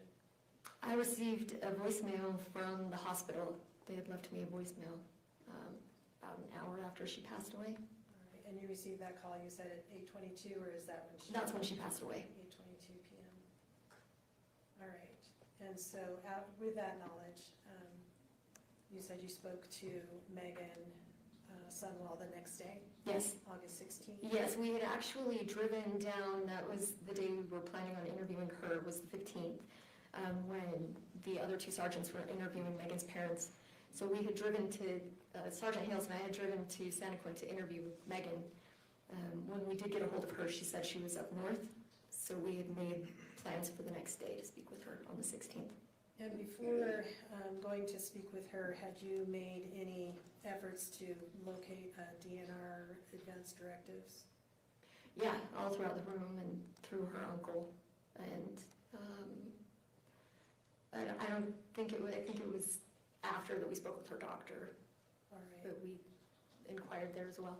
And in all of those people, were you ever able to locate DNR? No. An advance directive? No. Okay, you went to speak to Meggan Sundwall on August 16th, you mentioned. Do you Yes. recognize her in the courtroom? Yes, I do. Could you describe what she's wearing, please? She's wearing a green dress. For St. Patrick's Day? Yes. Where did you meet her? At her home in Santa Quinn. Who else was present? Her husband Mitch and Sergeant Hales. What did you do? What did we do? Yeah, when you So- got there, what did you do? The original goal was to find out how they met and her story about what happened that previous Monday on the 12th. And before we talk about that interview, did you receive a call from Mark while you were at that interview? I did, halfway through the interview. And what did he convey to you? He told me that they had been going through, they meaning he and Kacee Lyn, his sister, had been going through their parents' finances and that they had found some money missing from, I believe it was the Alta Bank account. What did you tell Mark? What did I tell Mark? What did you tell Mark when he gave you that information? I don't remember. Did he mention to you how much he thought was missing? I believe it was $1,700. Did you take a report at that time? Take a report? Take a report about the missing? Well, I know I discussed with him because I had started looking through that box of paperwork that I told you about, and there was some credit card information in there that I wanted to discuss with him. So I would assume I advised to get in contact with him at a later time, but I honestly don't remember. All right. Are you aware of whether an investigation report was opened by Milwaukee Police on? Yes, I did. I opened a fraud case, and APS got involved as well. What is APS? It's Adult Protective Services. Why did they get involved? Anytime they think there is elderly abuse and like financial abuse or physical abuse, they get involved to investigate. Did you work with them, or did they conduct their own investigation? They conducted their own investigation. Did you receive a report from them about their investigation? I did. Are you aware of who they investigated? They originally, in the report, it says Kacey's aunt? yes. And what was the conclusion from APS about Kacee Lyn? It was unsupported. Their findings were unsupported for Kacee Lyn. What does unsupported mean? They didn't have enough evidence to support their findings. What was their conclusion as far as the report went about Kacee? They closed the case supported against Kacee. All right. Does supported mean convicted? No. Was there ever any formal charge against Kacee as a result of that investigation? No. Because she was no longer alive, Right. Had APS, as far as you know, had an opportunity to interview Kacee about their suspicions? No. In your law enforcement experience, have you investigated cases like that of credit card fraud? Yes. Thefts? Was there anything that you felt was missing from this investigation? Usually you would interview the person being accused of the crime, and you would also talk to the, I won't say the wrong words, you would talk to the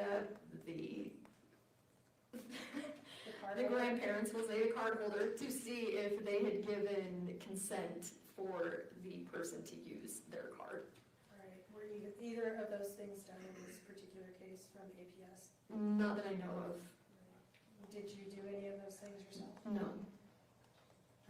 With the information that you had and that was reflected in the APS report, would you have been comfortable asking for charges to be filed?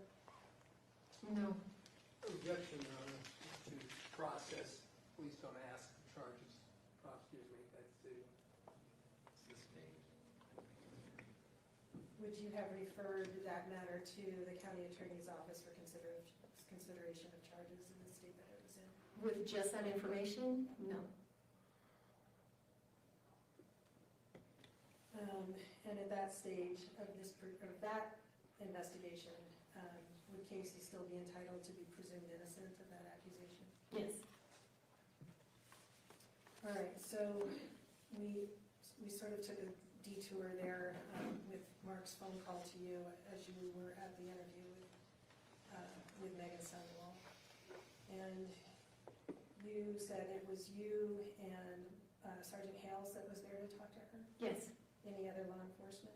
No. Can you tell us about the tone and how you approached the whole situation?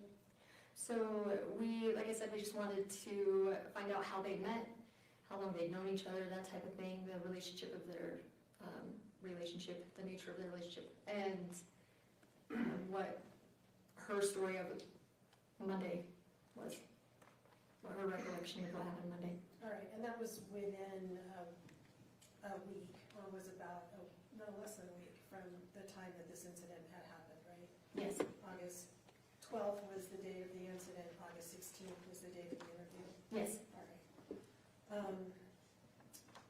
Were those interviews recorded? Yes. How were they recorded? With my handheld recorder.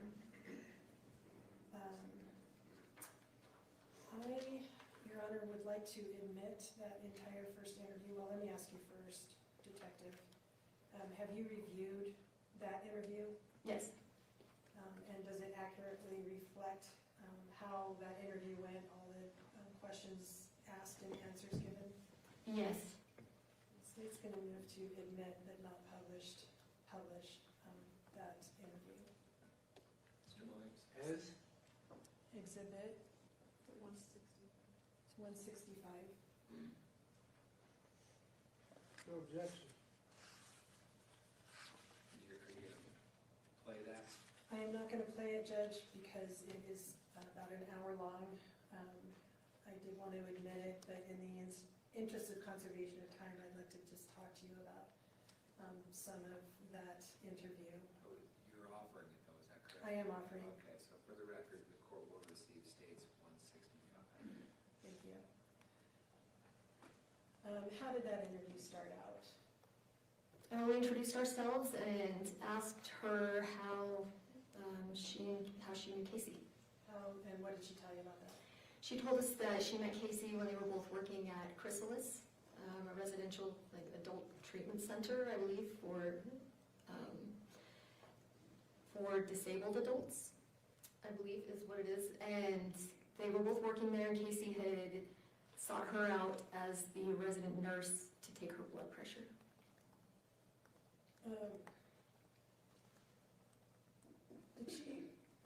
Did she tell you about when that was? I think no, I don't remember. Okay. What else did she tell you in the course of that interview about, well, you said that Kacee had asked Meggan to take her blood pressure. Why was that significant to you? She told us that she was a nurse and that she took her blood pressure and it was high, which showed us that she knows, I guess, basic medical knowledge. Did she tell you about what had gone on that day, August 12th? Yes, she prefaced it with that Kacee had been sick for a long time. We had heard that she had had cancer, so Meggan was still under the impression that Kacee was a cancer patient. She told us that Kacee had been on hospice, I believe, since April, that she had been conversing with the doctors and nurses and helping with her care. Can I interrupt you for just a second? You said we had learned that she had cancer. Who's we?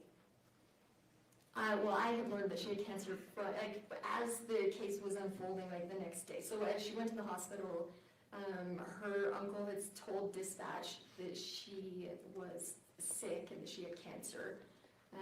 In the reports the officers had written, it stated she had cancer as well. Did you learn otherwise before you talked to Meggan on Yes. this? How did you get that information? The family told me that they had learned she didn't have cancer while she was in the ICU. All right, so you knew that when you went to this interview with Meggan on the 16th? Yes. Okay. You were talking about that she prefaced or started her explanation of what happened on August 12th by telling you that Kacee had cancer. Yeah, she was giving us the backstory of Kacee's health. So she was talking about hospice. She had told us that Kacee had broken her femur in 3 places, I believe, a few months prior. And then she told us what happened that day. Did she tell you what they had intended to be doing that day? Yeah, she said that she was going over there to watch movies, just to hang out, is what their plan was. What did she tell you they did after she arrived? She said that they started watching The Blind Side, and Kacee fell asleep. And what else did she tell you after, what happened after Kacee fell asleep? She did say that upon her arrival, Kacee was slurring her words, and she said that she fell asleep when they were watching The Blind Side. She said that she had woken up to use the bathroom, that she had gone into the bathroom, and that she was there for a long time. That Kacee had gone to use the bathroom and Yes. was there for a long time? Yes. What did Meggan tell you she did when Kacee went up to use the bathroom? She said she took the dog out. All right, and what did she say happened after that? She said that Kacee wasn't coming out of the bathroom and that she was pounding on the door trying to get her to come out of the bathroom. She said Kacee eventually came out of the bathroom at 2 or 2:30, I believe is what she said, and that she was acting even more loopy and that she had to help her back to the bed. Did she give you any indication during the course of this interview what had caused Kacee's medical condition that day? She said she didn't know what happened. Did she mention anything about pills? I think she said when she got there, Kacee had taken some pills out of a little box, but she didn't know what they were. She had told us prior to, like when she was going through the medical knowledge about the hospice and the nurses and doctors, she had said that she spoke with, or that she had been in contact with Dr. Masseller in relation to Kacee's care. So during, when she was going through the timeline of the 12th, she did say that she had contacted him. All right, were you able to confirm or deny whether that happened? She did send who she thought was Dr. Masseller a text, yes. Can we look at Exhibit 37, please?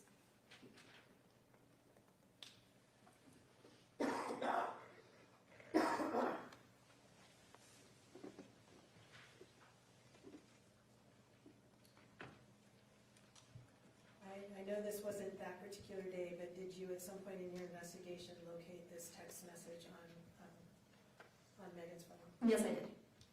And did that line up with what Meggan had told you about contacting Dr. Masseller? She said she had texted him a couple times, I believe, and that she had tried calling him. So it was, it was a text. Okay, but you did locate this text on Meggan's phone? Yes. State moves to admit Exhibit 37. No objection. Court received states 37, can be published. Please.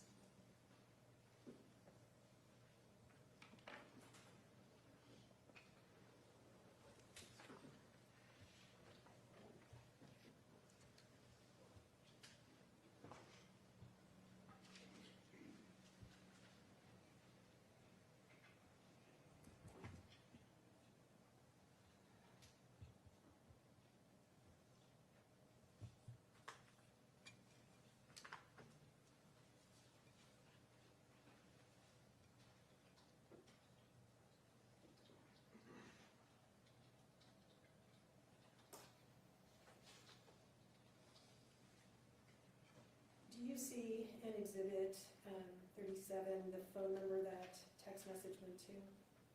Yes. Were you able to ascertain whose phone number that was? Yes. Whose was it? It actually belonged to Kacee's deceased father. So that was not Dr. Masseller's phone number? No. Did you also, looking at the phones in that time frame of what Meggan was describing happened to you, did Meggan also locate, or did you also locate a text that Meggan had sent to her mother? Yes. If we could please take a look at, I'm sorry, back on Exhibit 37, what was the, I wasn't fast enough, bring that back up. What was the time of that, when that text message went? 12:47. 12:47. And if I could.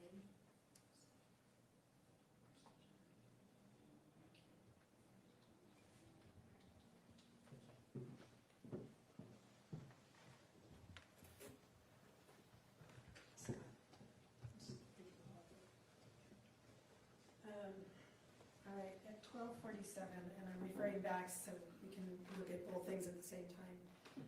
This is Exhibit 10 that I'm showing you. That you previously discussed was the glucometer readings.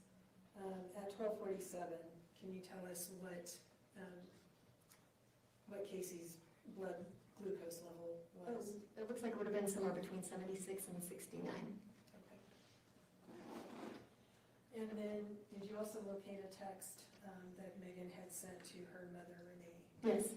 And that is Exhibit 27. If we could take a look at that, it's already been admitted, I believe. No. Yes.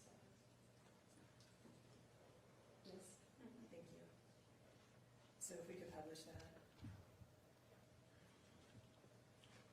All right, and this was,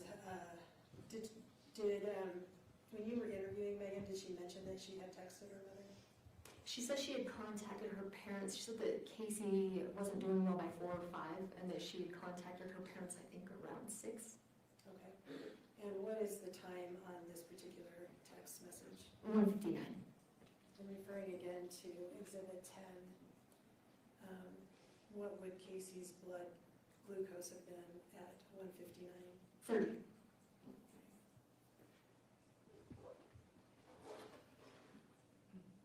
Turning back to the interview summary.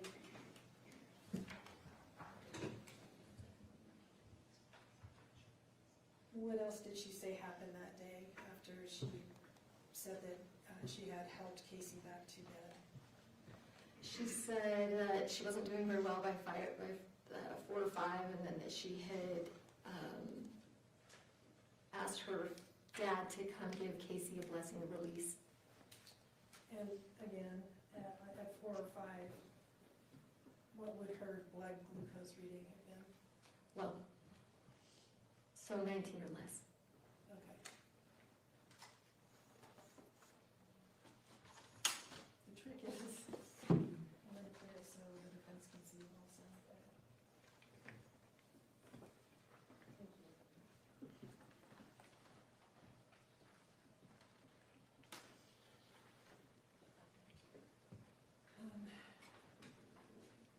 Okay, so it was reading low when she said she wasn't doing well.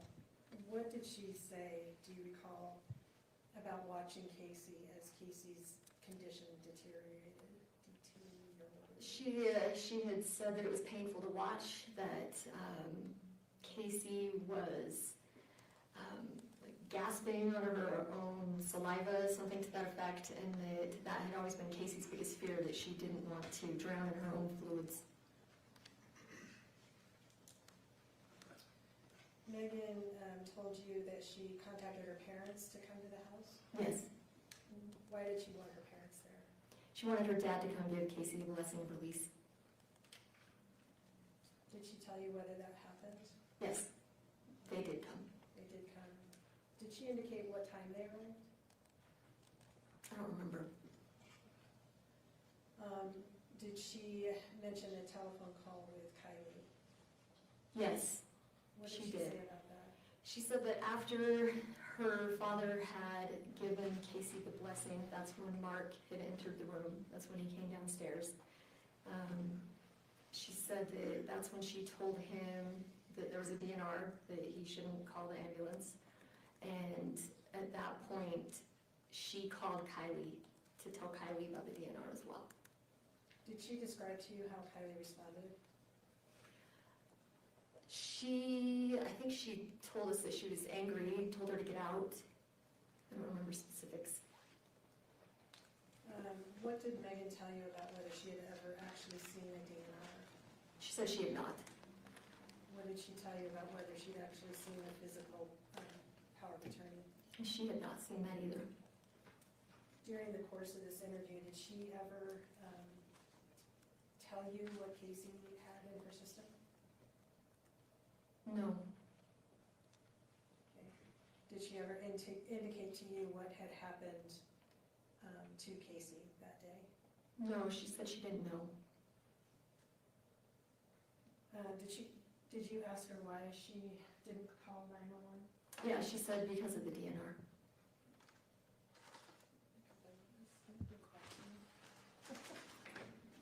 Actually, I did remember something. She did bring up that Kylie had threatened her because Mitch asked if we were going to do anything about that. I remember that. What kind of threat did she say? She said that she was going to ruin her or something like along those lines. Okay, just to make sure our pronouns are lining up. Kylie told Meggan that Kylie was going to ruin Meggan? Yes. And that's what Meggan told you during this interview? Yes. And you asked her why she didn't call 911? Yes. And that was? The DNR. Okay. Did you inform Meggan during the course of this interview what Kacee's medical condition was? Yes, we let her know that Kacee had passed away. How did she respond to that? She appeared sad. Okay. In what way did she appear sad? She sniffled and hung her head for a minute, I guess. Okay. Did she tell you about you mentioned that she had described to you Kacee being on hospice. Yes. What did she tell you about that? She said that she had been in contact with the doctors and nurses that were taking care of Kacee. She was contact for Kacee's medical care, and so they were going through her. She said that they were sedating her to help her pass. Like sedation therapy, I believe, is what she said. Did she tell you how she communicated with these people? Yes, she said that they would contact her through Kacee's phone. Did that raise any questions in your mind? Yes, we did try to clarify that several times. Asked her if she had spoken to any of them on the phone or had met any of them in person. She had said no. In the course of your investigation, did you notice the vitals that these so-called hospice workers had given Meggan over the course of time? Yes, I believe she gave us some that day, or in the second interview, she had read some to us. And what struck you about those? They were extremely low. I don't know much about anything medical, but they were extremely low. Like, I believe that the temperature was in the 50s, something like that. Enough to raise your concern that these Yeah. are inaccurate? Yeah.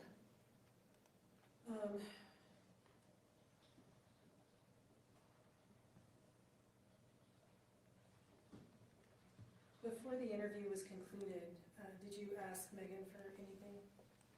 Yes, we explained that it would be important to corroborate her side of the story, to see the text messages that she was telling us about. So we asked her for a consent search of her phone. Did she agree to that? Yeah, she said she had nothing to hide. Did she provide you the phone right then and there? No. What did she do? I can't remember why she didn't want to give it to us right then. She said that I thought she was going to bring it in later that day or another day. And then she was coordinating with Sergeant Seitzinger. When we were searching the car, we were notified that he was on his way. So that next Monday on the 19th, he was on his way to pick up her phone. So that's when he received it. Okay, just for our timeline then, you asked her on the 16th for her phone. Which was Friday, yes. And she provided it to Special Agent Seitzinger on the 19th? Yes.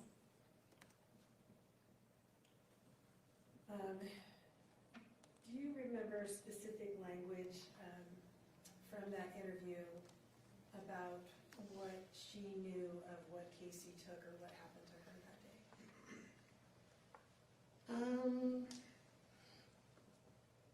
It's hard to differentiate the interviews, but she made it clear that she didn't know what she had taken. That Meggan didn't know what Kacee But Meggan did not know what Kacee had taken, or why she had gone downhill like that. Was that, in the course of your investigation, did you come across information that she was telling other people that that's not consistent? Yes. If we could, we previously discussed Exhibit 22. I want to offer it at this time. See 22? 22. And which one is that? It's a telephone call. Mr. Williams? The telephone call. The telephone call we've discussed. Phone call evidence of thing Right. subject to prior objection. Understood. Received. Before the, Sorry, we'll receive stage 22. sorry, Judge, I didn't mean to interrupt you. Before I publish that to the jury, are you aware of whether Meggan was aware that this call was recorded? She wasn't. And let's play Exhibit 22 if we could.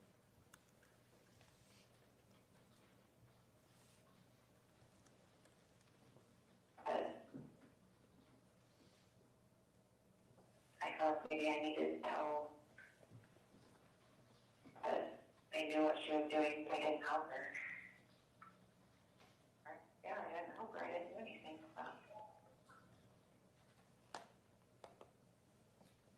Okay, so she told you on the 16th that she didn't know what Kacee took or what happened to her, and then you had this phone call where she's saying maybe I should say that I didn't help her.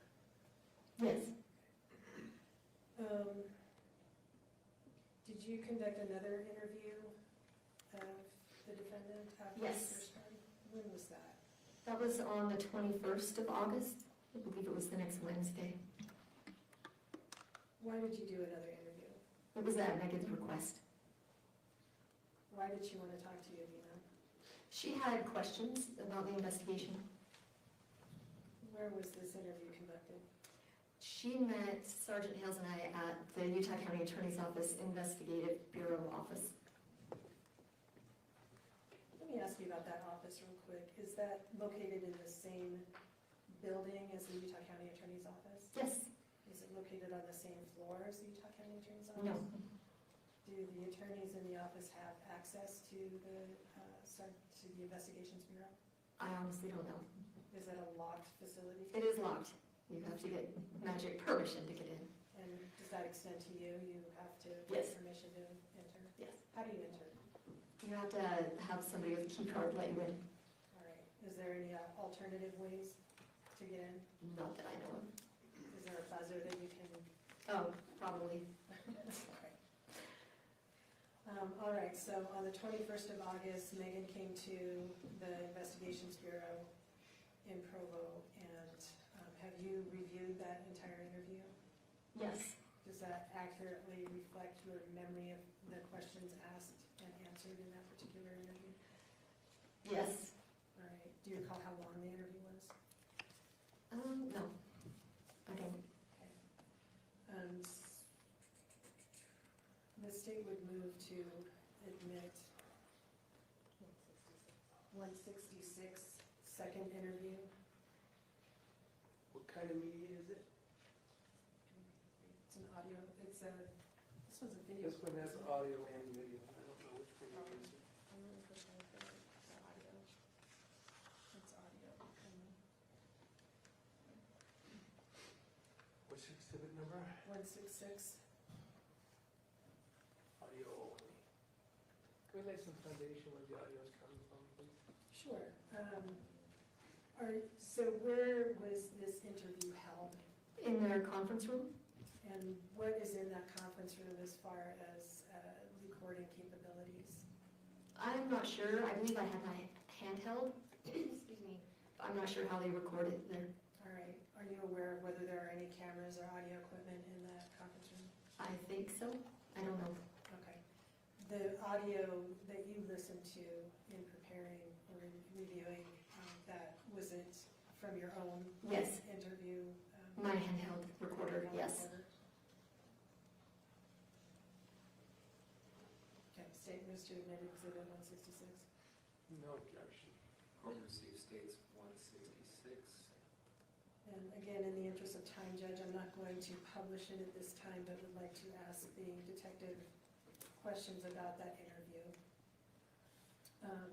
What did she first want to know when she came in? She wanted to know if there would be an autopsy done on Kacee. What did you tell her? We told her that the autopsy was already done, but the toxicology was not. We're still waiting on all that. What else did she want to know? She told us that Kacee had told her that when she passed away to call her attorney, Derek Marshall, and that Kacee's attorney, Derek Marshall, and contact him about further steps. Did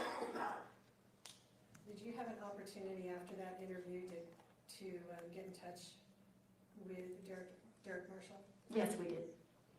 What did you learn from him? Well, she told us that she spoke with him and that he directed her to the blue box, the turquoise box, and that he told her everything she would need would be in that box. And that's what Meggan told you, he instructed her? Yes. Okay. I believe sometime after we contacted Derek Marshall, and he had never spoken with her. Okay, so she was interested in the contents of the turquoise box during the course of this second interview? Yes. Did she describe it? She described the box, said it was a wooden turquoise box, and that it should have life insurance, letters for her, and I don't know, funeral paperwork maybe? Why was she interested in it? She said that that was meant for her. The items in the box were for her. Had you located the box at that time? Yes. She told us the box was locked. I let her know that the box actually was not locked when officers found it. They just opened it. And that I had, when we searched the room, I did locate an envelope with her name on it, but it was empty. And she was concerned about that because she wanted the letters that Kacee had intended for her. So we told her we would ask the family about those. All right. And we saw a video, a body cam from Officer Jorgensen earlier where Officer Robinson took the box down from the closet shelf. Do you Yes. recall seeing that? Yes. And have you also reviewed that? Yes. Was the box locked when he opened it to look into it? Do you recall whether Meggan mentioned to you during the course of this interview the life insurance policy? I had asked her in the first interview if Kacee had a will or life insurance, and she said she didn't have anything, so she didn't have a will or life insurance. In the second interview, she told us exactly where the paperwork for the life insurance would be, and that it was John Hancock information. All right. Did she give you any information about why she thought the life insurance premium had been paid? Yeah, she told us that Kacee's friend Mike Dolan, who was in Kacee's phone as my love, had paid the policy. Was she specific about that information? Very. Tell us about that. Well, she just said if we looked in Kacee's phone and found his name, we'd be able to find the information. I believe she mentioned there was a text as well. I don't remember the information about the text, but I believe she mentioned a text. Okay.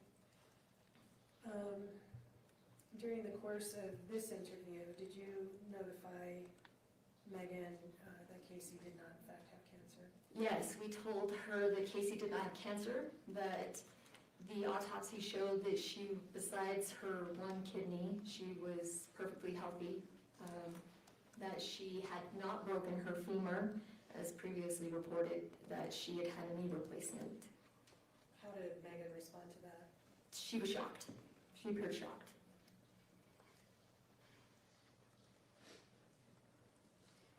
And at that point, did she again describe to you what had happened that day? Yes. What did she tell you? She said that she just recounted the story, that she'd gone to the bathroom, that she had to help her out of the bathroom and back to bed, and that she was loopy, more loopy. Did you have any additional discussion during the course of that interview about the insurance policy? During that interview, I don't recall. Was it mentioned during the course of that interview that it was unlikely there was an insurance policy? Yes. And who said that? Sergeant Hales told her there was a 0 to none chance that Kacee had life insurance. How did Meggan respond? She doubled down on Mike Dolan, saying that he had paid the policy. All right. Did she give you an amount that she believed he had paid for the premium? I think it was $2,000. Did you talk to Meggan at that time about discussions of suicide? Yes, she at one point told us that she never thought Kacee was suicidal. And having been to the house and seen that Fanta box that we've seen a couple of times now, did you ask Meggan about the Fanta box? We asked her if Kacee's favorite drink was Fanta. How'd she respond to that? She said she didn't know.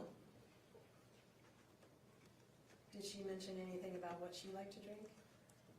Yes, so I believe Sergeant Hale said that we found Fanta cans all over the room, and then it was Fanta Zero, so she said, yeah, well, that's probably Casey's. I drink Coke. Kacee had bought Coke for me and put it in the downstairs refrigerator. Is the downstairs refrigerator the same place where the insulin that Mark stored? Yes. Located? That was a terrible sentence. Did that make sense to you? Yes.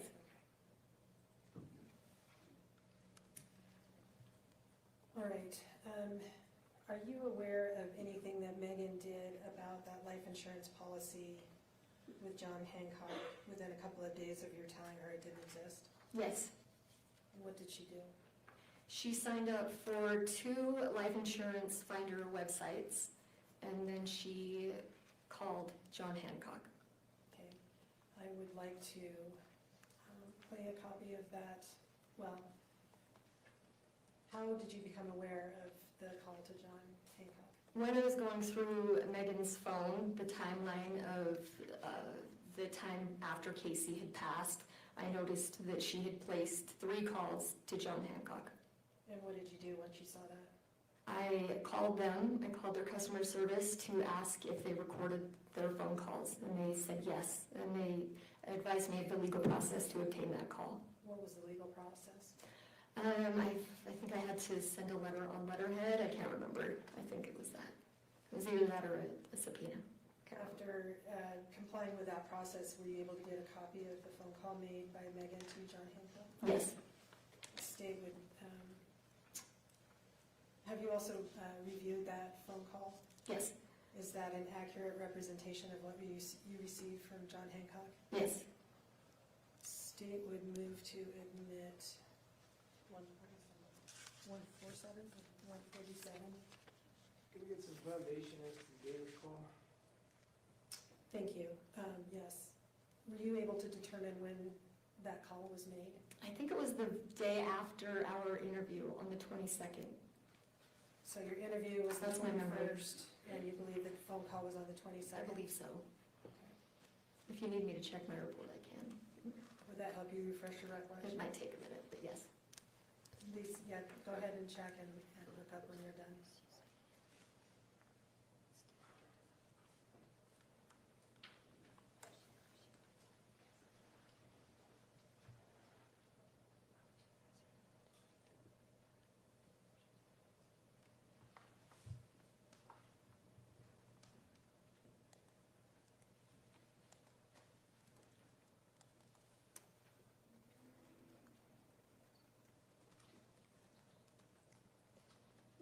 It was Friday the 23rd.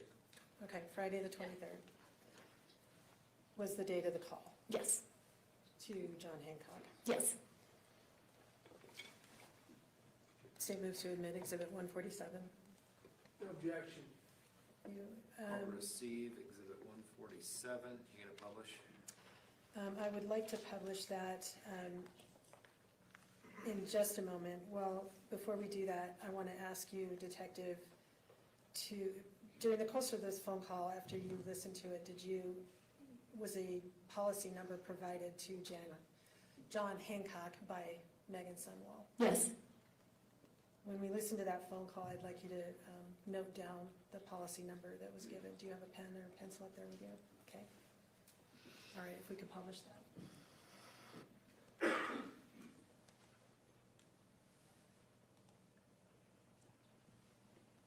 Thank you.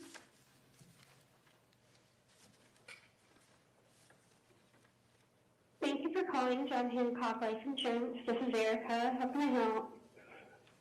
Hi, Erica. My name is Megan, and I got a kind of a weird situation. I have a friend who passed away. She's basically my sister, and said that she had left me life insurance, but her family is not letting me see any of the documents or anything. So I just need to know if it's like actual. I have like a policy number and all her information. I have. Yeah. What is her? Yeah. What's the policy number? From what she told me, it was 15808495448. Like a legit policy number? Mm-hmm. Well, it sounds like one at least. Look it up. Give me 1 second. Okay. So 15808495548. Yes.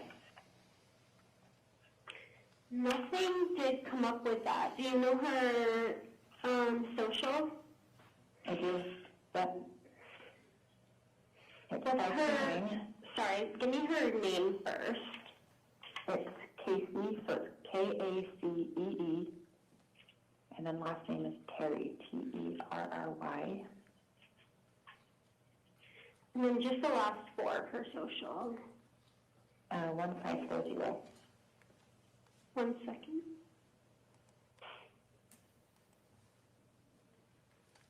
Nothing. Nothing. Okay. Okay, that's all I needed to know. Thank you. Yeah, of course. Take care. Okay, bye. And if we could pull up Exhibit 30, please.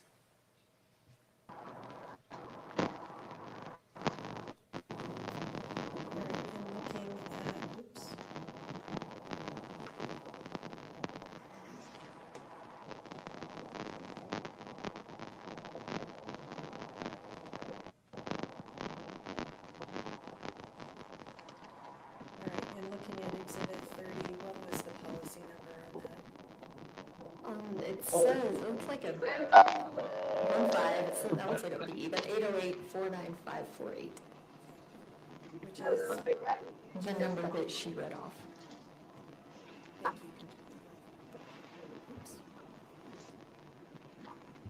you. All right, and before this interview, you mentioned that she had provided her something directly to Sergeant Hale or Sergeant Seitzinger for examination. Yes. And what, as far as you know, did he do with that? What did he do with the phone? Yeah. He extracted messages between Meggan and Kacee. Did he tell you, or did you see how many texts between them there were? 28,880. What was the earliest? I believe it was December 2019. Do you know why it didn't go any further back than 2019? I think one of them got a new phone. And did you compare the information on Casey's phone with the information on Meggan's phone? Yes. What did you learn? Due to the vast amount of text messages between the two of them, Sergeant Hales had pared it down from July 20th to August 12th. In that time frame, there were 283 texts missing from Meggan's phone that were still on Casey's phone. All right. And that was in a 3-week period, about Yes. July 20 to August 12th. Did you yourself notice anything particular about the messages that were missing from Meggan's phone that were on Casey's phone? Yes. What did you know? They were mostly about life insurance, suicide, and insulin. After talking to Mrs. Sundwall on the 21st, did you have another interview with her? We did. Why? We wanted to ask her about those missing messages. What was the date of that interview? August 29th Where was it? at Meggan's home in Santaquin. Who was present?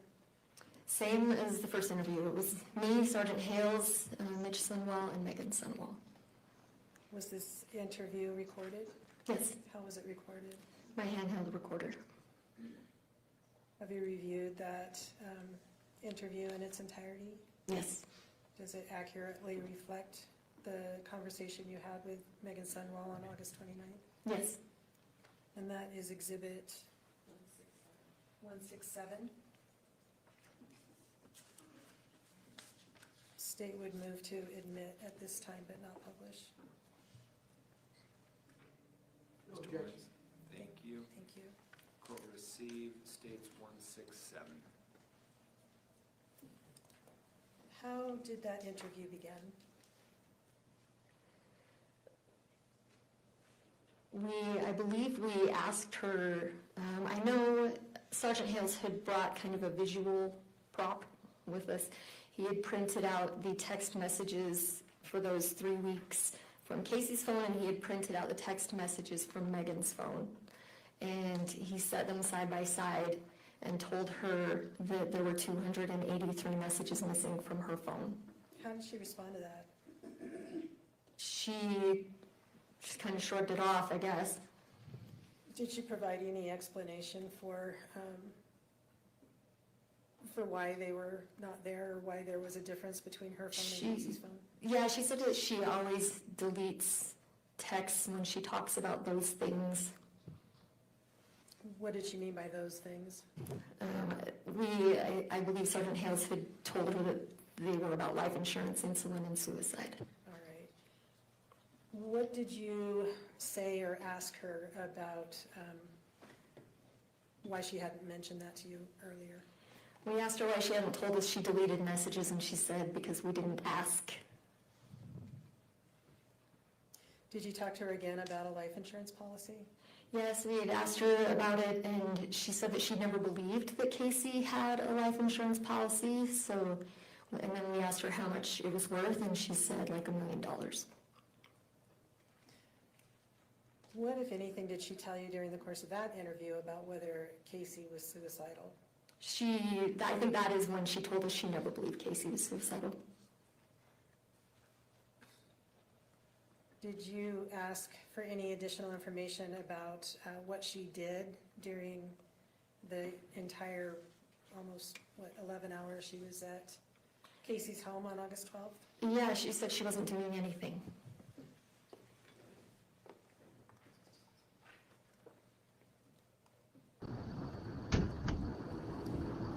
Did you ask her what she would have done if Kacee had died while she was there? Yes, I asked her what her plan was if Mark hadn't come downstairs, and she said, well, Kacee would have passed. And so we said, well, then what? And she said, I would have called the mortuary. And we asked her about the death certificate and how he was going to sign the death certificate. And she said, I would. I am a nurse. I do it all the time. She said something to that effect. Was that consistent with your knowledge of law enforcement procedures? No. Who can sign death certificates as far as you're aware?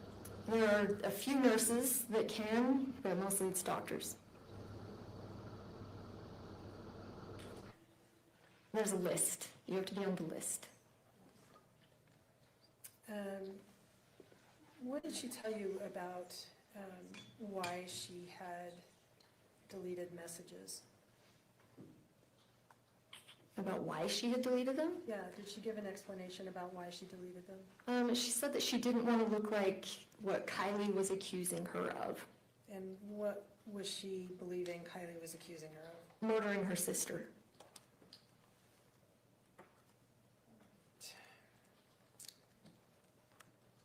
Let me switch topics a little bit and ask you, going back to the items that you had collected up till that point, the syringes, the insulin bottle in particular, what did you do with them after you logged them into your evidence? So we took, Sergeant Hales and I drove to the crime lab to take the 2 syringes that we had, the one from the Fanta box and the one from Kacee's room that was found by the paramedics. We took those syringes along with the other items that, were found in the Fanta box to the crime lab to test for fingerprints. And when you say the other items that were found in the Fanta box, are you talking The about? insulin, the box, and the instructions that came with the box, and the orange cap. Where's the crime lab? It's in Salt Lake. What were you looking for in particular from the crime lab? At that point, fingerprints. And was that done with those, were those items, you mentioned the 2 syringes, one from the Fanta box, one from the bedroom, and the insulin bottle. Were those analyzed at the crime lab as far as you know for fingerprints?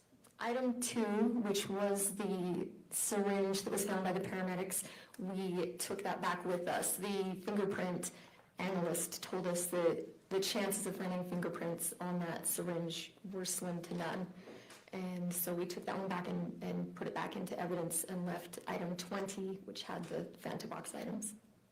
All right, so the Fanta box, item 20, included the insulin bottle and the syringe that was found with it? Correct. You left both of those items with And the box and the instructions. The insulin box? Yes. All right, you left all those items with the crime lab? Yes. Did you receive a report back about what they found? Yes. There were no fingerprints found. Okay, what else did you do after that with those items? We had both of those items analyzed for touch DNA. How does that come about? How do you do that? How do you test for touch DNA? No. How do you submit items to the crime lab for? Usually you just give them to the evidence tech. It works in your office and they take them up. And do you have to be specific about what it is you're looking for and where? Yes. What did you tell them? I don't know about that. I don't know. I mean, you just say, will you test these for touch DNA? And they say, okay. All right. As far as you know, those items were delivered back to the crime lab, or did they retain them after the fingerprinting? I believe they retained the item 20 and we took sent item 2 back up. All right. Did you receive a report about about the DNA testing? Yes. And what was the upshot of those tests? I can look on, I have a chart. I don't remember. I know that the 2 syringes had Kacee's DNA on them and 2 other profiles, but it was undetermined who those other 2 were. All right. And what about the insulin bottle?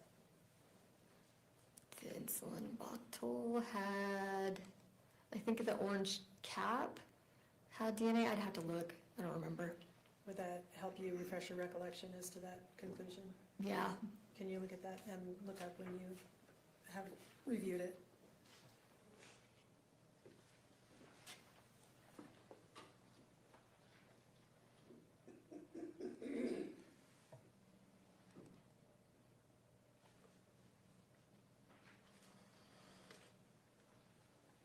So tell me your question again. What was the DNA, what did the DNA report indicate about DNA on the insulin bottle?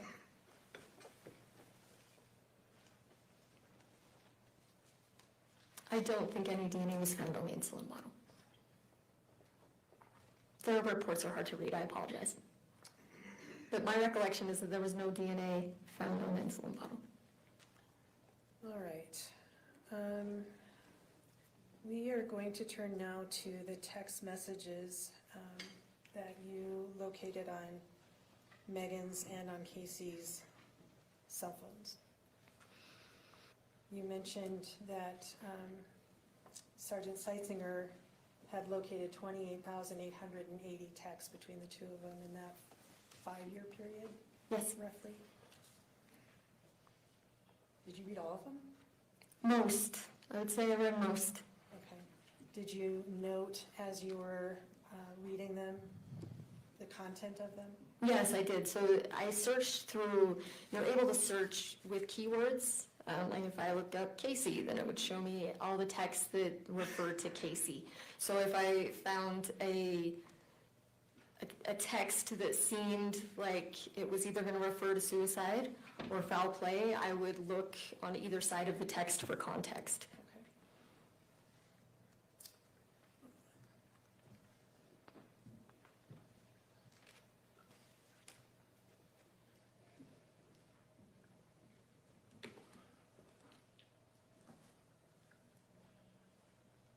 All right.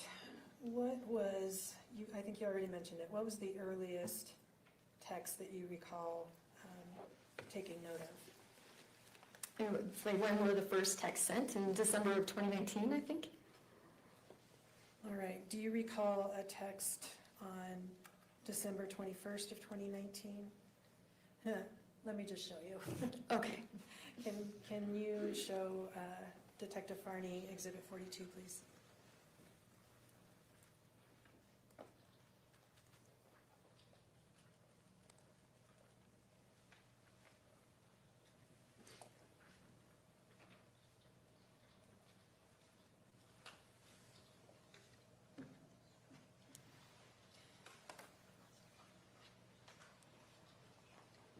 Do you recognize that text? Yes.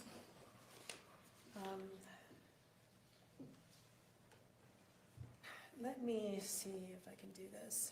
When you received the report from Sergeant or Special Agent Seitzinger, what was the format of that report with the 28,000 plus messages? So he gave me a thumb drive after we served the warrant for for Megan's full phone. I received a thumb drive with her phone and a thumb drive with Megan's phone, or Kacey's phone. And I actually had to get a new computer because the vast amount of information, the computer I had would not open the file, would not open the thumb drive. So when you open it, it gives you, there's different tabs across the top and different things you can click on along the side.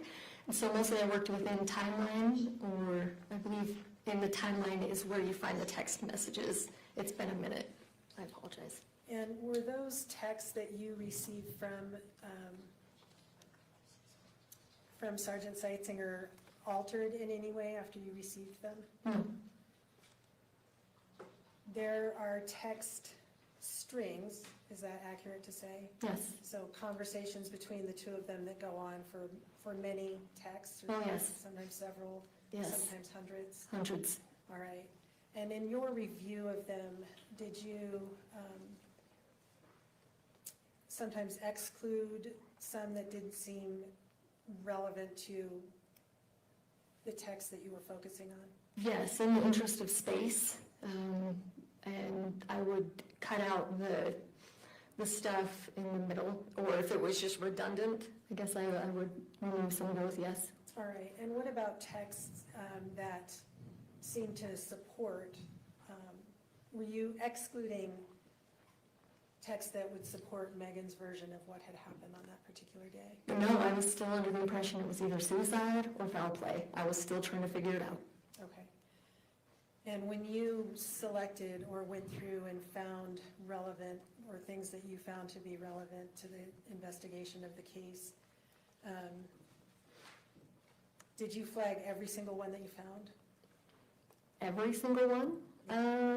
No, probably not. Were the ones that you did identify representative of what you saw? Yes.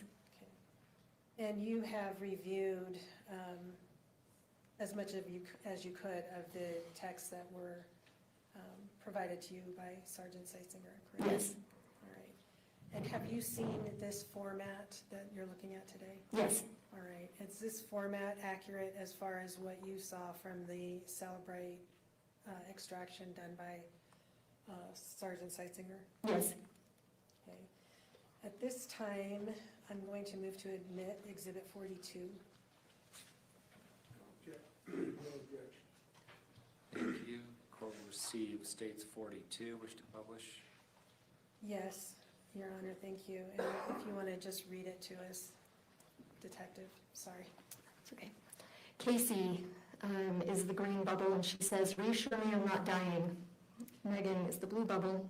She says, "Unfortunately, I don't know if you are dying or not. I'm sorry. You need to be prepared no matter what happens." And the date of that was? December 21st, 2019. I think I'm yelling. Am I yelling? You're not yelling. I want to introduce a group.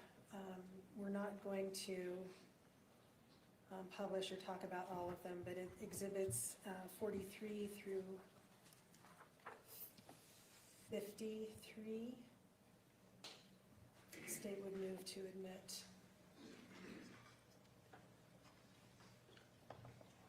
Did you say 43 through 53? Yes.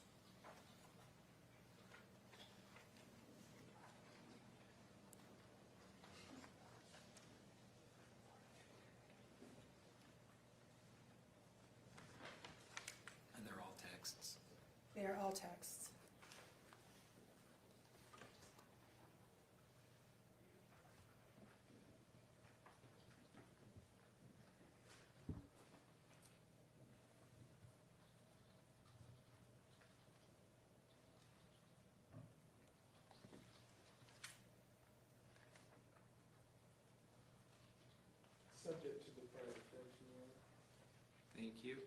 Court received states exhibits 43 through 53. So those will be available to the jury, but I just want to talk about a few of them. If we could look at exhibit 44.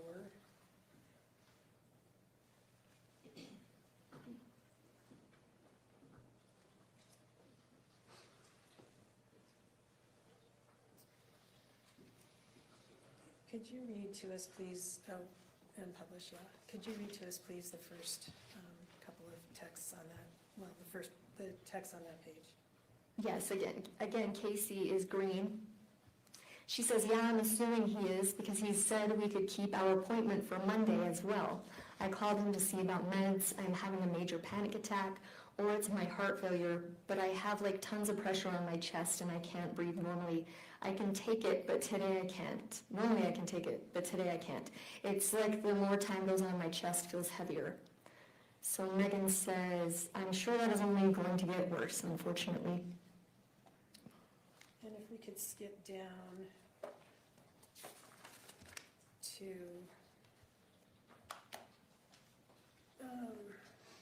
keep going.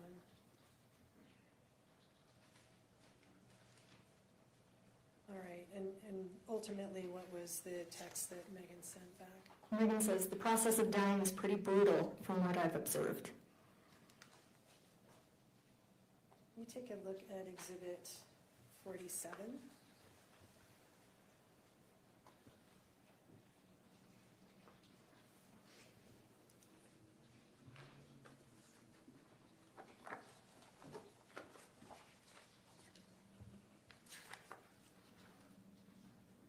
And would you read these to us, please?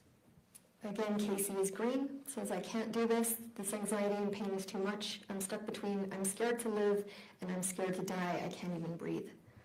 And Meggan responds, Kacee girl, what choice do you have? You have to keep going. And to scroll up, please.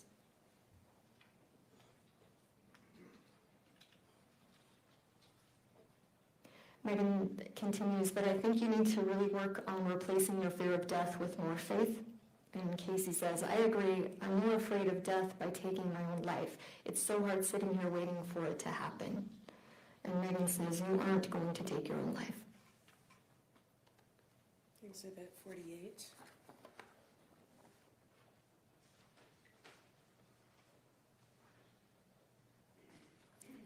If you could read to us, please, just the first. Kacee says, I'm so sick, I can't stop throwing up. My legs are jumping so bad. My head is pounding and I can't breathe. It's making me panic. And this was, sorry, what was the date on that? That's 8/31/2020. And then the next two, please. Meggan responds, sorry, I just got these, been up all night with Porter. You didn't freak me out, Kacee. You are never going to pass away if you keep freaking yourself out and going into a panic when you start to feel bad. I am convinced that you are not going to pass until you actually want to, completely. You've asked for blessings, taken stuff, and say you want to, but I know you don't. You have to let go. It is past time.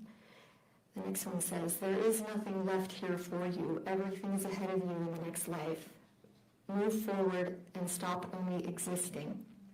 Okay, let's skip the next three and go to the one after that starts because. Kacee says, because I feel like I'm frustrating the hell out of you because I'm not dying. I do want to be done and out of pain, but yeah, I'm scared and I don't know how not to be. And yeah, I'm scared to leave Bella and you. Do you recall who Bella is? Her dog, Kacee's dog. All right, the next three.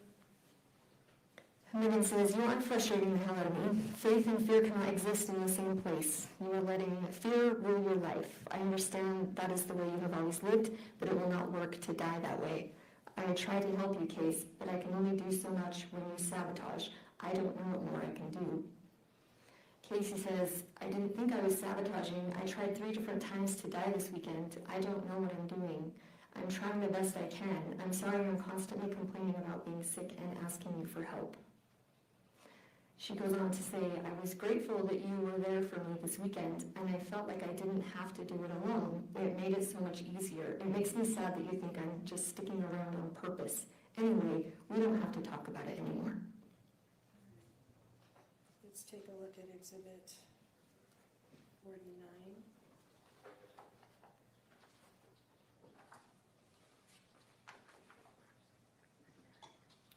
the date on this one? This is September 10th, 2020. And if you would read us this conversation, please. This is Megan. She says, all I know, Kacee, is if I was in your shoes, if I had been told that I had done everything I told Heavenly Father I would do, that I would go home and leave all the pain, heartache, and worry of this world behind, I would have been long gone by now. Then she says, I think you are crazy to want to stay here for a dog and a mess of a best friend when you have so much more on the other side. And number 50.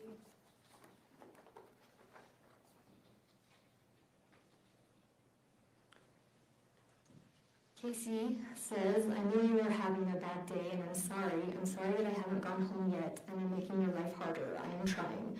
I know you don't think I am, but I am trying to mentally prepare myself for it. What was the date of that particular text message? September 11th, 2020. Great. We can look at 51.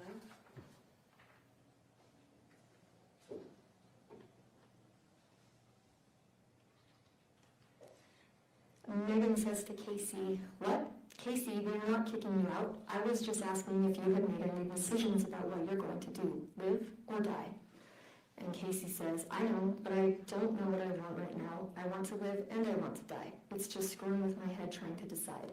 It's a ton of anxiety for me. I just knew you had asked if I was going to find somewhere to live.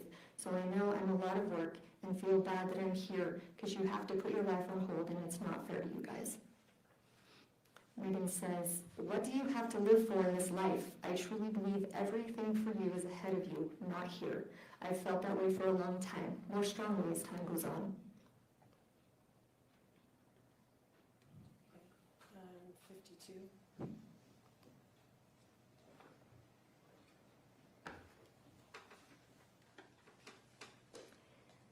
Meggan tells Kacee, Case, I will come over and help you do them. She then says, I'm happy to come over and help you if you are really ready to be done. And that's June 11th, 2021. 53.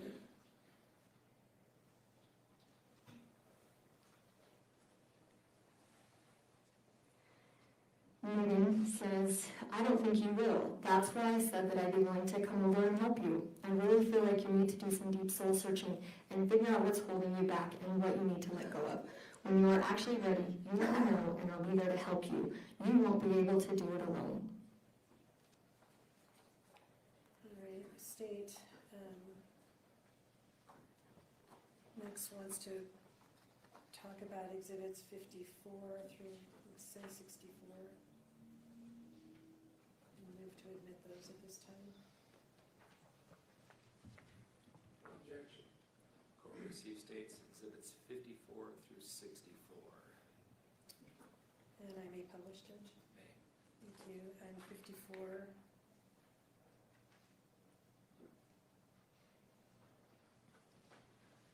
So let's skip these first two and go to the third one. Meggan says, Case, I promised you I would do whatever you need or want me to do. If that means you want or need me to be there, I will. I don't break promises. I will let you decide and tell me what you want and need. Kacee says, I know you don't, but the more I've thought about it, I feel selfish for making you watch that. Of course I would love for you to be here with me, but I also don't want to give you PTSD or something. It's hard watching someone you care about die, and it can screw with your mental health. But if you think you can honestly do it and be okay, then yeah, I would love for you to be with me. Obviously, you are a hospice nurse too, so this isn't anything new for you. I just want to make sure you will be okay. Let's go down to the next thing Meggan says. Case, I want to be there with you. And next. Could we do it on Saturday so Mitch can be home with Porter? And then the next thing Meggan says. How are you feeling about tomorrow, Case? How does Kacee respond to that? Honestly, I'm starting to worry about it. I just don't feel like it's the right thing to do. But I don't want you to be upset with me. I know you just want what is best for me and that you love me and don't want me to suffer anymore. But I'm struggling with it. I'm tired of being sick and in pain and dealing with the anxiety. I don't know what my problem is and why I'm so nervous about it. And how did Meggan respond? I'm not going to be upset with you, Case. It's your call, not mine.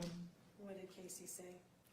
I wish I could just find a medication that would make me fall asleep and not wake up. But my biggest fear is like suffering and not being able to breathe and just being in a total panic. And I know that sounds silly, but like when they put a dog to sleep, it's not like they suffer and gasp for air and it takes a while for them to pass. That's why I wish they could just give me that damn medicine they give to people to let them die. Because I heard they don't suffer, they don't struggle to breathe.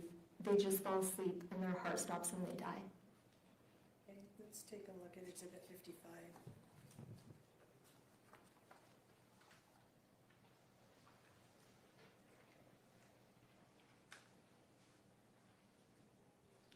And what's the date on this one?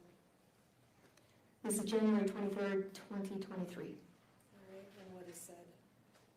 This is from Meggan. It says, truthfully, I really, really want to be there with you when you pass. I know that isn't very realistic, but that is what I wish could happen.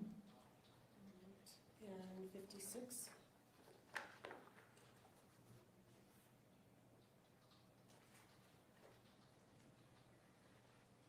Kacee says, nights are rough. I hope you can find a different job sooner. I hope I can just die within the next few days, because then you can quit your job, and I would honestly love that for you. And Meggan says, you are sweet. I'd love that too. Exhibit 57. Let's look at the third and fourth text in that one.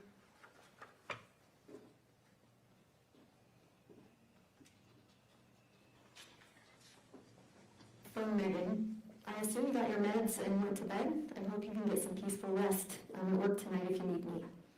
Kacee says, sorry, I didn't see your text. I haven't had them yet. I was waiting on Master, hoping he would let my nurse go home.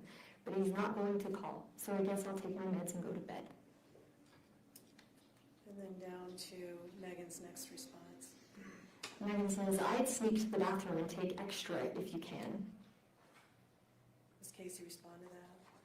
I will. What does she tell her next?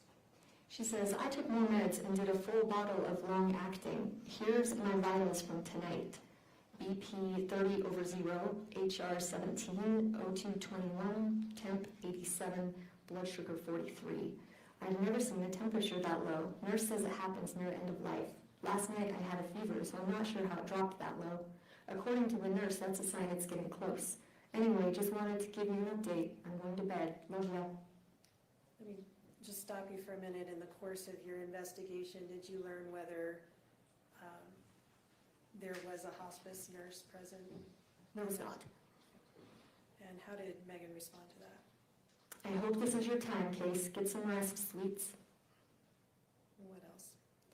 Case, when you need to go with whoever it is that comes to get you, do not look back, do not hesitate, you go. You probably don't remember what you were like after the blessing you got when you first moved in with us, but I do. I believe someone came to take you home. That is why in all of your blessings, you have been told that when you are ready to leave me and Bella and everyone here behind, you can go home. Go, Kacee, don't look back, go. This is your time, Kacee girl. Go home, run home. All right, let's move on to Exhibit 58.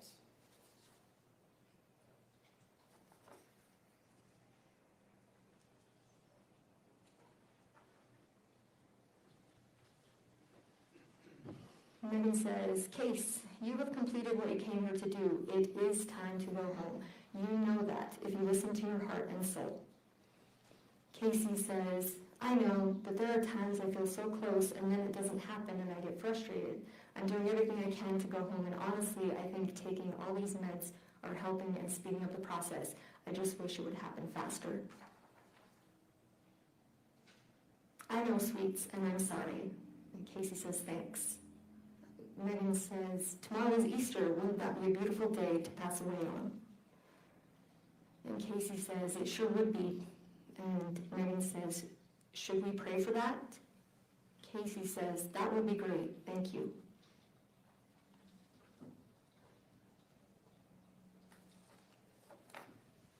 And 59. And sorry, let's skip over to 60.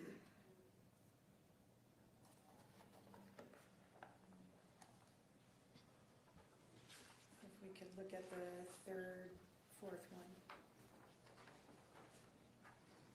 The top? Starting with, I think. Meggan says, I think you'd need at least 100 units. It all depends upon how your body metabolizes medications, which I think is super slow. He said it's crazy because if you wrap someone up and keep them warm, the body just continues to metabolize the insulin, and an autopsy doesn't even detect an overdose of insulin. It's super crazy. What was the date of that one? That was September 2nd, 2020. All right. And going down a little bit, all right, to the one that starts, I can see.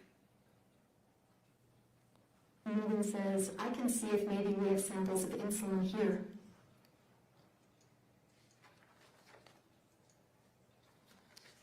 Let's skip some of these and go down to, I asked,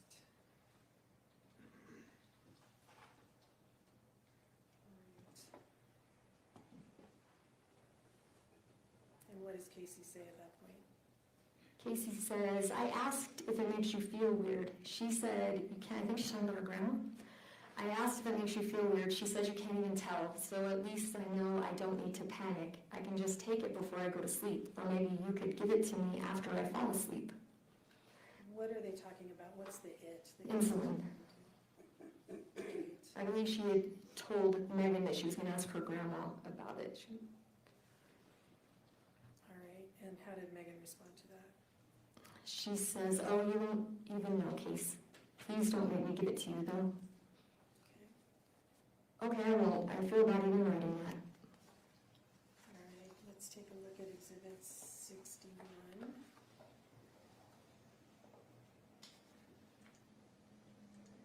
Just the second one, please. The second text. Are you doing insulin tonight? And the date on that one? September 2nd, 2020. All right, 62.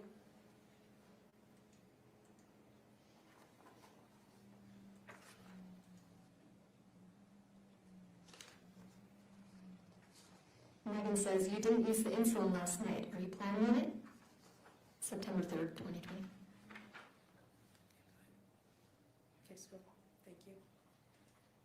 Kacee says, I'm planning on it. I just wasn't ready to use it last night. I took too long with Michelle showing up. You had gone to bed, and I wanted to see and talk to you for a bit before. I know that's probably annoying to you. I want to be out of pain, but yes, I'm still sad about leaving. You are probably thinking, how many goodbyes do you need? I'm just broken. I have attachment issues. I'm scared, and I'm going to miss the heck out of you. I just need to do it and get it over with so everyone can get back to living their life and not have to worry about me. Meggan says, you are never going to be free from sadness about dying, Kacee. It's normal to feel sad, but I already told you I'm not going to say goodbye. That's a permanent thing, and it's not. You don't have to use the insulin. I'm just going to take it back to my work if you don't. No big deal. All right, and 63.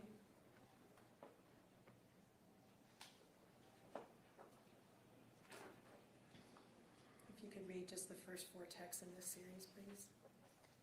Meggan says, are you planning on using that insulin, or do you want me to take it back? I didn't see it in the fridge. Kacee says, I took it with me just in case. It's on ice. You can take it back if you need to. I can get some somewhere else.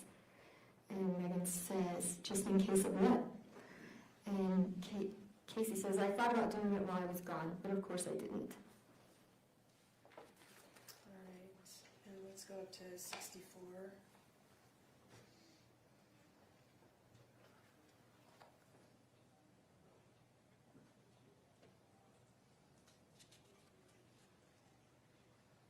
Kacee says, I thought I wanted to go and spend time with my family. My stupid anxiety just runs my life, and I don't know how to change that. I'm sure it drives you crazy, because you are the one person that takes it all away. I don't even know why I have anxiety most days. When I'm with you, I feel like I'm okay, like I'm home and safe. I don't know where all this trauma comes from, but it's a really crappy way to live. I'm not worried about what happens after. I'm honestly afraid of dying. What's it going to feel like? I know it's probably so stupid to you. I feel like a little kid that is constantly scared, and I hate it. Meggan says, it's not stupid to me, none of it. You are in pain dying case. Dying couldn't be more painful than that, and that is the purpose of just taking the insulin, so you just go to sleep. And the next group is, we'll say 65 to 74. Exhibit 65 to 74. Mr. Williams?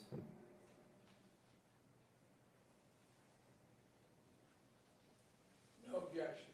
Court received states 65 through 74. Subject to prior discussion. Thank you. All right, 65.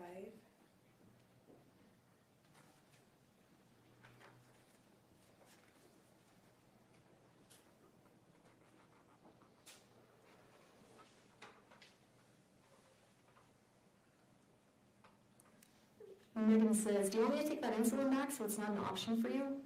And Kacee says, no, I was going to ask you to draw it up tonight, but then I'm worried I won't dare do it and it will be a waste. I should have never Googled it. Everyone says it's a horrible way to die and it can take hours. Can you just give it to me after I fall asleep? And Megan says, I'm pretty sure you'd feel me giving you a shot. How in the world would people know it's a horrible way to die if they are alive? It would not take hours. I talked to our nurse educator about it, remember? Kacee says, I remember. That's why I said I shouldn't have Googled it. Okay. And let's skip down to, whoops. Go back to that one, please. Skip down to the last 3 texts in that series.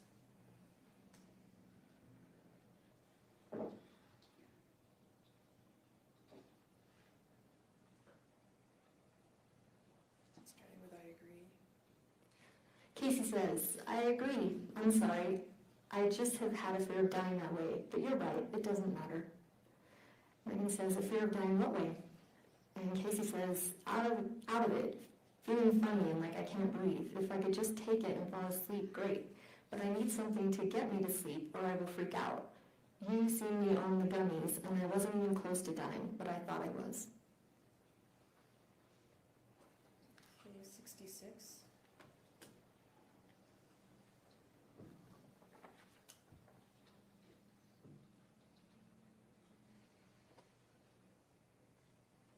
Megan says, how are you this morning? I didn't come in and check on you because the shots were still in the fridge, so I figured you were okay. Kacee says, I'm okay. I don't know why I didn't just do them last night. I was pretty out of it from all the Phenergan I took to relax. I remember being in so much pain and taking like 4 showers last night because I was so uncomfortable. And Megan, I don't know why either. I drew them up for you and tried to get you to take them. You were really out of it, which I thought was the point. 68. Oops, sorry, 67.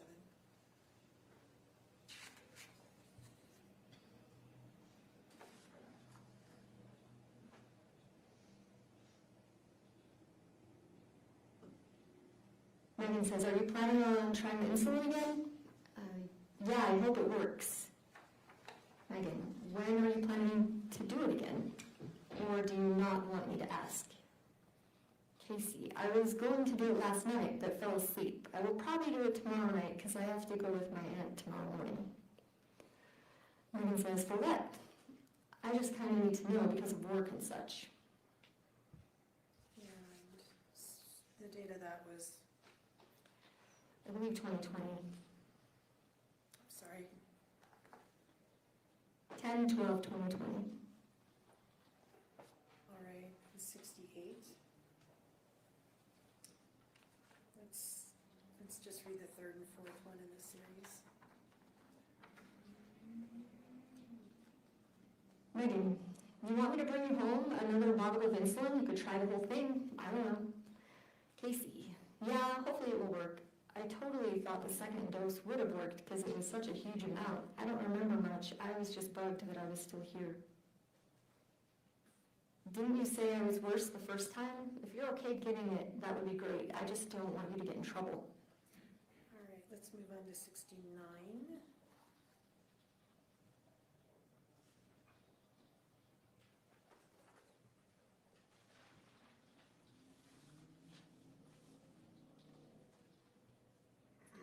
Meggan, I think there's one more box of insulin in the fridge. Want me to bring it to you? You could try giving it normal, which might be the difference. Kacee says, yeah, thanks. Meggan, I didn't know if you heard me tell you that the insulin is in the fridge, top shelf in the door. That's the last bottle, so hopefully it will help you. The date on that one? December 2nd, 2020. All right. Exhibit 70.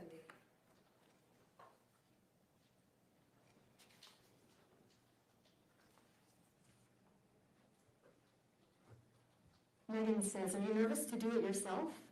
Kacee, no, just not sure what I'm doing. Meggan says, no, want to know what I do? And Kacee says, yes. Meggan says, if I wanted to make sure it did what it was supposed to do, I'd draw them all up, everything you've got, and give it all at once through report. Kacee says, even the sedation? And Meggan says, I don't think even you could survive that. She goes on to say, do you want me to come over and do it? And let's go on to 72.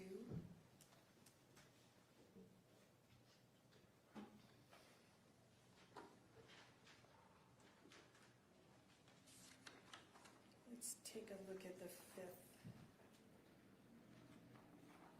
text. Meggan says, how many did you do before? Kacee says, I think I only did 1.5 because I didn't want my grandma to know, but I just ordered her more insulin last week, so she has like 9 or 10 bottles in the fridge. So she won't even notice. I just want to make sure it works since I'm doing it alone. Meggan says, I'd do at least 2 bottles then, maybe 3. Kacee says, okay, should I just do shots or put it through my port? And Meggan says, what did you do last time? I'd do both. Okay, let's skip the next two and go down to the one after that. Meggan says, will you keep me updated? When are you going to do it? And Kacee says, yes, I will. I'm thinking probably around 3. Why around 3? And then Kacee says, because I'm going to take Bella outside to play for a bit. My nurse usually comes over around 9:30 to 11. I feel like that's plenty of time. Meggan says, that makes sense. Little Bella girl. And Kacee says, I laid down for a minute after I took Bella outside to play and accidentally fell asleep. I just woke up. I'm going to take that now. Let's skip the next two and go down to should I? Kacee says, should I take some long-acting insulin too? And Meggan says, I guess you could, but if it were me, I'd probably just take extra fast-acting. All right. And that was exhibit 72. Let's look at 73.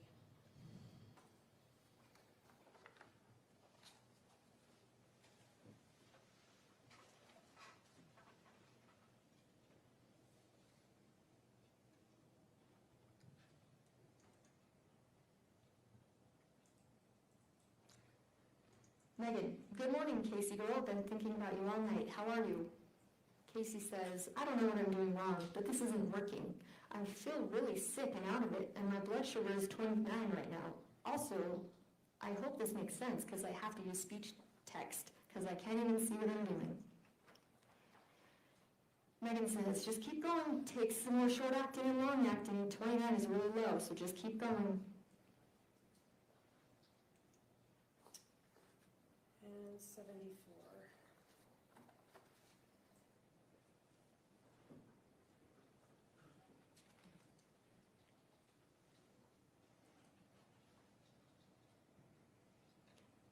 Kacee says, honestly, I feel like the only way to do it is to shoot myself, but I don't want to make a huge mess, and I have to make somebody clean it up.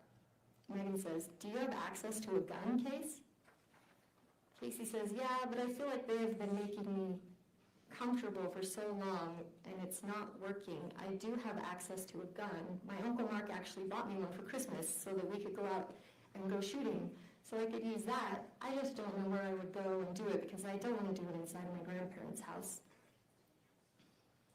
Meggan says, I know how tired you are of all of this, Kacee girl, and I am so sorry you have been having to go through all of this.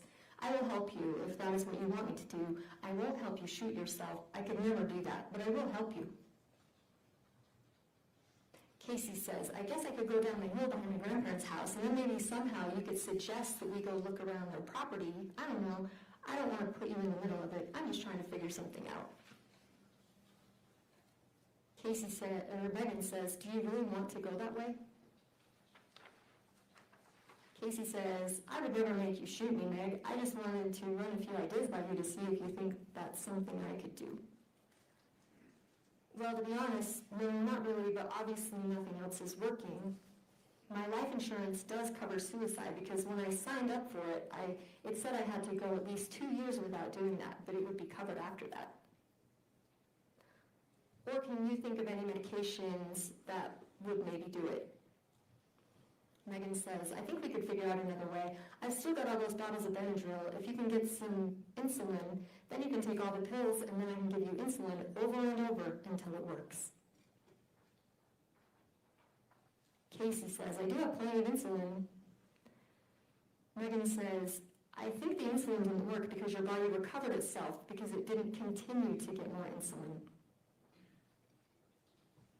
Kacee says, I think so too, and maybe we should do 3 or 4 bottles worth at one time.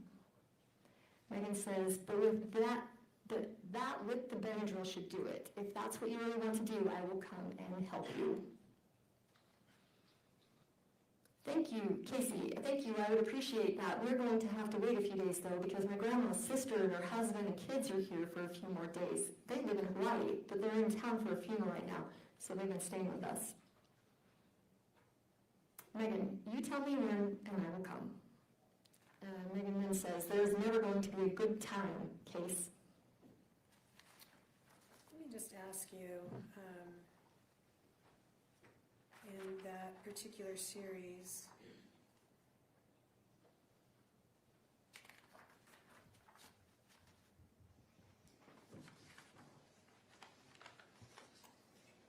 sorry, I got lost in my questions myself.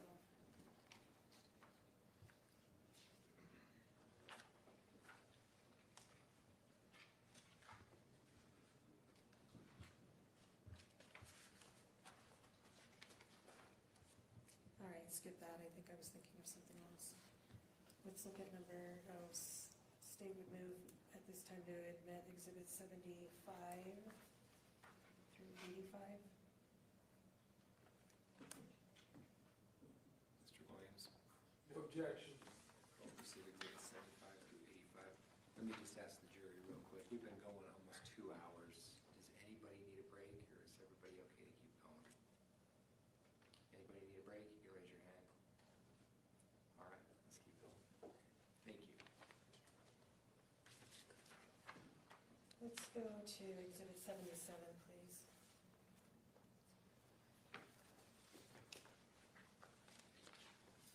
What number? 77.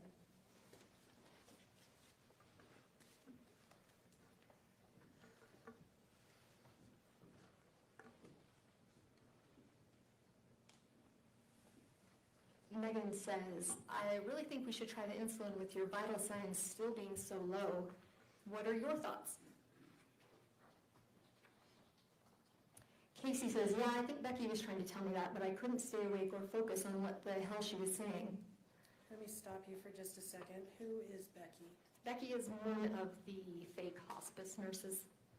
All right, that Kacee made up and was telling Meggan about?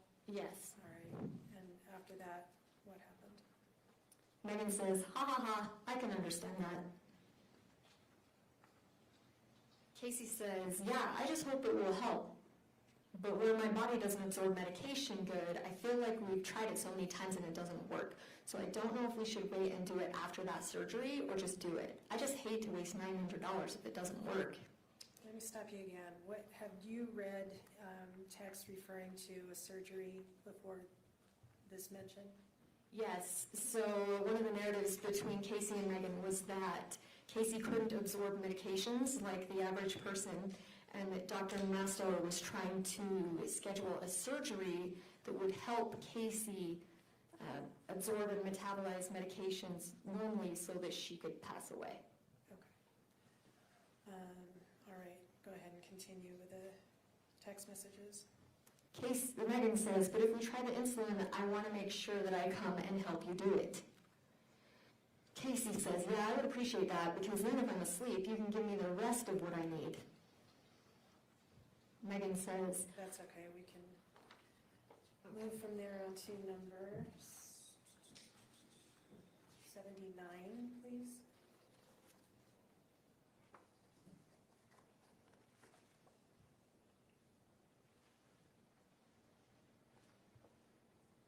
Kacee says, yes, sorry, it's been a bad day, been crying and in a ton of pain, went to bed early. Meggan says, I'm really worried about you, Case. And then she says, do you want to try the insulin? What was the date of that text exchange? This is July 26th, 2024. And are you aware of when Kacee had her knee replacement surgery? July 23rd. All right, so this was just 3 days after that? Yes. Okay, exhibit 80, please.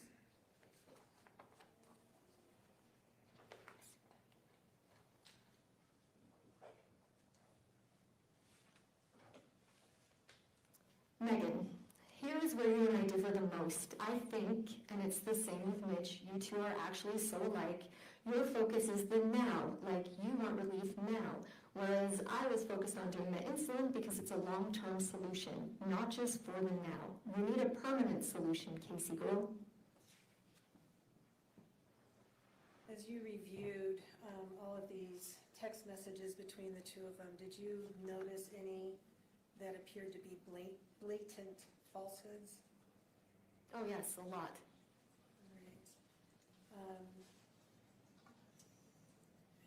Let's take a look at Exhibit 81, which is a long exhibit, many pages, that takes place between March 31st all the way to, if we could scroll all the way to the end, Chelsea.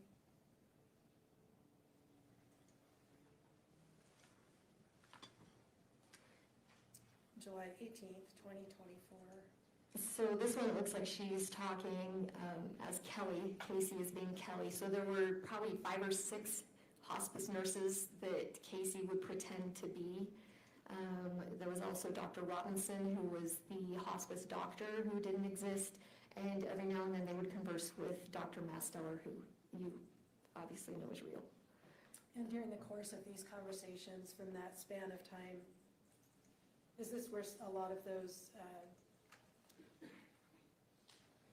vital signs that were part of Exhibit 11 that we saw earlier? Yes, I believe they started a few months prior, but this hospice thing started in April, and that's when they really picked up with the vitals. Okay, there were pages and pages of fake vitals that we talked about with Dr. Masteller, you recall that? Yes. And that all came, well, that came from this exhibit in addition to some of the others over the course of time between these two? Yes, from the text messages, yes. All right.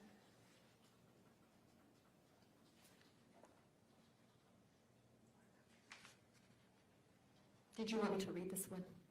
No, there's, like I said, there's 50 pages to this exhibit. Okay. All right, let's go on to Exhibit 82.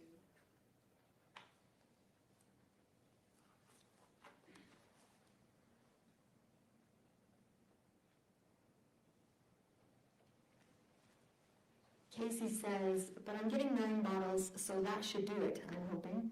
All right, let me ask you a question about the bottles of insulin. You saw earlier the text from Meggan that 100 milliliters should do it. Yeah. Did you see that?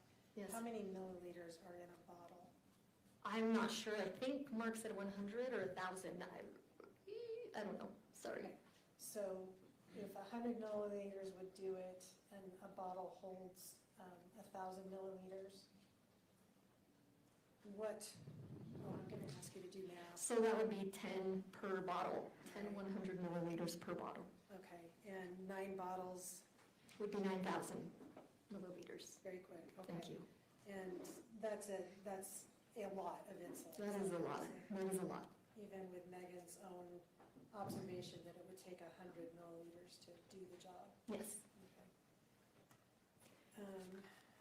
Let's take a look at Exhibit 83, please.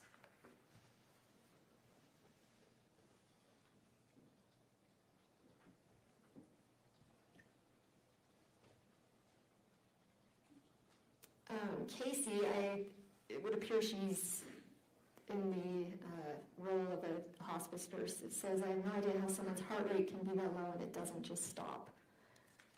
She says again, honestly, when we first started, noticing her heart rate and her vitals were so low, we brought in so many different machines and checked her vitals and used a couple different nurses' blood pressure cuffs and things because we're trying to figure out how somebody can be alive with vitals this low.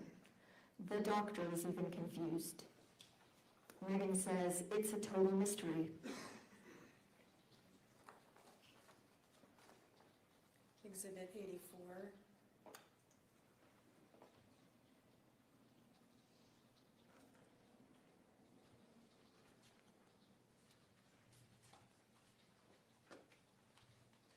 Kacee, again in the role of a hospice nurse, says, I know she doesn't want to feel like she's drowning when she passes, but maybe this means she's getting close, and taking the oxygen off of her might help speed things up.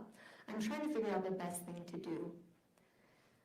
Yeah, he's a good doctor. She just responds to medications differently, so it's hard to know what to use because we don't know what's going to happen.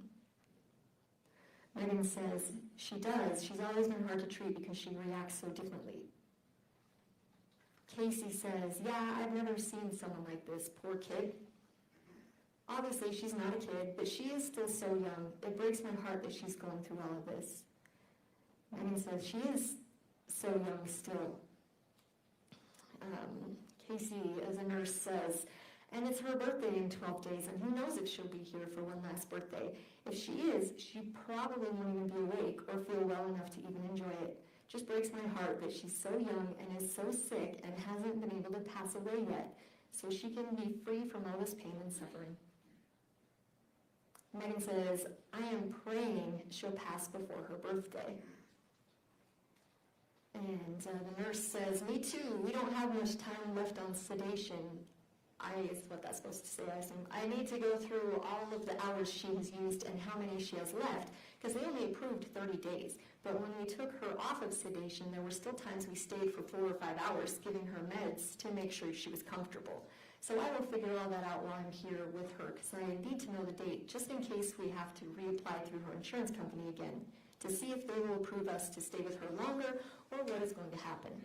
But I want to make sure we get the paperwork in at least 10 days before, even if she still happens to pass away before, knowing if we need it.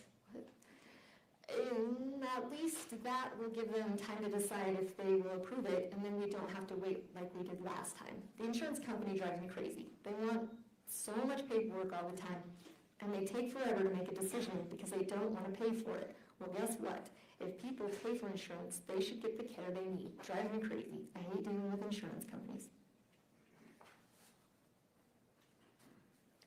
And this group of text messages, you understand to be on Kacee's phone, pretending to be other people?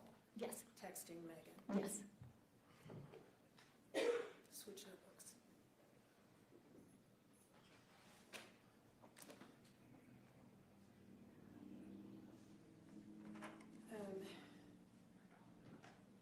The next batch, the state would move to admit exhibits 86 through 94.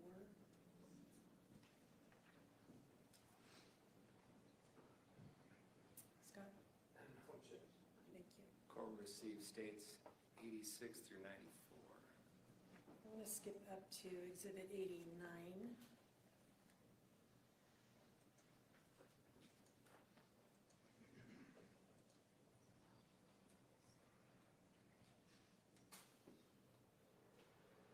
Meggan appears to be speaking to one of the fake nurses. She says, hello, how is she doing? Any change in her vitals? And just to be clear, this text message is going from Meggan to Yes, Kacee's this is phone. Meggan to Kacee's phone. And the date? July 10th, 2024. All right. And next? The fake nurse says, a little, but not much. Heart rate 7026, blood pressure 9/5, temperature 57.4. Meggan says, "Oh, how I don't want to have to wake that poor girl up again. I wish her heart would just stop." Kacee says, "I hope it will too." Let's go up to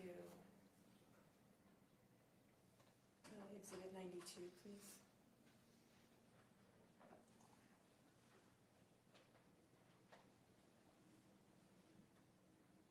And the date on this one is what? This is July 28th, 2024. And she says, "Are you okay, Case?" From Casey's phone, it says, "Hi Meg, this is Dr. Malcolm Masteller. Kacee hasn't been doing well at all today, and I ended up bringing her to American Fork Hospital because I couldn't get a catheter in her, and she's been retaining so much fluid and can't pee, which is making her leg pain a lot worse. Anyway, I'm trying to convince the doctors to approve her for the spleen and intestine surgery we wanted to do and fix her knee while we're at it. We've been here for 11 hours, and I don't think it's going to happen right away, but I feel like I'm getting pretty close. So we've been running tests. They're doing an ultrasound on her leg right now because it's completely red and purple, and they just were checking for a blood clot.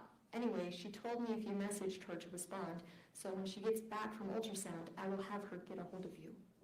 Okay, let's skip the next three and go on to the one starting okay.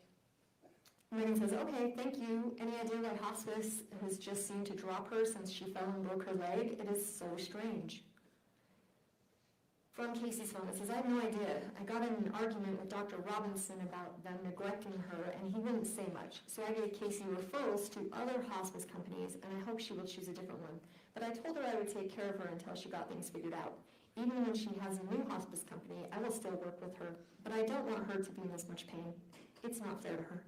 Does Dr. Robinson exist? No. All right. Let's skip the next one and go down to I agree. "I agree. I have tried everything I can without breaking the law. So we need to get the surgery done so that her body will absorb the medications and she can pass." And this is from the faux Masteller? Yes. Okay, let's skip the next.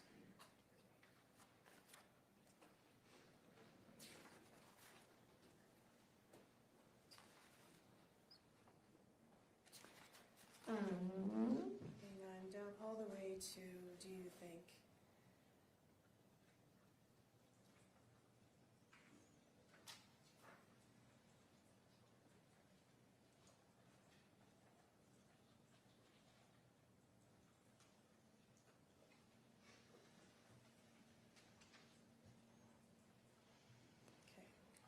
Meggan says, "Do you think I should come up and be with her tonight, or do you think she'll be okay?" From Casey's phone, "My only concern is wondering how long she has to recover from spleen surgery and intestine surgery, so I wanted her to be comfortable if that was going to take a while before we could give her the medications. But I will do some research and we can talk about options tomorrow. Honestly, I don't think you need to come and be with her. I think she'll be just fine. She literally falls asleep before I finish giving her the medication. But I put your number in my phone and I will follow up with you tomorrow." All right. And let's go on to exhibit 93.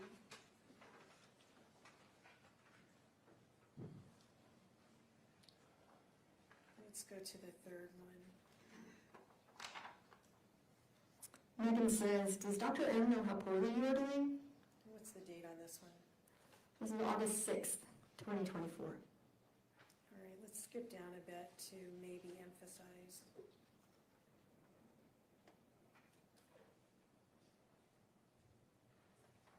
Meggan says, "Maybe emphasize you are getting way worse. I'm sure you probably have already. I will come up and help you with insulin anytime you want me to, Case."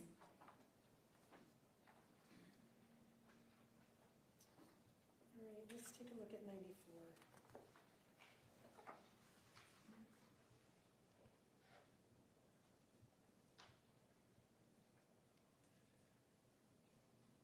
Meggan, last night you asked me to think about what I thought you should do. Do you remember that? Kacee, did you come up with a plan? Amber's here and she's just getting stuff set up, but I'm hoping you came up with a plan so you can tell me before I fall asleep. But who knows, I might not fall asleep because yesterday I didn't. Who is Amber? Another fake nurse.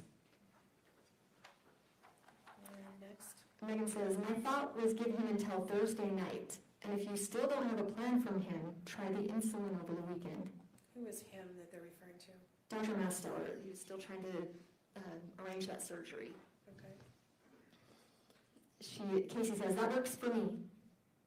All right. Let's talk about another category of messages.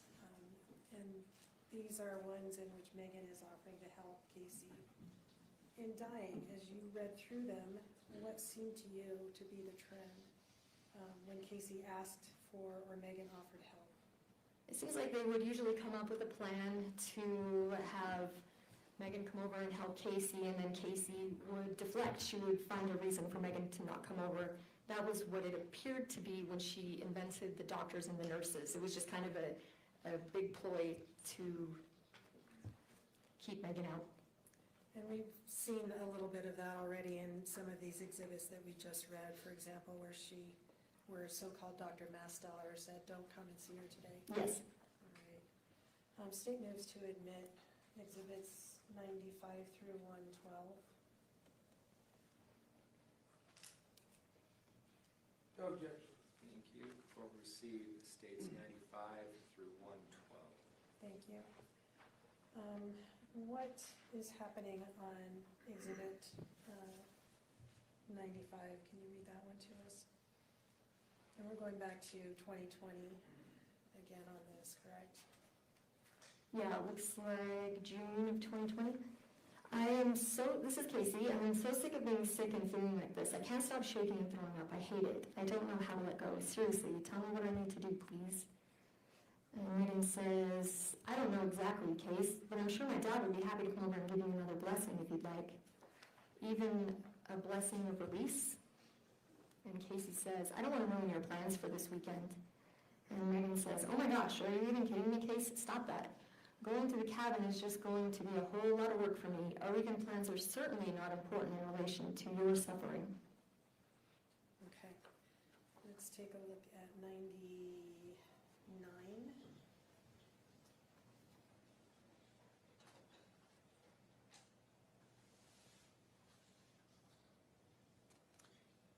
Meggan says, this is April 2024, I know she doesn't want anyone seeing her this way. She's talking to a fake nurse, but I feel like I need to come and see her. And the fake nurse says, I think I would wait a little while and let her sleep, and then when we do shift change, we can talk to her and have her get a hold of you and see if that would be okay. Would that be okay with you? Okay. Exhibit 100.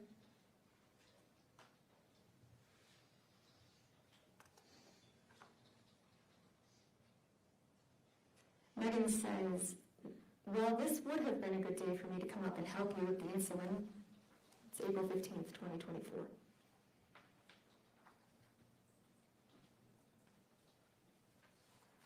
Sorry, I got my signals mixed.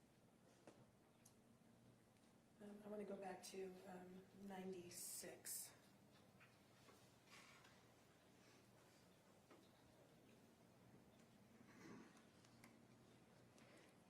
Meggan says, this is April 26, 2024. Yes, let's do insulin tomorrow. Let the nurse give you the medicine to help you. And Kacee says, you're totally okay with that? I just don't want to ruin any plans. If you have any tomorrow, I know I think way too much into it, but I care about you too. I just want to do what works best for you. Okay.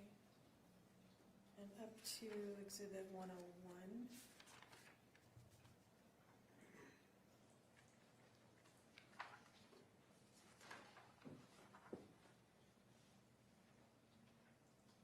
Meggan says, maybe it's time to go and get the insulin. This is in May of 2024. And then she says, do you think you can get it?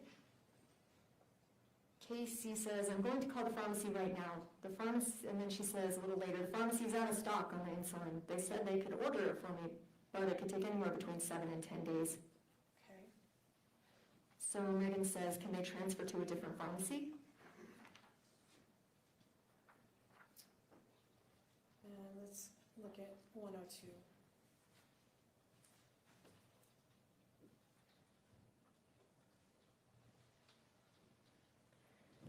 Meggan, this is July 26, 2024. She says, do you want to try the insulin? And Kacee says, I do, I just don't want to do it until after I see and talk to Mass Stellar tonight. Meggan says, do you want me to try to come and help you tomorrow? And Kacee says, I'll let you know after I talk to Mass Stellar tonight. And 103.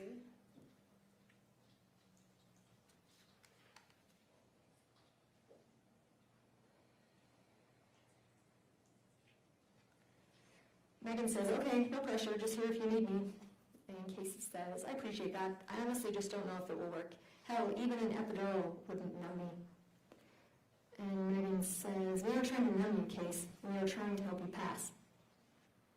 And that's on July 26, 2024. Yes. Let's take a look at Exhibit 104.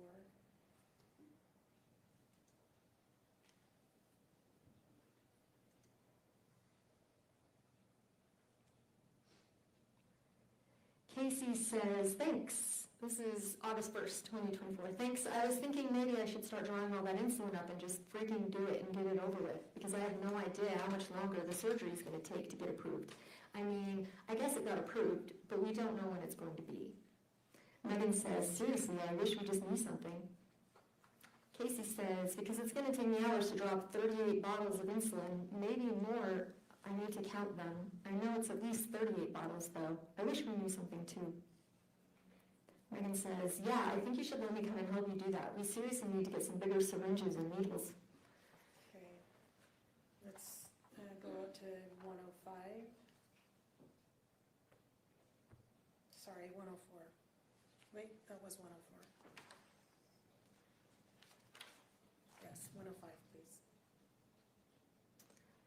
Meggan, have you decided what you want to do so I know how to plan for the weekend? That was on the 9th of August.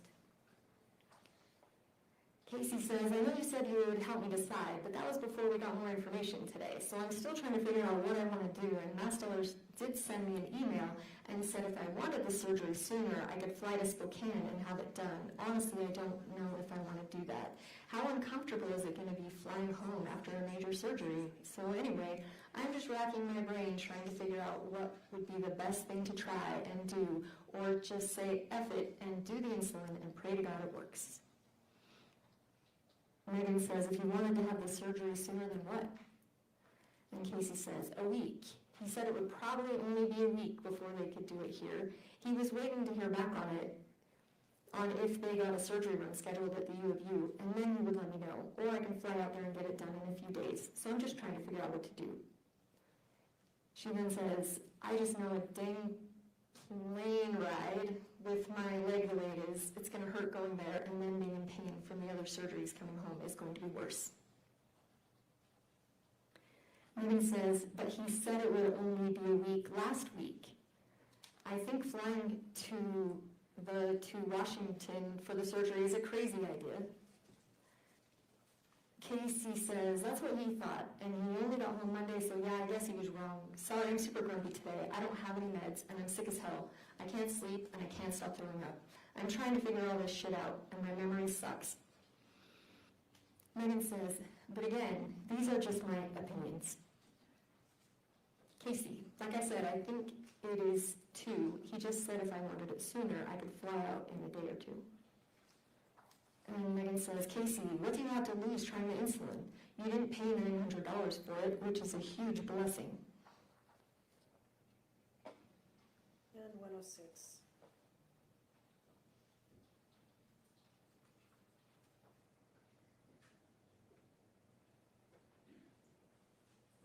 Kacee, this is August 9th, 2024. Maybe I'm overanalyzing this whole situation, but I just know how my body is and that my body doesn't respond to anything anymore, and I've tried insulin so many times that I'm afraid it's not going to do anything. I'm stressed out, sorry. Meggan says, but if it doesn't work and you end up having the surgery, they're going to give you medication after the surgery to help you pass anyway, so you're not going to need the insulin after surgery. You've never tried that much insulin before, Kacee. Kacee says, that's true, but a part of me is still worried. What if the surgery doesn't work? That's true, I haven't, but 9 bottles would kill a normal person. Hell, 1 would, and 9 didn't even do it. Like I said, I'll do it. I just hope I don't wake up because I'm just going to be disappointed.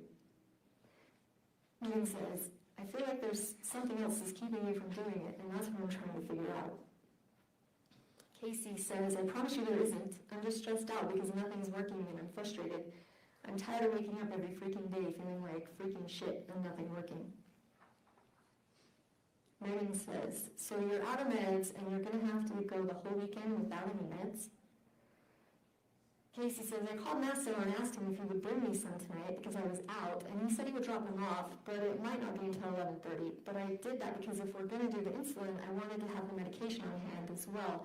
So don't think I'm planning on not doing the insulin. I'm just trying to figure out what to do. Last we talked, you said, let's wait and see what he says on Thursday. But I couldn't get in to see him until today. Wasn't sure if you wanted to wait and do the surgery or do the insulin. And then you said, well, I told you what I thought, and I honestly don't remember. So I've just been trying to figure everything out and go through our messages, but I delete most of the insulin messages most of the time, just in case anyone goes through my phone. So I feel like you're getting mad at me, and I'm not trying to make you upset, and I'm not saying I won't do the insulin this weekend. I'm just trying to figure out if it's worth it to wait and do the surgery, if it will be soon, or just do the damn insulin. And if it doesn't work, then I guess we do the surgery. I've just been going through a lot, and I'm stressed, and this has been screwing with me mentally and emotionally. Meggan says, I'm not getting mad at you, Case.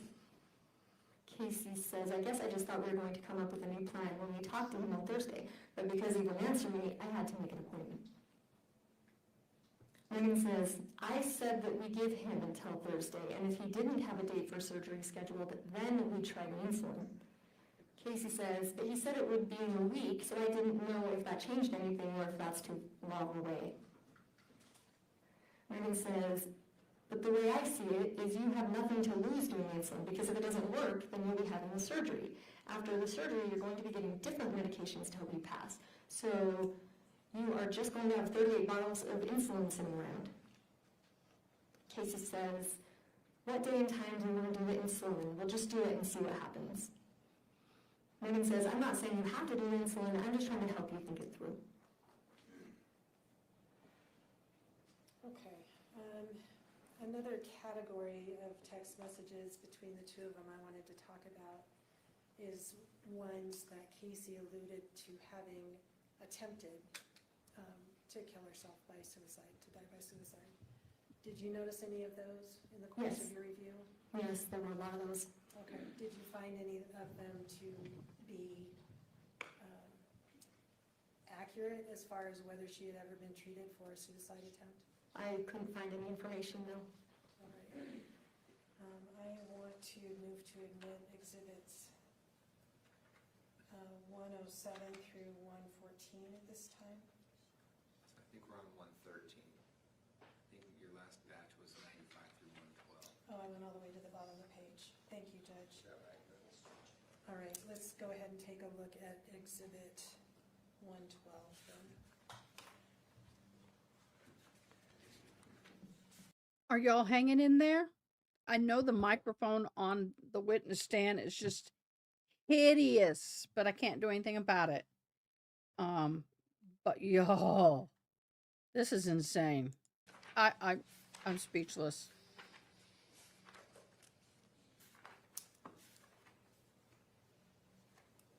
This is from March 29th, 2024. Meggan says, how much short acting did you take? Are you out of it?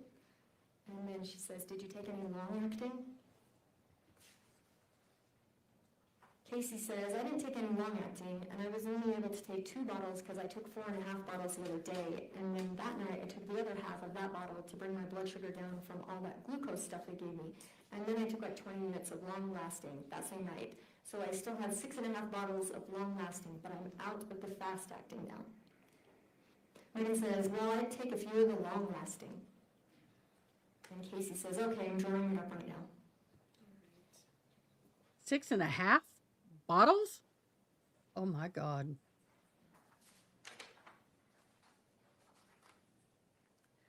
Are you aware during any of these text messages between the two of them of any other, we saw one where she talked about suicide by gun, correct?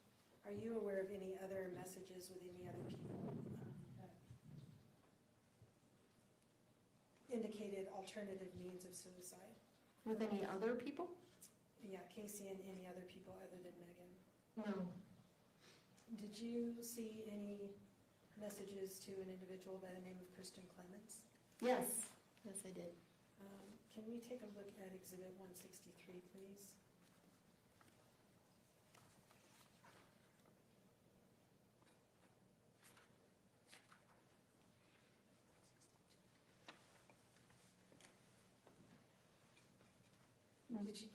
Did you notice this text in the course of reviewing Kacee's text messages? Yes.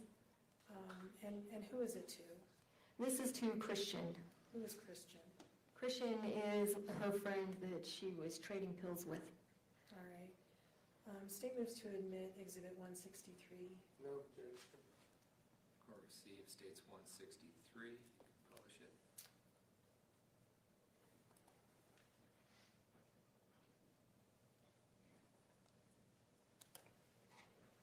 All right. Could you read the conversation between Kacee and Christian, please? Kacee says, they don't have fentanyl in them, do they? I know you hate me asking that, but I just know a lot of people that sell the 30s, but they're laced with fentanyl.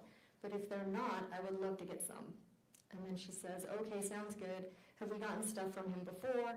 Sorry, you know me, I panic a little bit because I'm so afraid of people lacing stuff with fentanyl. But if you feel like they're safe, I'm totally good. And then she says, I know, don't judge me, but I get nervous because the IR30s, people lace with fentanyl a lot. And the date of that one was? That's August 12, 2023. In the course of her interviews that you talked about a little bit earlier, do you recall Meggan asking you why she would kill her best friend? She said, in one of the interviews, she said, what motive would I have to kill my best friend, if that's what you're referring to? Yeah, and did any text messages between the two of them direct you to a theory about that? Yes. Why she would do that? She thought she was the beneficiary of a life insurance policy. Let's take a look at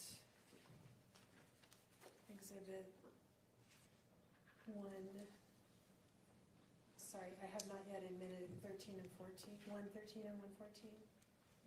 Okay, let me see if I can admit at this time Exhibits 113 through 126, please. 126? Yes. Your Honor, may we approach?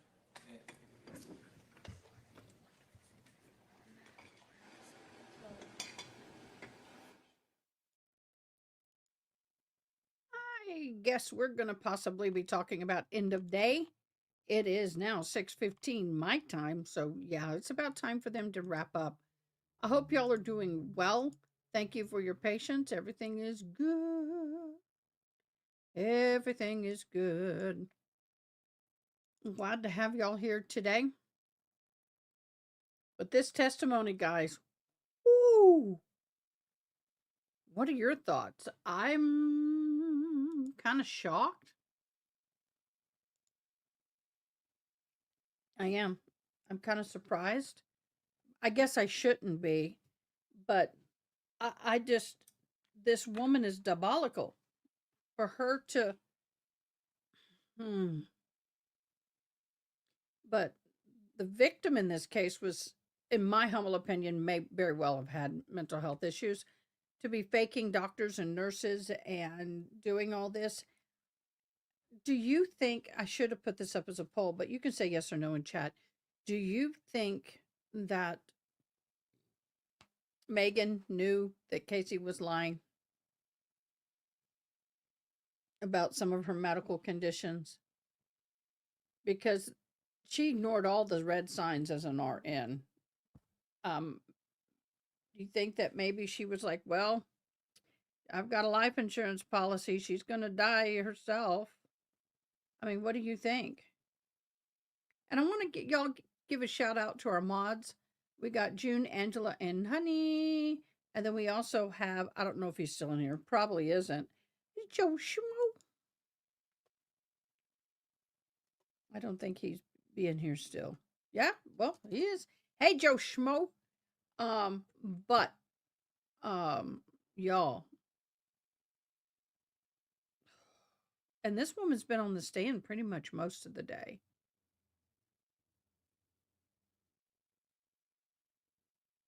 But to think, with all these texts and everything, I don't know.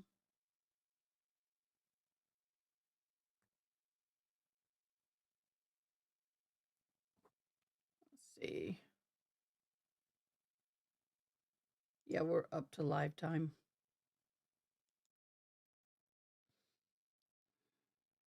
But June, I agree with you. I have to say, her hair is really bothering me. Hi, Alice Martinez. You're back. Thank you for joining us. Good to have you, love. What are your thoughts about this case? If you had to decide as a jury right now, what would you decide? Guilty or not guilty? I'm saying these texts are not helping her any. I'll say that much. And I have a problem with Meggan's parents as well. Guilty? Yeah. I don't know. I'm not saying they knew everything that was going on, but the way they scurried off as they called the ambulance, that to me is suspicious. And I find it, I understand that there are people out there that do have DNRs, but if you have a DNR and you're at home and somebody calls the ambulance, y'all, that DNR usually is sitting there with them. Somebody has a copy of that DNR, in my humble opinion, and in my personal experience. Now, I'm not saying everybody carries their DNR around, but if someone is terminally ill and they know that a person is in the process of passing, i.e., my sister Jenny, and Tracy, there was a DNR right there in the folder next to the bed. Yeah, she's telling her to take all the medicine because she knows it's going to stop her. It's going to stop her life. It's going to unalive her. I mean, as a nurse, she knew how much it would take. She knew. And she can't sit there and say she doesn't know. Uh-oh, they're talking about some text. There's an objection. Objection over a group of text. But, y'all, and that phone call where she called the insurance company, I bet she was real happy when she hung up that phone. I just, yeah. I'm believing that, well, I don't think that Kacee really wanted to really end her life, but I do believe that she was willing to fake it as far as she could to maintain the relationship. And if I remember correctly from earlier, that she said, use the syringe that I drew up, and it was full of saline, and that she had been Googling, can saline hurt you? Not really. Depends on where and how fast and how much, but that to me was just interesting. That shows me I don't think she really wanted to die. I just think she was wanting the attention and she was going to push it to the edge. But at some point, either she's going to die or or she's going to have to confess she's lying.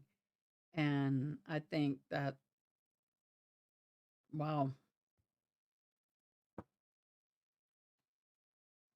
I just, it's gut wrenching for me. I don't know about for y'all to sit here and listen to these texts. First of all, the speaker on that microphone is horrible. And I think she's too close on it and they have it gained up too much. They need to gain it down a little bit and her get closer or what, but I don't know. It's just killing my head.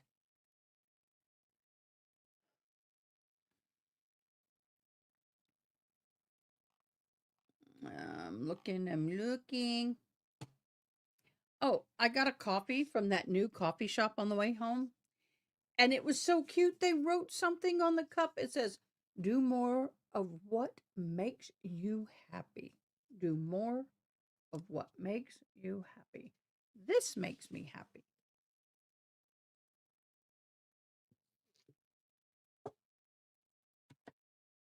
This makes me happy.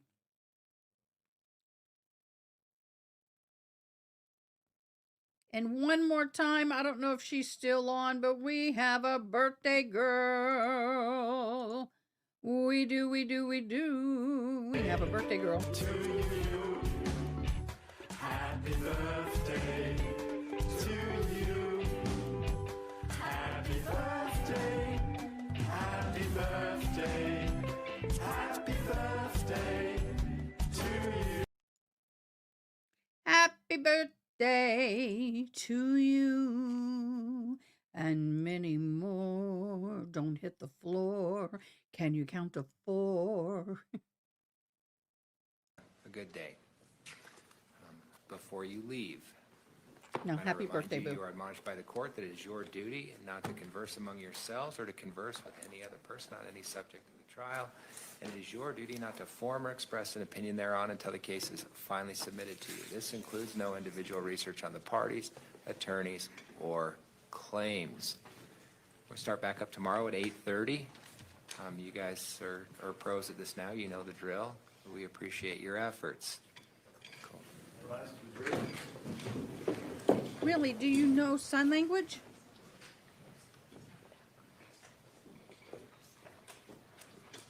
So are you watching with closed captioning?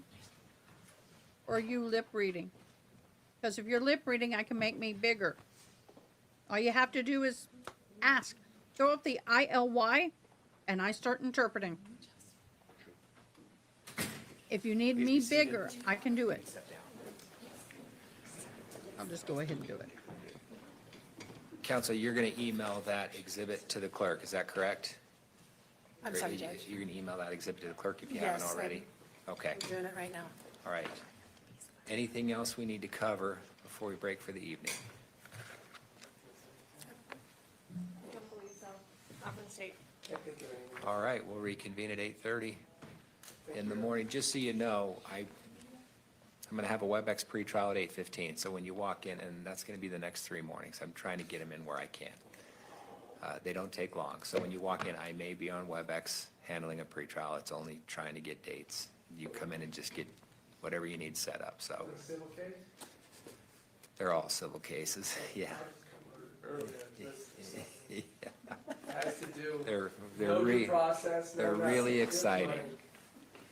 I'll try to avoid being too disruptive. No, yeah, so just come in and get set up. It won't take long, but I appreciate everybody's indulgence. All right, we'll be in recess.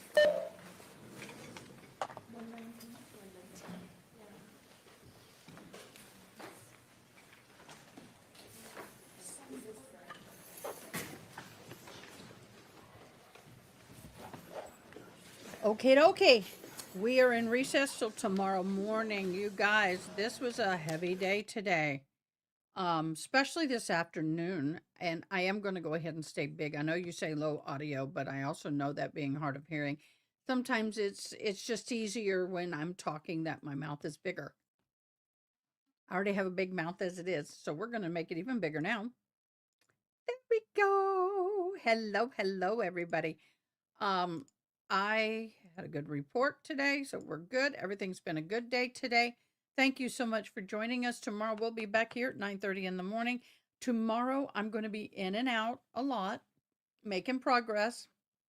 But this trial is getting interesting, and it's really, really sad. Okay, I want to say thank you so much, Ari, for our super chat. Thank you so much. And thank you for being a member for 11 months. And of course, we had gifted memberships. And then didn't we have a new member today too? Yes, we did.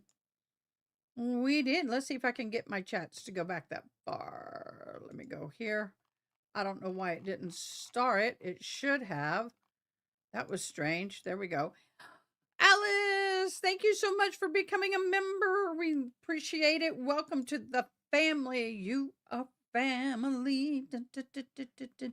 All my gavel junkies and me. So thank you guys so much for hanging in there. And as always, look at the little Highlander. Happy St. Patty's Day. For those of you who celebrate, go and enjoy it. Enjoy it. I'm going to get to work here in the house. Y'all have a great evening. Be back here in the morning at 9:30 Central Standard Time. In the meantime, go love on somebody. Have a good day. Thanks for watching. Please comment, like, share, and most importantly, subscribe. I hope you have an awesome day. Till next time, take care.